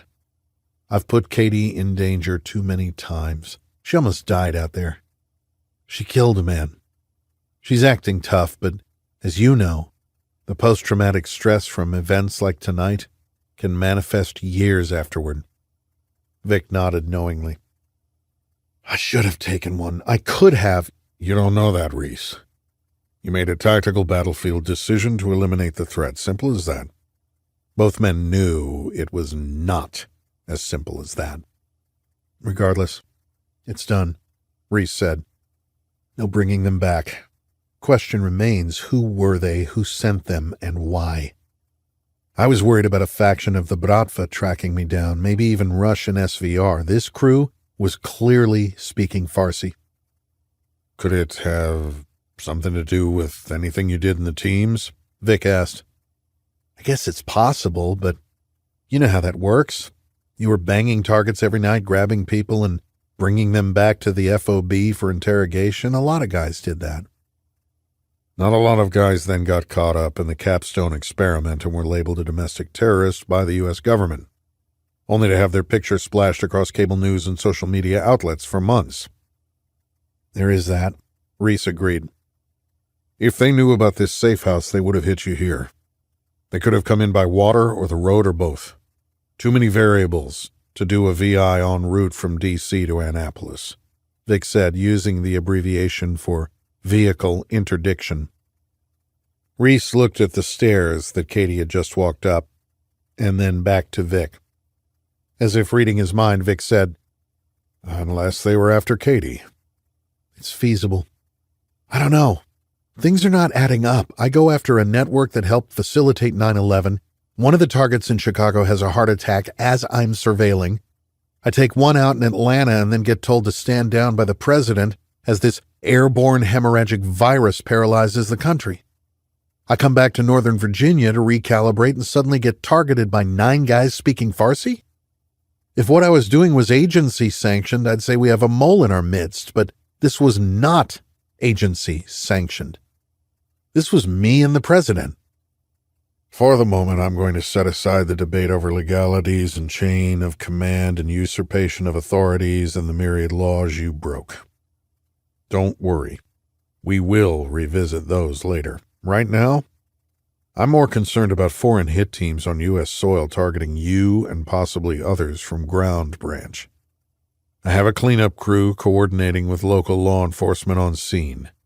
If any of these hitters are in the system of any Western intelligence service, we will know in a few hours. Am I interrupting anything, gentlemen? Katie asked, hitting the base of the staircase and walking toward the kitchen. She had cleaned up as best as she could. The blood that had dried on the right side of her face was gone, and she was in fresh clothes. Not at all, Miss Baranek. Please join us, Vic said, standing and pulling out the counter chair. Please call me Katie, Mr. Rodriguez. Vic, please. Vic, Katie said. Since we are forbidden from drinking the nectar of the gods for another night, can I get anyone some decaffeinated tea? Let me, Reese said. You will probably ruin it with cream and honey, Katie said with a smile. I've got it. Vic? No, thank you. I need to coordinate with the cleanup crew and see if we can get some answers on who these guys were. You might want to wait.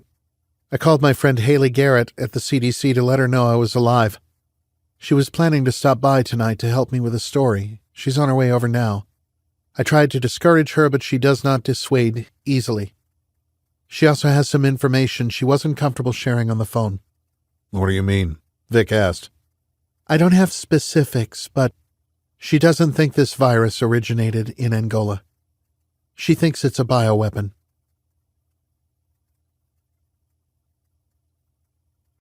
Chapter 43. Haley Garrett arrived 30 minutes later. Even though Katie had warned her about the additional security, she looked a little perturbed by the armed men in the driveway. The two old friends shared a warm hug. Katie, oh my God, are you okay? Haley asked, shooting daggers at Reese. Yes, I'm fine. Just some scratches. Haley, you remember James, and this is Victor Rodriguez. The two men shook hands with Haley, who studied them both the way a witness would analyze perps in a lineup from behind a two-way mirror. It's okay, Haley. Like I explained on the phone, these are two of the good guys. Haley continued to take stock of the CIA operatives. She was dressed in running shoes, jeans, and a UC Davis sweatshirt. Her black hair was tied back, and retro vintage Ray-Ban prescription eyeglasses were perched precariously atop her head. She had the stern look of someone who could win any argument simply by wearing down and outlasting her opposition. I think we should sit down for this, she said, making her decision. They moved to the spacious dining room and sat around the far end of a long rectangular table. Reese looked up and noted that the ceiling was adorned with hand-painted roses. Sub Rosa. Appropriate, Reese thought. Mr. Rodriguez, what exactly do you do for the government? Haley asked. I work for the State Department. Ah, of course, she said. Everyone in Washington knew that State Department was a euphemism for the Central Intelligence Agency. Well, in that case, you just might be the perfect person. Perfect person for what? Vic asked. Haley looked at Katie, Reese, and then back to Vic. This virus is not airborne in the way we've become conditioned to understand the term, and I doubt it originated in Angola. I also suspect it is connected to the attack on Katie and James tonight. I'm sorry, Ms. Garrett, I'm not following. Neither are my bosses at the CDC. Hysteria has gripped not just the populace, but also the scientific community. My job is to follow clues, much like a detective. So, we have a suspected index case in Angola. Almost 500 people die, but the virus burns itself out like we've seen in the past. So far, nothing unusual. Only this time, a carrier boards a plane at Quatro de Fevereiro International Airport and brings the virus to the United States. It's happened before with the virus burning out on U.S. soil, but something is different about this. The virus has mutated. It has evolved. It's a new strain. How do we know? Because as of tonight, close to 3,000 people have died in Colorado and Texas. People who in no way could have had blood-to-blood contact. We know the Angola flight landed in Johannesburg, and then from there flights departed to JFK and Atlanta, with follow-on flights around the nation to include airports in Dallas and Denver. Therefore, it's airborne. Our worst nightmare, right? That is my understanding, Vic said. Then why do we not have cases in Johannesburg? Why no cases in Europe or the Middle East? In South Africa, passengers from Angola transferred to flights going to Dubai, UAE, Frankfurt, London, and Barcelona, but we only have cases in Dallas and Denver? Maybe the carrier was not yet contagious until they got to Dallas or Denver? Reese offered. I admit that is a possibility, but I submit that it is much more likely to be in either one specific location or to have spread to multiple areas around the world. Isolated to 2 cities is peculiar. We see that in Africa, don't we? Vic asked. Isolated to a single village? Yes, but typically villagers aren't traveling, which helps contain the spread, the doctor countered. I read that the CDC officially identified it as a new strain of Ebola, Reese said. That's true, Haley said. It looks like a new mutation of Ebola under a microscope. A new strain that's airborne, Vic said, confirming the official account. Yes, but airborne does not mean that it's being spread via respiratory means, she said. Vic leaned back in his chair and crossed his arms. Please, elaborate, Vic said. Okay, let me break it down for those of you with Y chromosomes. It's possible for something to be airborne, but not necessarily spread via respiratory pathways. Think of it in terms of getting sprayed with perfume by one of those annoying salespeople at a mall. We are all old enough to remember malls, right? Well, you smelled the perfume, sometimes even tasted it, but you didn't cough the perfume onto someone else an hour or even days later. Are you saying someone wants us to think this virus is spread naturally from human to human, but it was really intentionally released to infect people? Katie asked. A bioweapon, Reese stated. Haley looked at Reese. That is my theory. It's only airborne in that it is spread by contact with direct aerosol droplets released by a controlled pressure device, through a mist or a cloud of droplets. After that, it can only be spread as any standard hemorrhagic virus with direct blood to mucous membrane contact. It's actually difficult to spread with limited precautions. That's what makes it an effective bioweapon, Reese offered.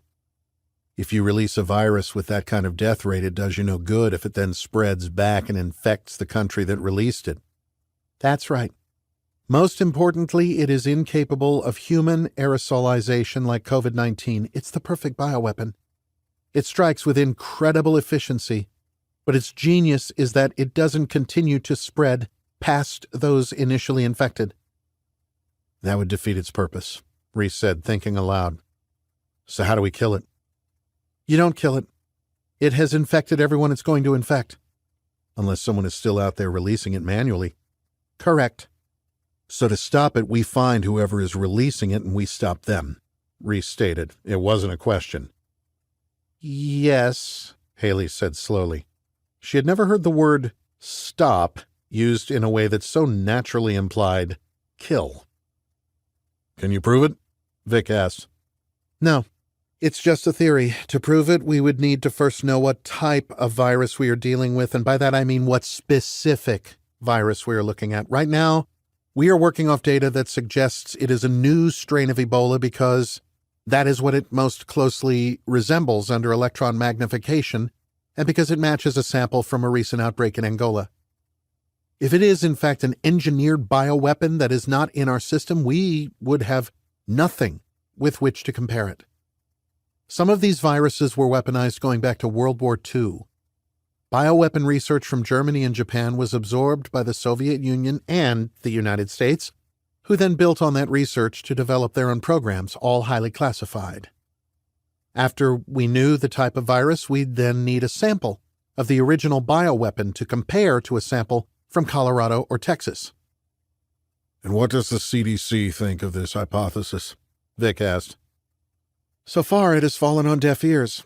We started with the premise that this outbreak originated in Angola because the mutated strain from samples in Richardson and Aurora matched the sample taken from Angola to a T. After it was identified, we, the scientific community as a whole, set out to develop an inoculation the way we did with COVID-19. You mean making a vaccine from one of the infected patients? Reese asked. That is, by and large, a Hollywood myth. You just can't pull antibodies off the shelf and inoculate 300 million people. It doesn't work that way. The point is, all our efforts went into developing a vaccine. No one stopped to ask why the spread rate is deviating from every other contagious disease ever documented. Seeing that those around the table were not grasping the concept, she continued. Usually the spread rate is inverse to the mortality rate. That does not sound good. What exactly does it mean? Reese asked. The faster pathogens spread, the slower they kill. That preserves the host and gives the virus a chance to spread, to survive. By contrast, this virus may have adapted to spread via respiratory droplets. Someone can pass it through a cough rather than direct blood-to-blood contact, as with your garden variety hemorrhagic virus. It's hard to infect another human when a disease is transmitted through blood. But if this virus maintains its mortality rate of 85% to 90% in its current mutation, then it is no longer a flu or H1N1 outbreak with a 0.01% mortality rate, or even COVID with a 0.1% or 0.2% mortality rate. If this outbreak continues on its current path and escapes the isolation measures in Richardson and Aurora, we are talking 280 million people dead, and that does not take into account international ramifications. The sixth wave? Katie whispered. The sixth wave? Reese asked. Holocene extinction, Haley explained. Planetary extinction of the human race. Earth has witnessed 5 previous mass extinctions. The last one was approximately 66 million years ago. Many scientists believe we are due for another. Dr. Garrett, you do not seem as distressed about this possibility as one would expect, Vic noted. That's because this is not that event, but we are being manipulated to believe it is for a reason that I don't yet understand. Explain, Vic pressed. Are any of you familiar with mathematically modeling R0? The what? Reese asked. R0, reproduction number. You may have heard it called R0. It's a mathematical term used to describe the intensity of an infectious disease and therefore indicate its rate of transmission. Think of it as a spread rate. 1-to-1 transmission is a 1. If it rises higher than 1-to-1, the result is what we call a logarithmic growth at uncontrolled speed. Below 1-to-1, it burns itself out. To the blank stares of her audience, Haley continued.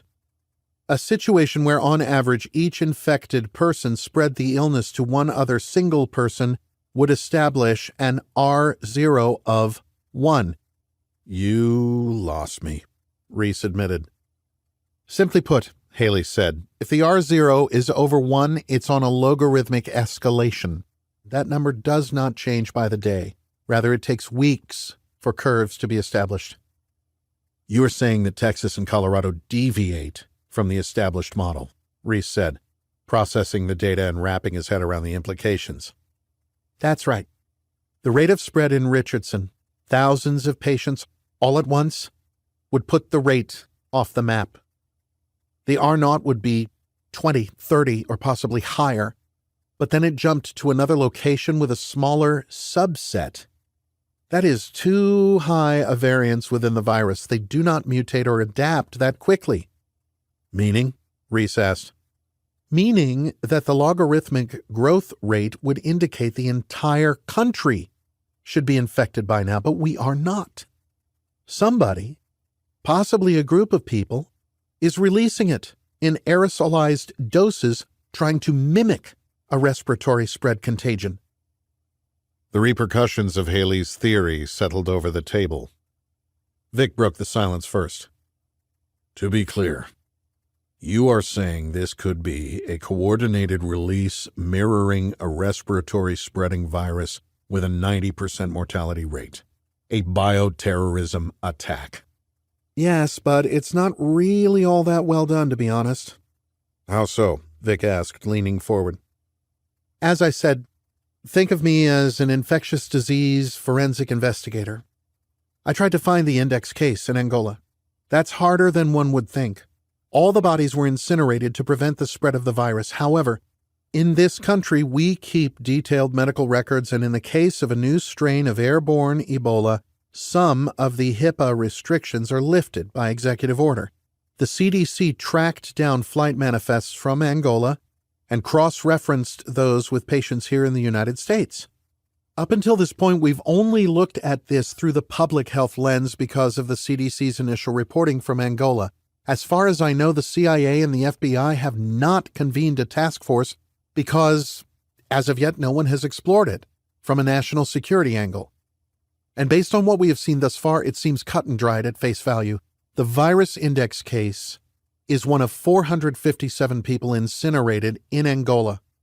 But at least one carrier boards a plane and from Africa travels to the United States.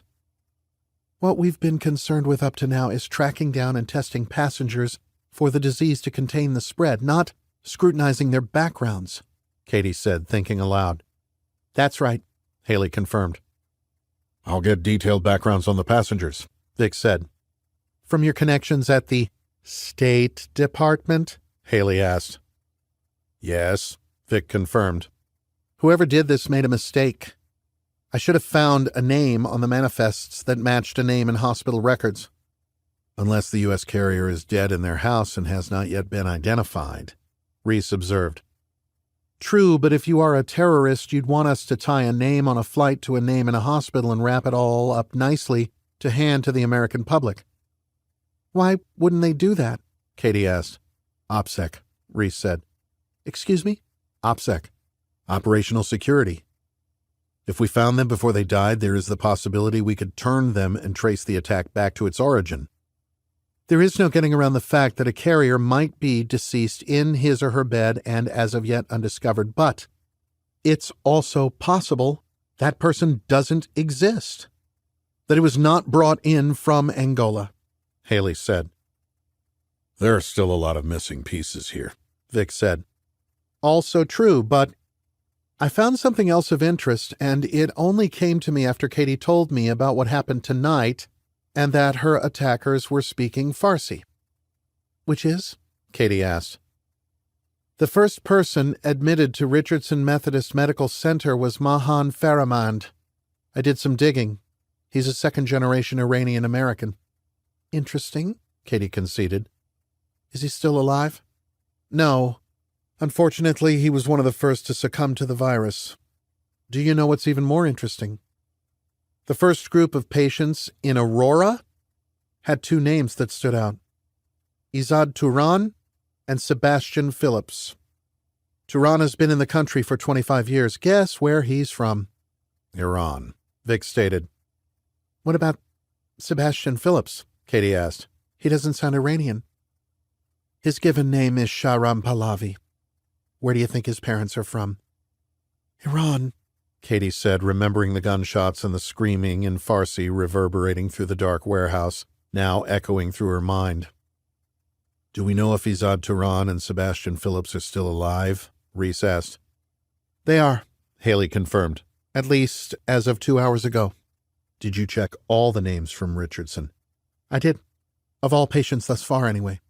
And there were 3 patients with Iranian surnames: Mahan Faramand, Reza Abed, and Hashem Shirazi. Reese swallowed as the blood drained from his face. Reese, Vic said, are you okay? Reese stood and walked to the windows overlooking the Severn River. He felt the pull of the ocean. Take Katie and get out, get on that boat, and sail away. To where? Anywhere but here. Vic stood and moved next to Reese at the window. Reese? Vic, Reese said, the tone of his voice matching the darkness beyond the shutters. The names. What names? Faramand, Turan, and Pahlavi. What about them? Those are all last names on the 9/11 target list the president gave me. Dear God. Vic, get me a list of names from Angola. Highlight anyone with Iranian ties. Tell the president what's going on. I'm going to wake up the director. We will brief the president at the PDB. I'll get a team of agency doctors on this immediately. Vic, if Dr. Garrett is right and there is an Iranian connection to the hit tonight that is also linked to this outbreak or bio-attack, they are not going to stop. Can you get Katie somewhere safe? Of course. What are you going to do? I'm going to do what I do best. First, I need someone with an infectious disease background. Reese turned back from the window. Haley, are you up for a trip into the hot zone? James, Katie said, a tinge of nervousness in her voice. where are you going? I want to talk to Izad Turan and Sebastian Phillips. And Vic? Yes? I'll need to borrow an agency jet.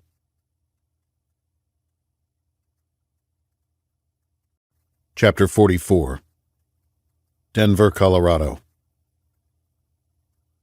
The agency Gulfstream 550 landed at Denver International Airport and taxied to a private terminal set up by the Department of Justice after 9/11 to receive government aircraft and officials needing to avoid public air travel. The fleet of taxpayer-funded private aircraft had received scrutiny in recent years after the high-visibility firing of FBI Director James Comey, who was photographed boarding an FBI G550 in Los Angeles for a flight to D.C. As with most outrages, it was short-lived, as another hot topic distracted the media the following day. Reese and Haley were met by a young CIA analyst who was the agency liaison to the FBI Denver field office. Mr. Donovan, Dr. Garrett, I'm Ken Daniel. I have your credentials and hazmat suits in the Suburban. The subjects have been moved from the hospital to 2 separate chem bio protective shelters outside the main field hospital. As requested, they are under guard, though I have been told that was an unnecessary precaution. Why is that? Reese asked. They were some of the first patients, sir. They don't have much time left. They had already been triaged to the expectant area. Reese nodded. Expectant meant there was no hope. Usually annotated with a black badge, those in the expectant category of military triage were given pain medications and left to die, while resources were allocated to those patients who had a chance. Thanks, Ken. The guards are there to keep anyone from killing them before we can question them, Reese said. Oh, I see.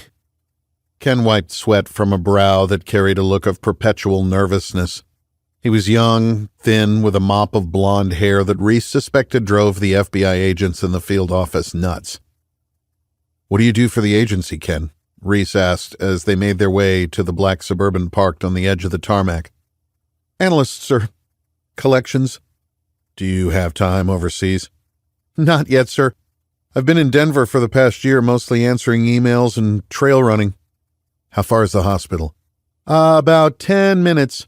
Everything south of the 70 is shut down from the Denver Zoo to Buckley Air Force Base. I'm sure you've seen the rioting. It's getting bad. I'm worried the military is going to kill more people just keeping containment than this virus would. Reese and Haley shared a look. That's why we're here, Ken, Haley said. Do the two people under guard have something to do with this? We are going to find out. Reese's phone buzzed. Excuse me, he said, hitting accept. He put the phone to his ear and stepped away from his colleagues. What do you have for me, Vic? Confirmation that Sebastian Phillips is Shahram Pahlavi. His parents emigrated from Europe in the mid-90s, both doctors. Settled in California and then Arizona, where Shahram was born. Prior to medical school at University of Leuven, Belgium, they were citizens of Iran. I just put them under surveillance in Phoenix. The father was on my list. Shahram would have been just a kid on 9/11. Anything else? Shahram rents an apartment near the university, but he owns a home in Denver. Tax records do not indicate any rental income from either property. I'll text you the addresses. I'm working to get local LE and FBI on those locations, but they are overtaxed right now with containment, protests, and rioting. Understood. How about Izad Turan? NSA went through his email and browsing history. It's clean. They went deep and found an old Hotmail account set up in 1999. It never sent an email. Its draft folder was accessed, but the contents deleted, and it hasn't been touched since 2001. It was so long ago that the NSA has not been able to recover or restore the deleted files. Back when using the draft folder with two or more people having the login information was the preferred method of communication for terrorists. What about cell phone tracking data? Turan does not appear to own a cell phone. Not that we could find, anyway. Shahram's locational data was turned off for the most part, but as you know, we can still track. That data indicates a pattern of life that centers around his apartment and campus, with occasional trips to the Rocky Mountains. What does that tell us? The report indicates that on multiple occasions he left his phone at the apartment when we have him active on university computers. So he's leaving his cell phone in his apartment? Yes. It's possible he's just forgetful, Vic conceded. It's also possible he doesn't want his phone carrier capturing locational data on the days he leaves it at home, Reese said, remembering the phone he left on his dresser in Coronado, California, as he started crossing names off his terminal list. It's feasible. Those are the days he's going to the house in Denver, Reese said. I concur. That is a valid assumption. What else do you have for us?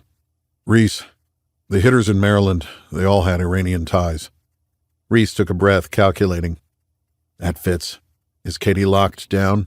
She's not happy about it. Ox and the boys are standing watch. Good. How'd it go with the president? Reese asked, changing topics. I can't say much on this line other than there is staunch opposition to Haley's theory. People are scared, Reese. There are drastic measures on the table. More drastic than isolating American cities and letting everyone inside die? Reese, these phones are secure, but like every electronic device, only to a point. I am going to violate procedure and tell you something that could end my career, but you need to know. I'm listening. There is an option to eradicate a virus that threatens to destroy the country. It's been used before by the Soviets and then the Russians in Africa. Reese remembered his dinner conversation with Katie in what seemed like another life.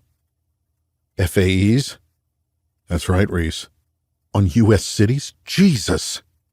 Not to put any additional pressure on you, but the very real fate of the nation rests on what you find out from Shahram and Turan. Reese looked back to Haley. Reese, are you still there? I'm here. Headed to the field hospital now. Call me as soon as you have anything. Roger. Reese terminated the call and walked back toward Haley and Ken, who stood waiting next to the Suburban. What did he say? Haley asked. He said this is all up to us.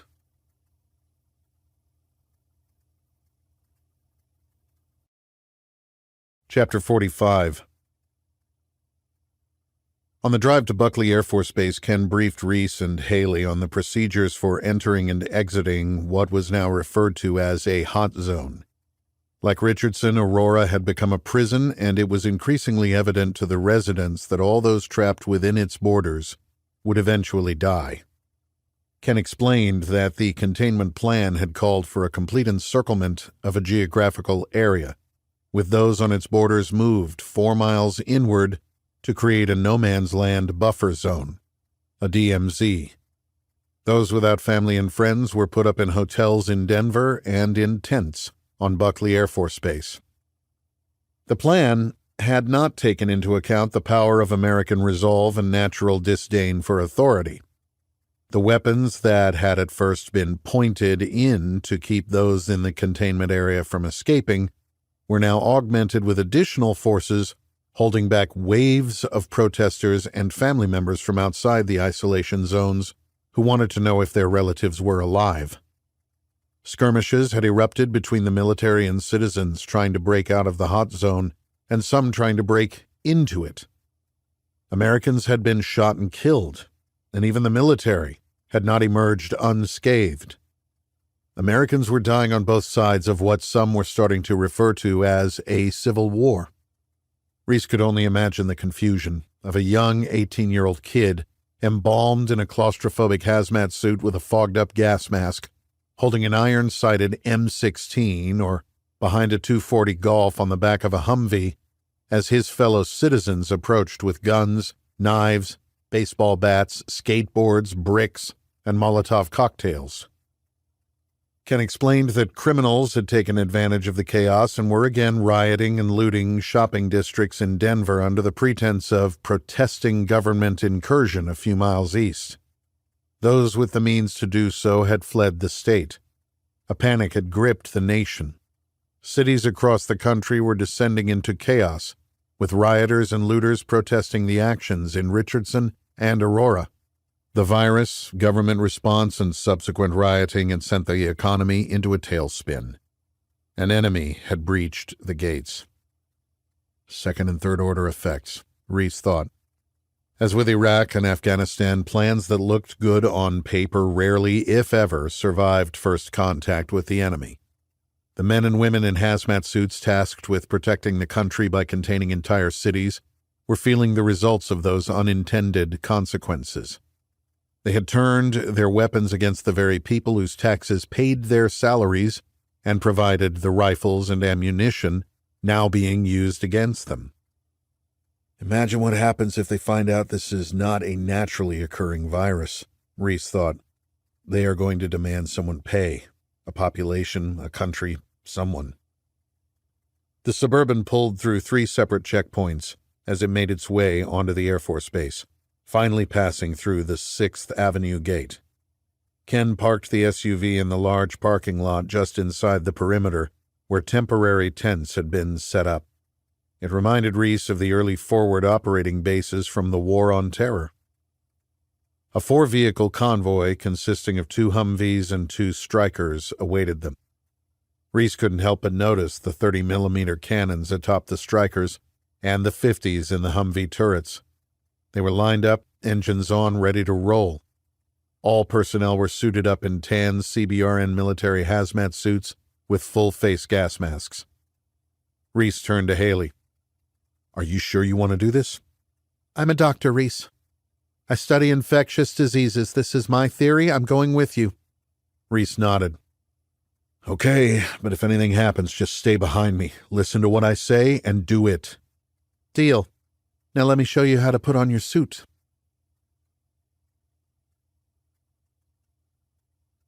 Chapter 46. Leaving Buckley and entering the hot zone was akin to departing Baghdad's green zone after the Al-Askari mosque bombing in 2006. It was game on.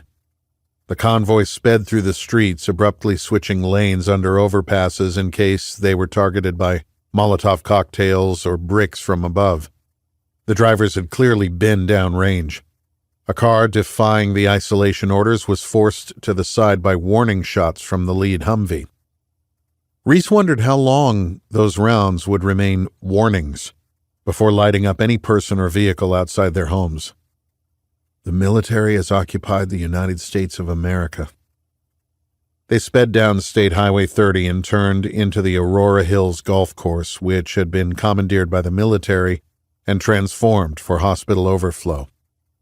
Passing through another 3 heavily armed checkpoints, they entered the grounds of what 2 weeks earlier had been a place to relax, tee off, and enjoy a day with friends.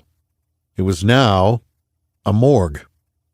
2 huge tents with accompanying diesel generators and air filtration systems dominated the course. Refrigerated semi-tractor trailers packed the parking area. For the bodies. The vehicles came to a stop and were met by 3 soldiers in the same tan CBRN military hazmat suits worn by those in the convoy. "You ready?" Reese asked across the rear passenger seat of the Humvee. Their gas masks had been fitted with new removable filters. Reese had instinctually screwed his into the left side of the mask, which would let him bring a rifle to his right shoulder if need be. Old habits. The integrated speech diaphragms allowed them to speak to one another without shouting, a vast improvement from just a few years before. CBRN stood for chemical, biological, radiological, nuclear. The suits and gas masks were designed to protect service members from toxic industrial chemicals and chemical warfare agents, to include radioactive dust, noxious gas, and vaporized pollutants. They were an unfortunate necessity of the modern battlefield. None of those wearing them today thought they would ever don them on U.S. soil, combating American citizens. Let's do it. If I believed this was a respiratory spread virus, I wouldn't even let you come in with me without the required training. But this was spread in an aerosolized form like my example of the mall perfume samples. How sure are you? I'm willing to bet both our lives on it, but nothing is 100%, Reese. Terrific, Reese said, exiting the vehicle to meet their escorts.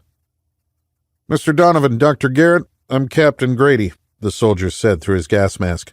"Captain," Reese acknowledged. "This was sent for you," he said to Reese, handing over a file. "Thank you," Reese acknowledged, taking a quick scan of its contents. "Sir, ma'am, both patients were moved from Kindred Hospital to separate tents this morning. I do have some unfortunate news. Izad Turan is dead."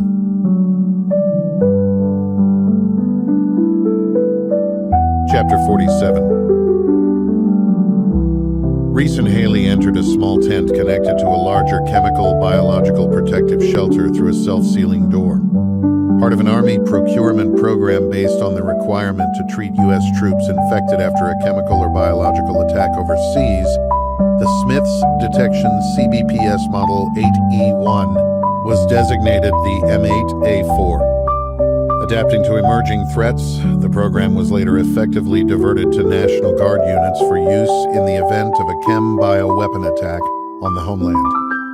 Attached to a tan, 6-wheeled behemoth with a red cross painted on the side to identify it as a medical vehicle entitled to protections under the Geneva Conventions, the mobile, self-contained protection system was designed to provide a contamination-free working environment. The black, laminated sign on its side did not go unnoticed by either of them. Inside the first tent was a large, clear plastic and stainless steel box with dual, airtight locking doors.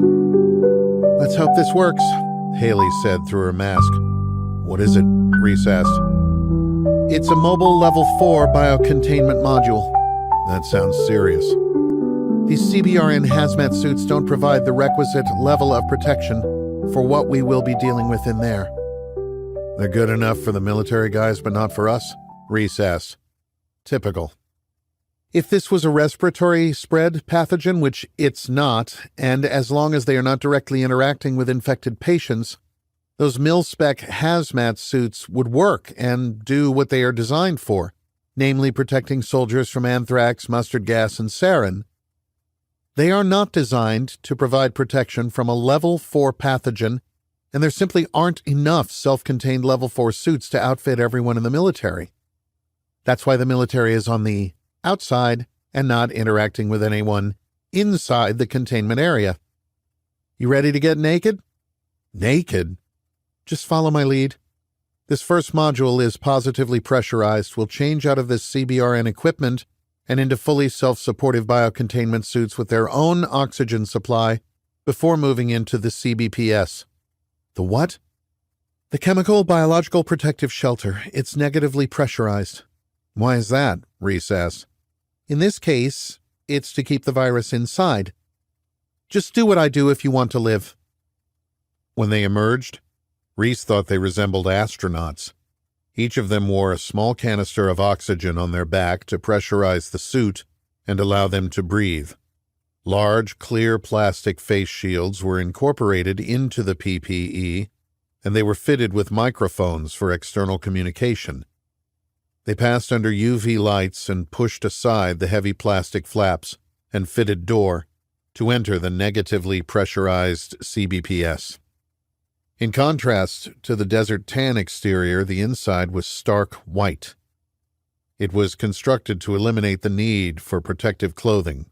In contrast to the original intent, it was now being used to contain the virus itself.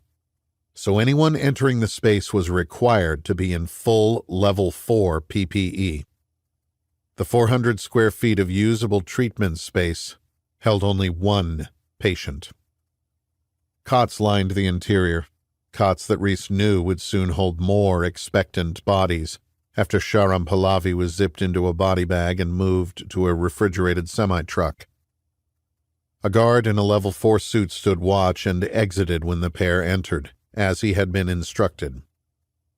"Stay behind me," Reese ordered, more out of habit than out of any concern that their target would attempt to attack them or escape. Pahlavi was on a wheeled gurney behind another plastic covering that reminded Reese of cheap shower curtains. Reese stood outside with Dr. Garrett and took stock of the patient. An intravenous morphine drip was connected to a vein on his hand, and an electronic vital sign monitor beeped away atop a portable stand. It was evident that Shahram Pahlavi was going to die. Blood had dripped from his nose and over his mouth, mixing with the yellow vomit that had accumulated on his chin and chest. His eyes were closed, but his body shook as it used what little reserves of energy it had left to fight the fever that ravaged his body and brain. He had been covered with a blanket. As Reese and Haley watched through the opaque plastic, it slipped to the floor, exposing arms and hands purple with internal hemorrhaging. He was sweating blood. Reese was not a trained interrogator. In fact, on his list of skills, interrogation was ranked at the bottom. He'd attended an interrogation school in the SEAL teams, and his takeaway had been that he should leave tactical questioning to the professionals. It wasn't until his assignment to a CIA covert action program that he had been introduced to the darker arts of what they called enhanced interrogation, lessons he'd applied after his family had been violently taken from him. Reese shook off the memory. Those lessons in interrogation and torture were not going to work on a man about to touch the face of God. Even with Dr. Garrett's assurances, Reese was hesitant to engage. What if she's wrong? Too late. This guy is somehow connected to the virus and to the attack on Katie. Do it. Reese nodded at Haley and then entered the domain of the virus. Reese kicked the gurney. "Shahram." He kicked it again. "Shahram," he said louder to overcome the slight muffle of the microphone built into his suit. Shahram's eyes fluttered open, and Reese fought back the urge to recoil. The eyes had sunk into their sockets, the skin around them purple with broken capillaries, his entire body hemorrhaging from within as the virus liquefied organs in its quest to find a new host. The pathogen had its own mission: to live. Shahram closed his eyes again, his breathing shallow. "My name is Sebastian," he whispered. "Your name is Shahram Pahlavi. Your parents are from Iran. You are a terrorist and you are about to die," Reese said without the slightest hint of sympathy. "Shahada," the figure said, appearing more like a zombie than a man. "There is no God but Allah." "I want you to listen to me closely, Shahram," Reese continued. "You do not have much time. That means you are going to have to think clearly." Reese stepped toward the machine, monitoring vitals and controlling the morphine and sedative on a timed release with intravenous fluids. He turned both machines off. Cremation is forbidden in Islam, Shahram. You know that. Those who are cremated go to hell.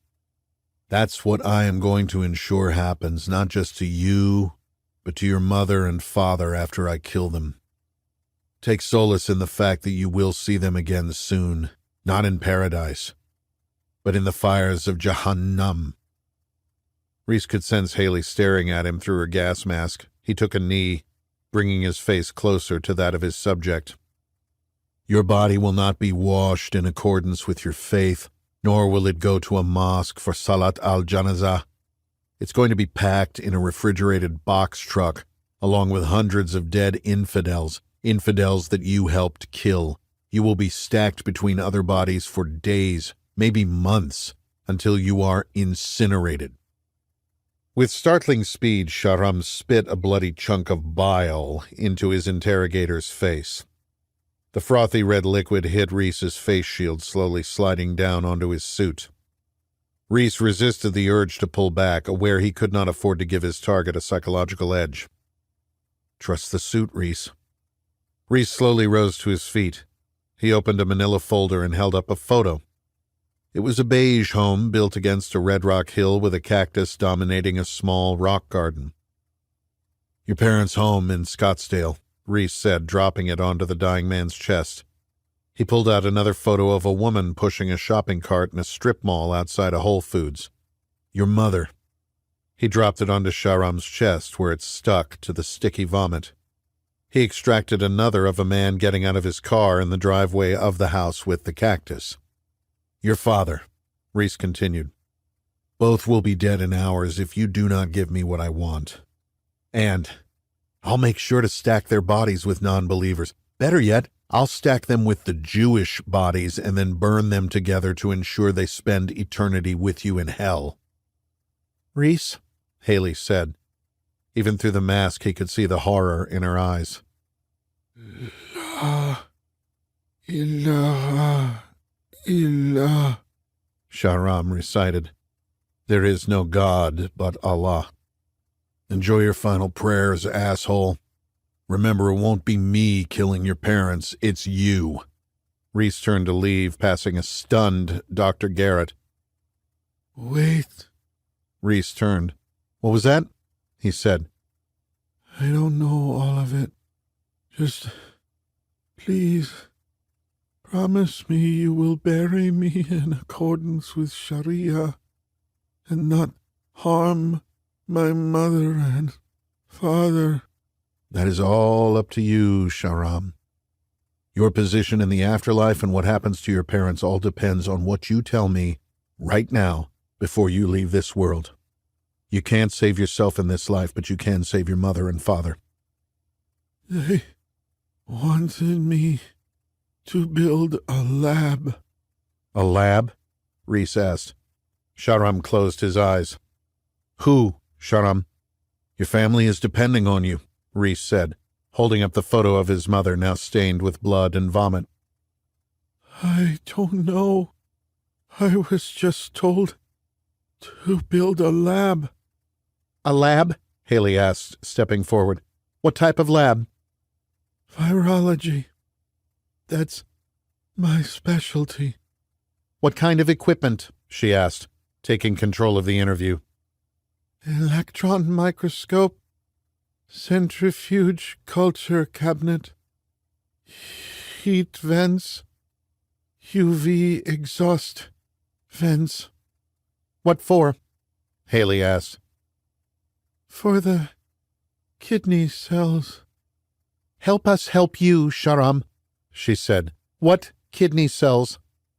Green monkey. From Africa. Shahram, this is important. Did you separate them into independent cell lines? And did you introduce a sample? They had clearly surpassed Reese's infectious disease knowledge. He was now a spectator, as Haley dove into the specifics. Shahram coughed, more blood trickling from his mouth and nose. Reese noticed blood beginning to drip from his ears as Haley pressed on. Shahram, we need to know, she said, her voice calm and compassionate. Think of your parents, Shahram, Reese interjected. Haley turned and gave him a stare that told him to back off. Shahram closed his eyes again. Ashhadu an la ilaha illallah wa ashhadu anna Muhammadan Rasulullahi. I bear witness that there is no deity but God, and I bear witness that Muhammad is the messenger of God. Reese was getting impatient. The constraints of the suit and the claustrophobia of the mask were pushing him closer to the edge. The man before him was responsible for a virus that threatened to ignite a new civil war, and more important to Reese, he was somehow connected to the assassins who had targeted him and Katie in Maryland. Stuck upside down in the overturned Land Cruiser, drawing his pistol, eye picking up the red dot, knees exploding from the impact of the bullets, headshot. Fucking talk, Shahram. Fucking talk, or I swear to God I will fillet your mom in front of your father before dismembering them both and burning their worthless bodies. Their souls will never find peace. They will haunt you in the afterlife. I fucking talk. Haley stared at Reese in disgust, then turned back to the patient. Just take a breath, Shahram. Think and tell me the nature of the sample that was introduced. Shahram's bloody eyes drifted from Haley to Reese. His vision blurred from fever and a virus that was liquefying his brain. But through the haze he studied Reese, seeing not a man but Azrael, the angel of death. His voice trailed off, more blood dripping from his nose. What? Haley asked, trying to encourage him. Marburg. Haley felt the blood draining from her face. What type of Marburg? Variant U. Dear God in heaven. Where did you get it? Gasping for breath, his body shuddered, and he retched a greenish-yellow vomit mixed with tinges of dark blood onto his pillow and chest. Where did you get it? Reese shouted, reinserting himself into the interrogation. Was it this man? Reese shoved a blurry photo in front of Shahram, a photo he'd taken in Chicago of a figure leaving the house of his first target. Before Shahram could avert his eyes, Reese saw the recognition. In the lab, Shahram. Is it in the house you bought in Denver? Shahram remained silent. Shahram, Haley said, needing more information. How does it spread? Did you aerosolize it? He gave a slight nod. Can it be passed from human to human? He paused. Your parents, Shahram, Reese barked. I don't know where it came from. How is it spread? Direct bodily fluid contact. Contaminated blood. Is it a respiratory disease? I can't be certain. It was released in aerosolized form. I don't know why. To cause this, Reese said, gesturing to the cots awaiting bodies against the green canvas walls of the tent. I don't know. Who knows? This man? Reese asked, pointing to the surveillance photo he'd taken in the Windy City. I don't know. Please. His voice was getting weaker. You are a shitty liar, Shahram. Tell me about him. Who is he? Praise be to Allah. I do not know. He lied to you, Shahram. Did he tell you that you were part of the team? That you were a warrior of Allah? Is this how a warrior of Allah dies? He killed you, Shahram. He killed you to tie up loose ends. You were always a liability, an expendable asset. This is a man you want to protect? No, Shahram murmured without conviction. Where can I find him? How did you contact him? I didn't. He came through the mosque. Please. What mosque? Please. The FBI is raiding your house now. We are going to find everything, Shahram. This is all I know. Alhamdulillah. Praise be to God. His breath was coming in shorter gasps, eyes rolling back into their blood-filled sockets. red drops of what should have been tears trickling down his face. Inna lillahi wa inna ilayhi, he whispered. Verily we belong to Allah, and verily to him do we return. Reese bowed his head and whispered the istirja before flipping the morphine and vital sign monitor back on and signaling to Haley that it was time to go. They pushed their way through the clear plastic curtains and walked toward the exit, leaving Shahram Pahlavi to die a martyr, wondering if Azrael, the angel of death, would keep his promise.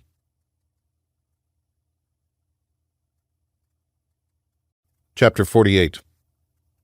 West Colfax, Denver, Colorado. The key was to make it look just enough like an accident to raise questions. He'd used fire once before on a houseboat in Amsterdam. That had been easier. He had started it in the engine compartment of a small boat moored alongside. This was different.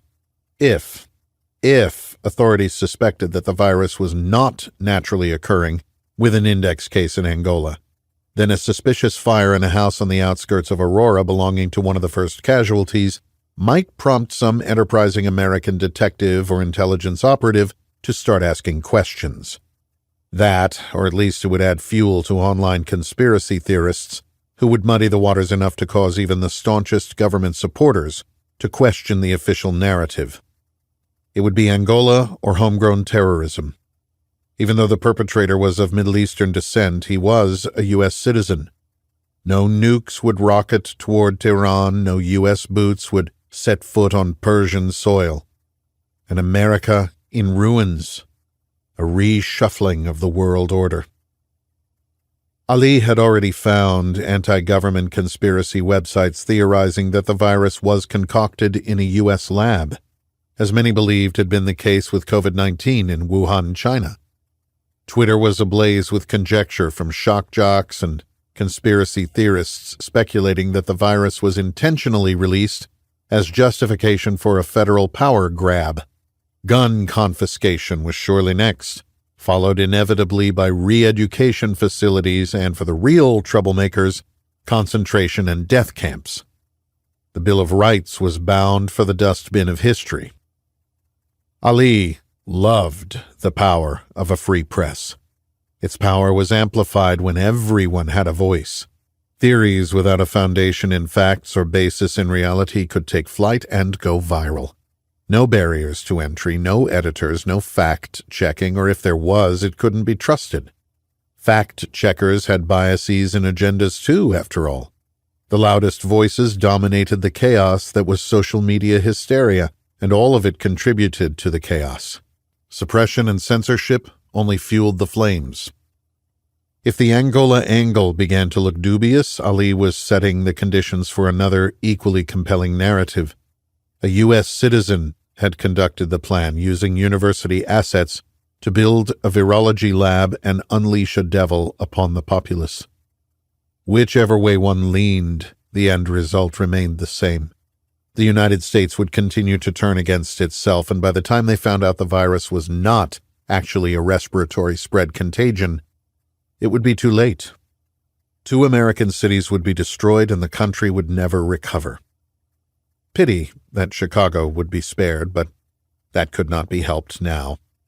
Even the Atlanta numbers didn't support the destruction of that city, but the few cases that had surfaced reinforced the perception that this new Ebola strain spread through the air.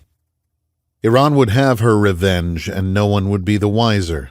Ali would avenge the deaths of his father and 2 brothers, killed by an American war machine that profited from Defa-e-Mogaddas, the Holy Defense, the Iran-Iraq War.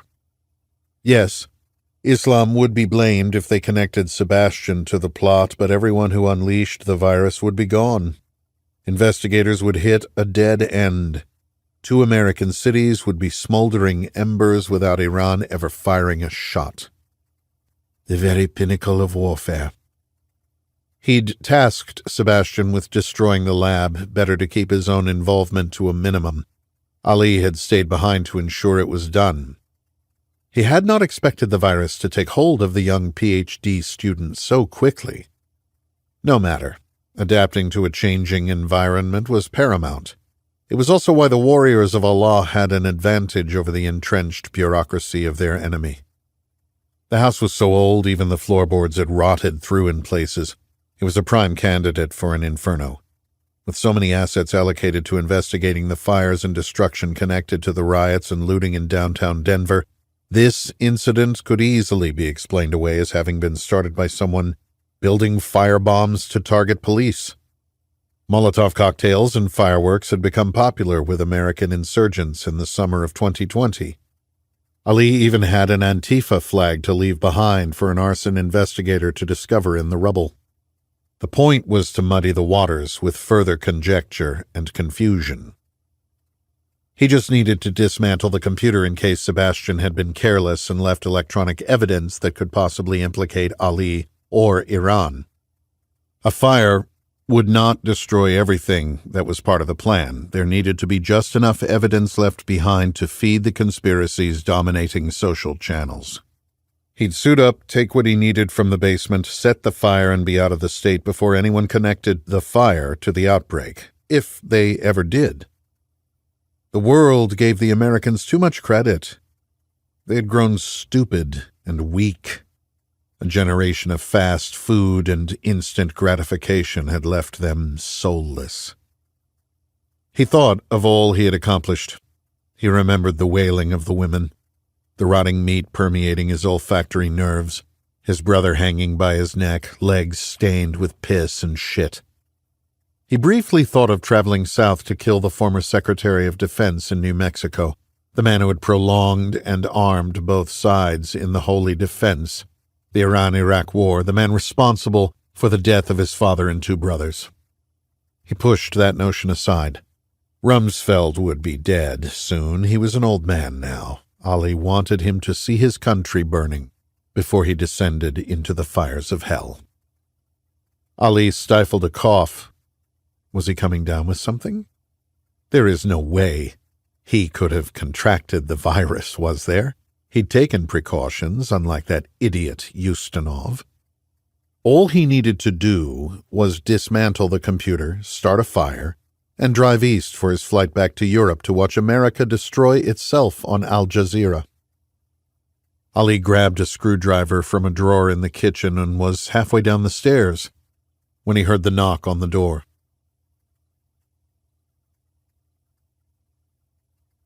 Chapter 49. Interstate 70, Denver, Colorado. What did you find out, Reese? Vic asked over the encrypted connection. The Suburban sped down the deserted highway toward Denver.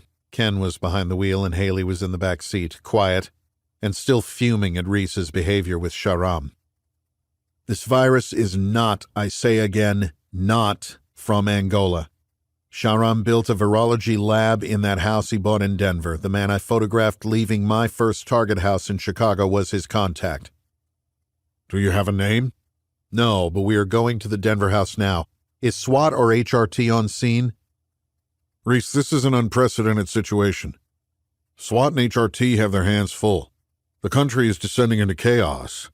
Politicians are at each other's throats. Coordinating with local authorities and even federal offices is bottlenecked. Request for SWAT was approved, but they are not yet on site. There should be a black and white on scene now, but I have not received confirmation. Shit. Understood. Did he verify the type of virus? Is it airborne? It's something called Marburg Variant U. Haley says it was originally from Africa and weaponized by the Soviet Union in the 70s. They were working on an aerosol delivery system. The Suburban's brakes locked up and Reese was thrown forward in his restraint. "What the fuck? What are you doing?"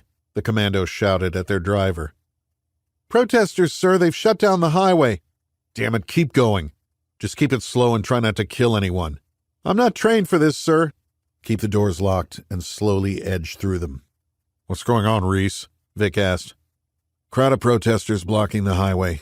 Jesus Christ. "Vic, you have got to tell the president this is not a naturally occurring virus. We are going to upend the Denver house and find a connection to the man in Chicago. He's the key." The Suburbans slowly approached the protesters. Their voices became louder, anti-government signs, chants. Mr. Donovan? Ken said nervously from the driver's seat. Don't stop, just move slowly. Vic, Reese said back into the phone. Tell the president not to order the strikes until we can confirm if this thing is airborne. If it's not, he's going to kill 500,000 people for nothing. The president is under serious pressure from both sides of the aisle to stop the spread, to do the unthinkable. What? I thought the final option was a closely guarded secret. It was, but it leaked. It's not out in the public yet, but enough people are talking about it in Congress that it won't be long. Sir? Ken said. The Suburban was completely surrounded. Protesters pounded on the hood and windows as the large black vehicle crept forward. I don't like this, sir. Neither do I. Just keep going.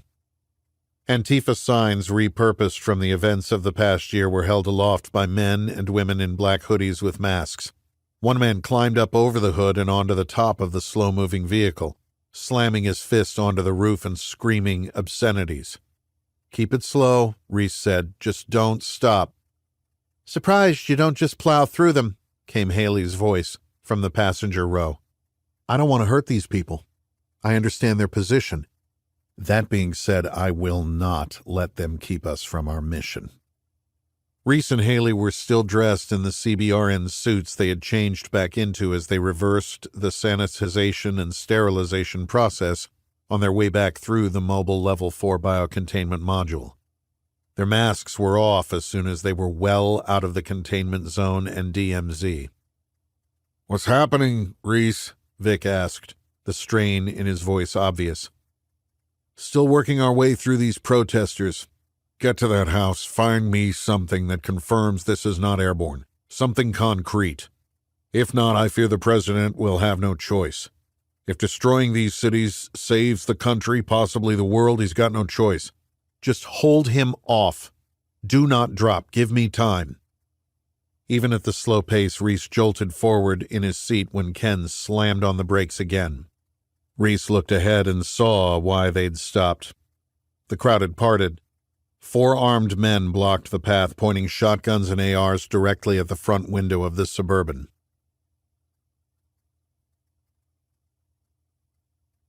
Chapter 50. Reese didn't hesitate. UDA. Observe, orient, decide, act. Weapons, enemy, threat. Reese picked up his left leg and pushed it over the center console, slamming it onto the gas pedal. At the same time as all 420 horses leapt to life, he grabbed the steering wheel. Their vehicle had become a weapon. Steel shot from the scattergun impacted the passenger side of the windshield, which spiderwebbed across the screen. 2 of the ARs barked, one missing completely, the shots going wildly high over the vehicle and protesters. The man with the second AR found his target just before the large vehicle connected with him and sent him careening to the side. The driver's side of the windshield diverted the trajectory of the bullets, but not enough. Ken's body absorbed a round that drove down into his stomach. A second hit his headrest. A third entered his shoulder and fragmented into the top of his heart. A fourth passed through his throat, spraying blood across the steering wheel, dashboard, and the left side of Reese's face. Haley screamed as the large vehicle thumped over the man with the shotgun, dragging him for a few yards down the road before the right rear tire caught his leg and spit him out. "Get down!" Reese yelled at Haley. He kept his foot on the gas, driving from the passenger seat, putting distance between them and the threat as bullets whizzed overhead and along the pavement beside them. Ken's body slumped forward in his seatbelt, body draining of blood, draining of life. Reese elbowed him back in his seat and kept him pinned in place as he put more distance between them and their attackers, the Suburban speeding up past 100 miles per hour. Reese moved his elbow from Ken's chest and attempted to apply pressure to the throat wound with his left palm while keeping the car on the road, his hands slick with blood. He took his eyes from the highway to assess Ken's wounds. Instead of a young, freshly shaven face with an unruly mop of blonde hair, He saw a young bearded SEAL in body armor and helmet behind the wheel of a Hilux truck on a dusty road on the outskirts of a village in Afghanistan. Reese holding the wheel while attempting to stem the flow of blood spurting from his teammate's neck, just before another AK round tore his head off. Reese! Reese! Haley's screams brought him back to reality, and he swerved to keep the Suburban on the road. Stop the car, Reese! Stop the car! She shouted. Reese looked in the still intact rearview mirror and confirmed they were off the X and about 2 miles down the road from the ambush. He pulled to the side of the empty freeway and turned his attention to Ken, holding pressure on his throat and sliding a finger through the blood to plug the hole. "This thing should have a trauma kit," Reese yelled to Haley. "In the back. Find it." Haley threw open her door and ran to the back of the Suburban. It's locked! Hit the unlock button! "Shit!" Reese moved farther across his seat, pushing a finger from his left hand into the hole in Ken's neck, his right hand slippery with blood, searching desperately for the button on the driver's side door to release the back liftgate. Got it! Reese heard a beep as the rear liftgate arched skyward, Haley reaching underneath to accelerate its power-assisted movement. She appeared at the driver's side door and Reese grabbed the handle to open it. I've got him, Haley said, tracing Reese's fingers to the hole in Ken's neck and packing it with gauze from the kit. As Reese felt Haley replace his fingers with gauze, he pushed himself back to the passenger seat and exited the vehicle, his eyes scanning in all directions for threats as he rushed to Haley's side and helped ease Ken to the ground. Haley continued to stuff Ken's neck wound with gauze while Reese took a knee and ran his hands over Ken's body, looking for additional injuries, finding the entry wound in his shoulder and immediately applying pressure. "Another entry wound, left shoulder," he shouted. Reese, Haley said calmly. "Do we have more gauze?" Reese, she said again. This time Reese picked his head up. He's gone, Reese. Reese looked back to the shoulder wound, then to the throat, and then into the eyes. Ken's face was ashen. There was no rise or fall of the chest, no beating of the heart. Reese looked at his hands, then to Haley. The left side of his face was covered with what was now drying blood. Ken's blood. He saw a young SEAL lying in the red Afghan dirt. The left side of his head was missing. Reese, he's gone, Haley said again, the compassion in her voice directed at the former SEAL commander. Reese shook the Afghan memory from his mind. Without another word, he stood, hoisting the young CIA analyst to his shoulder, and laid him in the back of the Suburban. "Load up. We have work to do."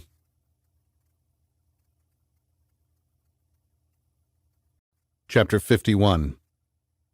West Colfax, Denver, Colorado. Reese pulled the Suburban to the curb a block from the target house. The street was deserted, though this was not the type of neighborhood whose residents would have second homes in Aspen or Telluride. These families were sequestered to protect themselves and their loved ones from the unseen threat of a virus with an epicenter only miles away. "Which one is it?" Haley asked. "That one," Reese said, pointing. "See the beige Crown Vic?" Yeah. "That's an unmarked police car." I don't see the cop, Haley observed. "Neither do I. One car in the driveway," Reese continued, looking at the dark, late-model Jeep Cherokee backed up to the garage. "Can you tell what state those license plates are from?" New York, I think, Haley said, squinting through her glasses. "That's what it looks like to me, too. Maybe a rental?" Reese said aloud. Could be. "Haley, I don't know what to say. We would not be here without you." Reese paused. "I need to tell you something that's highly classified. It's probably going to break into the news cycle soon anyway. I just need you to know why we're doing this." To find the source of this virus. I know why we are doing it. That's part of it. But I'm talking consequences. Haley, if the president and Congress think that a virus with an 85 to 90% mortality rate is airborne, highly contagious, and confined to 2 U.S. cities, they, or I should say, the commander-in-chief, has an option at his disposal to contain the spread. Not a vaccine. We talked about that. There isn't one yet, and you don't... miraculously create one by finding a monkey or index case like in the movies. No, not a vaccine. A more drastic solution. I don't understand. There is likely evidence in this house to prove that the virus is aerosolized, that someone has to physically come into contact with the aerosolized virus. Those infected can only spread it the same way Ebola is spread, through direct blood or bodily fluid contact, not via respiratory pathways. Once we have that evidence, I get it to the CDC, and we let the American people know it's not contagious in the way they've been led to believe. We continue to treat the infected, but without the fear that a cough or sneeze will spread it. If we prove it's a bioweapon and that it was aerosolized in an attack on Aurora and Richardson, we can move forward rationally. We're on the clock, Haley, and so is the president. If we can't prove, beyond a shadow of a doubt, that this is not being spread from person to person, the president is going to incinerate the containment zones to prevent the spread. What? Just like I saw in Africa? What choice does he have? It's either 2 cities or 280 million people in the U.S. alone. We wouldn't destroy our own cities, would we? Haley said in utter disbelief. How do you even do that? Nuke our own country? The radiation would be devastating far beyond the borders of the containment zones. Not a nuke. A fuel air explosive. The largest non-nuclear device in the arsenal. How long have you known this? Just before we questioned Shahram. Haley's eyes glistened over. Her breathing pronounced, her mind weighing the options and possibilities. I need to make one more call, and I'm going to show you how to use this thing, Reese said, holding up the Cryptol mobile phone. Then I'm going in that house. If anyone other than me comes out, tail them and call Vic. Help vector the cavalry in, but stay back. You've gotten us to this point. No one knows more about what's going on and what's at stake than you do. Haley watched in silence as Reese showed her how to use the encrypted phone to dial the CIA. Vic, run this plate. Echo Bravo Foxtrot 8473. Stand by, Reese, Vic said. Reese could hear him passing the information to an analyst in the background. Vic, we lost Ken Daniel. Shot by the protesters. I'm so sorry. Silence. Vic? Shit. Reese, Vic paused and took a breath. SWAT is en route to your location. I'd ask you to stay outside and wait, but I know you won't, so I'll refrain from wasting my breath. What's the status on the final option? Just came from the director's office. She bought us until the end of this cycle of darkness, then he's launching. Congress was informed via an emergency session. They are all in mandatory lockdown on Capitol Hill, but the word will get out. They are all thinking about protecting their constituents and what happens if 90% of them die. This is going to leak, Reese. When it does, there will be mass chaos and the president will have to speed up the timeline. If those trapped in Aurora and Richardson get wind of this, there will be a mass rush on the containment barriers and the virus will get out. Reese closed his eyes and whispered a quick prayer. Reese, are you there? I'm here. Reese heard mumbling on the other end of the phone. Okay, that car is a rental enterprise rented by an Ali Ansari through a corporate account of a company called Biodyne out of Switzerland. Doing a deep dive on Ansari now. Reese's mind was spinning. Reese? I'm here, Vic. I don't need to tell you what happens if Ali is the connection to this virus. If he has the answers that can save Aurora and Richardson. I know, Vic. We need him alive. Do what you can, Reese. I'll keep the director up to date so she can relay this to the White House. I'm giving Haley this phone so she can contact you if something happens to me. I'm going in. Godspeed, Reese. He hung up and looked at Haley. Her revulsion at his actions with Shahram had been replaced with a newfound respect. Be careful, Reese. Remember, you are going into a biolab, more accurately, a virology lab, and if what Shahram told us is true, one of the deadliest pathogens in the history of the world was grown and converted into an aerosolized weapon in that house. Wear your gas mask. It might not be enough.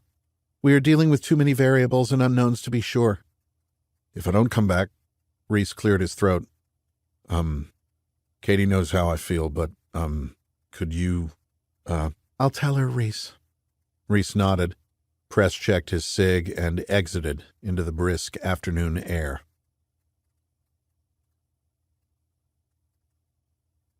Chapter 52. Reese held his pistol by his right leg as he approached the target house. To anyone watching from the windows of the surrounding homes, it must have been a peculiar sight, though perhaps less so after the events that had recently engulfed the nation. A man in a tan hazmat suit with a gas mask in his left hand and pistol in his right walking down the street in broad daylight. Reese passed the Crown Vic and glanced inside. Empty. He worked his way up the driveway, clearing the Cherokee as he passed.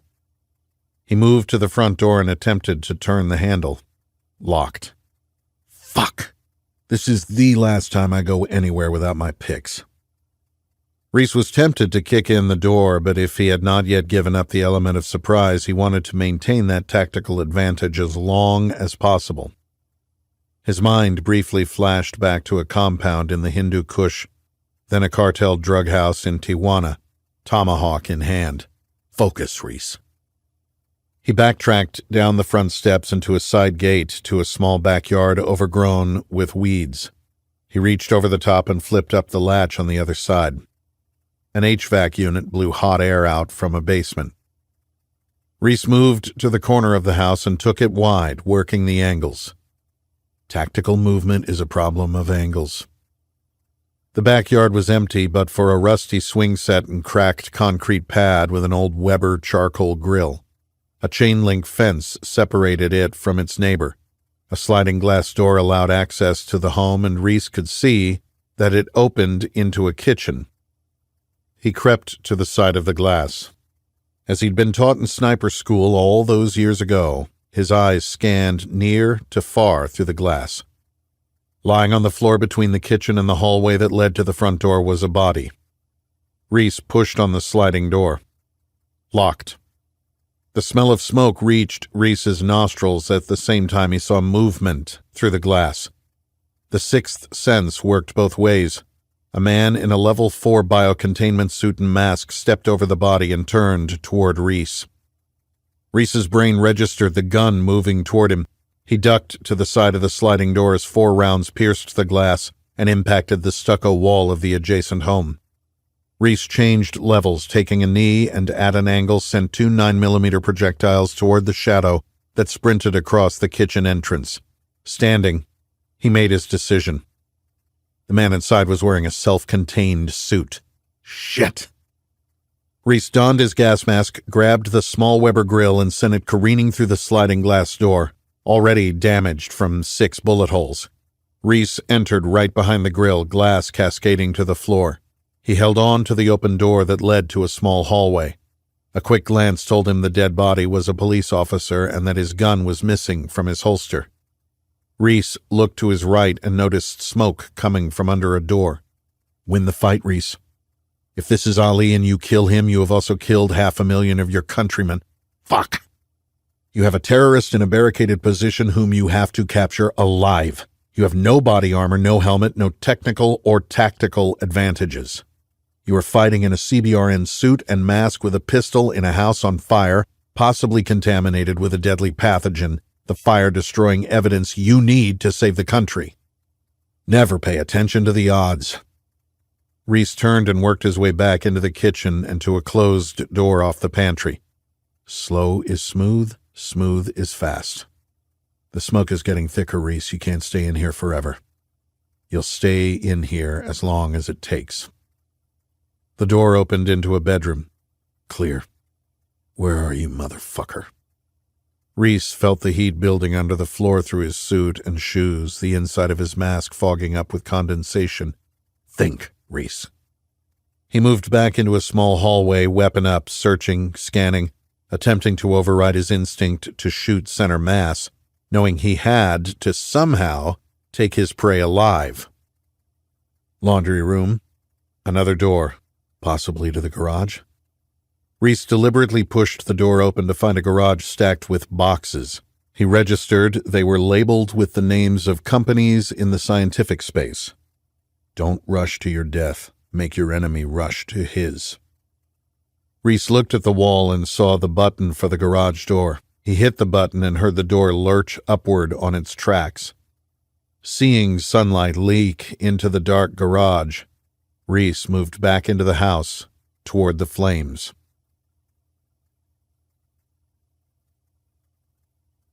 Chapter 53. The influx of air from the broken sliding glass door and the open garage door had its intended effect. The fire had heat, it had fuel, and now it had more oxygen. The old, rotting wooden floor beneath his feet began to seep gray smoke, flames visible through the floorboards. Reese positioned himself down the hallway where he had a semi-clear field of view. He would be able to see if Ali made a break for the garage, front door, or backyard. The backyard was a confined space. The front door would take a moment to open. The path to the garage was the most likely avenue of egress. The question was, who could stand the heat the longest? Sweat dripped down Reese's face. He could feel himself beginning to cook, feel the suit beginning to melt. Come on, Ali, come out.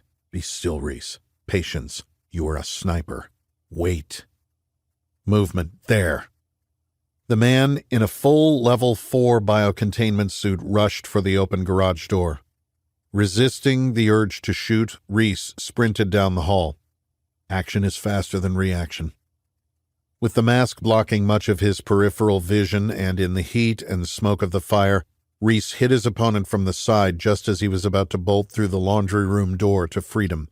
Reese struck him just above the waist with his shoulder, taking him back into the smoldering hallway.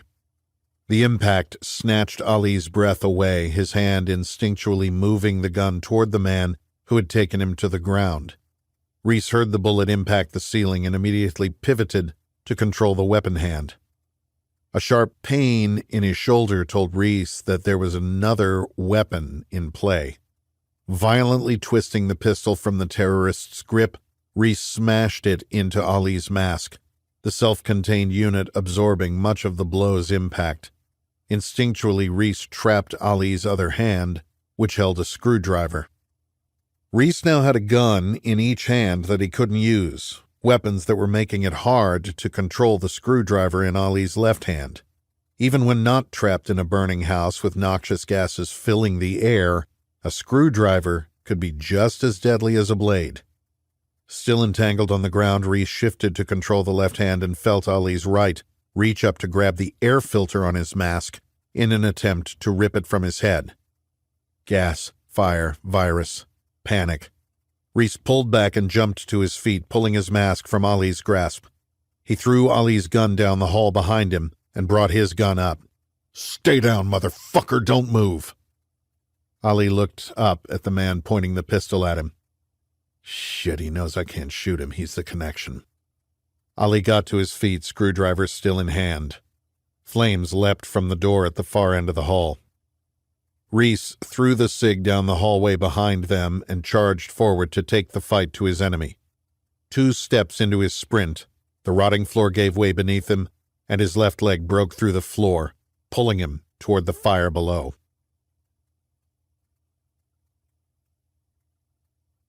Chapter 54.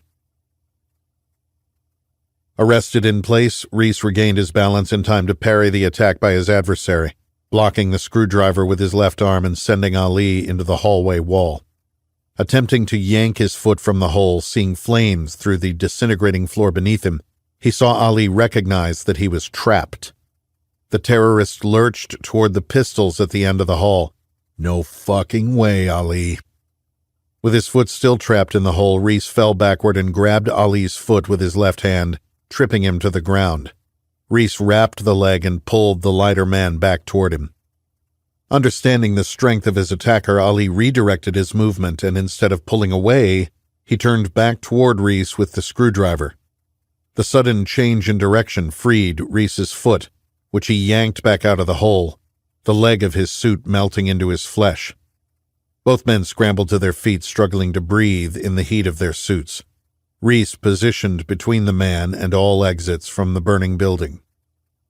When backed into a corner, animals will either run or fight. Ali had nowhere to run. With astonishing speed, the screwdriver slashed for Reese's neck. Blocking it with both hands, Reese quickly reached over Ali's bicep, grabbing his forearm and putting him in a figure 4 arm lock, controlling the weapon and torquing his shoulder to the outside of his body. Reese stepped into his attacker, throwing his right foot around the back of his opponent's leg, sweeping him to the ground.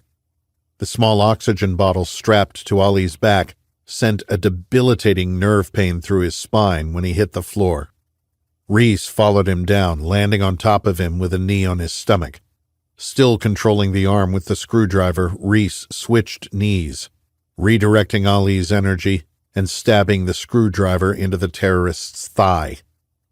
Even through the suit, Reese could hear Ali scream in agony. Transitioning to his other knee, Reese improved his position and drove a palm strike into the back of the tool, embedding it even deeper into the muscles of Ali's leg. Writhing in pain, Ali reached up and frantically grabbed at Reese's mask. Reese parried the first hand and landed a palm strike to the face, the pressurized suit once again absorbing much of the hit. Thrashing in a primal fight for life, Ali grabbed Reese's mask with 2 hands. Virus, smoke, death, panic. Regain control, Reese.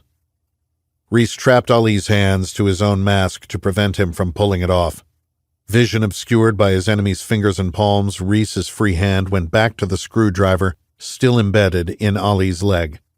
Pulling the tool from Ali's thigh, Reese surgically indexed Ali's top hand with its side, slowly inserting the flathead between the metacarpal bones of Ali's hand, careful not to punch it through his own mask. Feeling the side of the screwdriver pressing through his gloved hand, Ali let go of Reese's mask and snatched his hand back to cover his face. Too late.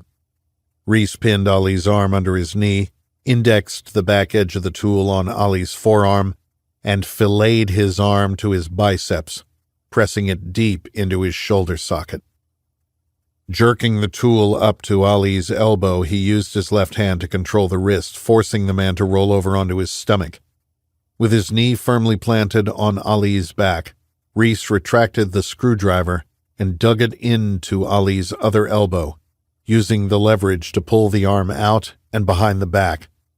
"Fuck, I need some handcuffs." Detecting a moment of hesitation, Ali exploded out of the submission with an animalistic scream, knocking Reese off balance and shooting in on him from the floor.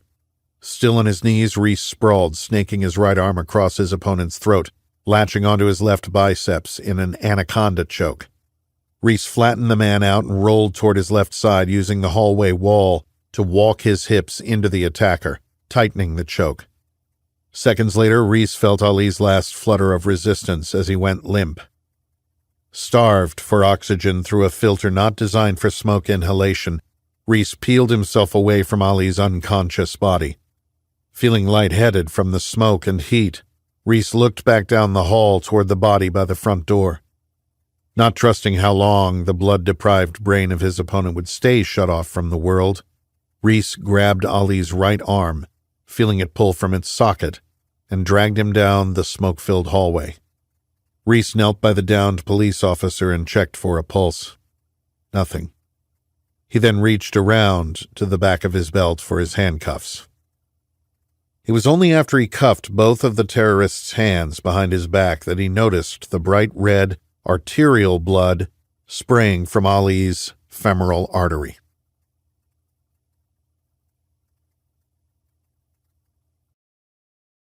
Chapter 55.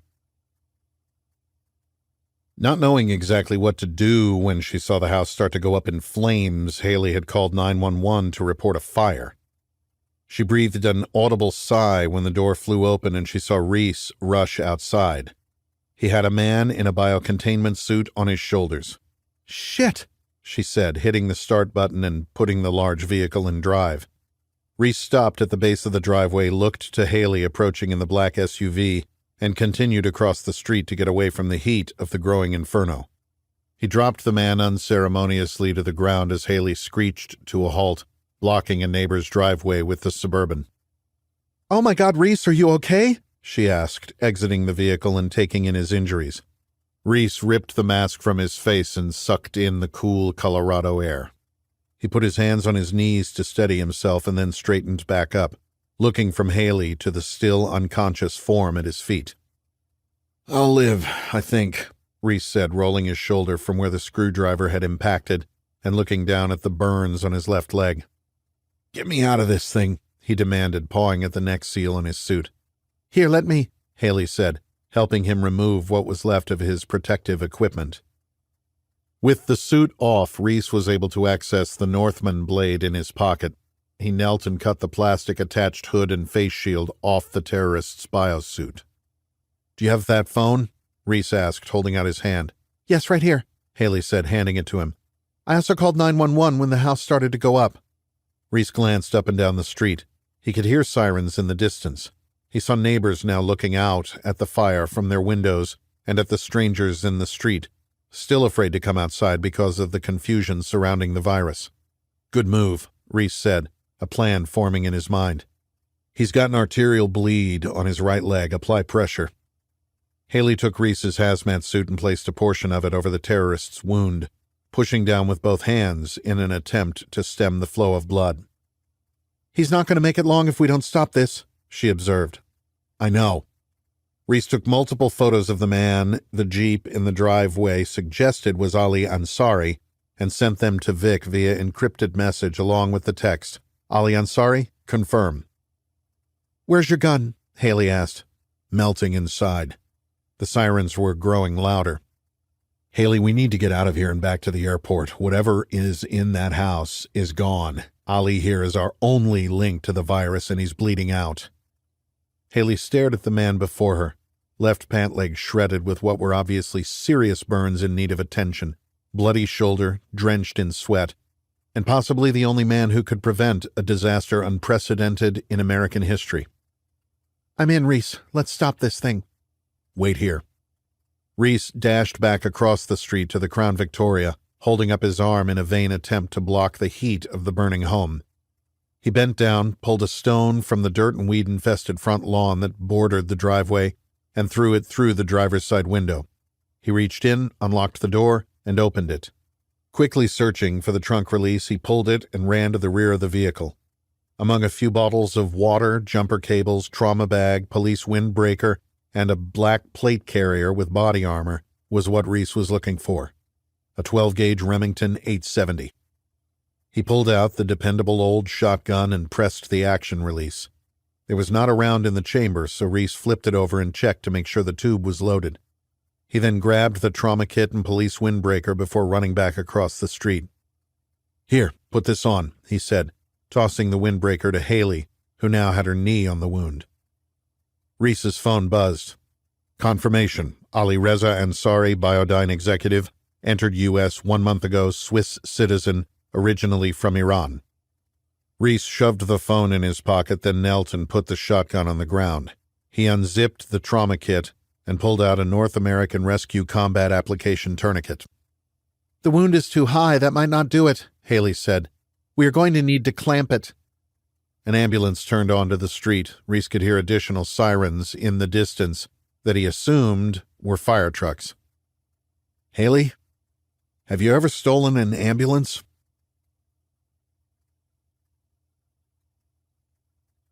Chapter 56.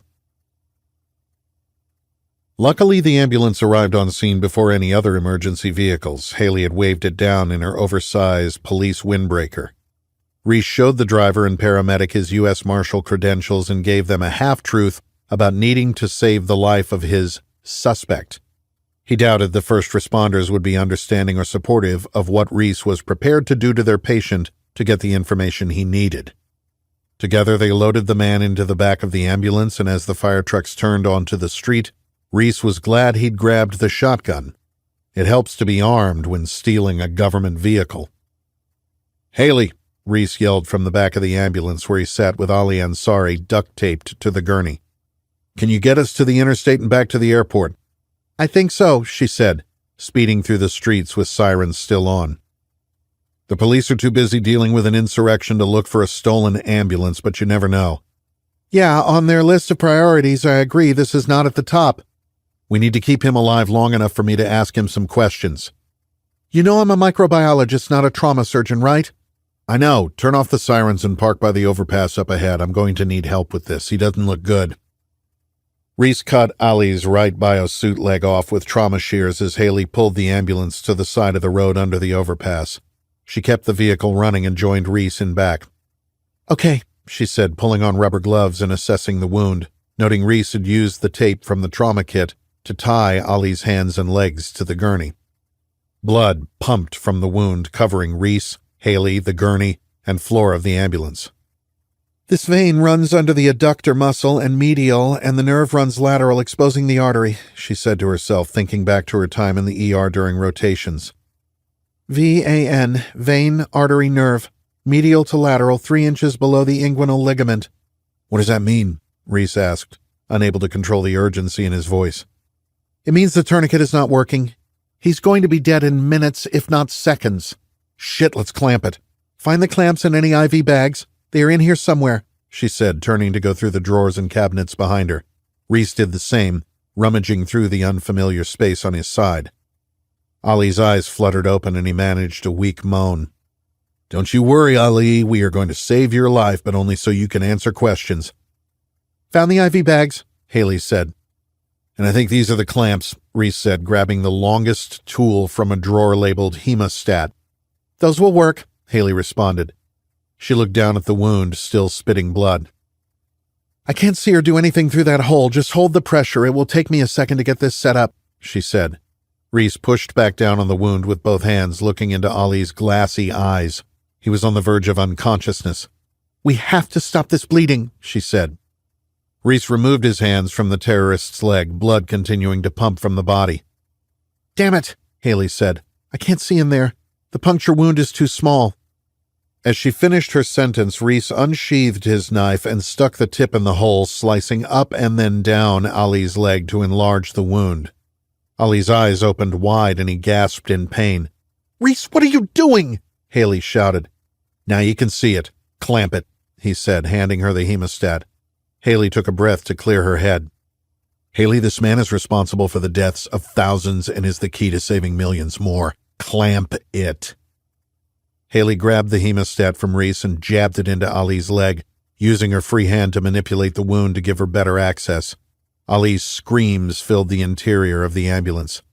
Shit, she said. Probably clamped the nerve. Haley repositioned herself and steadied her breathing. Vein, artery, nerve, she repeated as she clamped down again, bringing the arterial pump to a stop. Yes, nice work, Reese said.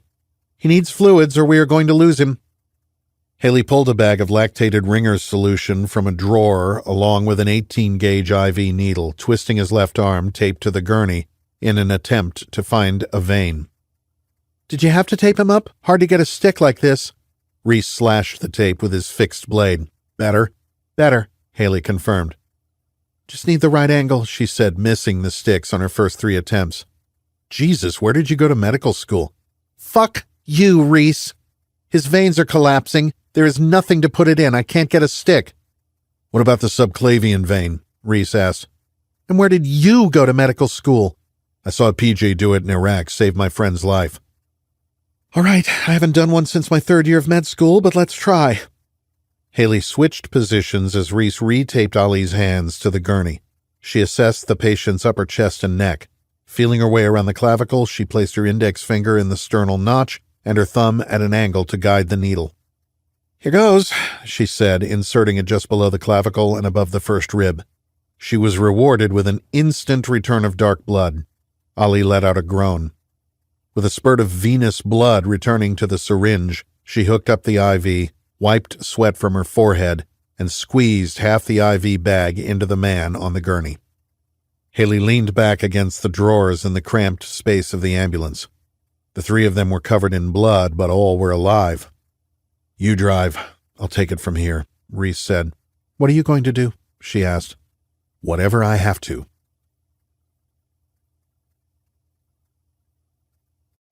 Chapter 57.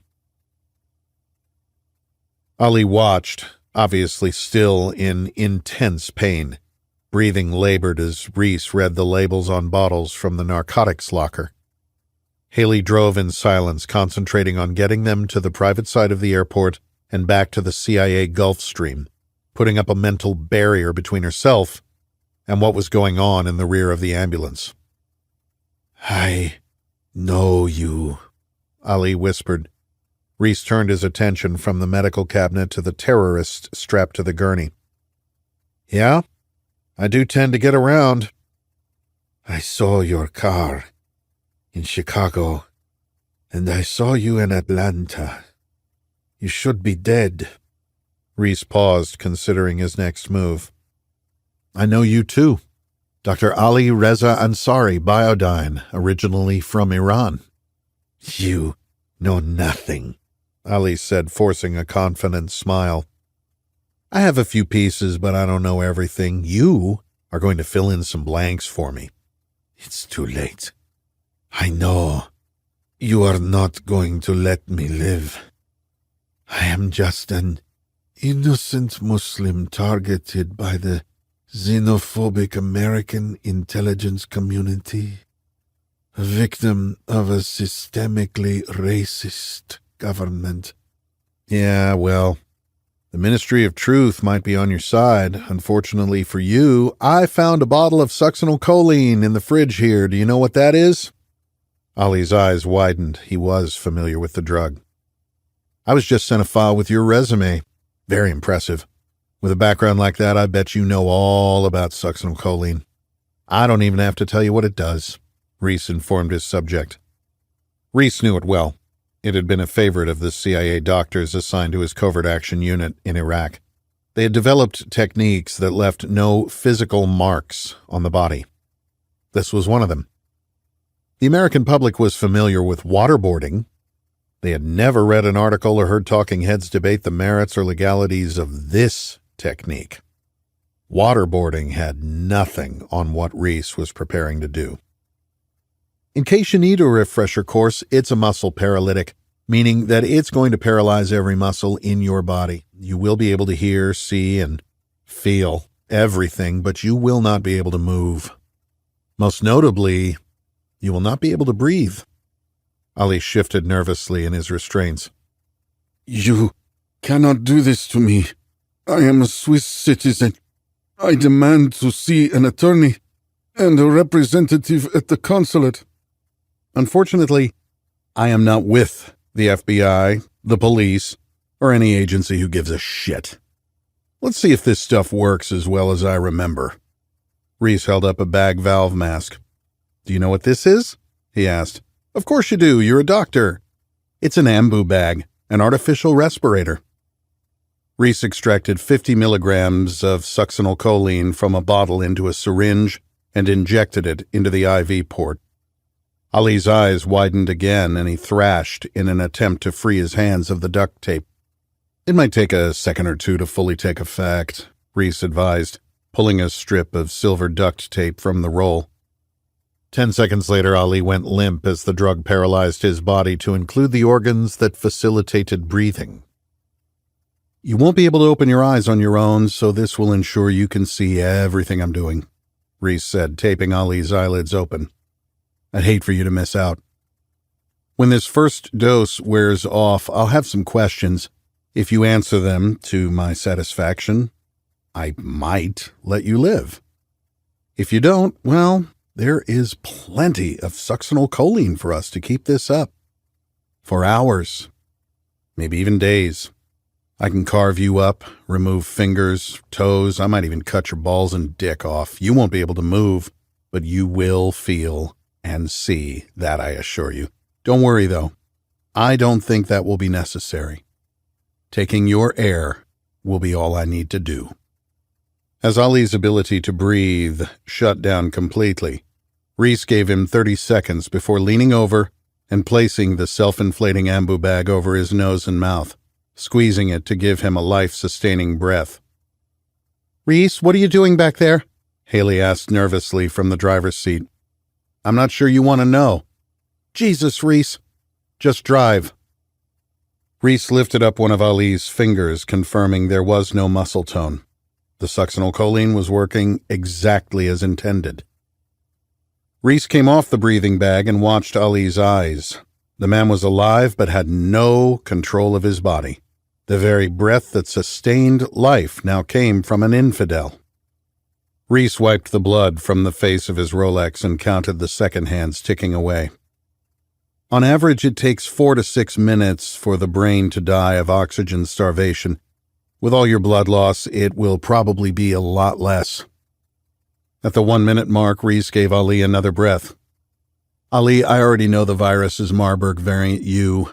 Your little helper broke like all you warriors of Allah. Tough when you were blowing up women and children or beheading prisoners, but weak little bitches when put to the test. When this dose wears off, all you need to do is tell me where it came from and if or how it transmits from human to human. I also want to know who came up with this plan and why. If we can work our way through that, we will take you to the hospital. If not, you are going to the morgue." Reese gave Ali another breath as he began to stir, the paralytic diluting enough for him to begin breathing on his own, the resolve in his eyes replaced by fear. "You are going to talk to me, Ali," Reese said, drawing a second dose from the bottle. Ali muttered something inaudible. "That's not clear enough, Ali," he said before injecting another 50 milligrams into the IV. Reese looked back at his watch. At the 3-minute mark, he gave Ali a breath, forcing precious air into the lungs and brain of a man dying in silent terror from suffocation, unable to do a thing about it. Haley turned in her seat. "Reese, feel his forehead." "It's hot. He's burning up." "Shit. Malignant hyperthermia." "What's that?" Reese asked. "It's a side effect of multiple doses of that drug you were giving him." Reese gave him another breath. "Damn it, Reese. He's going to hit 107 and seize. You are going to kill him before you get what we need." "What can I do?" "Look in the locker for something called dantrolene." Reese pulled the breathing bag from Ali's face and frantically searched the locker, reading labels and throwing bottles to the side. "Could it have another name?" he shouted as Haley sped down the highway. "Possibly Dantrium, Dantamacrin, or Dantrolin." "Shit, I just tossed Dantrium," Reese said, scrambling to the discarded bottles rolling around on the floor of the moving vehicle until he found what he was looking for. "Got it." "Good. Inject 20 milligrams into the line." Reese pushed the drug into the IV port and gave Ali another breath as the muscle paralytic wore off. Haley leaned across the seat and jerked a Yeti cooler from the floor of the passenger side onto the seat. Opening the lid, she pulled out a sandwich and dropped it to the seat. She fished around inside with her right hand and removed a Gatorade and 2 artificial ice packs. "Put these in his armpits and groin to help him cool down," she said, tossing them back to Reese. Ali gasped as the ability to breathe on his own slowly returned. He had never been so utterly helpless, at the complete mercy of another. Who was this American devil? He thought of his brother hanging from the noose. Had he regretted his decision to take his own life? Had he desperately tried to loosen the rope that constricted the blood and oxygen to his brain? Ali wondered if he would shit and piss himself the way his brother had. "What are you thinking about, Ali? Ready to go another round?" "It came from Angola." "What was that?" Reese asked, hitting the voice recorder on his phone. "It came from Angola. Or it came from a lab here in America. Grown by a radicalized U.S. citizen named Sebastian Phillips. I was only here for a job interview. That's the story that this country will believe." Without hesitation, Reese injected 75 milligrams of the paralyzing muscle agent into the IV and watched first the seconds and then the minutes tick by on his watch. He imagined the MC-130s taking off from Hurlburt, the pilots vectoring toward their targets, dropping the Moabs on citizens of their own country.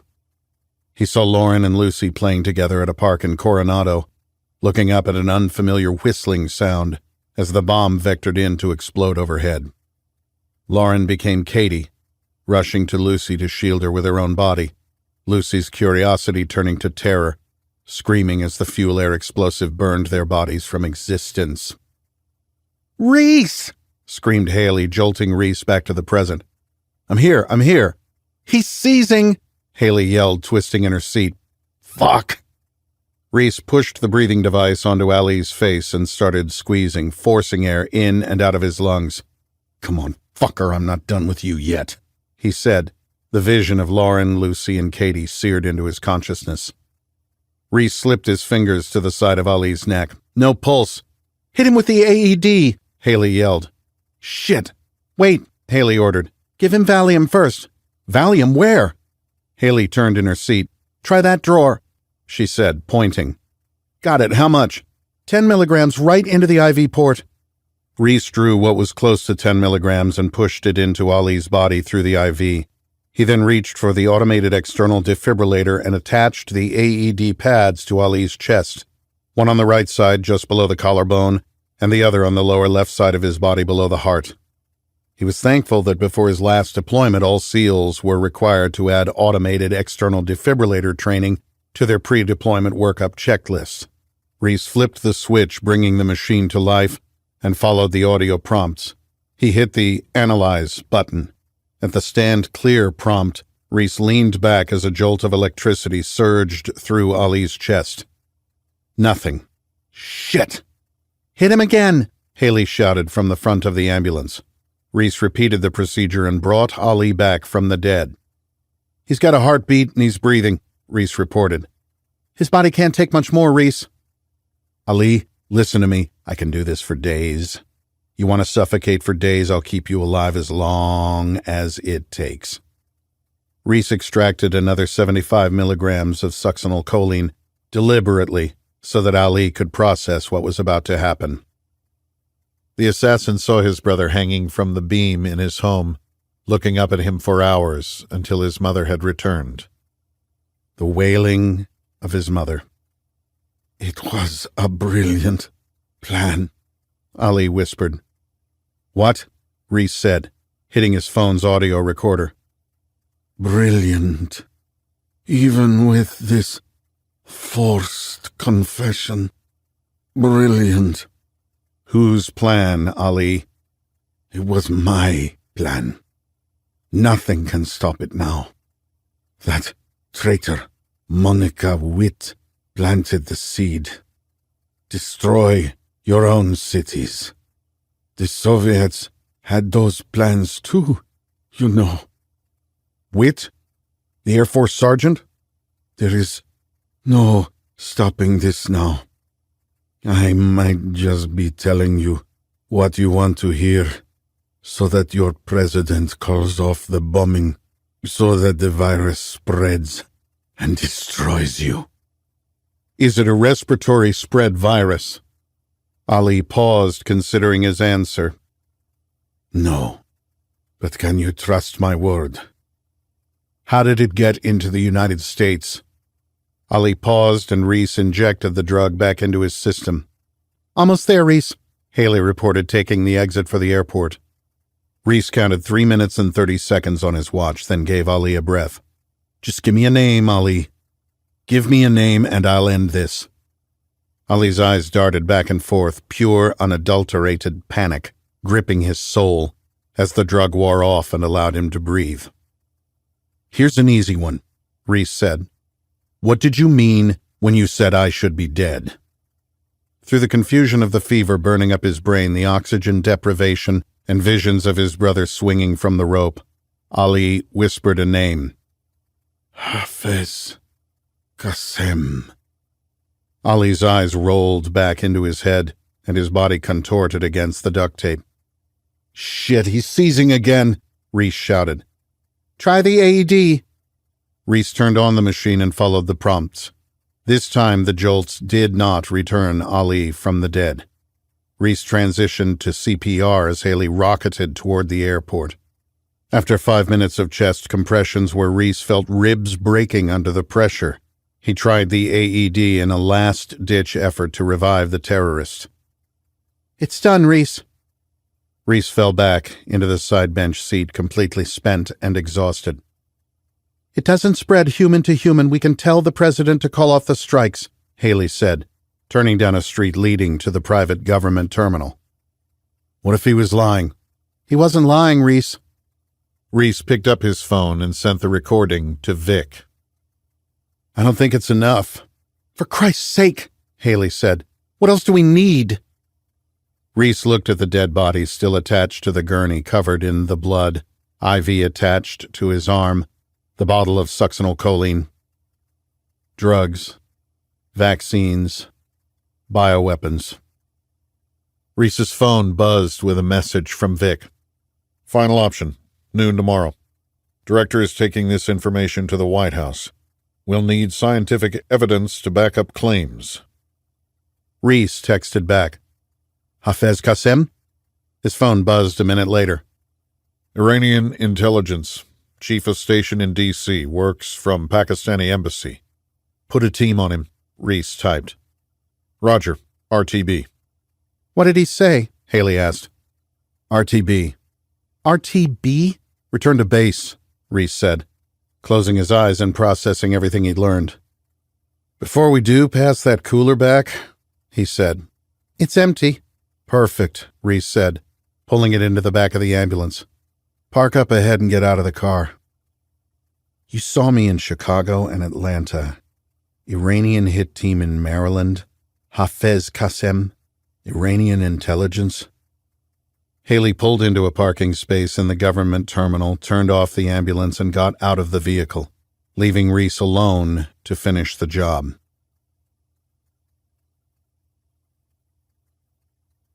Part 3. Eradication.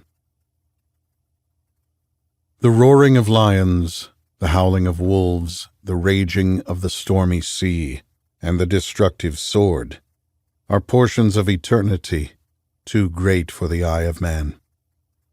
William Blake, Proverbs of Hell. Chapter 58.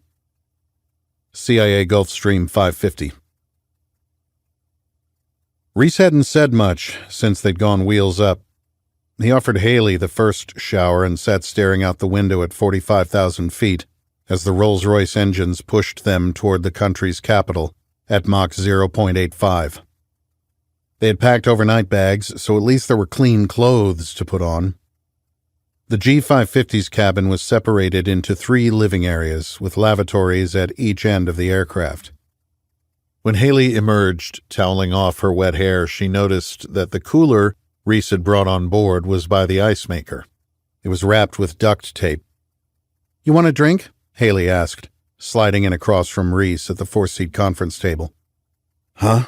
Reese asked, still deep in thought. You know, a drink? Haley asked, tipping her hand with an imaginary cocktail. Yeah. Maybe another water. I'll join you, she said, leaning across the aisle and grabbing 2 waters from the fridge. I need to apologize to you, Reese. What for? I should be the one apologizing to you after what I just put you through. First, you didn't put me through anything. Secondly, we are here because of my theory, remember? Good point. Apology accepted. Haley laughed. She could tell he was spent. The fighting, the fire, the torture, the knowledge that what he did or didn't do determined the fate of the nation. As I was saying on the apology front, I had a preconceived notion of who you were, who my best friend was dating. Katie and I have known each other for a long time, and I can get protective. Believe me, I understand, Reese said. I had this vision of an ex-SEAL. Do you guys not say ex? It's so confusing with Marines. I think you don't say ex with them, maybe former? I agree with you. It's confusing with Marines. Anyway, I watched the news 3 years ago like everyone else. I couldn't figure what Katie saw in you. She's never felt this way about anyone. Really? Reese said, suddenly more alert. Really. So here's my apology. I saw myself as a doctor dedicated to saving lives around the globe. Médecins Sans Frontières and all that, battling infectious diseases on the front lines. I looked down on the military because it seemed our missions were so diametrically opposed. You take lives and I save them. I admit to being a bit of an elitist. Just ask my husband. He's the conservative one and I'm the hippie flower child. Our marriage works, though. He's a doctor at Fort Detrick, right? That's right. He does what I do for CDC, but he does it for the Army. Well, not exactly the same thing. We are flip sides of the same coin. He's working on vaccines for soldiers and citizens infected with bioagents. I study naturally occurring infectious diseases and trace them to their index cases so we can better understand how they start, how they spread, and how we can stop them. I have nothing but respect for what you and your husband do, Reese said. Haley studied the dark green eyes of the man across from her. I know why you do what you do, Reese. I saw it today. I just don't see another way. We are close, but we are on the clock. I have been processing the events of the past few hours. Without you, we would not have the information we do. We'd only have my theory. Speaking of processing, let's do a hot wash. A what? Haley asked. Hot wash. An informal after-action report. To go through what we learned today so we can apply the lessons going forward. Like an operative report? I don't know what that is. A report that goes in a medical record post-surgery documenting the procedure. Yeah, like that. Let's start with my theory. This is not a naturally occurring virus.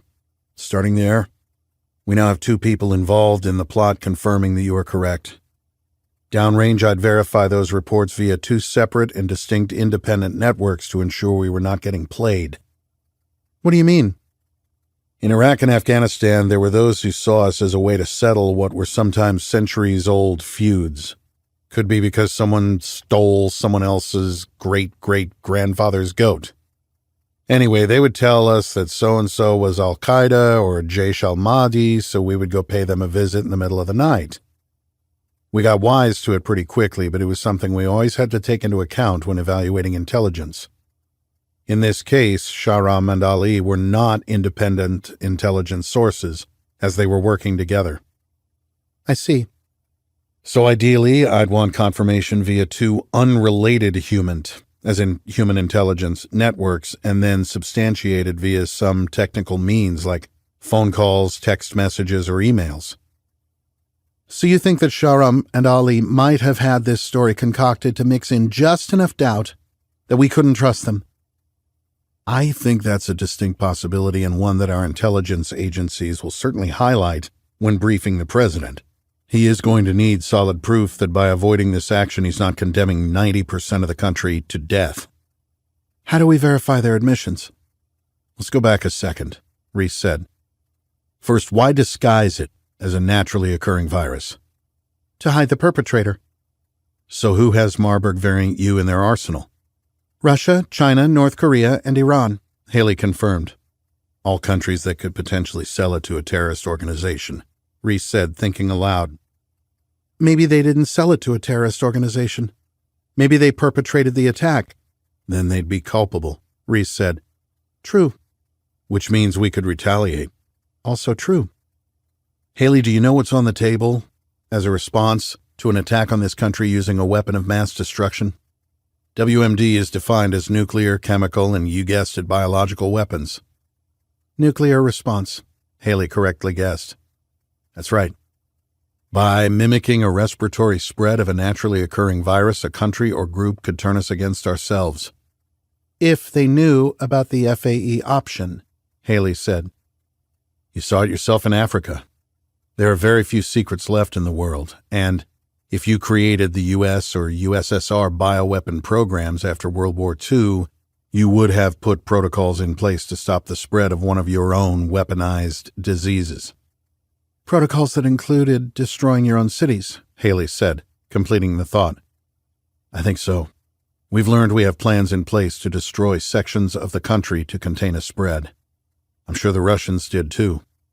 Knowing that, who is behind this? Maybe a better question is, what would you do if you were planning this attack? Reese paused and looked out the window. I'd look to the past. Meaning? What has the enemy learned by watching us in Iraq and Afghanistan over the past 20 years? What did they learn before that by watching us react to terrorism of the 60s, 70s, 80s, and 90s? Well, they learned that proxies work, Reese said, answering his own question. Iran has been at war with us for over 40 years. Longer if you take it back to the CIA coup in 1953. Ali Ansari is from Iran. He mentioned Hafez Qassem before he died. Qassem is the lead Iranian intelligence chief in the United States. I was involved in tracking down what may have been an Iranian terrorist network before the virus hit. I think that's why Katie and I were targeted. Slow down, Reese. You are making the case that Iran used a proxy group to release a bioagent in the U.S. so we would think it was spreading naturally. That's right. If we buy that it's from Angola, there are no Iranian fingerprints. If we buy that it's homegrown radicalized citizens, then we still have no one to retaliate against but ourselves. Iran remains clean, just like they have for the past 40 years, using Hezbollah and Quds Force operatives to do their dirty work. Reese, we need to prove beyond a shadow of a doubt that this is a bioweapon and that it is not a respiratory spread virus. Can we just look up Marburg variant U in the gene book or compare a picture or something? He asked. It doesn't work that way. Back when the Soviets weaponized Marburg, gene sampling or other electronic microscope documentation didn't exist. We only have samples from more recent outbreaks, and besides, you would have to compare the two physical samples. We need the genome of the sample, not just a photo. So we need a live sample of a weaponized Marburg variant U virus next to a current sample from an infected patient from today? Reese asked, wrapping his mind around the problem. Exactly. I need a sample of the original virus, the original Marburg variant from Soviet days. We do a side-by-side genomic evaluation. If there is no variance, then we will have established that this is an intentional bioweapon release on U.S. soil. It would also confirm that it had to have been released through aerosolized droplets by a pressure source, like the example of perfume in a mall. So, we need the original Soviet strain. Was that a statement or a question? Haley asked. Regardless, good luck finding it. Luck is the residue of preparation, Reese whispered, his eyes focused past the clouds, beyond the windows. What? Just something an old commanding officer of mine used to say. He turned back to Haley. One more time, who do we know has Marburg variant U in their arsenals? Russia for sure. And we suspect China, North Korea, and Iran. And the United States, Reese said, working the problem. Never confirmed, but yes, the United States. We need that Soviet sample, Reese said, thinking out loud. And how do you suggest we get our hands on a top-secret bioweapon that the U.S. may or may not have developed in violation of several international treaties? We are going to steal it. Are you sure you are just drinking water? Haley, what exactly does your husband do at Fort Detrick? He studies level 4 weaponized pathogens. Pathogens that the United States officially does not weaponize? Reese, how do you think he'd feel about committing treason?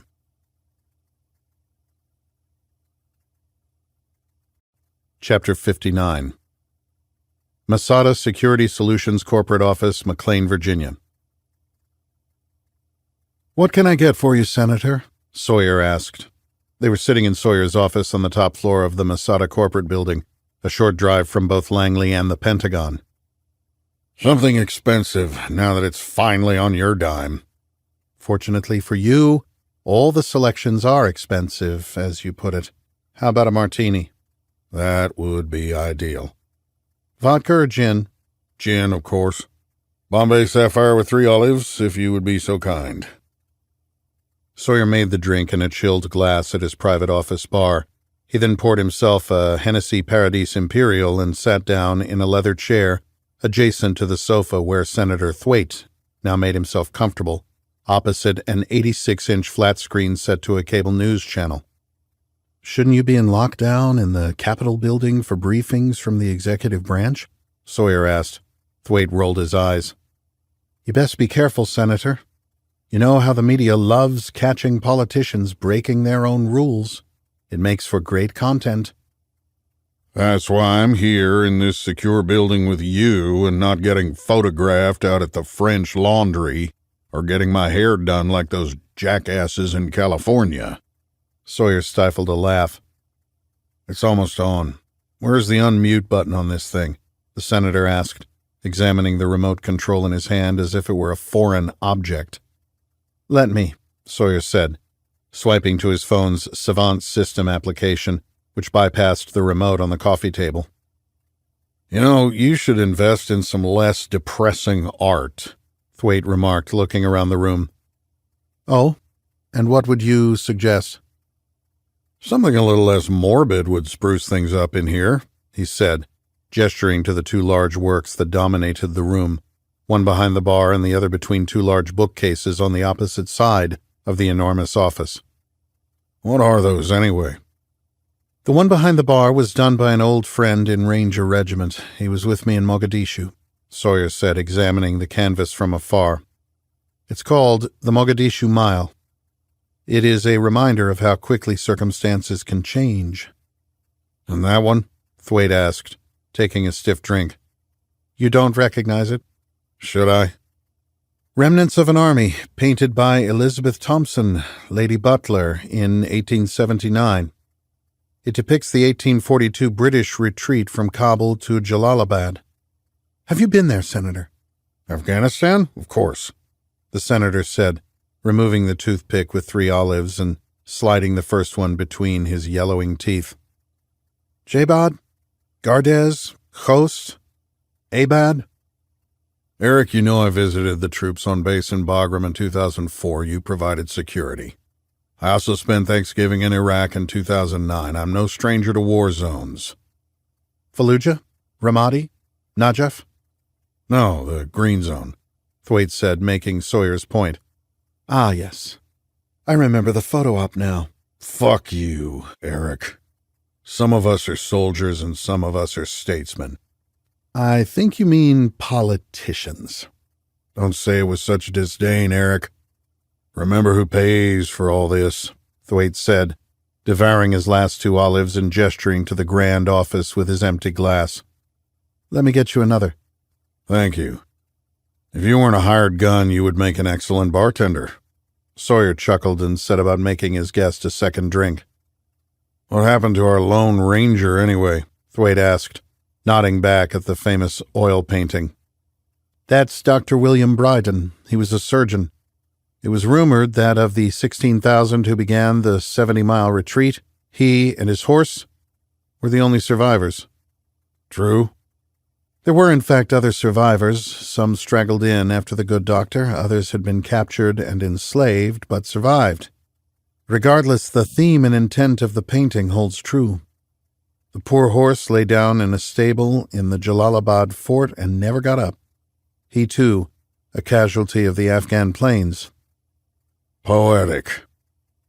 When you're wounded and left on Afghanistan's plains, go, go, go like a soldier, Sawyer recited. What's that? No matter. The original painting hangs in Somerset, you know. Somerset? Yes. The Somerset Military Museum, England. One day the original will hang here. Bloody depressing, the senator observed. Just like in Mogadishu, the tide can turn in an instant, Senator, even against an empire. The enemy is always watching, always learning, always adapting. Dismal, if you ask me. Have you read The Great Game, Senator? Sawyer asked, handing the older man his second cocktail. I don't have time to read, Sawyer. I am busy running a country. Pity. And one might argue that the current president is running the country, I'm afraid, Sawyer said, reminding Thwaite of his loss. Not for long. Turn it up, it's coming on now, he said, eagerly consuming all 3 olives that graced his refreshed drink.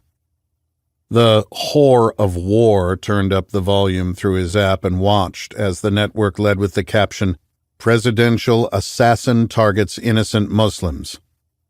Is it taping? Thwaite asked. Yes, the DVR is recording. Good.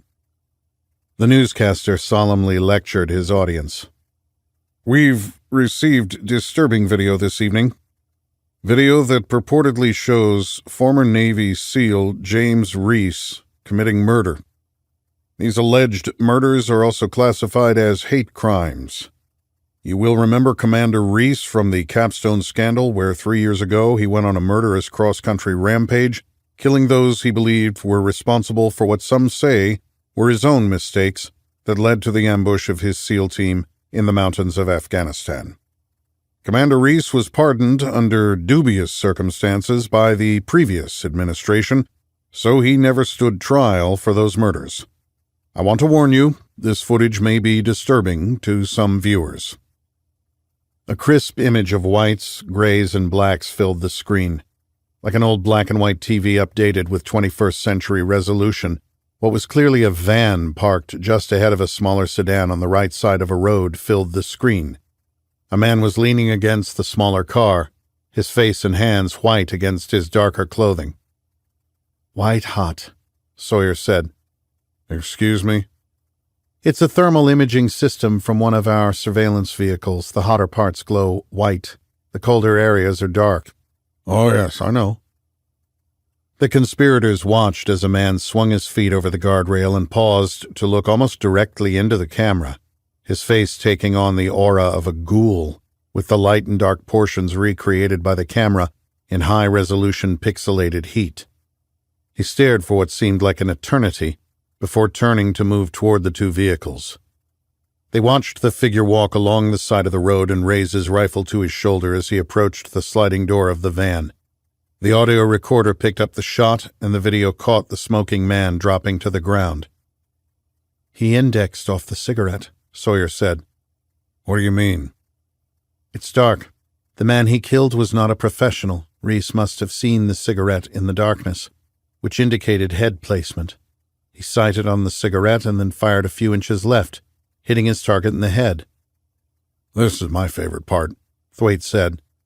They had both watched the video multiple times before emailing it anonymously to multiple friendly news outlets with agendas in line with the senators. This was the first network to air it. With his rifle still shouldered, Reese then turned to the front passenger window of the van and shot the driver through the glass, quickly stepping forward to shoot again. "Security round," Sawyer said, sipping his drink. Thwaite grunted. The ghost then walked to his first victim and shot him in the head. The screen then transitioned to video of a man who was clearly James Reese talking to a police officer and firefighter. This footage was obtained by Fox Illinois affiliate 32 News and depicts James Reese in Chicago, at the home of Kareem Tlaib. Tlaib was a Muslim man who died of a heart attack while James Reese was at the scene. It is worth noting that it is common for serial killers to visit the scenes of their crimes and oftentimes keep mementos from their kills. The screen then switched to local news footage of police tape in a hallway of what looked to be a garden-variety roadside hotel. The correspondent on scene reporting on the tragic death of Sohrab Behzad, a Muslim-American man working at a local Atlanta mosque. "We have new evidence tonight that puts James Reese on site at the time of the murder, along with statements from a woman who has verified that Commander Reese murdered Behzad before kidnapping her at gunpoint.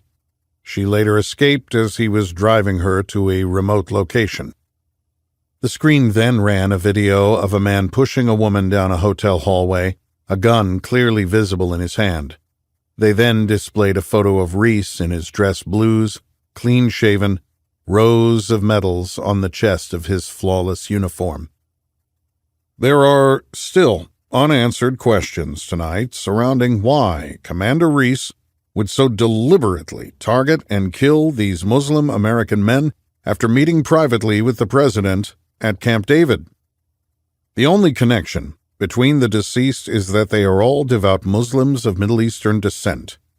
Commander Reese's behavior indicates a pattern of violence that fits with his murders following his last deployment.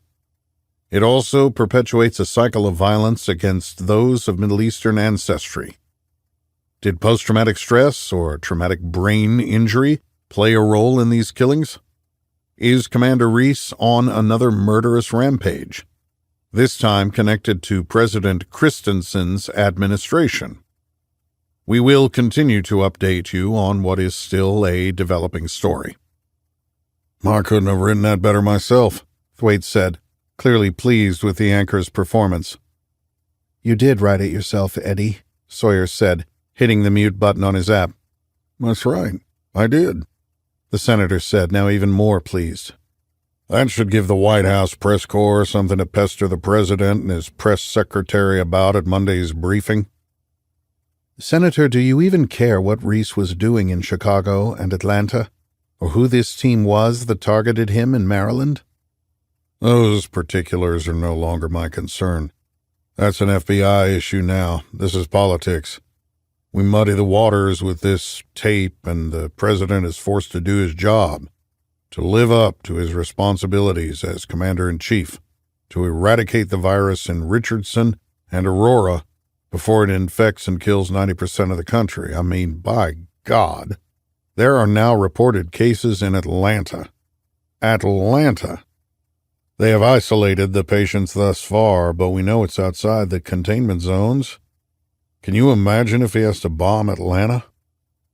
Sawyer remained silent and swirled the brown liquid in his glass. We insinuate through our contacts in established media that he bombed Texas and Colorado to divert attention away from his association with Commander Reese, Thwaite continued. Like when President Clinton bombed Afghanistan and Sudan, when Monica's blue dress stains were the talk of the town. Ah, yes. Wag the dog. And what if he doesn't drop? He has to drop, Eric. The country is finished if he doesn't. And I mean that literally. I don't envy him that decision, but we have an airborne virus threatening to destroy the country, possibly the world. Christensen can stop it. In fact, he's the only one who can stop it. It's political suicide, but it's his only viable decision. No one in Congress will publicly support him. They know he has to destroy 2 cities to save the Republic. Supporting it only takes them down with him. It simply has to be done. Only the Commander-in-Chief can make that call. And the people of Richardson and Aurora? It's truly heartbreaking, Eric. I don't know what else to say. Their deaths save the United States. Their deaths save the world. We will erect appropriate monuments and give speeches, sincere speeches. We will never forget their sacrifice. Even though it's the only logical decision, Christensen is finished. His party will forever be known as the party that bombed America. Yes, bombed America to save it, Sawyer pointed out. But bombed it nonetheless. There is no recovering. And you benefit politically from these deaths? Saul Alinsky said it best, never let a crisis go to waste. He was right, you know. He didn't actually say that. He was much more eloquent, Sawyer corrected. Oh, I know. Rahm Emanuel had to dumb it down for the masses, but the point remains. Learning from your enemy, Senator? That's not just for you military types, Eric. Sawyer's secure desk phone rang. Excuse me, Senator. Can you bring me another drink while you are up? Of course.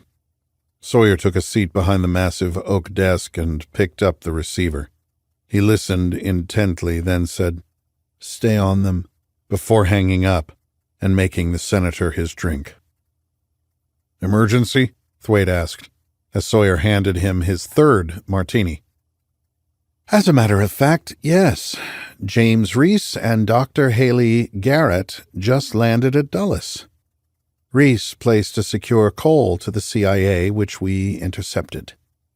They believe they have evidence to suggest that the virus isn't airborne. When the senator finished his tirade and finally left the building to return to his office to call the president, Sawyer bent down to pick up the broken shards of what just moments before was a chilled martini glass. Thwaite was prone to these outbursts when things did not go his way, but this latest tantrum was worrisome.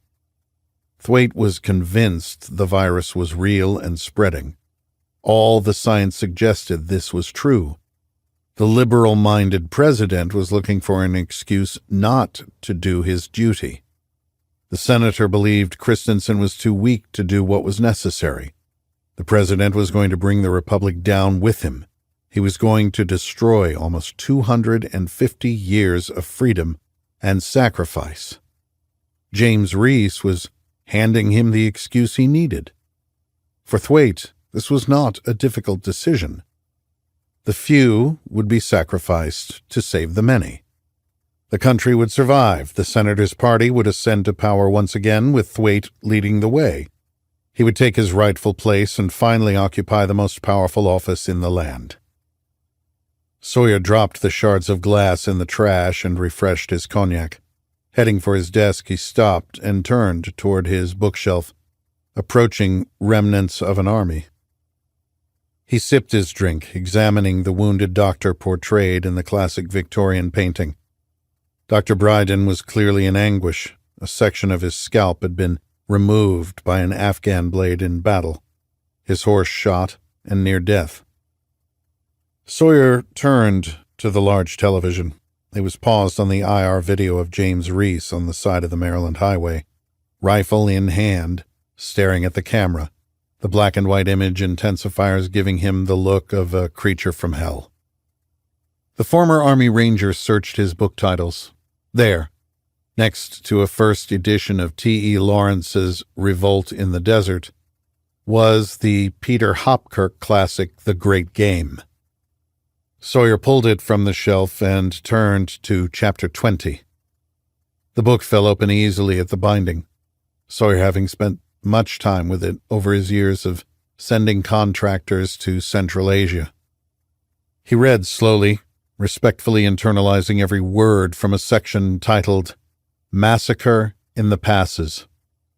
Almost 100 miles of terror through snow-covered mountain passes, the army of Indus marched toward the British garrison at Jalalabad.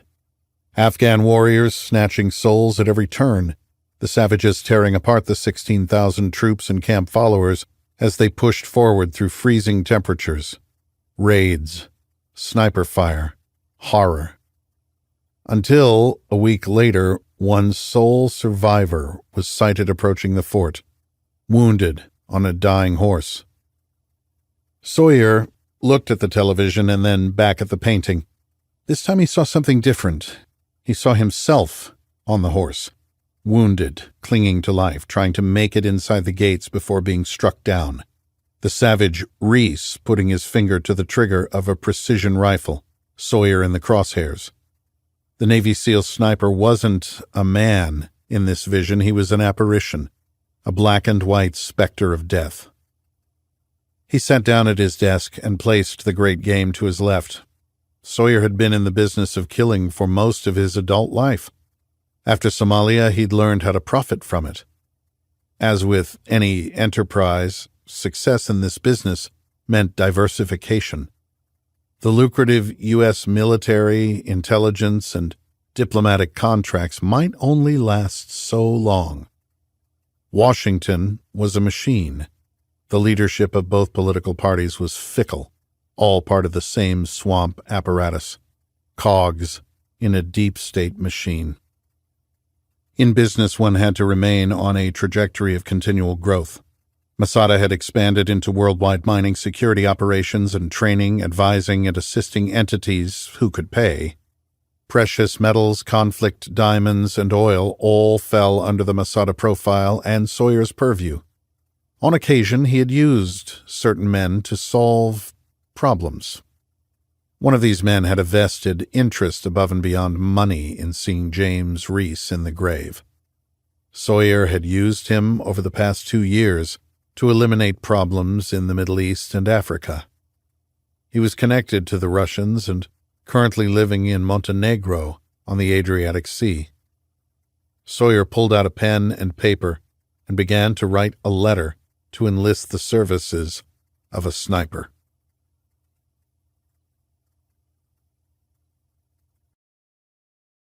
Chapter 60.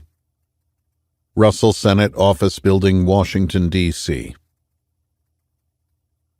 The fear and chaos that had gripped the nation had similarly engrossed the Capitol. Rumors were spreading that the executive branch was close to bold and devastating action to contain the virus in Richardson and Aurora. A mass exodus was underway in Atlanta while some took to the streets to take advantage of the lawlessness, looting and destroying at will. Speculation, conspiracy theories, and doomsday scenarios flooded the airways and social media channels. If you were against containment and eradication, you were branded as being for the death of the nation. If you were a politician in favor of those measures, you were in the position of supporting the deaths of your own constituents. Elected representatives from Texas and Colorado were in a state of paralysis. Every answer and decision tied to the virus was rooted in death. Ambassadors from countries not yet affected by the pathogen were clamoring for information. Representatives to the United Nations gave speeches calling for the United States to act to protect the global community of nations. Throughout the turmoil, the White House remained remarkably quiet, weighing the most momentous decision ever faced by an American president. Security, press, aides, interns, staff, senators and representatives, caseworkers, legislative correspondents, schedulers, and communications directors crowded the hallways as Senator Edward Thwaite made his way to his office in the Russell Senate Office Building. Leaving his assistant holding his coat, Thwaite barged past his receptionist and into his office, slamming the door behind him. He went right for the gin, attempting to make a martini of the same class he'd downed at Sawyer's Building. He ended up foregoing the bitters and lemon twist and emptied what was left of his last bottle of Bombay Sapphire in a glass with ice and a dash of dry vermouth. Unable to find any olives, he swatted a cabinet shut and took a seat in his high-backed leather chair behind the same desk his father had used. It was up to him to save the country, save the world. He took 2 oversized gulps of his concoction to acquire some liquid courage before hitting the button for his receptionist. Karen, please connect me to the White House switchboard. It still annoyed the senator that he did not have the president's direct line or cell number. Yes, Senator, right away. Thwaite tapped his middle finger against his leather desk mat. After 5 minutes of tapping, he emptied his glass and began fidgeting with the cross pen he thought he'd be using to sign bills as president. Senator? Yes? The operator informed me that the president is not taking calls right now. What? In the middle of a national emergency he's hiding in his bunker? Call back and tell the operator to put you through to the chief of staff. Wait, tell them to put you through to Greg Farber. Tell them this has national security implications that impact Richardson and Aurora, and that I have information on the reports connecting the president to Commander James Reese. One moment, Senator.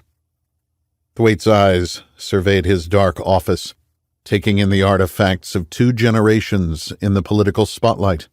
Photos of history-making legislative moments. Books he hadn't read. A portrait of his father.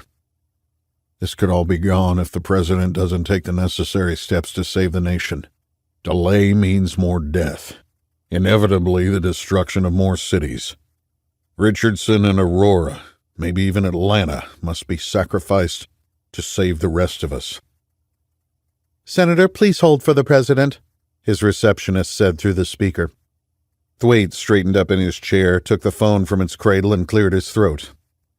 After 15 excruciating minutes, a voice from 1600 Pennsylvania Avenue said, "Please hold for President Christensen." A moment later, the leader of the free world's voice cracked across the line. "Senator Thwaite."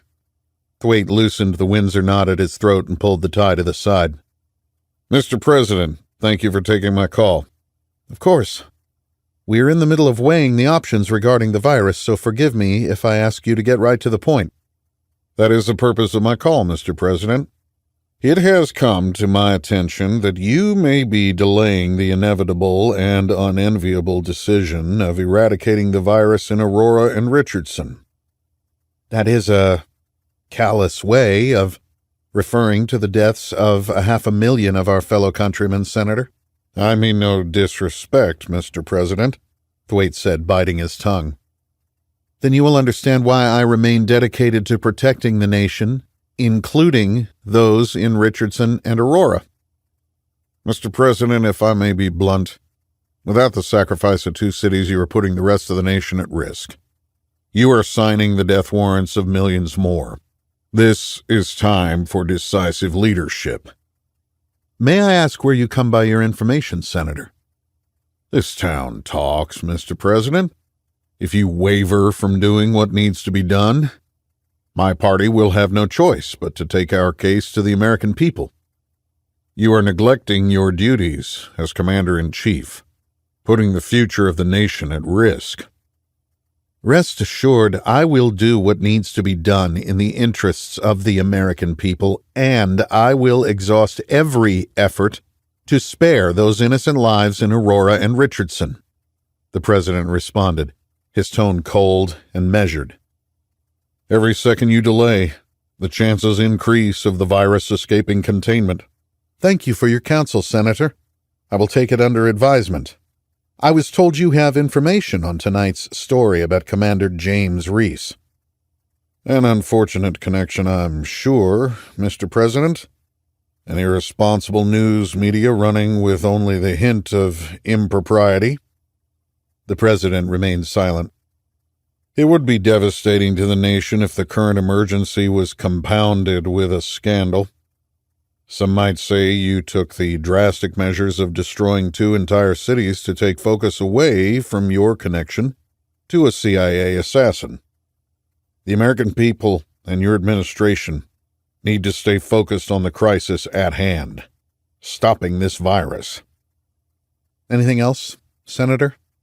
Thwaite had not managed to fluster the boy president in the least. There is something else, Mr. President. I have sources who tell me that this murderer, James Reese, is connected to your administration and has concocted a theory that the virus is not airborne. I'd hate to think the President was taking medical advice from a discredited murderer when the fate of the nation and the world hangs in the balance. These latest murders I just watched on the news seem to fit a pattern for Commander Reese. Some might call him a serial killer. It would be best for everyone if he was locked up in the Supermax prison in Florence. Senator, I want to thank you for your call of support. Before I go, I do have a question for you. Yes? Have you ever looked James Reese in the eye? Thwaite's mind drifted to the black and white image from the video, a specter looking straight through him. No. Well, the President said calmly, before you threaten James Reese, you might want to do some research. Had you ever looked him in the eye, you'd rethink your approach. Before he could respond, the line went dead. The President had ended the call and left Edward Thwaite holding an empty phone. President Christensen folded his hands and brought them together in quiet contemplation. Visions of 2 American cities burning, possibly a third, haunted him. Innocent men, women, and children incinerated. 500,000 killed on his orders to save 280 million others. He thought of Lincoln, over 800,000 dead on his watch. A country divided, a country at war with itself. Christensen would be responsible for almost as many American deaths in seconds as Lincoln was in 4 years of civil war. You must save the country by killing 500,000 of your fellow citizens. How do you live after making that kind of a decision? If you don't, you are responsible for 280 million deaths. Preventable deaths. The President swiveled in his chair and looked out at the rose garden, then closed his eyes. His predecessor had told him it was lonely at the top. He had been right. Did Senator Thwaite really know something about James Reese and His connection to the president's personal mission? Or did he just say that to get through the barriers and connect to the president to pressure him to order the virus eradication option? Was Thwaite linked to the video and media spin of Reese's engagement in Maryland? It was no secret that the senator felt Christensen had stolen the election. If Christensen ordered the destruction of Aurora and Richardson, he was finished politically. If he didn't give the order, not only was he finished politically, but the entire country was at risk of infection from a disease with a 90% mortality rate. Either way, his presidency would be a single term. One decision to save millions of lives at the expense of 2 cities. Unless what? Unless Reese could prove the theory conjured up by a doctor at the CDC, whose idea was not based on science but upon conjecture and airline manifests. The president had cut as much red tape as he possibly could, bypassing all established protocols with a direct line of communication to Reese through the CIA's Special Activities Center.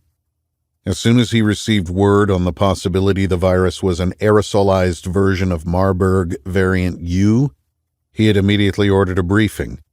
He was still waiting on confirmation that the military had an original sample of Marburg variant U. In a system of government as top-heavy as the United States, even the president had to wait. All his senior medical advisors agreed that the science pointed to a natural hemorrhagic outbreak in Angola that was now spreading rapidly on U.S. soil. The high infection rate of hospital workers caring for the sick and dying seemed to verify that assertion. He did not have time to wait on an inept bureaucracy for answers. If the virus was spreading, as the experts believed, he had no choice but to eradicate it before it killed 90% of the country. If it wasn't, he needed to know, now. Christensen turned back to his desk and hit the button connecting him to his receptionist, who worked just feet from the Oval Office. "Alice, connect me to Vic Rodriguez at the CIA."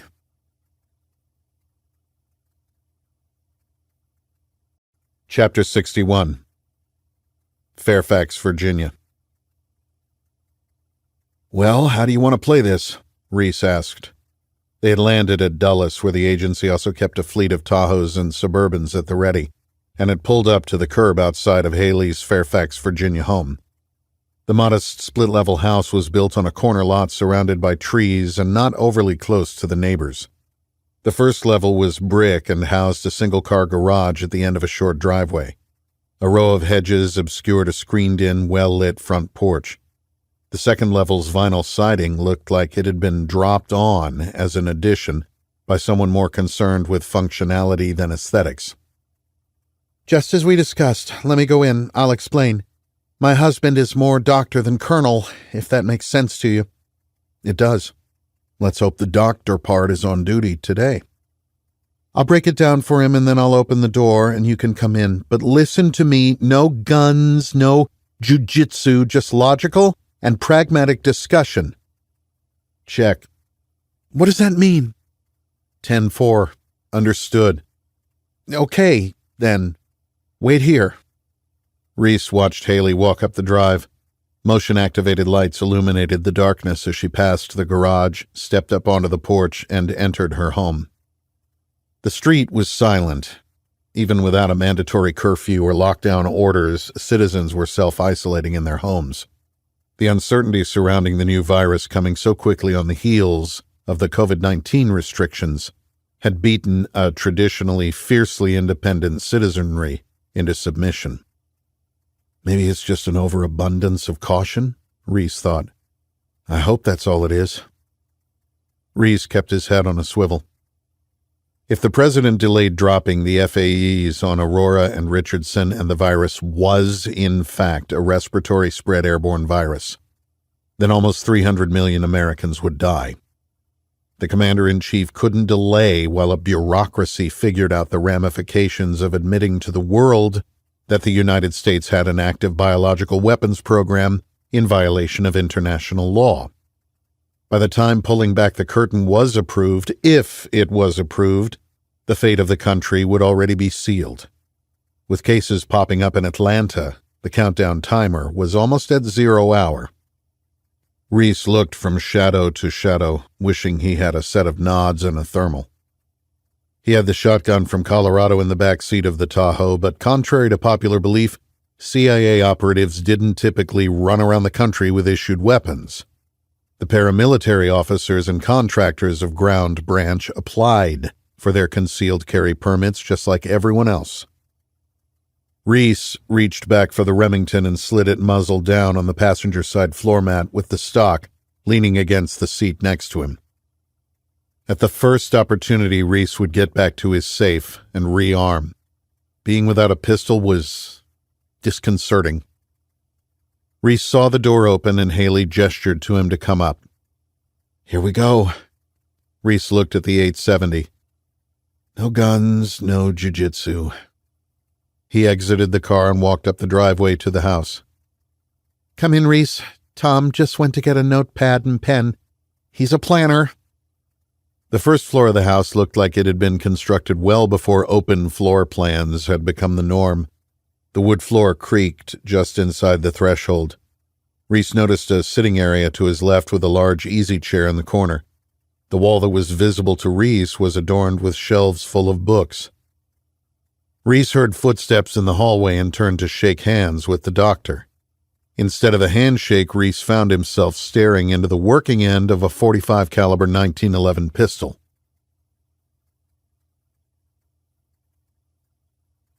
Chapter 62.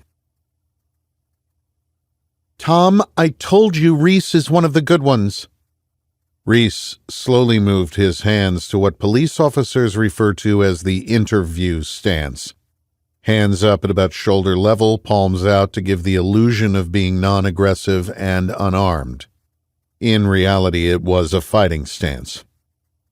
"Easy, Colonel," Reese said, his mind naturally calculating distance to target, type of weapon, and additional threats. "Tom, put that thing away," Haley said. "Please listen to her, Dr. Garrett. I'm not here to hurt anyone. We need to talk." Reese noted that the colonel's finger was on the trigger. Normally that would be an issue, but the thumb safety was still up. Reese was not dealing with a gunman.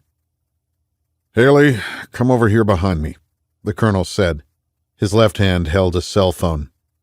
"Mr. Reese, you are all over the news tonight. I have to call the police." "News?"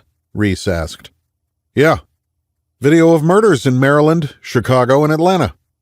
"Tom," Haley said, jumping in, "I was with Reese and Katie after they were attacked in Maryland. It certainly wasn't murder." "I don't know what it is, but I'm calling the police." "Please don't do that, Doctor," Reese said in an even measured tone. "And why not?" "Because if you do, you're sealing the fate of 500,000 Americans, citizens of the country you serve. Let's put down the pistol and talk. If by the time we finish you still want to call the police, then there is nothing I can do. You are the last hope the people of Aurora and Richardson have." Colonel Garrett's eyes went from Reese to Haley and back to Reese. "Haley explained what you want me to do," Garrett said, keeping the pistol pointed at Reese. "A sample of the Marburg variant U? Are you insane? If we had a sample, and I am not saying we do, it would be classified and for research purposes only." "Tom, if there is a sample at Fort Detrick, I need it to do a genomic sequence analysis and an EM comparison," Haley said. "Imagine what would happen with an official request. How long would it take to get what would be a denial of even having it when a sample is stored 50 miles from here and can prove that what's happening in Aurora and Richardson is an aerosolized Marburg variant U bioweapon and not a respiratory spread airborne virus?" "I didn't say we have a sample." "But if you did, how could we get it?" Reese asked. "You are talking about stealing a bioweapon that the United States denies having, a weapon that would put us in violation of several international treaties, of which the country is a signatory." "That's right," Reese confirmed. "Think about your oath as a doctor." "Over my oath to country," Garrett countered. "Doctor," Reese said, intentionally not using Garrett's rank to frame his position. This is about saving lives. Your oaths to your profession and to the nation support this action. Imagine a bioweapon developed in the Soviet Union to destroy this country can now be used for the exact opposite of its intended purpose. It can save 2 American cities and prevent a disaster unprecedented in American history. It's up to us. No one else is coming. No one else can stop this. Tom, please, Haley said. Do you realize that assuming this virus from the Cold War was weaponized into aerosolized bacteria and was capable of targeted deployment, and assuming a Fort Detrick lab contained a potential sample of Marburg variant U, you are asking me to commit treason, be court-martialed, and to spend the remainder of my life in Leavenworth? Treason, Haley. Dr. Garrett, I'm going to slowly reach in my pocket, okay? Reese stated. I'm going to take out a phone and make a call. I don't understand, Garrett said, raising the 1911. I think this will help, Reese said, taking out a small flip phone. Who are you calling, Reese? Haley asked. Reese deliberately opened the phone with his left hand, keeping the right one up to signify that he was not a physical threat. He pressed in a memorized 10-digit number and held it up to his ear. On the second ring, the phone connected. Sir, it's Reese. We are close. I need you to verify and condone. To Garrett's questioning look, Reese held out the phone. Colonel Garrett, the President of the United States would like a word.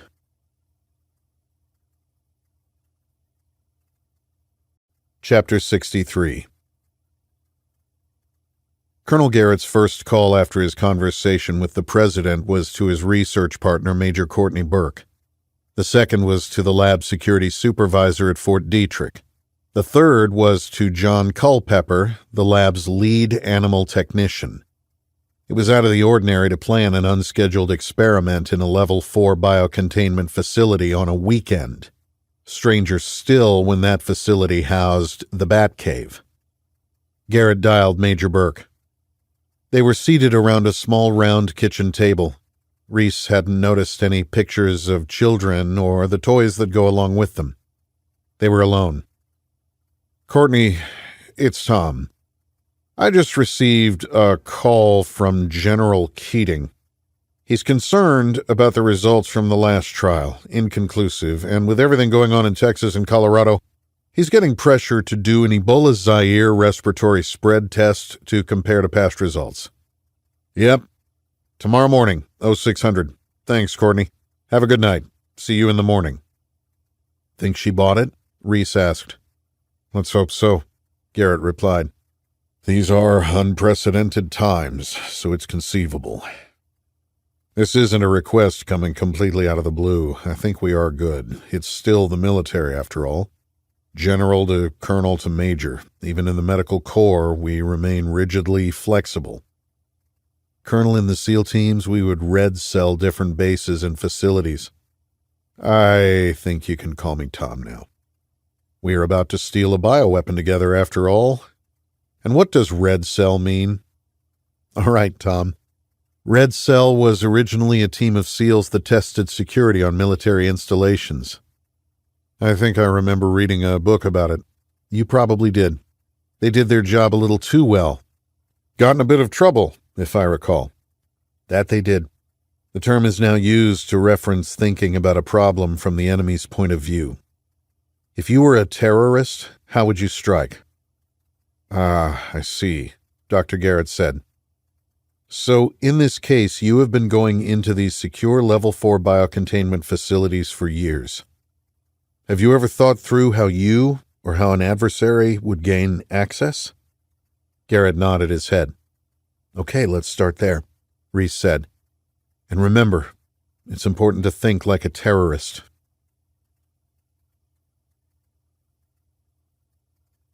Chapter 64. National Biodefense Analysis and Countermeasures Center, Fort Detrick, Maryland. At 0530, Tom Garrett pulled his Jeep Cherokee up to the front gate of Fort Detrick. He rolled down his window and handed the contracted security officer his military identification. The guard force was an assortment of military police and private security contractors. The portly guard was dressed in a blue shirt and dark pants to give him the illusion of being a police officer, replete with a gold badge on the front of his black plate carrier. "Morning, Colonel," he said, scanning Dr. Garrett's ID with an RFID scanner. "Morning," Garrett responded. Reese and Haley held up their military IDs. The guard nodded. Haley had a military ID as a dependent, and Reese had one as part of his CIA alias credentials package.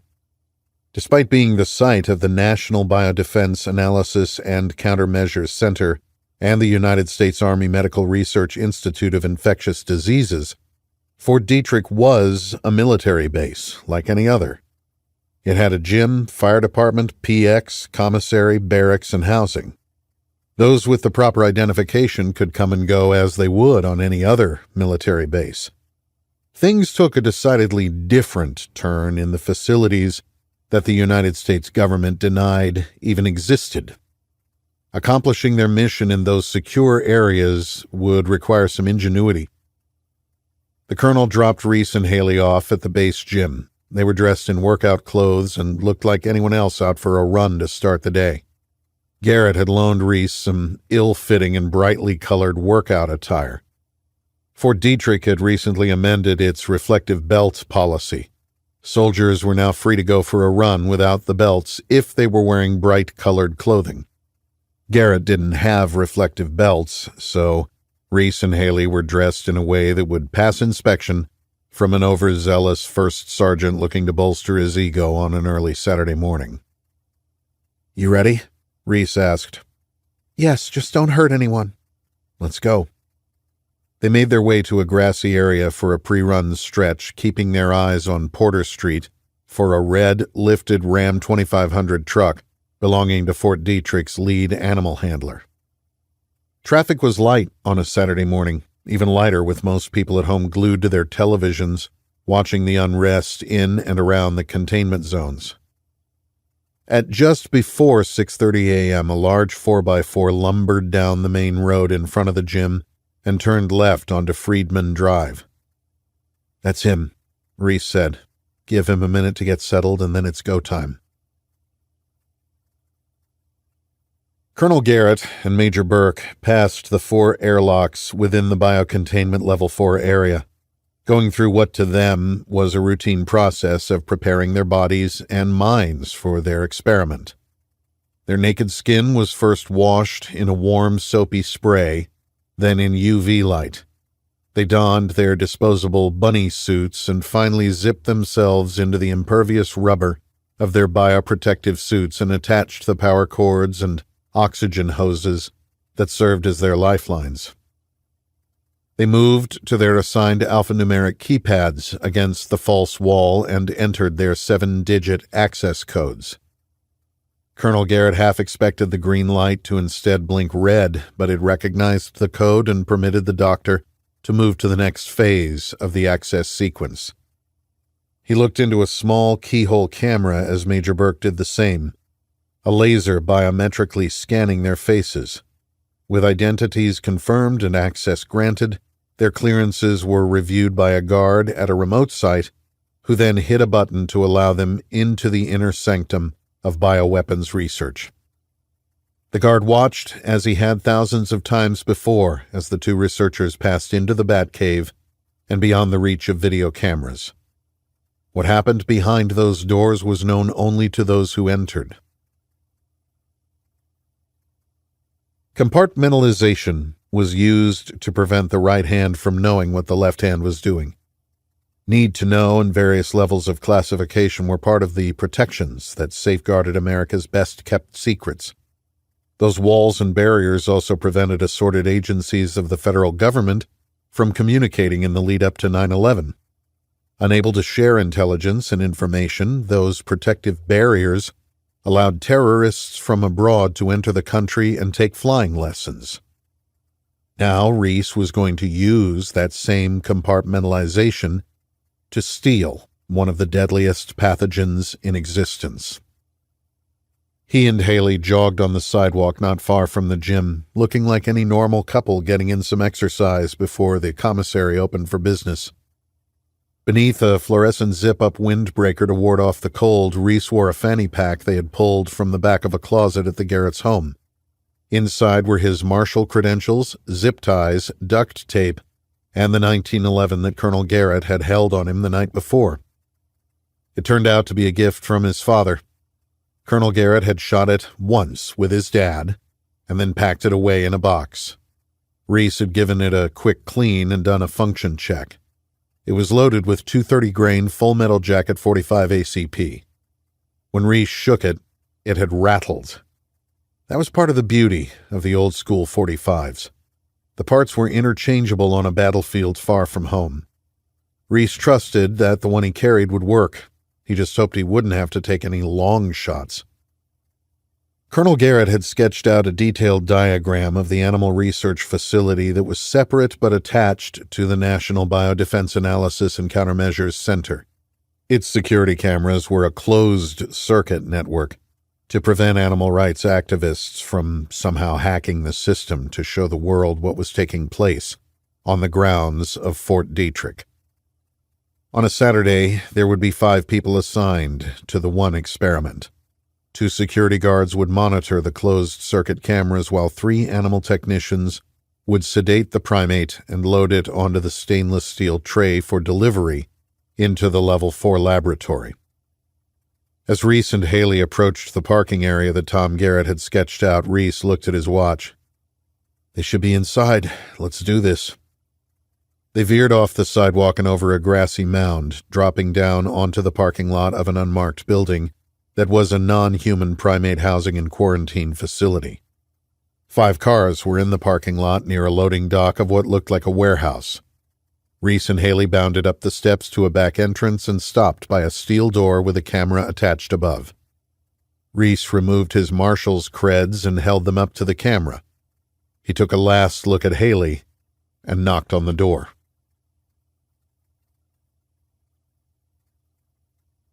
Chapter 65.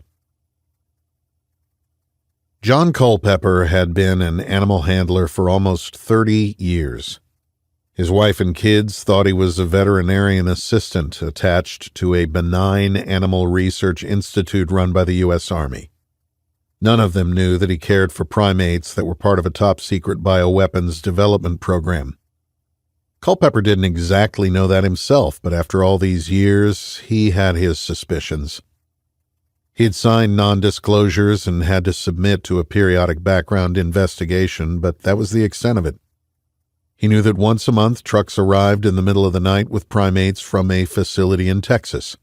He would supervise the transfer to their new facility, where he would care for them until he was given instructions to prepare one for delivery to the National Biodefense Analysis and Countermeasures Center next door.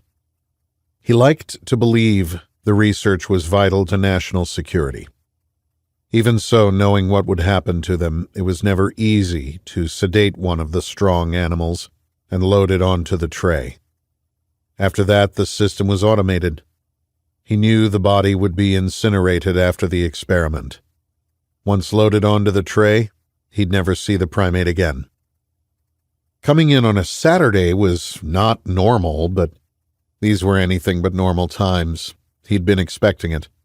Though he didn't know what went on at the end of the incineration tunnel, he knew it had to do with infectious diseases.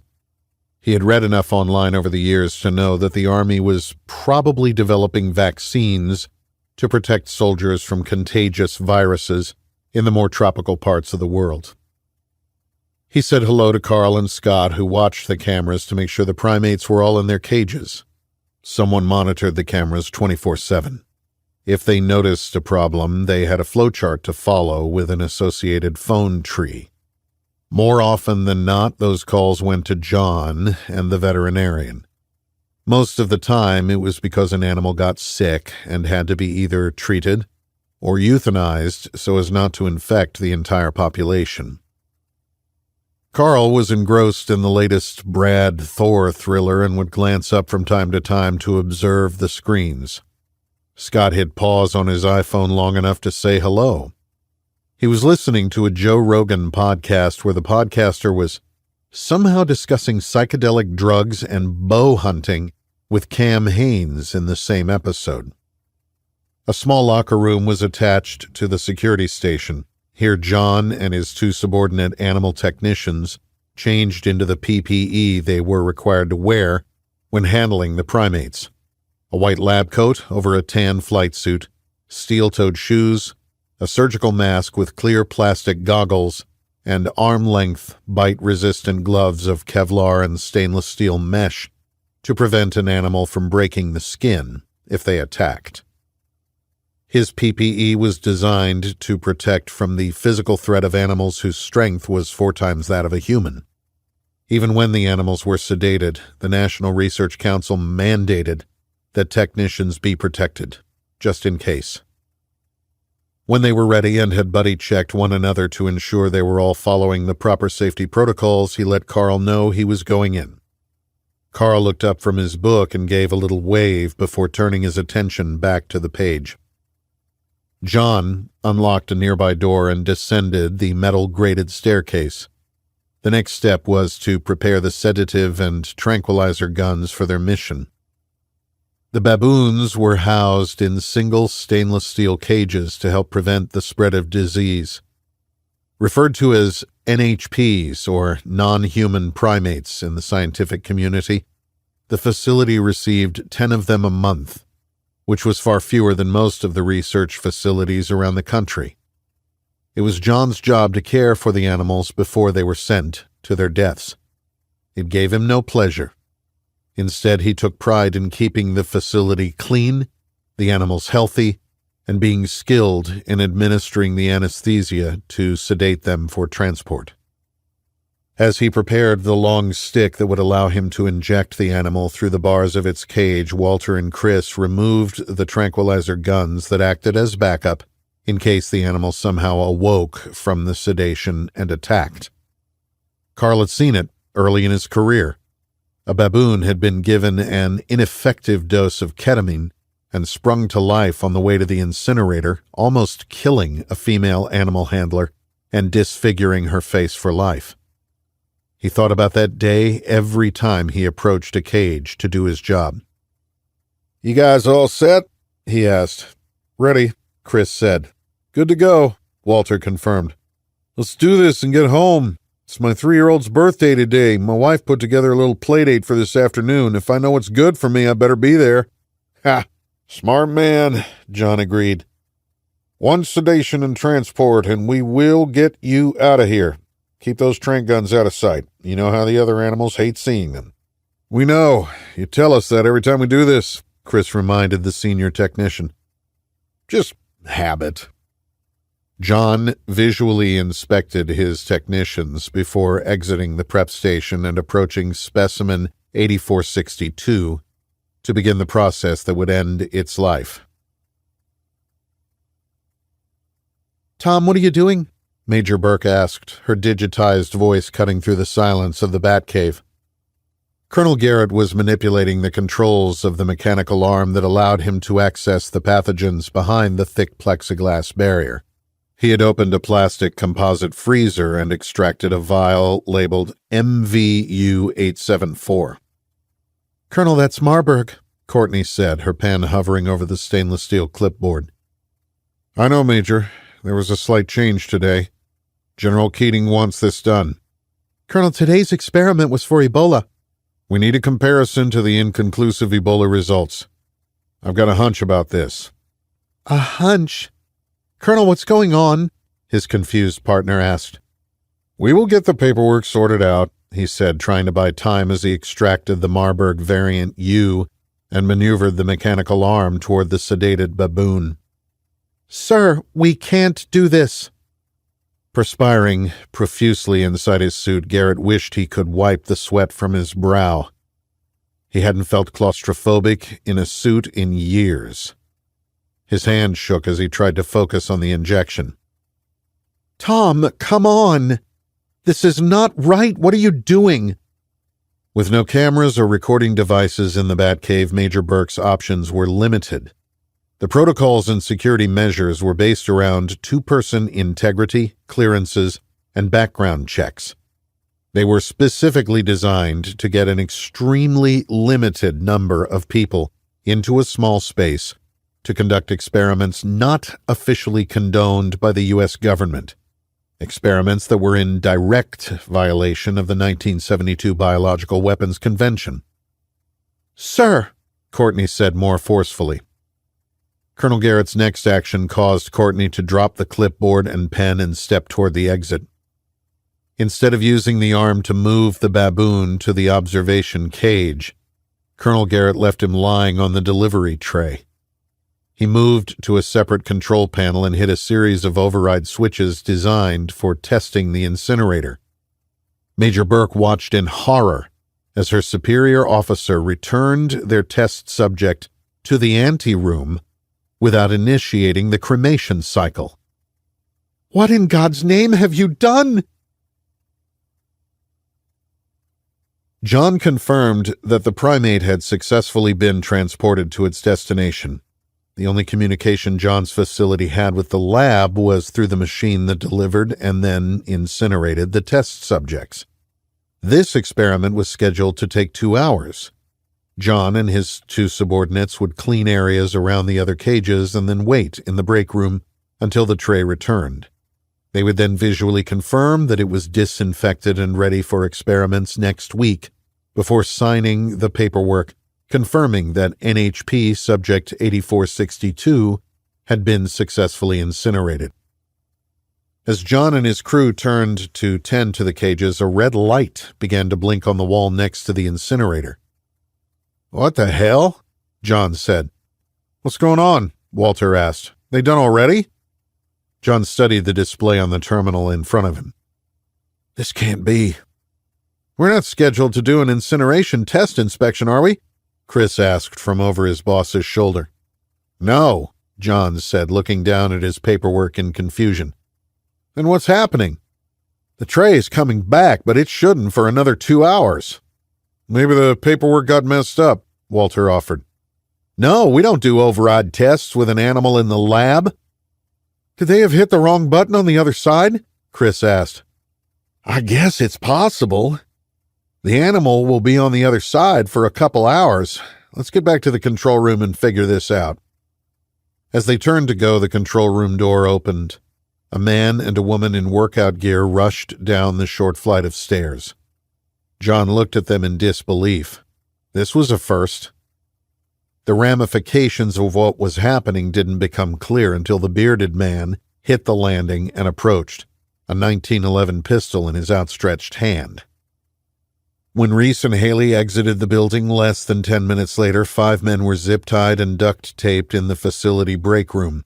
The infected baboon had been sent back into the crematorium for incineration, and Haley had a capped, triple-bagged syringe filled with 5 milliliters of blood.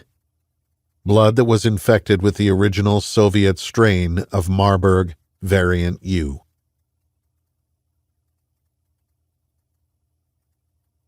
Chapter 66.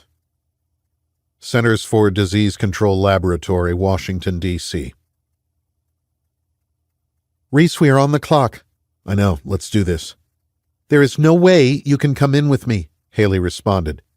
"I'm going into a biohazard level 4 containment lab. You need badges, clearances, and approvals, which you obviously don't have. I am going in with this sample of Marburg variant U and will compare it with our samples from Richardson and Aurora. If the virus samples match variant U, then we know it's not a respiratory spread infection." "And if it doesn't match?" "If it doesn't match, the president only has one option." "Be careful." "I will, Reese. To my knowledge, no one has ever stolen a bioweapon from Fort Detrick," Haley said. "My husband is probably in an interrogation room right now. Someone is going to start putting the pieces together. If we are wrong, we are going to jail for a long time." "And if we are right, 2 cities will still be standing this afternoon." "We will know soon, if I can get in there and pull this off." "So I just wait in the car?" "Yes. I will do this as fast as I can. If the weaponized Marburg variant U is a genomic match to the samples from Texas and Colorado, We can get that information to the president, and he can rescind the eradication order. As Haley exited the vehicle, Reese leaned across the seat. Haley. Yes. Good luck. I thought you had a thing about luck, she said, smiling to break the tension. I do, but in this case I'll take it. What the hell were they doing at Fort Detrick? Thwaite yelled into the phone. We don't know, Senator. My surveillance team did not have access to the base. And where are they now? The CDC office is in Virginia. Have they made any calls? Not since this morning. Fuck, Sawyer! You find out what they are up to. For all we know, they are terrorists and have released the virus themselves. That seems unlikely, Senator. Listen to me. Reese meets with the president, is at the site of a suspicious death in Chicago, murders a Muslim man in Atlanta and kidnaps his girlfriend, where now, by the way, we have infected patients. He then executes 2 Muslim men on the side of the road in Maryland, flies to Denver, where your team is unable to follow him, flies back to D.C. and is now sneaking around at Fort Detrick and the CDC labs? He's involved somehow. What if this disease is not airborne? It is airborne, Sawyer. All the experts agree. The deadline is upon us. The only chance to save the country, possibly the world, is here. It might be too late already. If the patients in Atlanta were not locked down in time, we are done for. It's all over. Think of your family, Eric. Dead. All dead. And if the virus is eradicated, no one will ever know if it was airborne. Your path is paved into the White House. This is not about that, Eric, and you know it. This is about saving the Republic. How patriotic. Something is not adding up here, Eric. Find out what Reese and his doctor friend are up to, and find out now. 2 excruciating hours later, Haley emerged from the CDC building. Reese half expected her to be in handcuffs, escorted by federal agents in dark blue windbreakers. He looked around the parking lot for signs that he was being set up. He scanned the windows in the floors above that would give snipers a clear shot, looking for anything that might indicate a hastily established urban hide site. Nothing. But if they are good, you'll never see them coming. An HRT sniper could have you in his sights right now. Haley rounded the front of the vehicle and slid in across from Reese. Even though it was cool, he saw the beads of sweat on her temples. She clasped her hands together to steady her nerves. Are you all right? Reese asked. It's Marburg. It's variant U. Jesus, Reese whispered. Where is it now? It's in the lab. It's locked in a safe. I sent all the documentation to Vic via email. I want this sample destroyed, but for now we need to keep it as evidence. Just so I have it straight, this confirms that the virus in Colorado and Texas is a weapon. We have that weapon in our arsenal and can prove that it spreads only through direct aerosol droplets from a pressure source. That's right, Reese. It only spreads via an aerosolized cloud, a man-made cloud.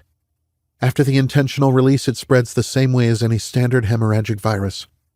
Through direct blood-to-mucous membrane contact, correct? Correct. It's incapable of human aerosolization like COVID-19.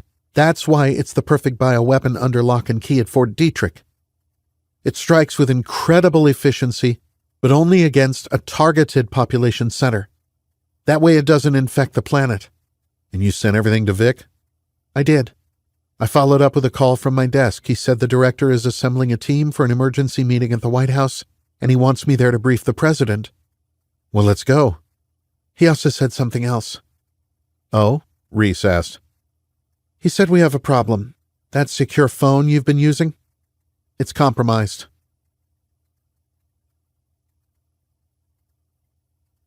Chapter 67. I can't believe you agreed to this. It was actually my idea, Haley said as Reese drove toward the off-site CIA building in Chantilly, Virginia. It wouldn't work if you left the CDC without me. I just asked myself, what would James Reese do? That's a dangerous question. I think we've been spending too much time together, Reese said with a smile. Look, we pull into the parking lot. They are expecting us. I'm going to sprint inside. Vic will have a team ready to pounce. He said it was the same team I met at the Annapolis house plus some guy named Beast or something. Ox. That's it, Ox, Haley confirmed. I still don't like it. They could hit us between here and Chantilly, Reese said, his eyes in constant motion. Just a few more minutes, Reese. Almost there, and we are home free. You know, Haley, you would have made a good team guy. Haley couldn't help but laugh. Senator, we intercepted a call between our subject James Reese and the director of the CIA's Special Activities Center, Vic Rodriguez. Well, what did they say? Thwaite asked, through his Cryptol phone. Reese said they have proof that this outbreak is a bio-attack, something that infects via an aerosolized spray that cannot be secondarily spread, Sawyer reported. What kind of idiocy is that? It's in 3 different cities. People who never came into physical contact are dying of it. That means it is airborne. We are getting cases in Atlanta, for Christ's sake. I can only report what I've heard. Where are they going now? The clearly agitated senator asked. They are bringing their evidence to an office park in Chantilly, Virginia.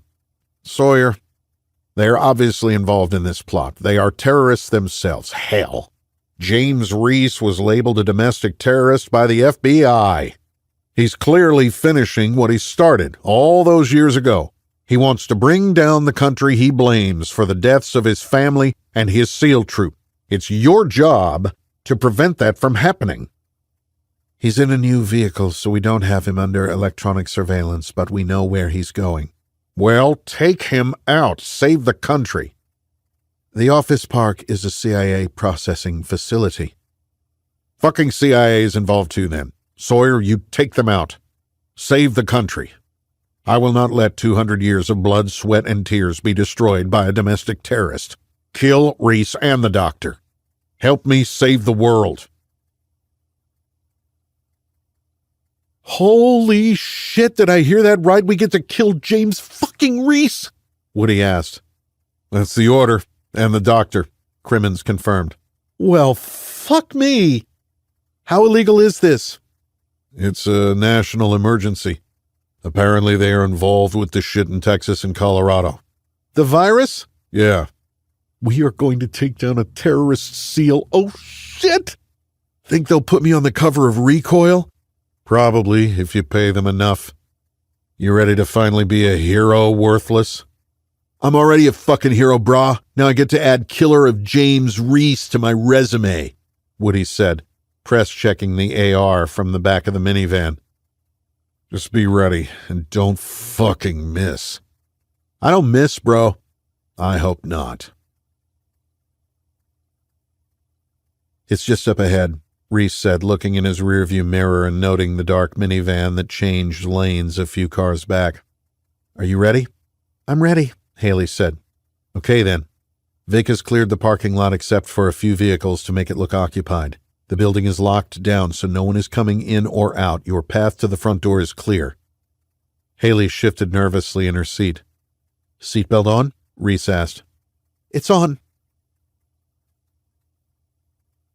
We are going to turn in behind them and pull right next to them as they park, Crimmins said.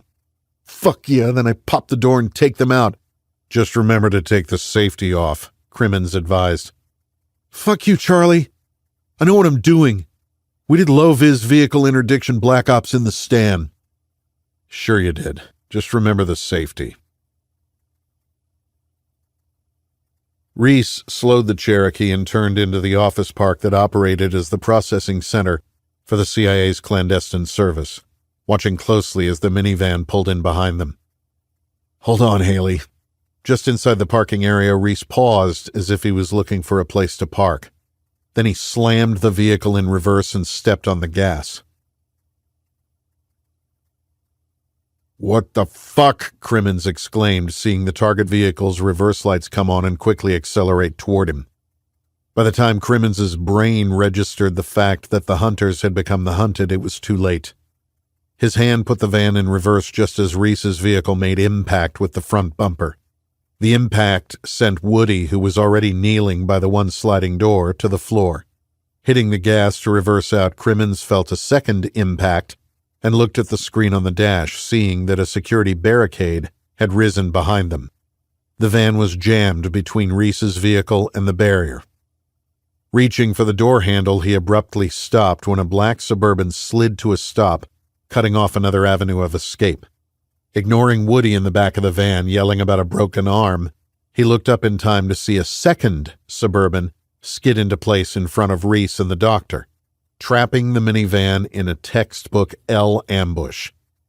He barely registered that the passenger side door of the car had flung open. A female was sprinting from the vehicle, 3 men in tactical gear falling in with her to escort her to the building in front of them.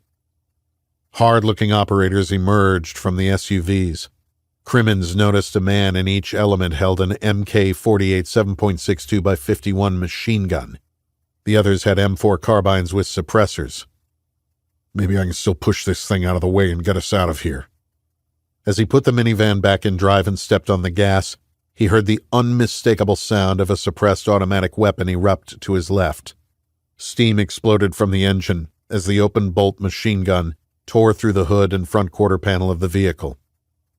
Crimmins took his foot from the gas pedal and put the van in park. His hands slowly went to the wheel. Don't give them an excuse. Woody, put down the AR, he said. What the fuck just happened?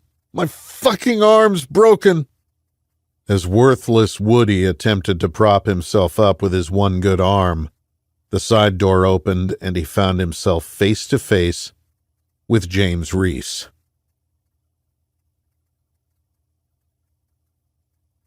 Chapter 68. Russell Senate Office Building, Washington, D.C. Senator Thwaite watched the president's address from the Oval Office in disbelief. He looked so presidential and reassuring, so sure of himself. How could this be? I want to assure the American people that the end of the crisis is near. We have confirmed through exhaustive international investigations by the world's leading infectious disease specialists that this new virus is indeed a hemorrhagic fever. It originated in Angola, but has burned itself out on the African continent. It has done the same here in the United States. We have studied the Angolan virus closely and determined that it will not spread via respiratory pathways, as we saw with COVID-19. Once again, to be perfectly clear, this is not spread like the flu or COVID-19 or the common cold. We had early spikes in Aurora, Colorado and Richardson, Texas, with one-off cases in Atlanta. Since those early spikes, the curve has flattened, naturally, and current infection rates are almost at zero. I don't believe it, Thwaite thought. Even though it was just after noon, the senator held a drink in his quaking, clammy palms. I can now assure you that this terrible disease has taken the worst of its toll. It has impacted our society and tested us to our core. But we are Americans. We will rise above the fray. The scientific community is working on a vaccine so that if we ever face this enemy again, we will be ready. Thwaite leaned back in his desk chair. He's actually turning this into political capital, the son of a bitch. There have been reports that the virus was a bioweapon delivered by a foreign enemy. These reports are false. There have also been reports that the virus escaped from a lab here in the United States. Those reports are false. What are you up to, Mr. President? Thwaite whispered. I want to address the rumors that there are strategies in place to eradicate viruses on home soil with incendiary bombs. I want to address those rumors honestly. I recently became aware of plans put in place during the Cold War, plans that remained in place until today. Effective immediately, I have signed an executive order placing what are known as eradication measures on hold. A bipartisan commission will submit a report to me within 90 days concerning these legacy policies, with recommendations on how to proceed, so that in the face of a future virus, we have other options at our disposal. I commit to you tonight, there will be full transparency in these proceedings. We will harness the power, ingenuity, and brilliance of our scientific community, technology sector, and pharmaceutical industry to develop the most effective means of combating emerging hemorrhagic viruses. You have my pledge that you, the people, will be heard, and we will move forward together, stronger and united. This is unbelievable. He can't do this. Our thoughts and prayers are with all of those affected by the virus, and with the frontline workers who care for them. We are with you. No effort or expense will be spared to provide you with the resources you need to see this through. May God bless you, and may God continue to bless the United States of America. The video feed switched to a panel of very relieved-looking news contributors.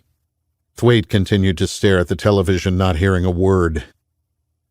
The phone buzzed on his desk. Slowly, he hit the intercom button to connect with his receptionist. Isn't this wonderful news, Senator? What? The president's address. The virus is no longer spreading. We are going to be okay. Yes, Karen, that's, incredible news. Yes, sir. Well, I have a call waiting for you from the FBI. It sounds important. The FBI? Yes, Senator. Special Agent Andrew Klein would like to speak with you. Please take a message. If he requests a meeting, please schedule it out as far as possible. Yes, Senator. Thwaite terminated the connection. Deliberately, he opened a desk drawer and removed his secure phone, looking at it skeptically. Without another viable option, he called Sawyer. Did you see it? I did, Sawyer responded. And I was just about to call you. Really? Yes. A source at the FBI has informed me that you and I are both under investigation for the attempted murder of James Reese and Haley Garrett in Virginia, along with a host of other less serious offenses. I'm thinking now would be a good time to vacate the premises. I'd agree with you. Out of the country. I'm way ahead of you. Meet me at Signature Aviation at Dulles. If you aren't there in 40 minutes, I leave without you. Thwaite dropped his Cryptol and BlackBerry into the drawer. He took one last look at the portrait of his father, and then departed for the airport.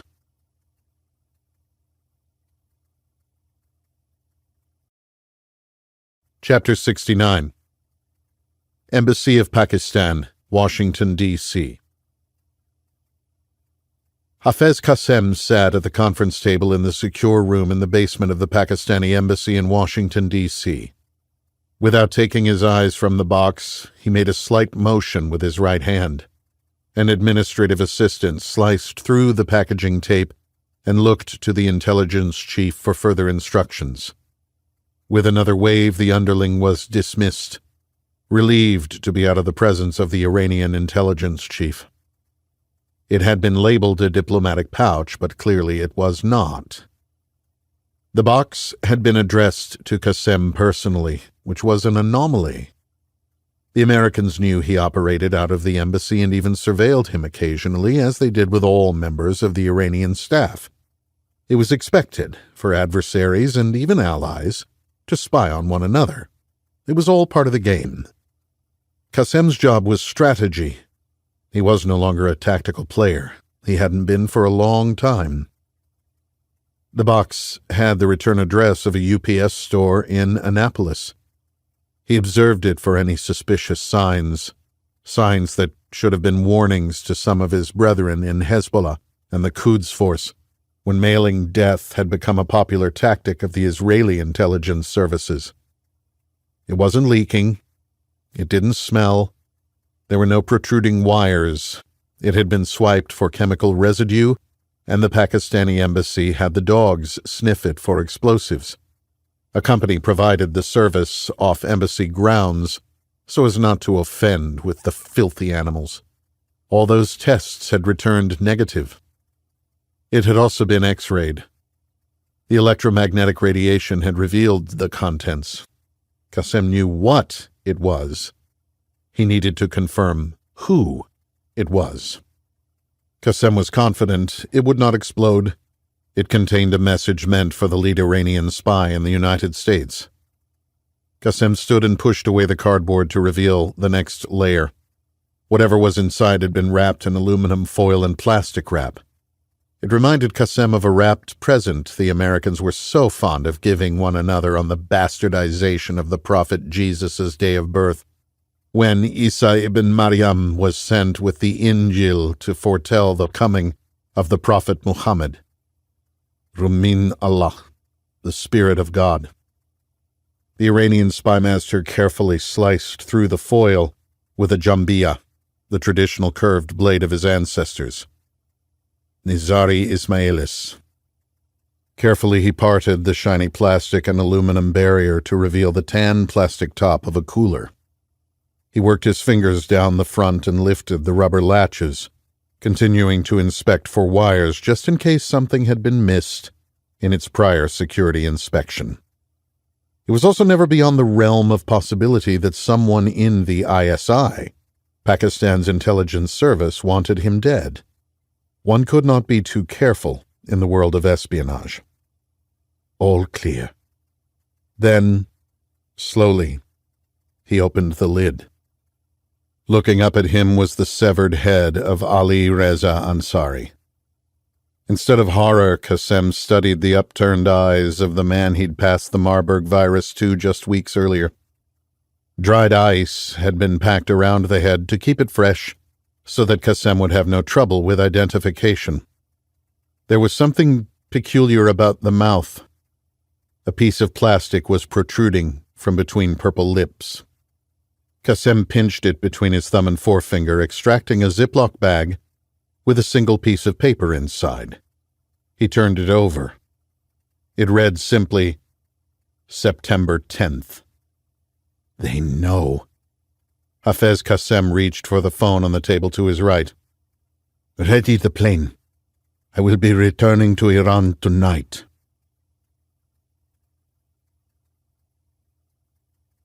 Chapter 70.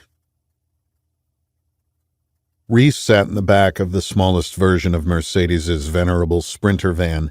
This one was painted white with a floral business moniker on each side.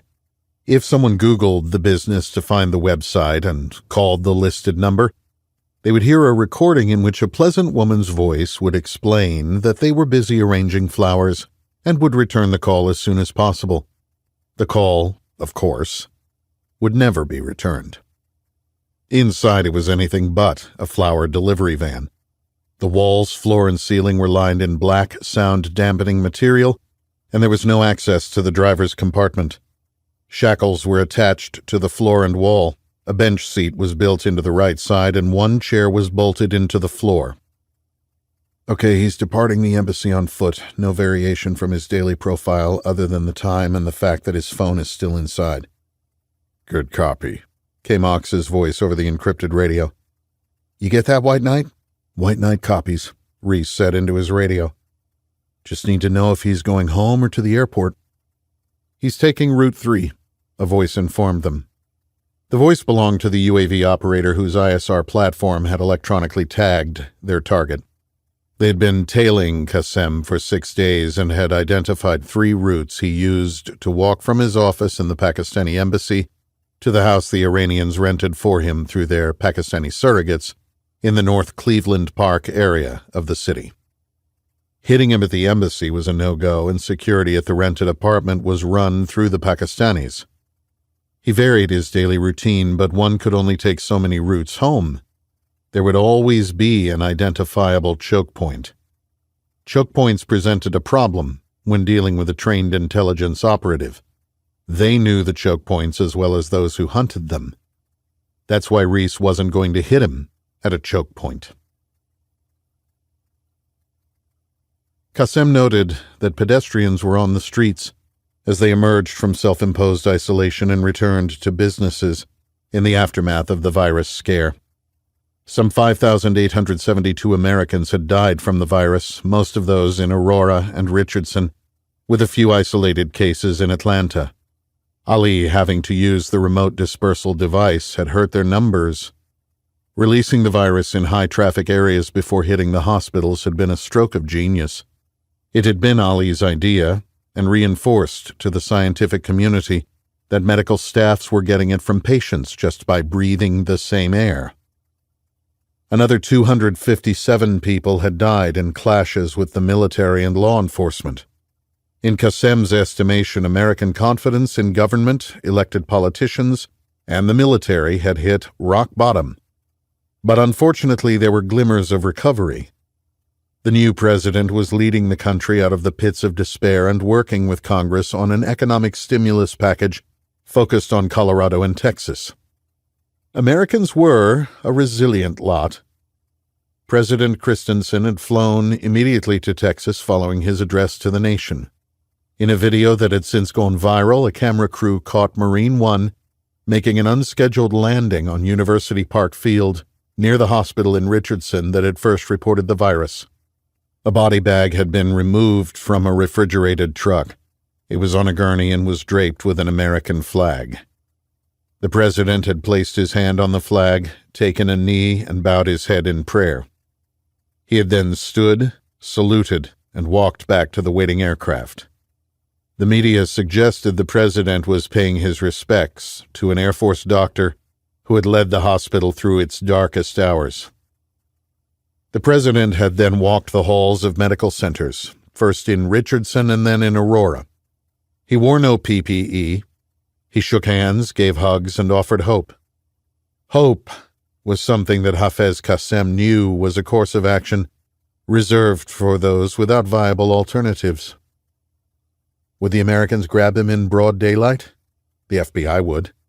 They would come screaming in, driving black Suburbans with their badges out and guns drawn for a very public arrest. What the FBI would not do was send him a severed head in the mail. This was something else. A different type of animal was hunting him. He'd exited the embassy and passed the Malaysian and Egyptian embassies on International Court Northwest. He walked north to avoid the Israeli embassy. He moved on to a wooded path near the Austrian embassy to cut through to 36th Street. From there, it was a short walk to his residence. At first, Kassem thought he was having a heart attack. When he felt the second impact, he knew it was something else. His neurological system shut down as his brain lost the ability to communicate with his muscles, and he toppled to the ground face first. He rolled to his side and grabbed at the impact area. That was exactly what the designers of the weapon had intended. Kassem's hand connected with the exposed wire attached to the 4 barbs of the 12-gauge projectile. His hand convulsed. He was unable to pull it away, and another 500 volts surged through his system. Logan cycled his Taser X-12 Mossberg and emerged from his hide site 40 feet off the path. He was joined by a second operator who did the same, both quickly approaching the Iranian spy and ready to hit him again with the 500 volts of the specially designed less-than-lethal shotgun rounds. A third man approached with an Axon Taser 7 in the low ready. When he was 10 feet away, he pressed the trigger and sent the attached barbs into the downed man, shooting 3,500 volts through his body. His 2 partners slung their Taser X-12 X-Rep shotguns and quickly zip-tied the man's hands and feet. He would be dead weight for at least 20 seconds. They carried him 30 yards to 36th Street Northwest, where a flower delivery truck had backed over the curb, its rear doors already open. They loaded him inside and attached him to a chair with restraints before exiting into the street, securing the doors behind them.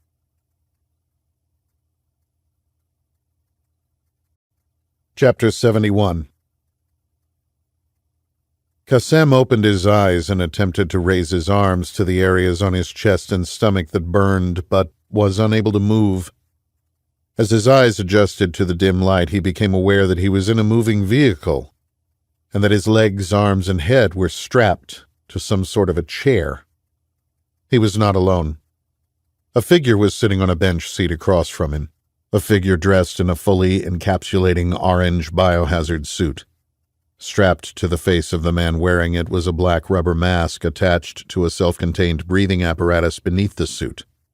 Even in the dim light, Qassem recognized the man behind the mask. "I know you, don't I?" Qassem asked. "I think you do. I take it you make it a point to know the target when you send a hit team to assassinate him," Reese said through the internal microphone. "James Reese, you killed 11 of my men." "I did. I should have sent more." "You should have sent professionals." "Ah, yes. Fortunately for you, professionals are hard to come by in this country. You've used amateurs before." Qassem paused and attempted to tilt his head, but it remained clasped to the chair. "I am a diplomat, Mr. Reese. As I am sure you know, you are in violation of international law, specifically the Vienna Convention. I have diplomatic immunity." "You are a spy. We have a separate set of rules for spies. Usually, one would need proof of some sort. You wouldn't want to create an international incident. Even with evidence, you can only expel me." "Usually, that would be true, but this is far from a usual case." "Do you plan to torture me, Mr. Reese?" "Your fate is in your hands, Qassem. I know you planned the Marburg attack, that you passed variant U to Dr. Ali Reza Ansari of Biodyne Medical Systems, that you wanted us to think it was a respiratory spread virus that would kill 90% of the country in an attempt to get us to trigger an eradication protocol that has been in place since the beginning of the Cold War." Qassem remained silent. "And there is something else," Reese said, picking up a photograph next to him. "It's grainy and it might be difficult to see in this light, but I think you will recognize the man in the photo. He's aged 20 years, but I'm confident you know him." Reese held up the photo in his left hand, illuminating it with a small Streamlight stylus penlight. The photo was indeed grainy, black and white and in low resolution. "That could be anyone, Mr. Reese." "But it isn't anyone, Qassem. It was taken in Portland, Maine on September 10th, 2001, at the same restaurant that also captured photos of 2 men who would be dead the next day." "Oh, what happened to them?" "They flew a plane into the North Tower of the World Trade Center." "I was in Iran in September 2001, Qassem said, in a voice devoid of emotion. "Just prior to midnight that same day, this man crossed the border into Canada." Reese continued, holding up another picture. It was still black and white, but the resolution was better. Facial recognition technology was still in its infancy when these were taken, but it has improved significantly over the years. "He does not look familiar." "Look closer, Qassem." "I'm sure you will recognize him," Reese said. Here he is checking into the Montreal Airport Marriott Hotel a few hours later. He had a flight scheduled for the following day, but of course flights were grounded for 3 days, so he stayed in the hotel and took an evening flight to Frankfurt on September 14th. "A couple of blurry photographs of a Middle Eastern-looking man you say are from September 2001 mean nothing." "Oh, to the contrary. It means everything when that man re-enters the United States as a diplomat of a foreign nation and has access to the diplomatic pouch and is on U.S. soil at the same time a virus is unleashed on the 20th anniversary of the most devastating terrorist attack in the nation's history." "It wasn't released," Qassem countered. "I heard your president tell the world it was from Angola, and that it burned itself out after an early spike when it was at its most potent." "I heard that too, Qassem. Did you believe it? Why would I question it? Because you brought Marburg variant U into the United States in a diplomatic pouch. You passed it to Dr. Ansari, who then replicated it in a lab in Denver and unleashed it through surrogates to simulate a naturally occurring respiratory spread virus. That seems far-fetched, Mr. Reese. It does, which is why I want just a little more information from you. Reese set the photographs to the side and opened a nylon case. I know nothing about this, and I will not be coerced into taking responsibility for 9/11. Everyone knows it was the work of Al-Qaeda and Bin Laden. Reese made a production of taking out an IV bag and hanging it just behind Qassem on a hook on the wall of the van. He removed medical scissors and cut the left sleeve off Qassem's shirt to expose the arm. "What are you doing?" the Iranian intelligence officer asked, trying in vain to pull his arms and legs from the restraint. "Do you know who you killed that day, Qassem?" "I killed no one." "You certainly did. You may not have flown the planes, but you met with Mohammed Atta that night in Portland. No one was able to figure out why Atta and Al-Omari drove to Maine the night before their mission of death, but I know," Reese said as he attached a thin rubber band tourniquet to Qassem's upper arm. "I killed no one," Qassem repeated. "I heard you the first time. You won't mind if I forego cleaning the site, do you?" Reese anchored the area by grabbing Qassem's upper forearm and pulling the skin tight with his thumb to prevent the vein from rolling. He then flipped the cap off the end of the needle and inserted it into Qassem's vein.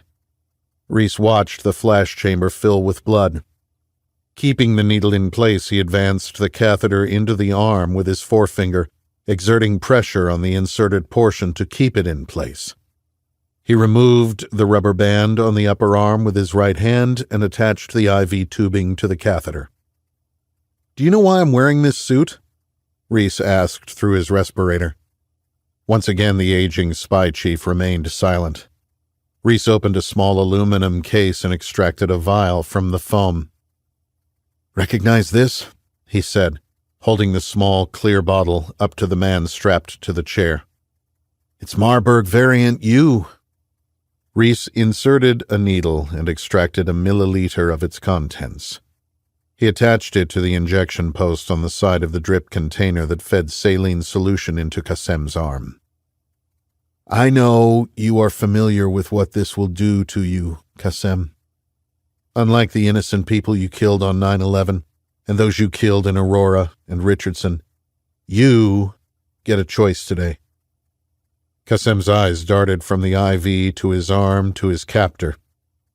"You answer my questions, and I drop you off at Dulles, and you fly home to Iran. You don't. I hit this plunger, and then I drop you at Fort Detrick. The doctors there are very anxious to study the effects of Marburg variant U on the man who brought it into the country. They've only performed experiments on baboons and read the reports from the Soviet days of Dr. Ustinov slowly liquefying from the inside. That was over 30 years ago. You will add to the body of classified bioweapons research. Who knows? Maybe something we learn from watching your body decompose from within will help develop an even more formidable weapon that we unleash on Iran. Qassem felt the perspiration soaking his clothing and his bowels begin to loosen. Your choice, Qassem. And just so you are aware, there is nothing I want to do more than hit this plunger and avenge everyone you've killed. Please give me an excuse. What do you want to know? I want you to confirm for me that it is you in these photos. Qassem's eyes went to the pictures and back to Reese. Give me an excuse, Qassem, Reese encouraged. Qassem squeezed his eyes shut. Authu billahi minash shaitanir rajim. I seek refuge with Allah against the Satan, the outcast. Qassem, answer me now or become a biomedical test subject. Those doctors at Fort Detrick, they won't take you out of your misery. They will keep you alive as long as possible to prolong your misery and extract as much research data as they can. Kassem attempted to nod his head, but the restraint kept it in place. "Enjoy your stay at Fort Detrick," Reese said, raising the plunger to Kassem's face and applying pressure. It was me. Kassem said. "Say that again," Reese ordered. It was me. But I only delivered the message. I didn't make the decision about 9/11. I passed along a word. "What word? A word that triggered 9/11? Eid al-Shaitan. Arabic?" Yes.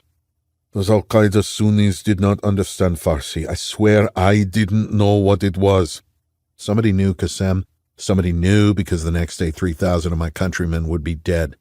I thought it was for an attack on the White House. A car bomb, maybe. My job was just to pass along a word and then drive to Canada. I found out about it on the news with everyone else. But then you made the connection, didn't you, Kassem? Kassem tried to nod. So you waited until flights resumed and then you flew to Germany and back to Iran? Yes. Who ordered you to deliver the message? Kassem's eyes darted to the syringe filled with liquid death. Not just death, but weeks of misery, or bleeding through skin pores, through eye sockets, through his penis and anus, a pain no one but Allah could stop. Jafar al-Sadiq, Kassem whispered. "Louder," Reese said. General Jafar al-Sadiq. "Who is that?" He's now the Minister of Intelligence. Did he plan it? No. But he facilitated it, didn't he? He gave the green light. You delivered the message. Yes. And you planned this Marburg attack. Your country is on its knees, Commander. Your response to COVID surprised even our brightest minds. Close down your schools and businesses and destroy your economy for a virus with less than a 0.3% mortality rate? With that kind of a response, what would you do with a respiratory virus with a 90% mortality rate? I wanted to call the operation off. You were already doing such a good job destroying yourselves from within. All we needed to do was sit back and watch as COVID, race riots, and identity politics further divided an already weak nation. It's just a matter of time. Why didn't you? I am not the Minister of Intelligence. General al-Sadiq wanted to capitalize on the conditions set through your response to the coronavirus and riots. He has been on the front lines all his life, but he is getting old. Rumor has it that he was with Imad Mughniya on the hill overlooking Beirut in '83. He's killed more Americans than Al-Qaeda or those ISIS fools could ever hope.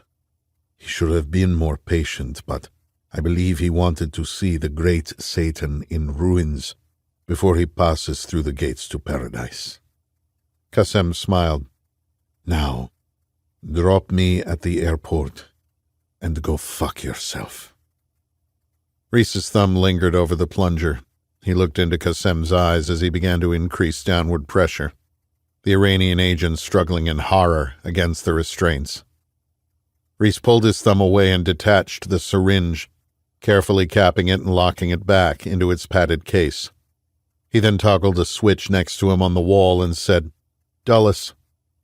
They both felt the van turn to the left. Reese looked into the eyes of the man still strapped to the chair across from him. "You never answered my question about 9/11, Kassem." Which question? "When I asked you if you knew who else was killed that day." To his unknowing expression, Reese answered, "President Christensen's fiancée. Her name was Jennifer." So that's what you were doing in Chicago and Atlanta, Kassem deduced. "And it's what I'll continue to do once you are on that plane." You Americans. Kassem said, attempting to shake his head. You should kill me, you know. Don't think I won't one day, Kassem. Right now the president wants you to send the regime a message. The van pulled to a stop, but Reese didn't move. He continued to stare into his adversary's eyes as the doors opened, and 3 men jumped inside, releasing Kassem from his restraints and roughly escorting him out the door and into a Goodwill store parking lot.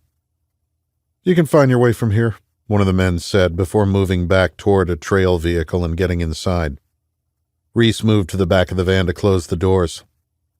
Hey, Kassem, I'll see you again, in this life or the next. With that, Reese shut the doors and the van accelerated to the exit and onto Sunrise Valley Drive, leaving the man who delivered the order for 9/11 standing alone in the parking lot. Vic Rodriguez joined Reese on the roof of the CIA annex at Dulles. Reese stood behind a thick waist-high wall that encircled the roof. Think he bought it? Vic asked. Not sure. I think he bought that I wanted to kill him. That wasn't a hard sell. I imagine not, Vic said. You think he believed you had Marburg in that vial? We'll never know. Which one is it? Vic asked, changing subjects. That one there, Reese said, pointing to an aircraft on the tarmac. Vic raised the binoculars around his neck and observed the twin-engine Beechcraft King Air prepare for takeoff. He's on board? Vic asked. He is. I watched him board with a few others. Good. We've confirmed that it's a chartered flight making a short hop to JFK. The Iranian ambassador to the UN is staying in New York, but his plane just filed a flight plan to Tehran via Madrid. What type of aircraft? Reese asked. Dassault Falcon 50, French long-range business jet flown by Iranian Air Force pilots.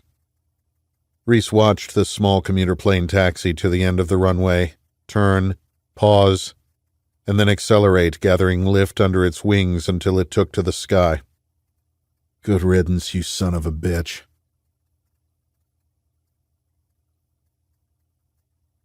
Chapter 72. 1st Fighter Wing, 27th Fighter Squadron, Langley Air Force Base, Virginia. The pilots from the F-22 squadron had been scrambled before. Each time had been a false alarm. This alert was different. Operation Noble Eagle consisted mainly of F-15 Eagles and F-16 Fighting Falcons flying combat air patrols over the nation's capital, critical infrastructure, and high-profile public events. Authorized 4 days after September 11, 2001, the program was designed to shoot down hijacked aircraft to avert another 9/11-style attack. The 1st Fighter Wing, with its 27th Fighter Squadron of F-22 Raptors, trained for a different mission. While the Noble Eagle aircraft patrolled the skies in and around Washington, D.C., the F-22s were tasked with intercepting incoming planes deemed a threat to the homeland while they were still in international airspace. The two $334 million machines rocketed through the clouds at 62,000 feet per minute, hitting Mach 2 and closed quickly with their target. Designed by Lockheed Martin with stealth as a primary requirement, their low radar cross-section and radar-absorbent material rendered them all but invisible. At 40,000 feet, Langley handed off tactical control to the Eastern Air Defense Sector, headquartered at the Griffiths Business and Technology Park outside of Rome, New York. Targeting single on the nose, 80 nautical miles, Angels 37. Elvis communicated to his wingman using the 5th-generation fighter's intra-flight data link. A low probability of detection, low probability of interception communication system designed to augment the plane's stealth capabilities. Check pointer. Painting a single, 80 out, Burbank replied via data link. Their mission was not simply to engage and confirm destruction. Their mission was to first conduct a flyby to ensure the target aircraft identified them as Americans, and then to blow it out of the sky. Switching from data to voice, the lead pilot said over the MIDS-J, the multifunction distribution system that allowed F-22s to communicate in VHF when stealth was not a primary concern. In this case, U.S. attribution was a mission requirement. Target aircraft is leaving U.S. airspace, not incoming, Burbank said. Charlie Mike, Elvis replied, using the military jargon for continue mission, as the two pilots closed the distance. Confirming remote ID, Elvis continued. Confirmed. Roger, remote ID verified, Burbank said. Visual confirmation of tail number required. Good copy, we don't want to get this one wrong. The two fighters closed on the Iranian business jet. Tally, Elvis said. Tally, his Dash 2 confirmed. Elvis slowed his aircraft to keep pace with the large passenger jet and approached at its 8 o'clock. Tail number Echo Papa India Bravo Alpha. Confirm. Burbank pushed his Raptor to the 4 o'clock. Confirm, Echo Papa India Bravo Alpha. This is it. Roger, Burbank. Let's let them know we're here. Elvis and Burbank both hit their afterburners, passing the unique tri-jet-configured aircraft within feet, before circling back around to take up positions on the starboard and port sides, close enough that they could see the panicked looks of the pilot and co-pilot in the cockpit. Burbank decreased his speed and visually confirmed that the windows were clear of passengers before throttling back up and taking up his position off the starboard fuselage. Elvis did the same on the opposite side of their target. Elvis, no passengers, starboard side. Roger that, Burbank. 1 passenger port side. A national intelligence satellite captured the SATCOM transmission from the Iranian aircraft to Tehran. As with the targeted assassination of Admiral Yamamoto by American P-38s over Bougainville in 1943, the president didn't want to leave Iran with any questions as to who was responsible. That information was relayed to Eastern Air Defense Sector headquarters, who in turn sent an encrypted message to the F-22s. Target aircraft verified, weapons read and free. Elvis confirmed receipt. The 2 F-22s fell back to 2 nautical miles and established the airspace was clear. Both aircraft locked onto their target. Standing by, Burbank said. Roger, Elvis acknowledged. Cleared hot, stand by. On my count. 3, 2, 1, Fox 3. 2 AIM-120C air-to-air missiles dropped from the internal weapons bays of their fighter aircraft, propelled forward by solid rocket fuel motors at Mach 4. Unlike Air Force One, this aircraft did not have countermeasures. And just like April 18, 1943, there would be no survivors. The first advanced medium-range air-to-air missile impacted the port wing. A millisecond later, the second missile hit mid-fuselage, igniting the fuel necessary for transatlantic flights and turning the Dassault Falcon 50 into a ball of fire over the Atlantic.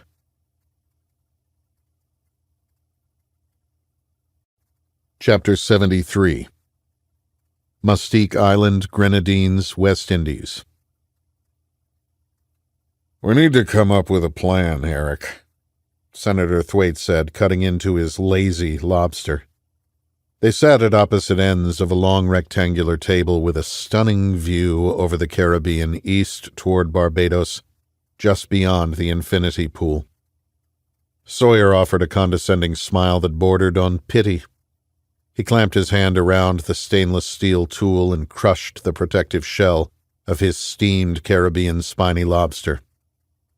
"You know you are eating that all wrong, Eddie," Sawyer replied, laying his seafood cracker on the table and using the long crab fork to pierce a section of the creature's succulent meat.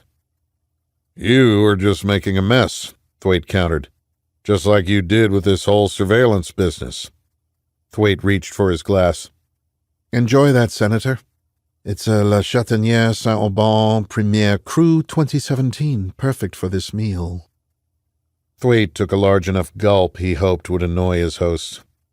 "Well, we've been here for almost a month. I'm starting to go stir-crazy," Thwaite said, dunking a chunk of lobster into warm butter. "Where would you prefer to go? Here you are all but invisible. You've seen the news. Everyone thinks you left town to avoid questions about illegal campaign contributions and conflict of interest issues." "Those stories are planted. Christensen has the media in his pocket. They'll do anything for him, to include running false stories to ruin me." "Regardless, it appears to me that the country is getting along quite well without you." "Fuck you, Eric," Thwaite spat. "Remember, Senator, it was your ill-advised call to the president that tipped your hand. You were a bit too eager to save the country by dropping bombs on it." "That fucking virus. How could it not be contagious?"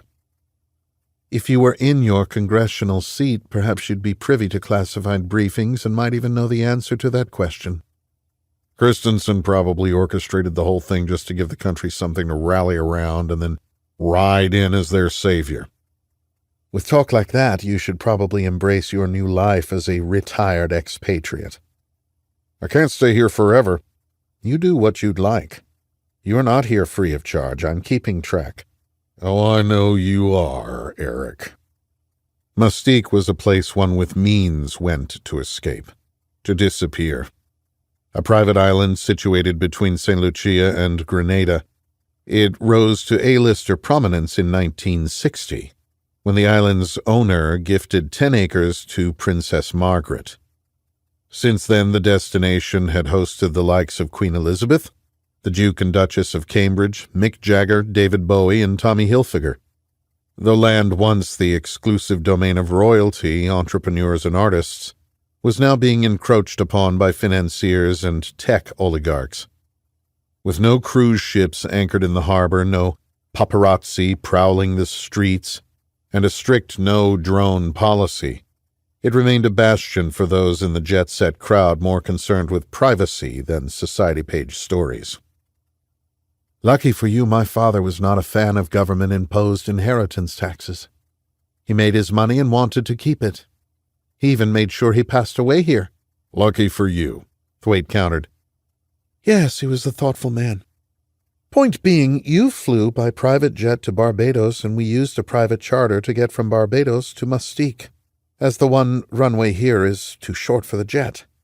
This plot of land was owned by my father and is now the property of a holding corporation that shelters it from anyone who might want to tie it to me or Masada.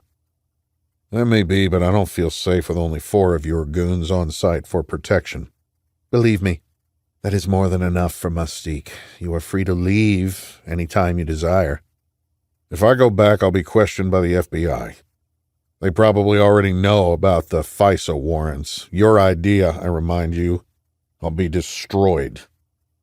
Then maybe you just retire down here. You have enough to rent a shack or guest house. Fuck off, Eric. I just need time. Time for what? Just time.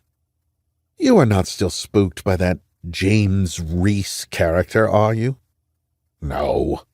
Well, yes, aren't you? He's a fucking madman, the president's personal assassin.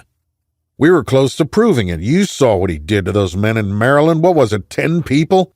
11, Sawyer corrected, turning his attention out to sea. 11. Jesus. 11 against 1, Eric. And he killed them all. Calm down, Senator. He is not coming to Mustique. He doesn't even know you are here. Trust me, you are safe. Safe? I trusted you to eliminate him in D.C. Actually, it was Virginia. You failed, Eric. It was a simple mission and you failed. Don't think for a second that a man like Reese will let that go. You are right, Senator, and that is why I've taken measures to ensure we won't have to deal with James Reese ever again. Oh, what are you talking about? Your goons couldn't handle him before. What makes you think they can handle him now? Because I'm not using my goons, as you call them. There's a man who solves problems for me. A man whose only job now is to kill James Reese. A problem solver? Like an assassin? Thwaite asked. Just like that, Sawyer said. Delightful, Thwaite acknowledged. Where is this man and when will it be done? Patience, Senator. These things can't be rushed when dealing with professionals. Men like this are careful. They don't take chances or make rash decisions. They are calculated and discerning. That's how they stay alive. Well, finally some good news, Thwaite said.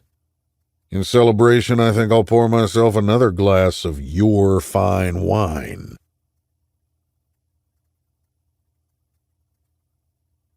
Chapter 74.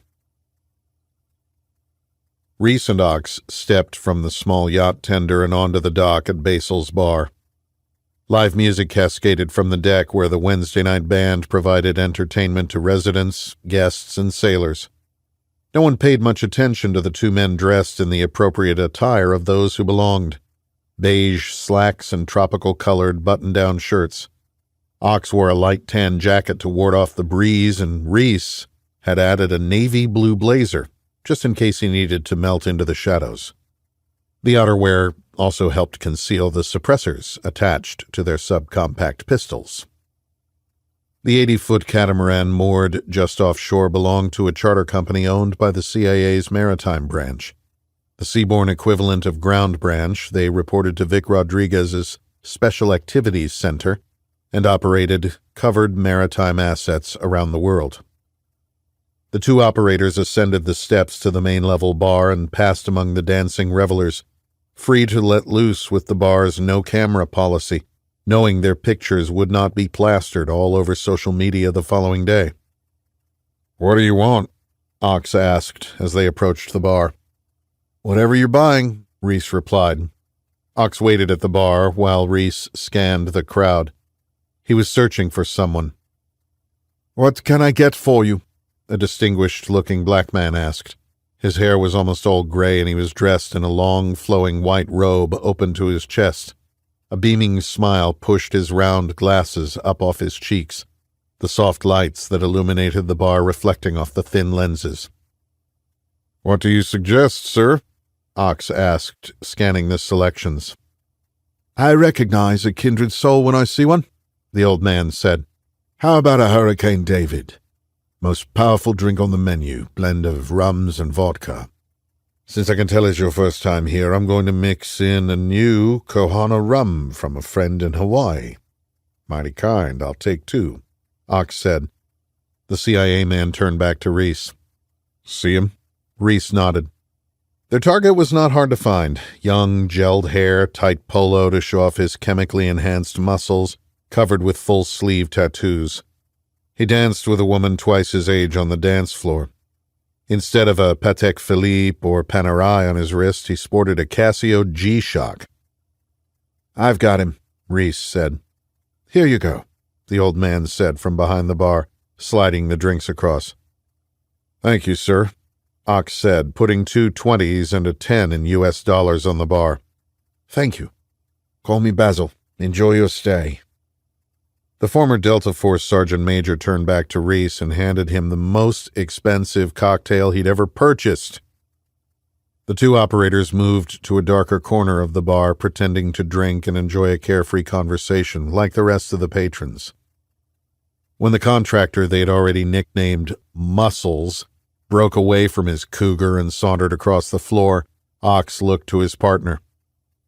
"Ready to ruin his night?" he asked. Reese set down his untouched drink and moved toward the restroom. 15 minutes later, the three men approached the driveway of Sawyer's villa on the eastern side of the island, just south of Macaroni Bay. Muscles drove the Mule, a side-by-side four-person vehicle used by most island residents to go from the tennis courts to the beach to Basil's. "Like I said," Ox reminded Muscles, "you cooperate and you get immunity from whatever comes of this. If not, at the very best, you are entering into years of legal trouble where your opponent has government attorneys and you have to pay for yours." "We're here for your boss," Reese said, "not you or your friends." "I understand," Muscles said. It hadn't taken much. A marshal badge and the recognition that two serious CIA operatives wanted a word with Eric Sawyer and his guest. The suppressed SIG P365 pistol Reese held as Ox explained the situation didn't hurt either. "Once again," Reese clarified, "we have no issues with you or your team. We just need you to stand down. If not, we will kill all of you, and I'll make sure you take the first bullet." Muscles swallowed hard and nodded. "How about a cigar?" Sawyer asked. "This one's on me. I won't even add it to your bill." "That's generous of you," Thwaite said, his voice the epitome of contempt. "The deck, then. It's a beautiful night," Sawyer said, rising from his chair and picking up a glossy black and red box from a wood sideboard filled with china. The doors leading to the balcony that overlooked the pool and ocean were already open. "I smoked my first cigar out here," Sawyer said, taking in the view. "We'd spend a few weeks here every season." "You were a lucky fucking kid," Thwaite said. "That is true," Sawyer conceded, opening the box and holding it out for his guest. "What do we have?" Thwaite asked. Cohiba Spectre. Even I had a tough time finding them.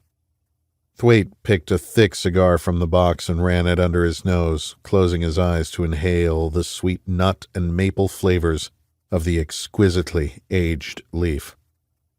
A woman is only a woman, he said.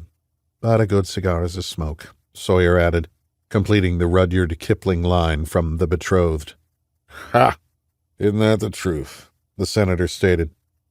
Pass me your lighter, would you? Reese left Ox holding his weapon on the kneeling four-man contracted guard force and made his way up the stairs and down the hall. The contractors were the modern equivalent of mercenaries. Their loyalty was to the dollar. None of them were ready to die for their CEO. One way or another, their boss was going down. They were not about to drown with a sinking ship. Ox's Glock 43, along with zip ties reinforced with riggers tape, ensured they wouldn't have a sudden change of heart. At the end of the hall, Reese inched a tall door open. 2 dirty dinner plates were at opposite ends of a long table. Hearing voices from the balcony, he moved toward his objective. A shadow warned them they were no longer alone. The blood drained from Thwaite's face and his hand fell to the armrest of his wicker lounge chair, the ash from his cigar dropping to the deck. Sawyer's natural reaction was to go for his pistol, but he recognized the intruder immediately and thought better of it. James Reese, what a surprise, the Masada CEO ventured, his voice masking an unease he hadn't felt since the streets of Mogadishu. Reese moved onto the expansive balcony, weapon extended, a light breeze rustling through the fronds of the imported palm trees below. The 2 men sat in high-backed dark wicker chairs. A rattan coffee table was positioned between them, adorned with a massive glass ashtray. Reese redirected the pistol from Sawyer to the senator. This ends one of 2 ways, Senator. You either come back with me, or I spill your brains all over your friend's outdoor furniture. And what about him? Thwaite asked, pointing his partially smoked Cohiba at the whore of war across from him. Oh, he's coming too. Sawyer took a deep pull of his cigar, exhaling the sweet smoke into the island air. How did you find me, Mr. Reese? I'm curious. Trade secrets, Sawyer. You aren't quite as smart as you think. Fascinating, Sawyer said, making a mental note to fire his attorneys. You can't just come in here and threaten me. I'm a sitting United States Senator, for God's sake. Reese raised the pistol and watched Thwaite shrink back into the cushions of his chair. You, Senator, are much more than that.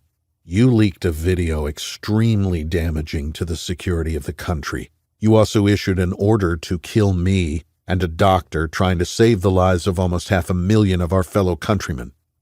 I deny these unfounded accusations. You can deny all you want, Senator. Sawyer's wannabe operators sang like canaries. You can come back with me, or you can die here and end up a part of island lore. Thwaite's mouth opened agape, looking to Sawyer for help. The former Army Ranger took a drawn-out puff of his Cohiba, weighing his options. When the opportunity arose, he'd go for his Glock and do what his underlings had proven incapable of. He would kill James Reese. Create your opportunity. I think we will stay right here, Commander, Sawyer said, buying time. The American public will soon forget any good you may have done. They will be much more concerned that a president has a lone wolf assassin running around in violation of international law and our very own Bill of Rights. Just create the space you need to go for the Glock. Action is faster than reaction. You've got this. That's a distinct possibility, Sawyer, and something we can't control. What you can control is how this night ends. My lawyers will have me out of this as soon as I set foot on U.S. soil. It's best for you to let this lie. No good can come from it. That's where you're wrong, Sawyer. Something will come from it. Oh, yeah? And what's that? Sawyer asked, shifting his weight to give him better access to the modified pistol in his waistband. Justice, Reese said. 3 shots tore through the night air in rapid succession, but they didn't come from Reese's gun. The first 2 rounds missed completely, sailing off into the night. The third caught Sawyer just below the heart, his body contorting around the wound. His hands fumbled at his shirt as he grabbed for something in the front of his pants. Reese spun back to the senator and went to a knee to change his elevation in time to see Thwaite fire another round from a shiny silver small-framed revolver. The 4th round entered Sawyer's forehead, taking most of his skull with it, a large chunk of gray brain matter catching on the wicker seat back. His head dropped to his chest and his lifeless body fell forward in his chair. Reese slowly stood, his weapon trained on the senator, who still had his pistol pointed at the man who had so tormented and ultimately failed him. Depending on the model, Reese knew it still had 1 or 2 live rounds in the cylinder. "Senator, you have one chance to put that down." Unable to take his eyes off his psychological tormentor, Thwaite slowly moved the Smith & Wesson revolver to his lap. "It's over," he whispered. "It's over," Reese repeated, his finger taking up slack on the trigger. "You know," Thwaite said, a knowing smile slowly forming on his lips as he turned his head to Reese, "you won't live through the year." To Reese's inquisitive look, he continued, "I just killed the one person on Earth who can call off a hit on you." The senator's smile broadened. Then he brought the revolver to the side of his head, closed his eyes, and blew his brains across the veranda.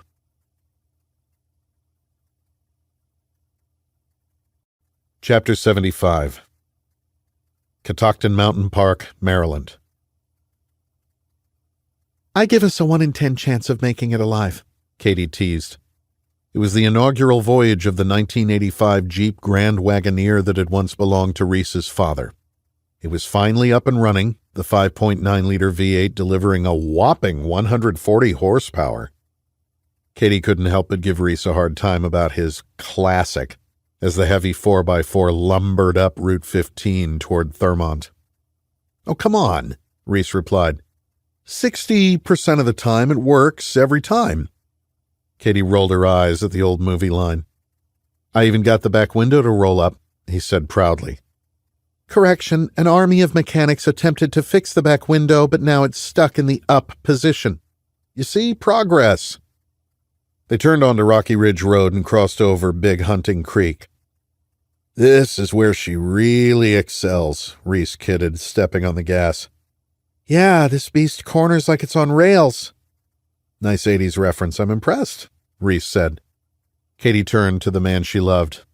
"Thank you, James." "Thank me for what?" "Without you, without Haley, this," she said, gesturing outside. "this doesn't exist. We'd be driving through a different country." Haley put it together. "Rumor has it the president wants to honor her with the Presidential Medal of Freedom and the SecDef Medal for Valor. Of course, it would remain classified." "When I talk with her, she gives you all the credit. I think she's being intentionally vague on a few details." "Maybe that's best," Reese said. "Maybe," Katie granted. "And Katie, try to go easy on him." "What do you take me for, Mr. Reese? You think just because this is an exclusive interview at Camp David and that you refer to him the way you would someone you play softball with, that I'm going to give him layups?" "I think you are mixing your sports metaphors. I don't even play bowling." "You know what I mean, Mr. Reese." "I know what you mean. Do your interview. Then we'll shoot some skeet and have dinner." "You say that like it's normal." "Katie, I don't know what normal is." Katie tried to hide her fading smile as Reese turned onto Park Central Road and began to wind his way through the white oaks, poplars, maples, birch, and eastern hemlocks toward the presidential retreat.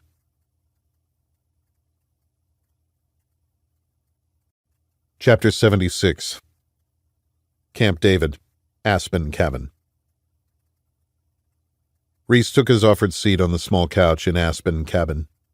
Following Katie's interview, the 3 had shot skeet and had dinner at Laurel Lodge. Katie had retired to Hawthorne Cabin to go over her notes from the interview and to give Reese and the president some time alone. "I thought you were going to touch the place up," Reese said as the president set a whiskey in front of his guest and took a seat in the chair across the coffee table. I've decided against it. I've grown to like it as it is. Simple. Peaceful. Camp David isn't mine. I'm just a guest. This is the presidential retreat, and I'm only here for a term. Maybe 2. Looks like 2 from what I see, Reese said, raising his drink to touch glasses with the president. We'll see. If the people trust me with another 4 years after what we've just been through, I owe it to them. How did it go with Katie? Ms. Baranek is quite the journalist. She hit me hard on the revamped plans for eradication in the event of another naturally occurring virus. She is tenacious. What did you tell her? The truth. That the bipartisan commission has issued me a classified report that I am still digesting. Wise answer. Reese, less than a handful of people in government know that the virus was Marburg variant U and that it was an intentional bioweapon attack against the country. I know, sir. I lied to the American people in my address, and I didn't bat an eye. You did what you had to in order to prevent a war with Iran. A bioweapon attack means retaliation in kind, which in this case means the nuclear option. I'd be the first president since Truman to use the nuclear weapons against an adversary. Ironic that Truman also put the eradication measures in place that almost led to the destruction of Richardson and Aurora. Some things are best handled quietly. Ah, yes. The third option, the president said, taking a sip of whiskey as he recalled the motto of the CIA's Special Activities Center.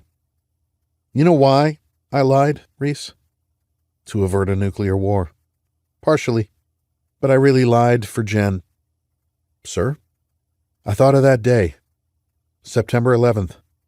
Seeing the planes hit, running through the streets, digging through the rubble.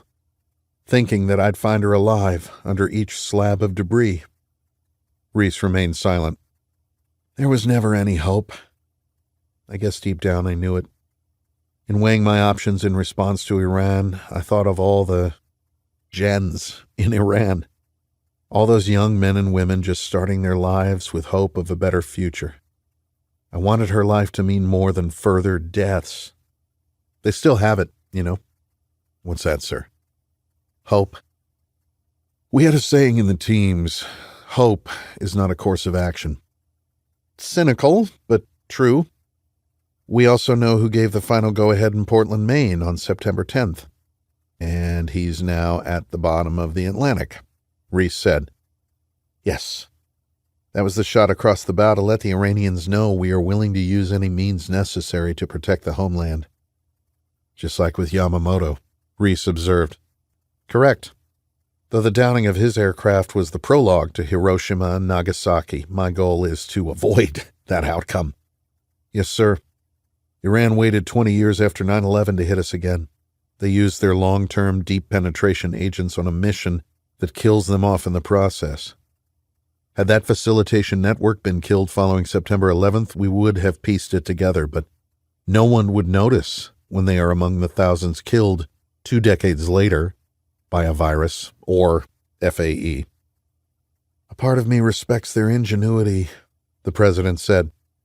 They learn from their successes and failures. We seem to repeat ours. They've been studying us since the 1953 coup, Reese confirmed. Their success using proxies in Lebanon in the 80s got them the results they desired.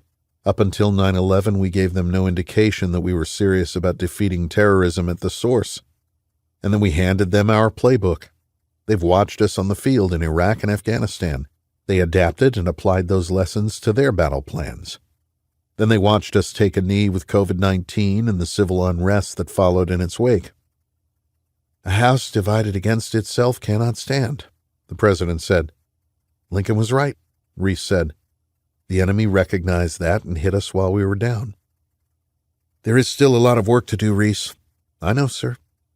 What about the remainder of names on your list? The president paused. With malice toward none, with charity for all. Lincoln's second inaugural, Reese said, with firmness in the right. We can all evolve, Commander. FBI has them back under 24/7 surveillance, electronic and physical. If they are contacted, we will know it. Maybe we can use them to prevent more gens from dying. I think that is a prudent move, Mr. President. And, not being a complete idealist, the intelligence you and Dr. Haley Garrett provided gave me leverage. We can prove beyond a shadow of a doubt that Iran planned and executed the bioattack. The Iranian president is scared shitless. He knows that we've confirmed their role in 9/11, assisting al-Qaeda with materials and a support network in the United States, and that, if it were ever to go public, I would have no choice but to retaliate in a way that sends them back to the Stone Age. NATO, the UN, the international community could do nothing to intervene. That leverage has allowed us to send in U.S. and UN inspectors to oversee the dismantling of the Iranian nuclear, bio, and chemical weapons programs. There is nothing they can't access. I've been following along. Rumor has it you might be a candidate for the Nobel Peace Prize. So I've heard. I'm no Lincoln Reese. My heart still has the capacity for malice. I'll do what I can to not get caught. We can't have an American captured on the ground in Iran. Don't worry about that, Reese said, visions of the bullet-ridden bodies of his wife and child imprinted on his mind. Maybe he'd see them sooner than anticipated. Do you feel comfortable with the intelligence? With the plan? I do, sir. I was part of a team that studied the target area back in 2004. A DIA analyst had pinpointed Abu Musab al-Zarqawi in the same location. He was in Iran, and we had him dead to rights. Why didn't we hit him? The president asked. They don't tell you that sort of thing at the tactical level, sir. All we knew was that the insurgency in Iraq was gaining headway and we were losing control. Al-Zarqawi had emerged as the leader of AQI, al-Qaeda in Iraq, and the DIA had cracked the code on the enemy's Thuraya sat phone network. I remember seeing a highway of lights from Baghdad through Tehran and up to Chalice on the Iranian coast. Lights? Sat phone pings. The analysts told us it was like a resort town for terrorists, a place where they could get a little R&R on the shores of the Caspian Sea before crossing back over the border to kill more Americans. Respite from killing the infidels and Jews, we were told. What was the plan back then? To drop into the Caspian, go over the beach, and raid the house. We had Kurdish dissidents run by the CIA confirming our technical intel from the Satphone network. He was there, and we were ready to take him off the board. But somebody pulled the plug? That's right. Maybe the president or SecDef, somebody high up the chain, didn't want SEALs killing a terrorist 80 miles from Tehran. Imagine if you had. The insurgency might have looked a lot different. Perhaps, Reese said, thinking of all his friends who had been killed over the intervening years as the United States continued to bog down in the cradle of civilization. Okay, then. Get it done, then come home and marry that girl. Sir? Katie, your girlfriend who is waiting on you at Hawthorne Cabin, the president reminded his guest. Well, maybe, sir. I need to figure a few things out, he said, thinking about the note and safe deposit box he'd found in the weapons case in the back of the old Wagoneer. His father's message from the grave. Well, don't take too long, Reese. She might not wait forever. Trust me. Life is about what you two have together. Reese took another sip of the smooth brown liquid and looked at the president. He'd aged since their first meeting. The gray in his hair was more pronounced, as were the creases around his eyes and across his brow. I know, the president said, reading Reese's mind. This office puts some years on you. Sir, before I go, I have a request. Oh? I need you to sign an executive notification for the elimination of Nizar Katan. Christensen looked into his drink and back to Reese.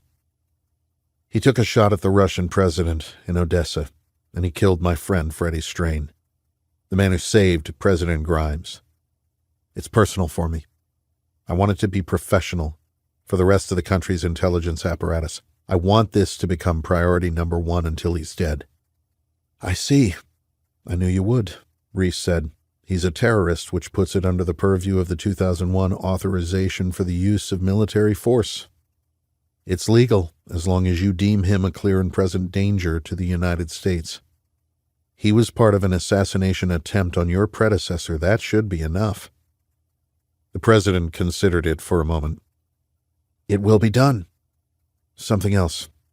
I don't want a hellfire from a UAV to take him out on his way to the mosque, and I don't want a Delta or Dam Neck squadron paying him a visit in the middle of the night. I just want him found. Leave the rest to me. The president studied the man before him. It wasn't long ago that he was asking the same thing of Reese, in this very room. Since we are in the business of asking for favors tonight, Christensen said, I have one of my own. Reese nodded as the president reached behind his neck and removed a necklace with a simple platinum band on it. This was Jen's wedding ring, he said solemnly. We picked them out together before she died. When I got out of the hospital, I put it on this chain. I've worn it every day since. Do me a favor. When you kill him, leave it with the man responsible for her death. Reese took the burnished gray band and examined it. He remembered sliding a similar ring onto Lauren's finger on their wedding day, lifting the veil and looking into her soft blue eyes. It's inscribed with your name, Reese observed. It is.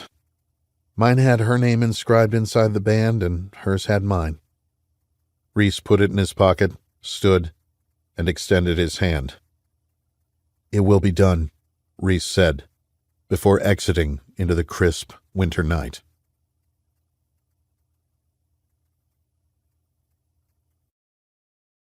Chapter 77. Chalus, Iran. Jafar al-Sadiq sat on a stool in front of a spigot that protruded from the wall on the second level of a house overlooking the Caspian. He began the ritual cleansing of wudu to prepare for Salat al-Isha by washing his right hand and then his left, each one carefully purified in accordance with the second pillar of Islam. It was closing in on midnight. He leaned forward and brought a handful of water to his mouth, spitting it back into the sink to remove any impurities.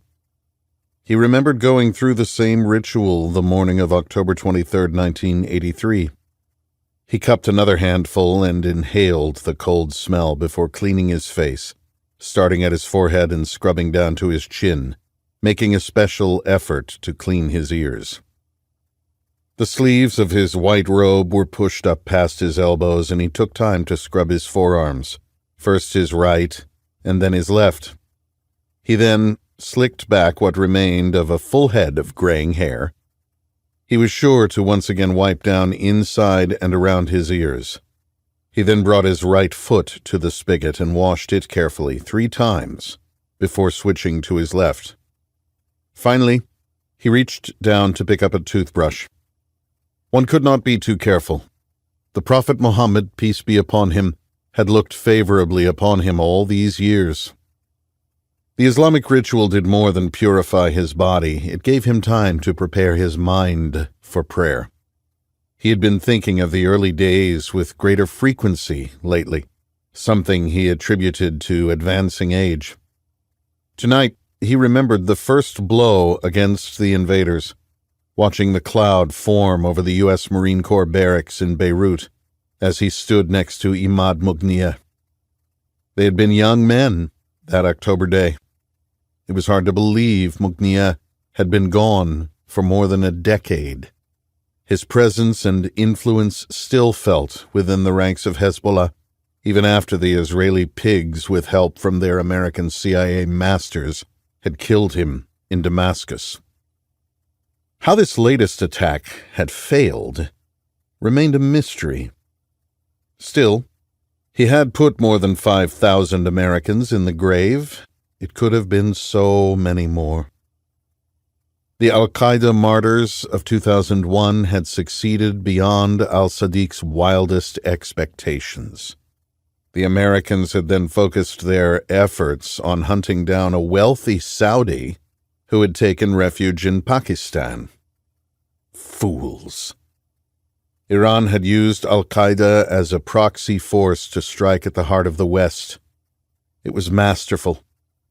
General Jafar al-Sadiq was proud of his triumph. Now bin Laden was dead, shot down by American SEALs. Had he taken refuge in Iran, he might still be alive. The Americans are nothing without their technology. They are soft. Yes, they are soft, but now they know the truth. They have already shifted focus to Iran. You underestimated them? Perhaps. But as before, we must adapt. U.S. and UN inspectors were scouring the country to dismantle the programs designed to defend the Islamic Republic from the infidels. The president had not stood up to the invaders this time. Perhaps a regime change was in order. As director of the Ministry of Intelligence, Jafar was one of the few with the power to alter Iran's trajectory. He still had work to do. Sleeper cells remained embedded in the Western world. If they continued to welcome those who wanted to destroy them inside their gates, it would be the death of them. Allah would see to that. The feeble Americans had never set foot in Iran.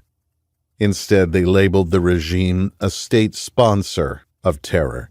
They applied sanctions. They issued harsh rhetoric, not realizing that their weakness allowed Iran to shape the next generation of Fedayeen, a new generation of holy warriors determined to see the United States in ruins. It might not happen on Jafar's watch, but it was inevitable. A space in the beachfront structure had been converted to a musalla years ago, a prayer room reserved for those warriors of the Prophet Muhammad who would come to Chalice to rest and plan. It had seen considerable use since the Americans invaded Iraq. Al-Sadiq entered the sacred chamber, faced the Al-Kaaba al-Musharrafah in Mecca, placed his AK at his side, and began to pray.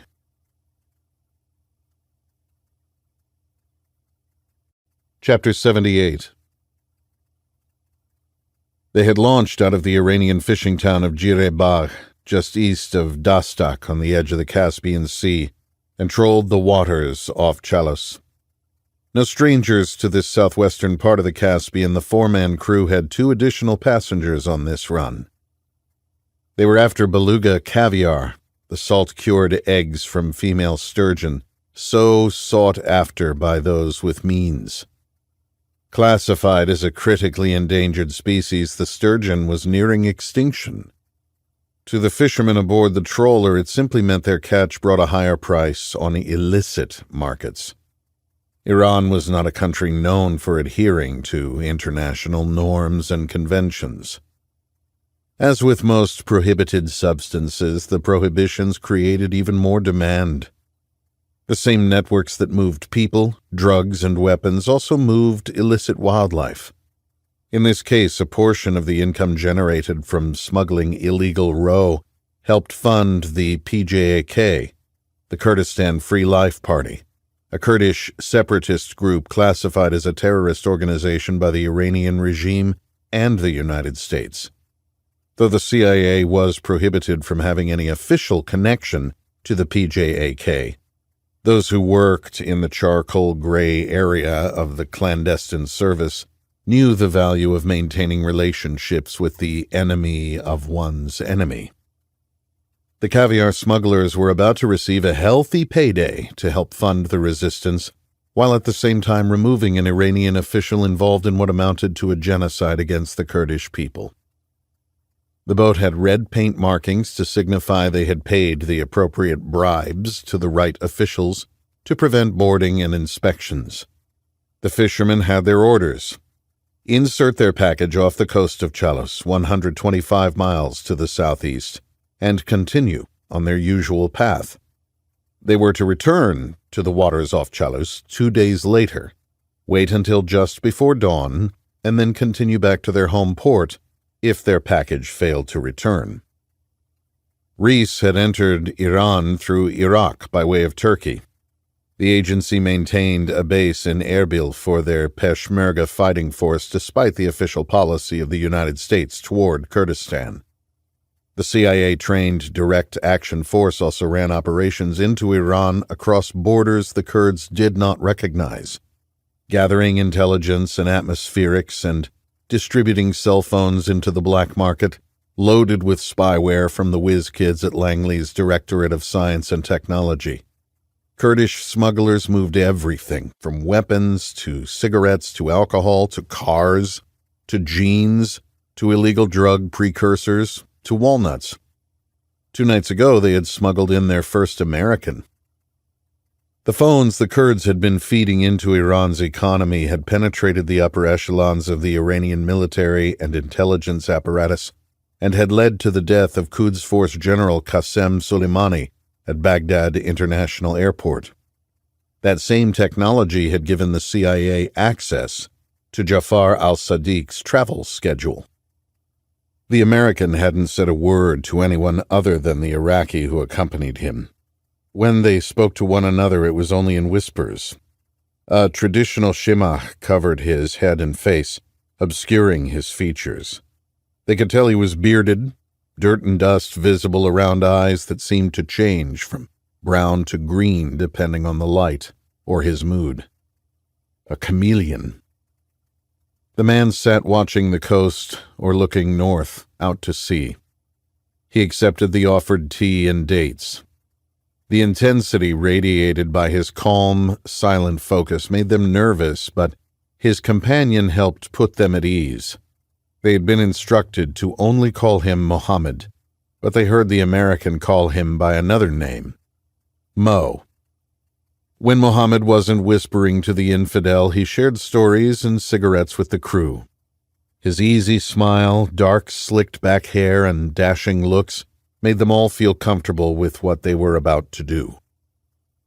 Around midnight, the American unrolled a dirty rag from his satchel and began to assemble what the fisherman recognized as a Kalashnikov, though this one had a thin metal stock that folded under the weapon. One of the smugglers had seen his share of fighting and recognized the flip-up grenade sights, 3 cutouts on the handguard, and Arabic markings identifying it as a tabuk, named in honor of the Prophet Muhammad's final military expedition. The fisherman watched as their passenger ran his thumb over a symbol of the Lion of Babylon engraved on the left side of the rear sight block. The mariner found himself wondering what, or who, the man was remembering. They watched as he carefully wiped down the bolt and applied grease to its stem and triangular lug with his finger. He then wiped grease on the bottom of the bolt lugs and across the lower portion of the bolt carrier assembly. When it was finished, he attached what they knew as a silencer to the end of the barrel. He then pointed it out to sea, reached under the weapon, and racked the charging handle with his left thumb. He pushed the selector to its top position and pressed the trigger. Nothing happened, indicating the safety worked as intended. The smugglers watched their passenger move the selector lever to the bottom position and press the trigger. He was rewarded with an audible click. He then racked the charging handle again, with his fingers still retaining the trigger reward in the pulled position. As he released the trigger, another audible click could be heard as the trigger's disconnector returned the hammer to a ready-to-fire state, confirming that the weapon functioned properly and semi-automatic. He then moved the selector to the middle position and pulled the trigger. Click. He racked the charging handle a third time, keeping the trigger depressed. This time he slowly rode the bolt home, hearing the automatic click of the hammer as the bolt seated into battery. He then released the trigger. Silence. No click permeated the night air, which verified that the hammer had followed the bolt home on the rifle's fully automatic setting, exactly as its inventor had envisioned. With what the fisherman could tell was practiced efficiency, the American inserted a dark metal magazine and clicked it into place. He then racked the charging handle, returned the selector to the safe position, and pulled the bolts back slightly to ensure a steel casing gleamed back. Americans were strange. He reached into his bag, stood, and lifted a dark green chest rig with what looked to be 3 magazines over his head, adjusting it before sliding his arm through the sling of his rifle and moving it to his left side. The fisherman had never seen anyone handle an AK like that before. They'd shot a few themselves and had only put in the magazine and pulled back on the charging handle before letting loose on full auto. The rifles had worked every time. He then did something even more peculiar. The foreigner pulled out what looked like a trash bag and snapped it open to fill with air. He pushed more than half the air from the bag, tied it off, and stuffed it into his satchel. He stood and whispered something to his companion. The 2 men hugged in the way of old friends. Then the American slipped over the side and disappeared into the Caspian.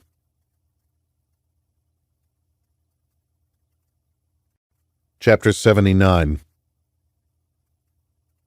Reese pushed the satchel in front of him as his legs worked beneath the surface, propelling him toward shore. The air-filled garbage bag provided flotation, and Reese rested the venerable AK on the leather satchel. He was confident it would work, even when filled with sand and salt water. That was the genius of Kalashnikov's iconic design. Even so, Reese did his best to keep it dry, just to be safe. He could see the lights of Chalos ahead. From the water it appeared no different from any other seaside town or coastal city in which he had trained or operated over his time in naval special warfare. In this case, he'd studied the coastline years ago when he and his team had waited for the green light to capture or kill Abu Musab al-Zarqawi, a mission approval that never came. Tonight that training and those rehearsals would prove valuable. He didn't come in directly on the urban center of Chelis, choosing instead to come ashore at the far eastern end of the beach, an area devoid of lights. 50 yards from shore he paused, holding his homemade flotation device and treading water with his legs as he scanned for threats. He tasted the salt of the Caspian on his lips, its strength diluted by the numerous freshwater inflows to what was essentially the world's largest lake. The water was cold, even this far south of the Volga. Being immersed in a maritime operating environment was not a new experience for the former frogman. Without a wetsuit or dry suit, Reese felt oddly more in tune with his surroundings than he had since he'd ventured across Siberia the year before. He also knew he couldn't scan the shoreline all night. He had someplace he needed to be. It was imperative he get into position before the sun came up. His local dress, the satchel that fit the underfolder, stocked Iraqi-manufactured AK, and shimah would allow him to pass at first glance. Anything other than a cursory inspection, and Reese was going to guns. The PBS-1 suppressor and subsonic ammo would buy him time. How much time? That was an unknown. Satisfied that this section of the resort town shoreline was clear, Reese alternated between breaststroke kicks and scissor kicks and drove himself toward his target. I come from the water.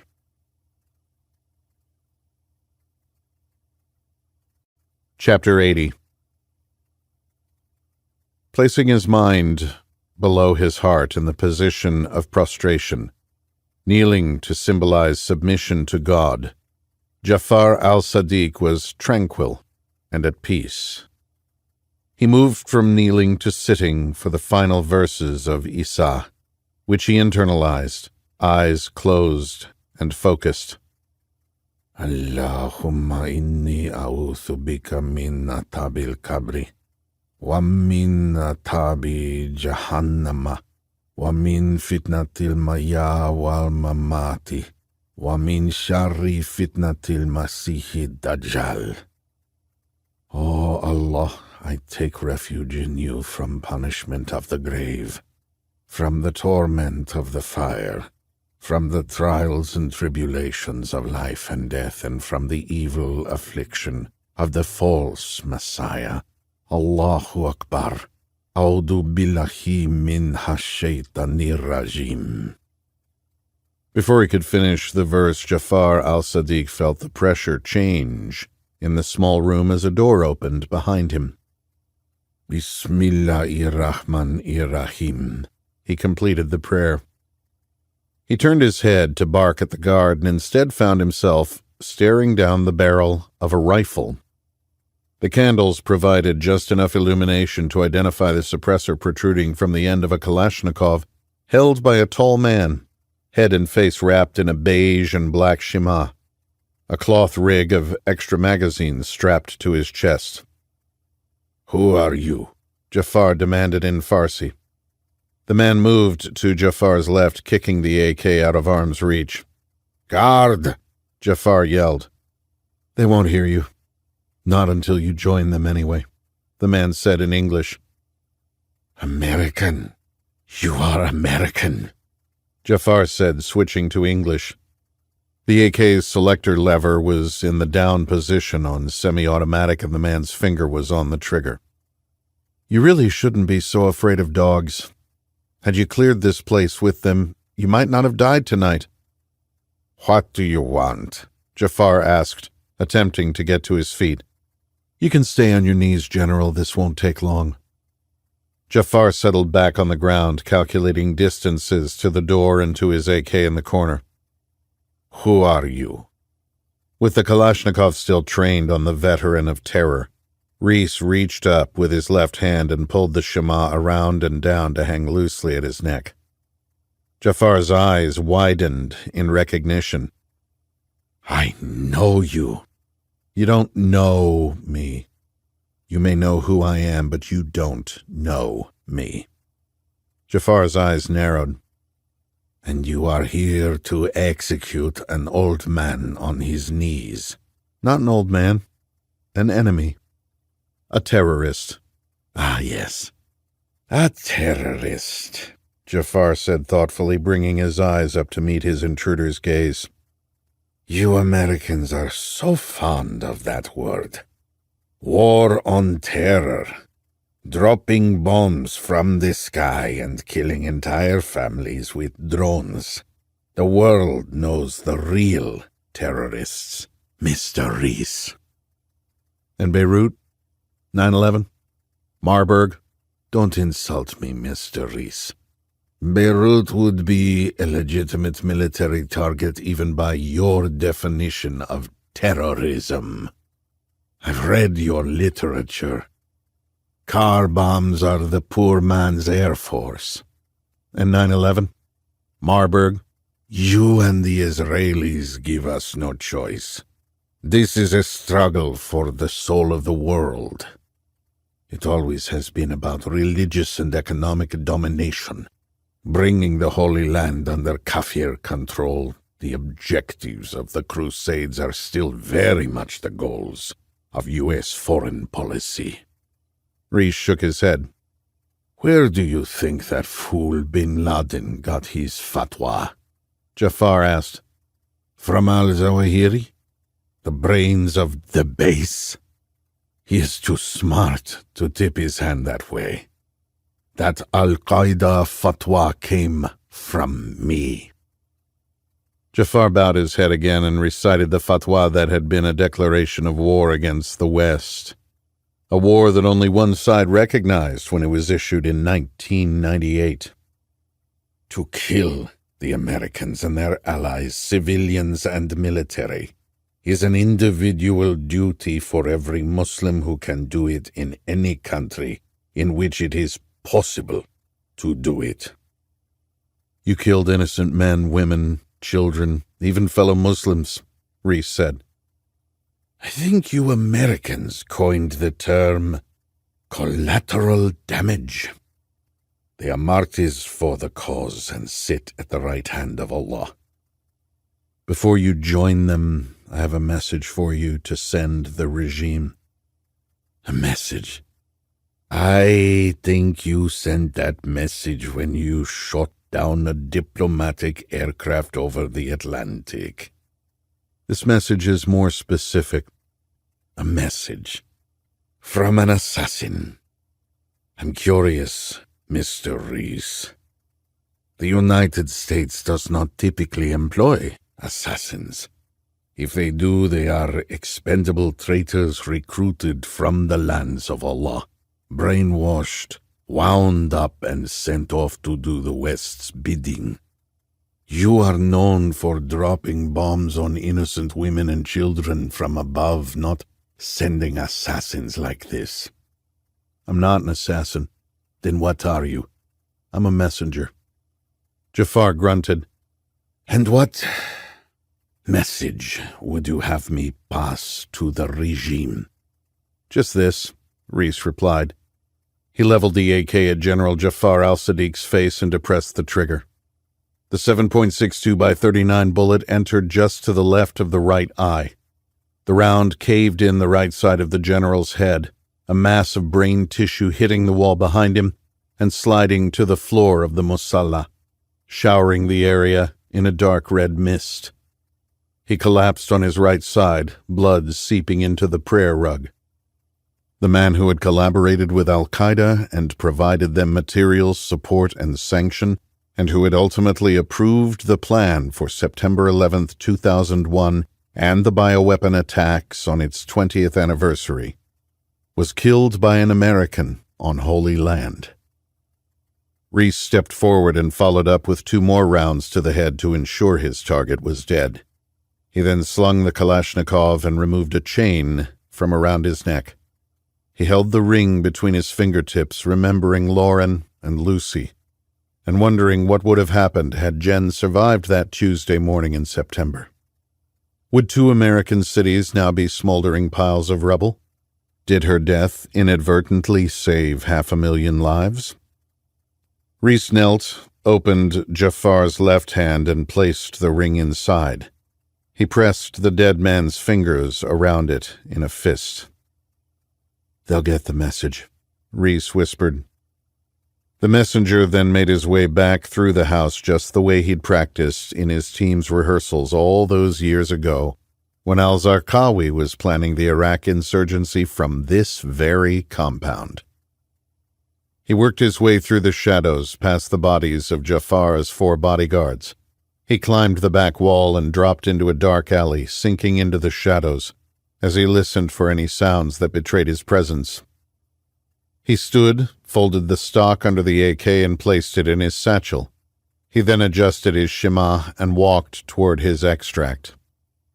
He hit the beach and made his way to the water's edge, feeling the sand give way beneath his feet, just as it had in Coronado all those years ago. He could see the fishing trawler loitering 500 yards off the coast, trolling for sturgeon in the early morning darkness. He knelt behind a cluster of rocks protruding from the sand and scanned the slope that led to the street above. Nothing signified that a foreigner had invaded or that one of the most formidable terrorists in the world had just met his maker. He had sent the message. It was time to go. Reese took one last look, then turning, moved through the light shore break, out beyond the waves toward the beckoning sea.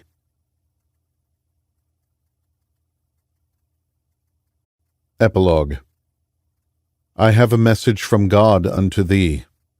Ehud the Assassin. Judges, chapter 3, verse 20, King James Version. Ulcinj, Montenegro. The envelope arrived via courier early that morning. Nizar Katan tipped the boy a €5 note and rolled the letter over in his hands. It had traveled a long way. Although originally developed to transfer money, in the modern world the ancient system of Hawala persisted as the most secure way to pass information. With the CIA and Mossad collecting electronic communications from almost every keystroke worldwide, sifting it through complex algorithms developed by the tech titans in the private sector, it was becoming increasingly difficult to remain anonymous in a data-driven economy. It amused Nizar that those technology-dependent intelligence organizations could be fooled by a handheld package trading hands and crossing borders with impunity. All one needed was time and patience. Nizar had been given multiple assignments in this fashion. All were profitable when coming from Masada.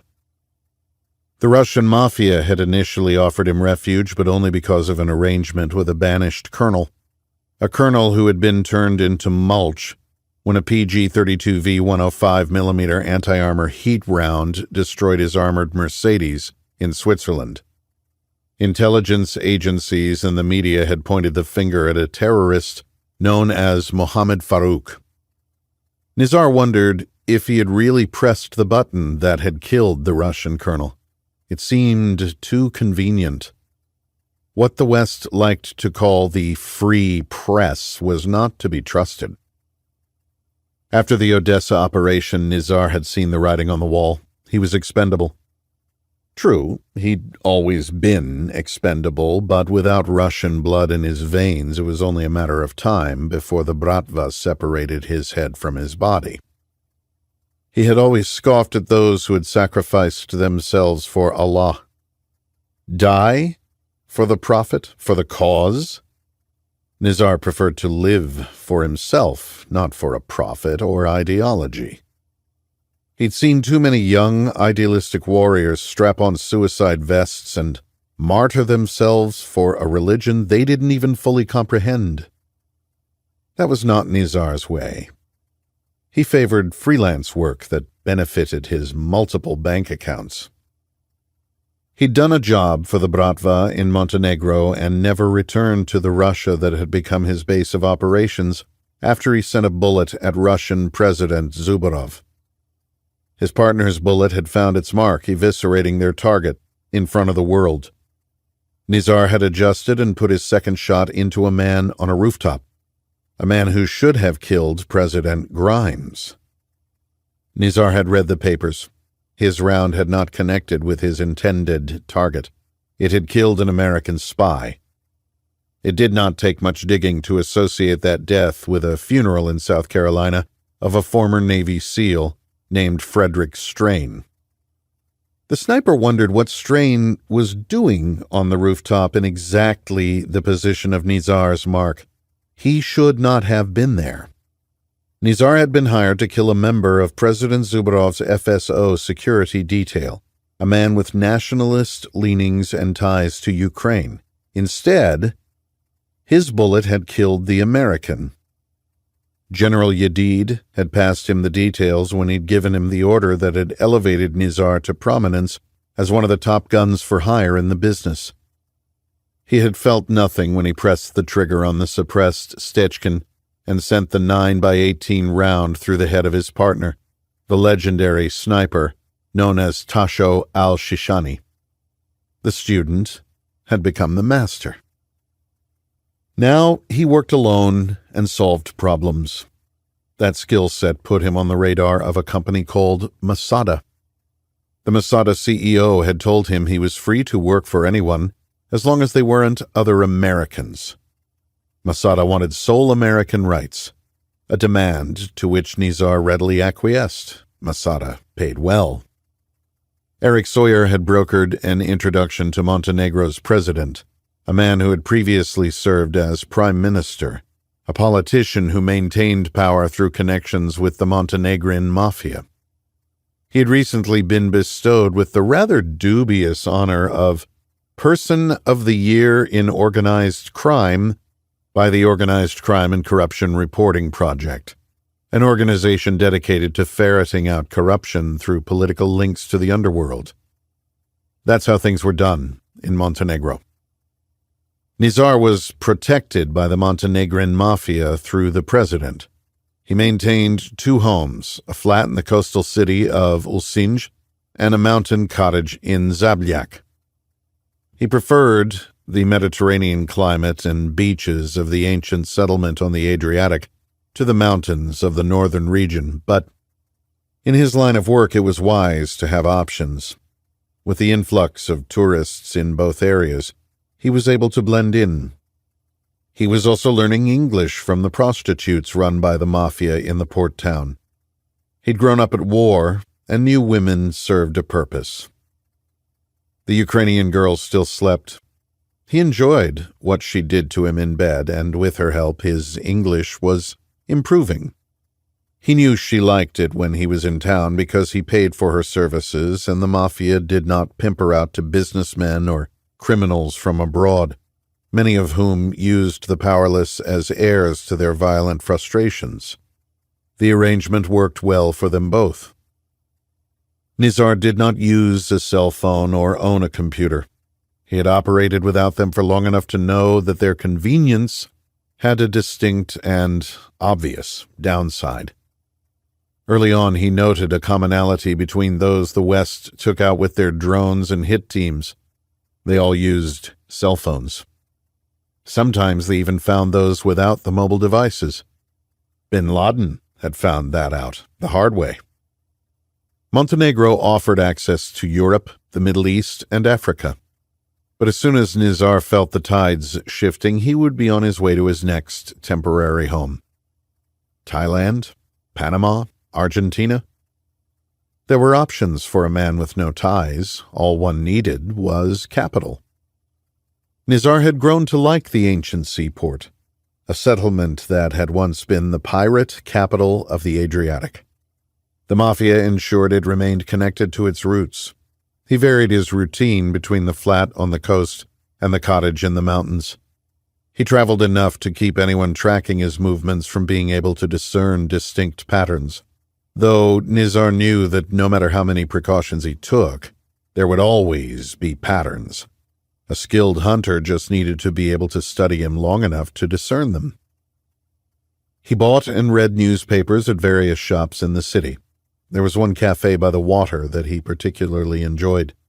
When he needed to do further research, he would visit one of the internet cafes that still existed in Montenegro, plug in an external hard drive, and run his search through the installed search engine to minimize his trail. The Montenegrin government had provided him with passports and identities along with accompanying credit cards. He would miss the Balkans, but that was how one survived. You had to keep moving. There were other Ukrainian girls, no matter where he ended up. They were quite popular in the human trafficking trade.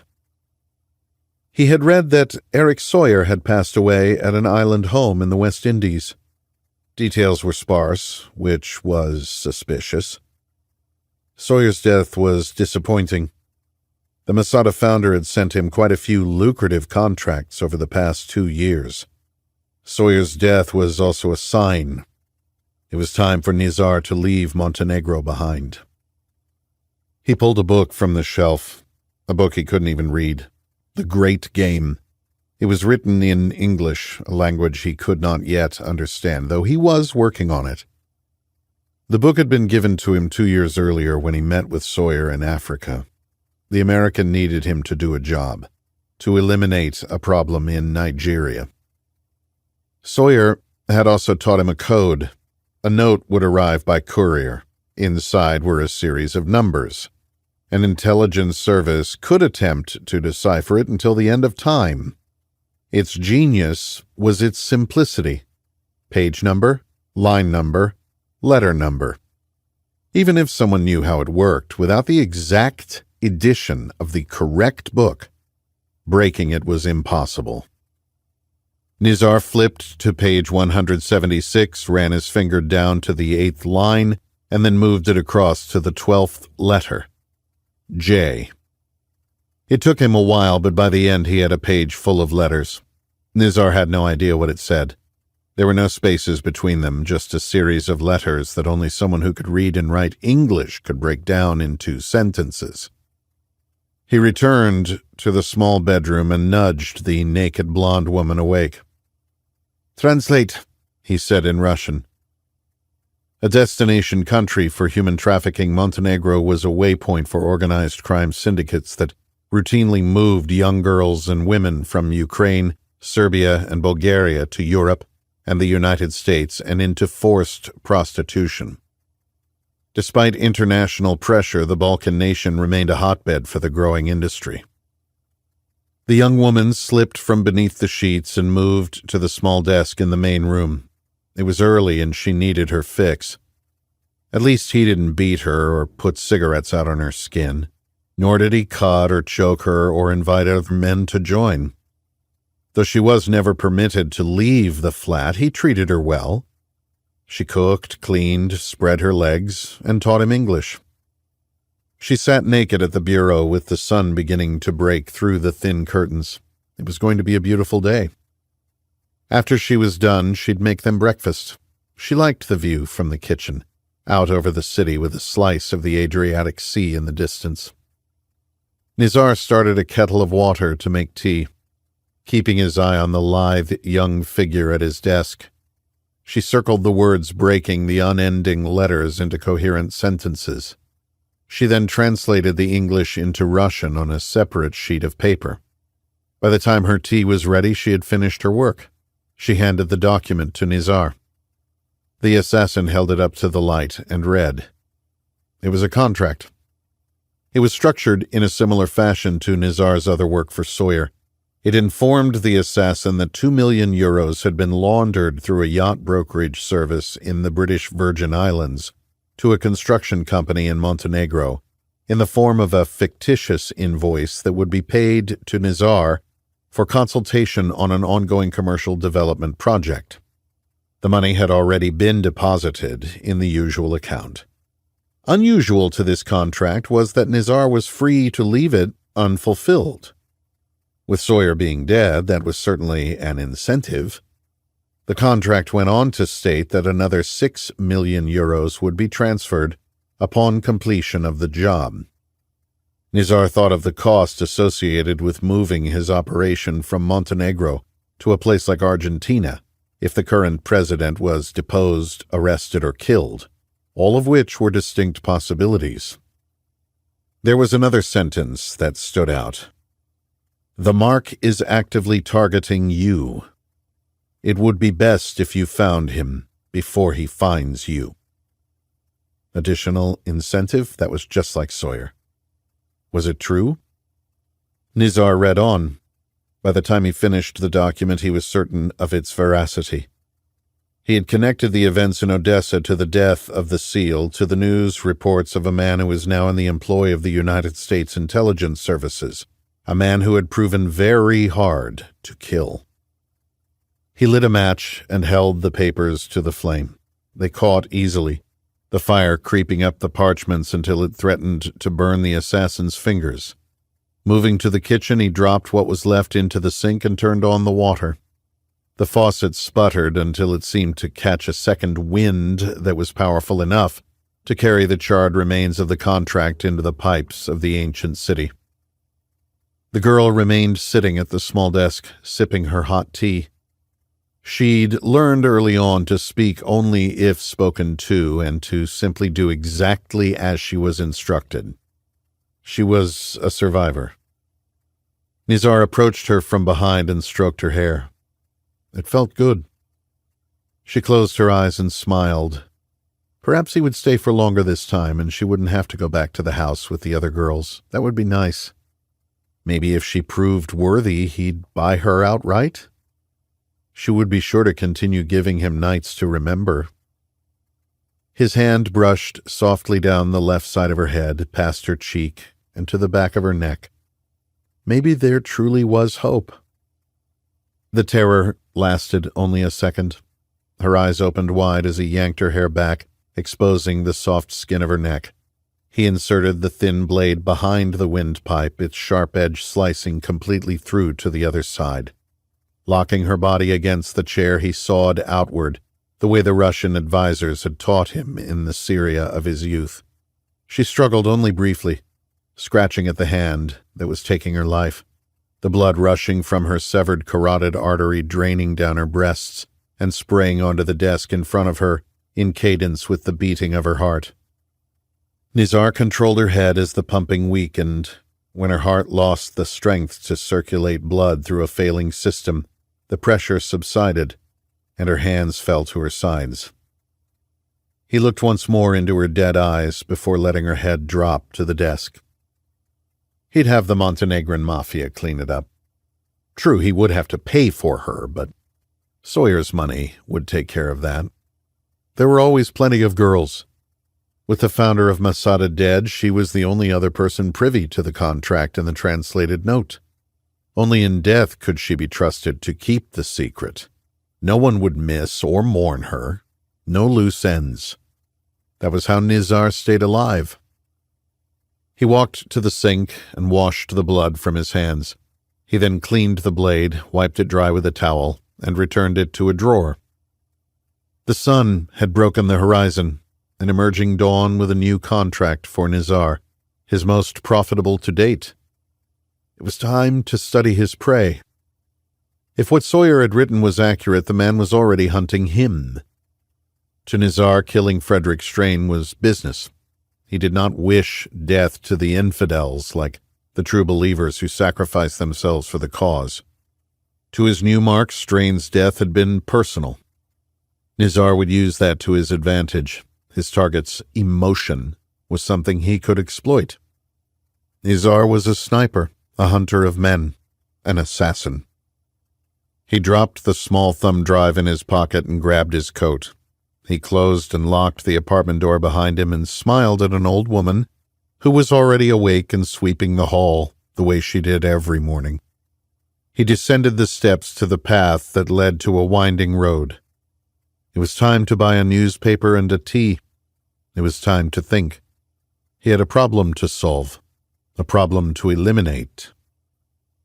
As he walked the narrow stone streets of the port city, the final line of the contract echoed in the recesses of his mind. It would be best if you found him before he finds you. When the internet cafe opened, he would pay his €3 fee in coins, plug in the external search engine, and begin developing a pattern of life on Lieutenant Commander James Reese.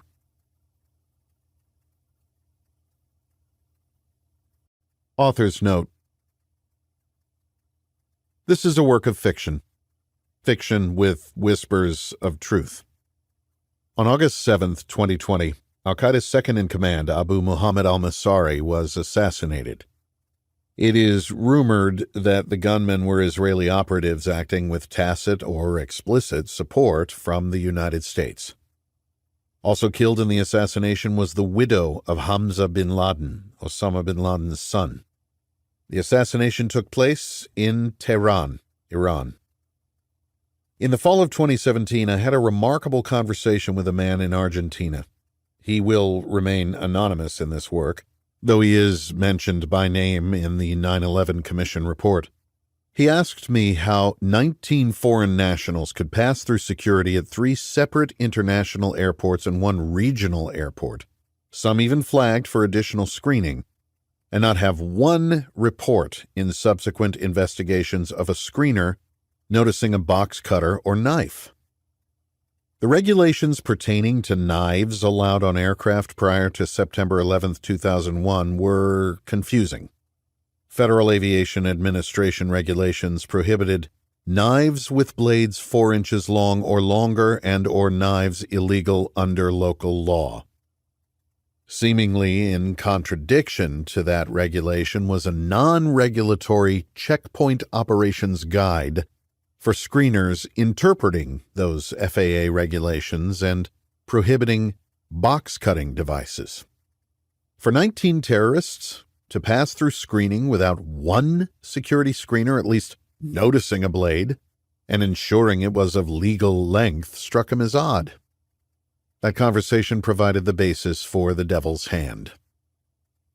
The first sentence of the notes to Chapter 1 of the 9/11 Commission report reads, "No physical, documentary, or analytical evidence provides a convincing explanation of why Atta and Omari drove to Portland, Maine from Boston on the morning of September 10th. 20 years later, that question has still not been successfully answered. Mohammed Atta and Abdulaziz al-Omari took that secret with them to their graves." On the topic of Iranian involvement in 9/11, the report states, "We have found no evidence that Iran or Hezbollah was aware of the planning for what later became the 9/11 attack. However, we believe this topic requires further investigation by the U.S. government." The report also notes that at least 8 of the 9/11 terrorists traveled to Iran between October 2000 and February 2001. Tehran is believed to have been a waypoint in travel to and from terrorist training camps in neighboring Afghanistan. There is evidence that suggests senior Hezbollah officials were aware of and actively tracking the travel of these al-Qaeda operatives. To what purpose remains unknown. Al-Qaeda, Iran, and Hezbollah have an incestuous history. The foundations of the relationship were laid in the early 1980s with the founding of Islamic Jihad, but were cemented during the 1990s, when Osama bin Laden and Ayman al-Zawahiri, then al-Qaeda's second-in-command, took refuge in Sudan. In the 1990s, Sudan was a breeding ground for terror.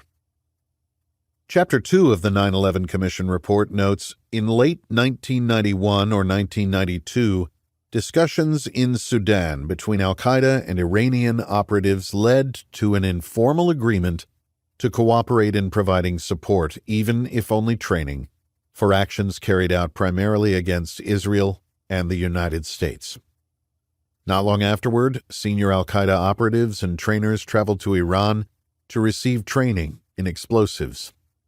In the fall of 1993, another such delegation went to the Bekaa Valley in Lebanon for further training in explosives as well as in intelligence and security. From Sudan, al-Qaeda sent operatives to train in Iran and Lebanon. In April 1991, Ayman al-Zawahiri traveled to Iran and met with Hezbollah operations chief Imad Mughniyeh. Mughniyeh was responsible for the 1983 bombings of the U.S. Embassy and Marine Barracks in Beirut, the kidnapping and murder of CIA Lebanon Station Chief William F. Buckley, the hijacking of TWA Flight 847 in 1985, the 1992 suicide bombing of the Israeli Embassy in Buenos Aires, the 1994 attack on a Jewish community center in Argentina, and the 1996 Khobar Towers bombing in Saudi Arabia. Mughniyeh would later meet with bin Laden in Sudan, further bridging the Sunni-Shia divide and cementing the al-Qaeda connection with the regime in Tehran. 2 days prior to 9/11, Ahmad Shah Massoud, the leader of the Northern Alliance, was assassinated by 2 al-Qaeda operatives posing as journalists. A declassified, though heavily redacted, November 2001 Defense Intelligence Agency cable, obtained through the Freedom of Information Act by the National Security Archive at George Washington University, reads, "Through Northern Alliance intelligence efforts, the late Commander Massoud gained limited knowledge regarding the intentions of the Saudi millionaire Osama bin Laden and his terrorist organization al-Qaeda to perform a terrorist act against the U.S. on a scale larger than the 1998 bombing of the embassies in Kenya and Tanzania. Massoud's al-Qaeda assassins obtained their forged documents via the Iranian embassy in Brussels."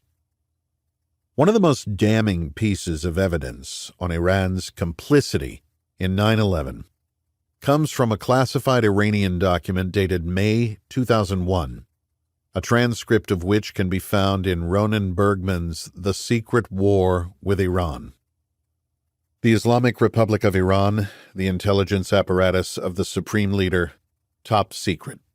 Date May 14, 2001. Reference 4-325-80/S/M. By Head of the Intelligence Apparatus of the Supreme Leader. 2.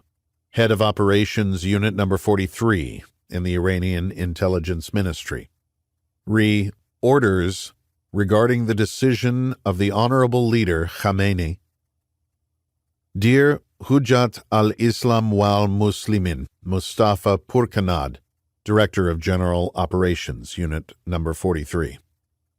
We wish your dedicated and courageous team every success. The results described in your recent reports have been examined along with other opinions.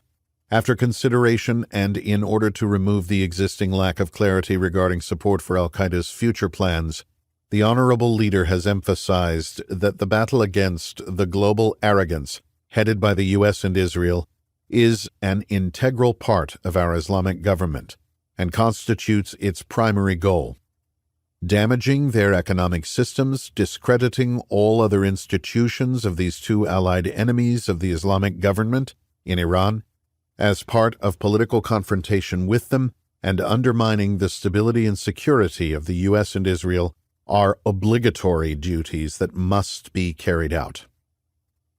The Honorable Leader Khamenei stressed the need for each of you to be vigilant in his field of activity, and asks you to be particularly attentive. He also stressed the need to be alert to the possible negative future consequences of this cooperation between Iran and al-Qaeda. The Honorable Khamenei said that this struggle must be stepped up by tightening the collaboration with other security and intelligence apparatuses in Iran and with supporters outside Iran, thereby hindering the enemy's steadily expanding activities.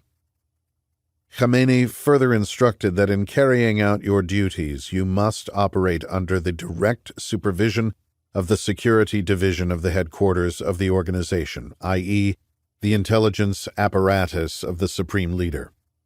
Naturally, identifying potential damage is the responsibility of the Vigilant and Diligent Unit, number 43.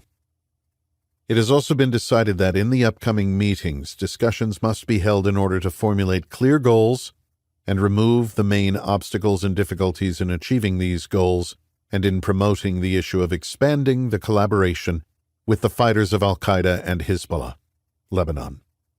Finally, I wish to convey Khamenei's full satisfaction with Unit Number 43 and his full support in the implementation of its future plans. The Honorable Khamenei is aware of the important and dangerous nature of the tasks you perform. He emphasizes that with regard to cooperation with al-Qaeda, no traces must be left that might have negative and irreversible consequences, and that the activity must be limited to the existing contacts with Hezbollah operations officer Imad Mughniya and bin Laden's deputy Ayman al-Zawahiri. May Allah grant you success. Seal and signature, Ali Akbar Natek Nouri. Ali Akbar Natek Nouri was the chief advisor on intelligence to Ali Khamenei, the supreme leader of Iran. Following the death of Osama bin Laden, Ayman al-Zawahiri ascended to lead al-Qaeda. The United States Department of State has offered a reward of $25 million for information leading to al-Zawahiri's apprehension or conviction.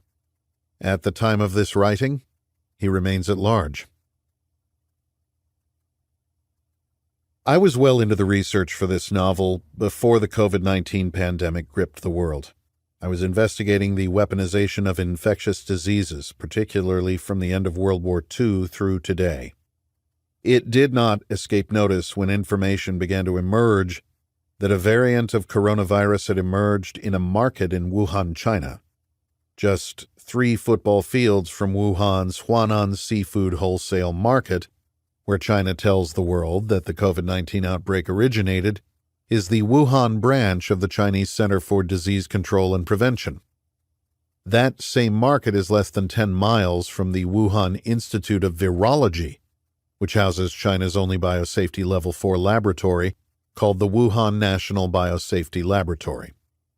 On February 16, 2020, Senator Tom Cotton said, "We have such laboratories ourselves in the United States run by our military, in large part done for preventative purposes or trying to discover vaccines or protect our own soldiers."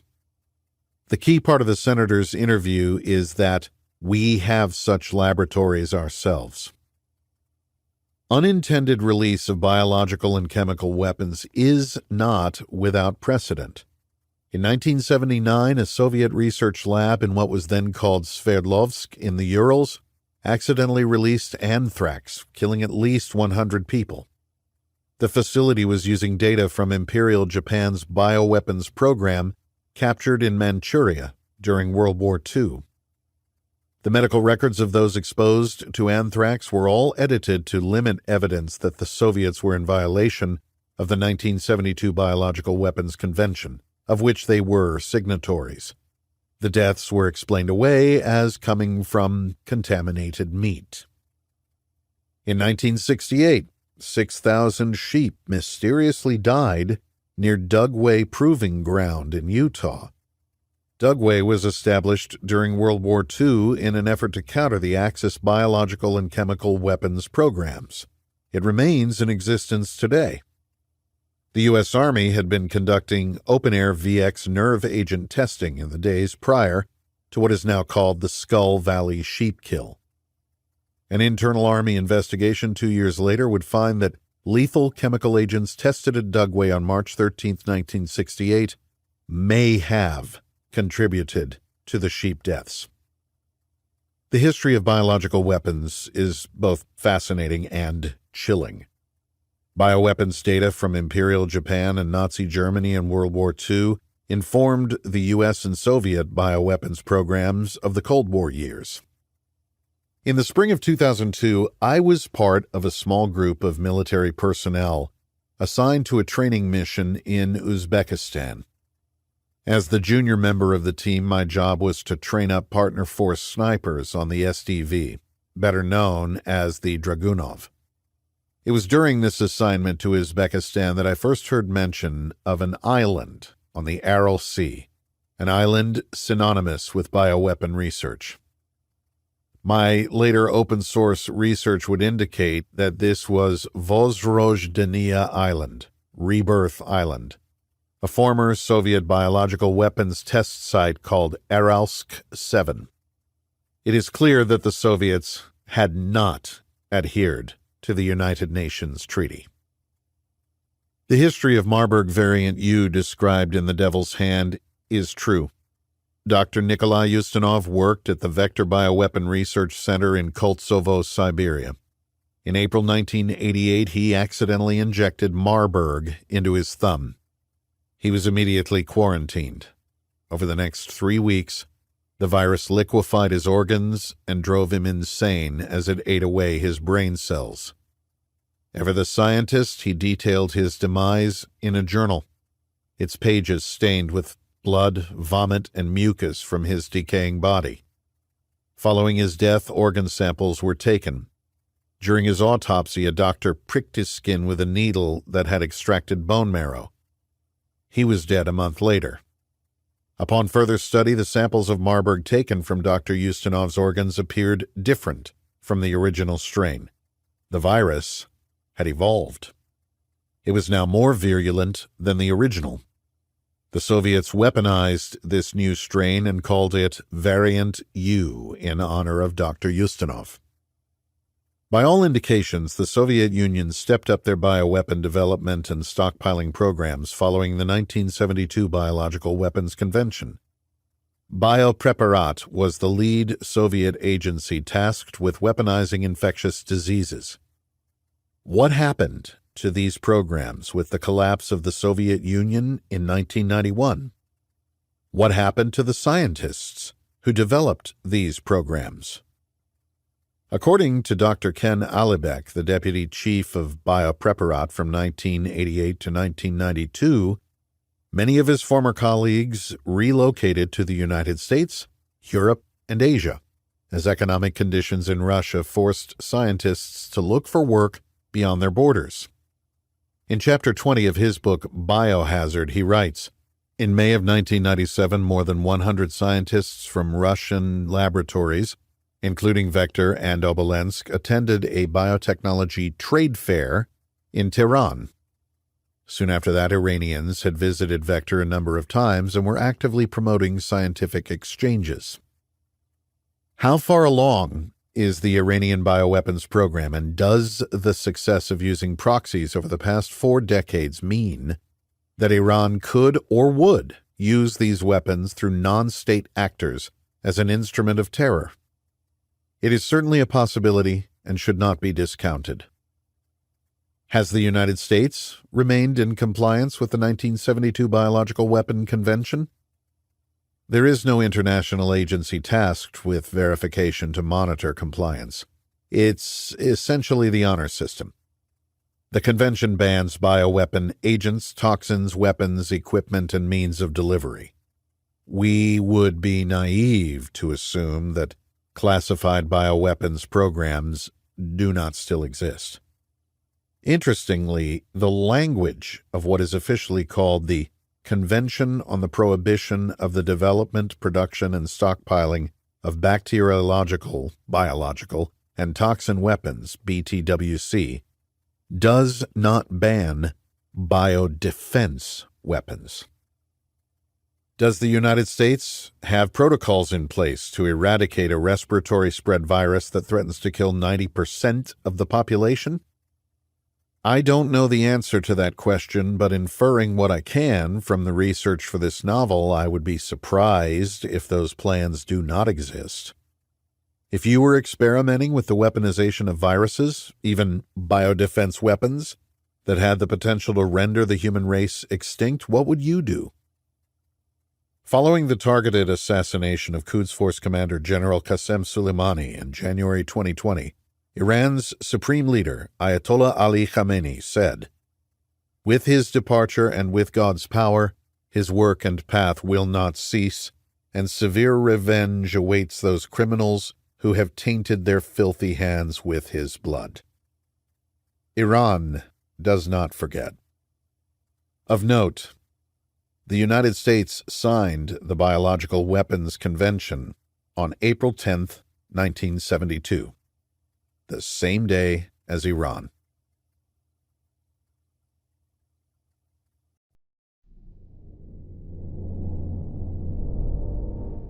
The Devil's Hand, a thriller, was written by Jack Carr and read by Ray Porter. Editing, mix, and post-production by Like 2,000 Pounds.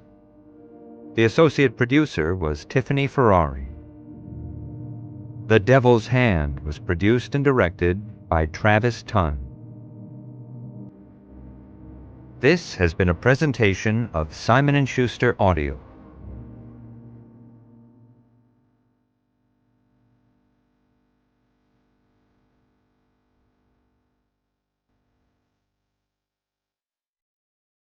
The Devil's Hand, a thriller, is available in print from Atria Emily Bestler Books.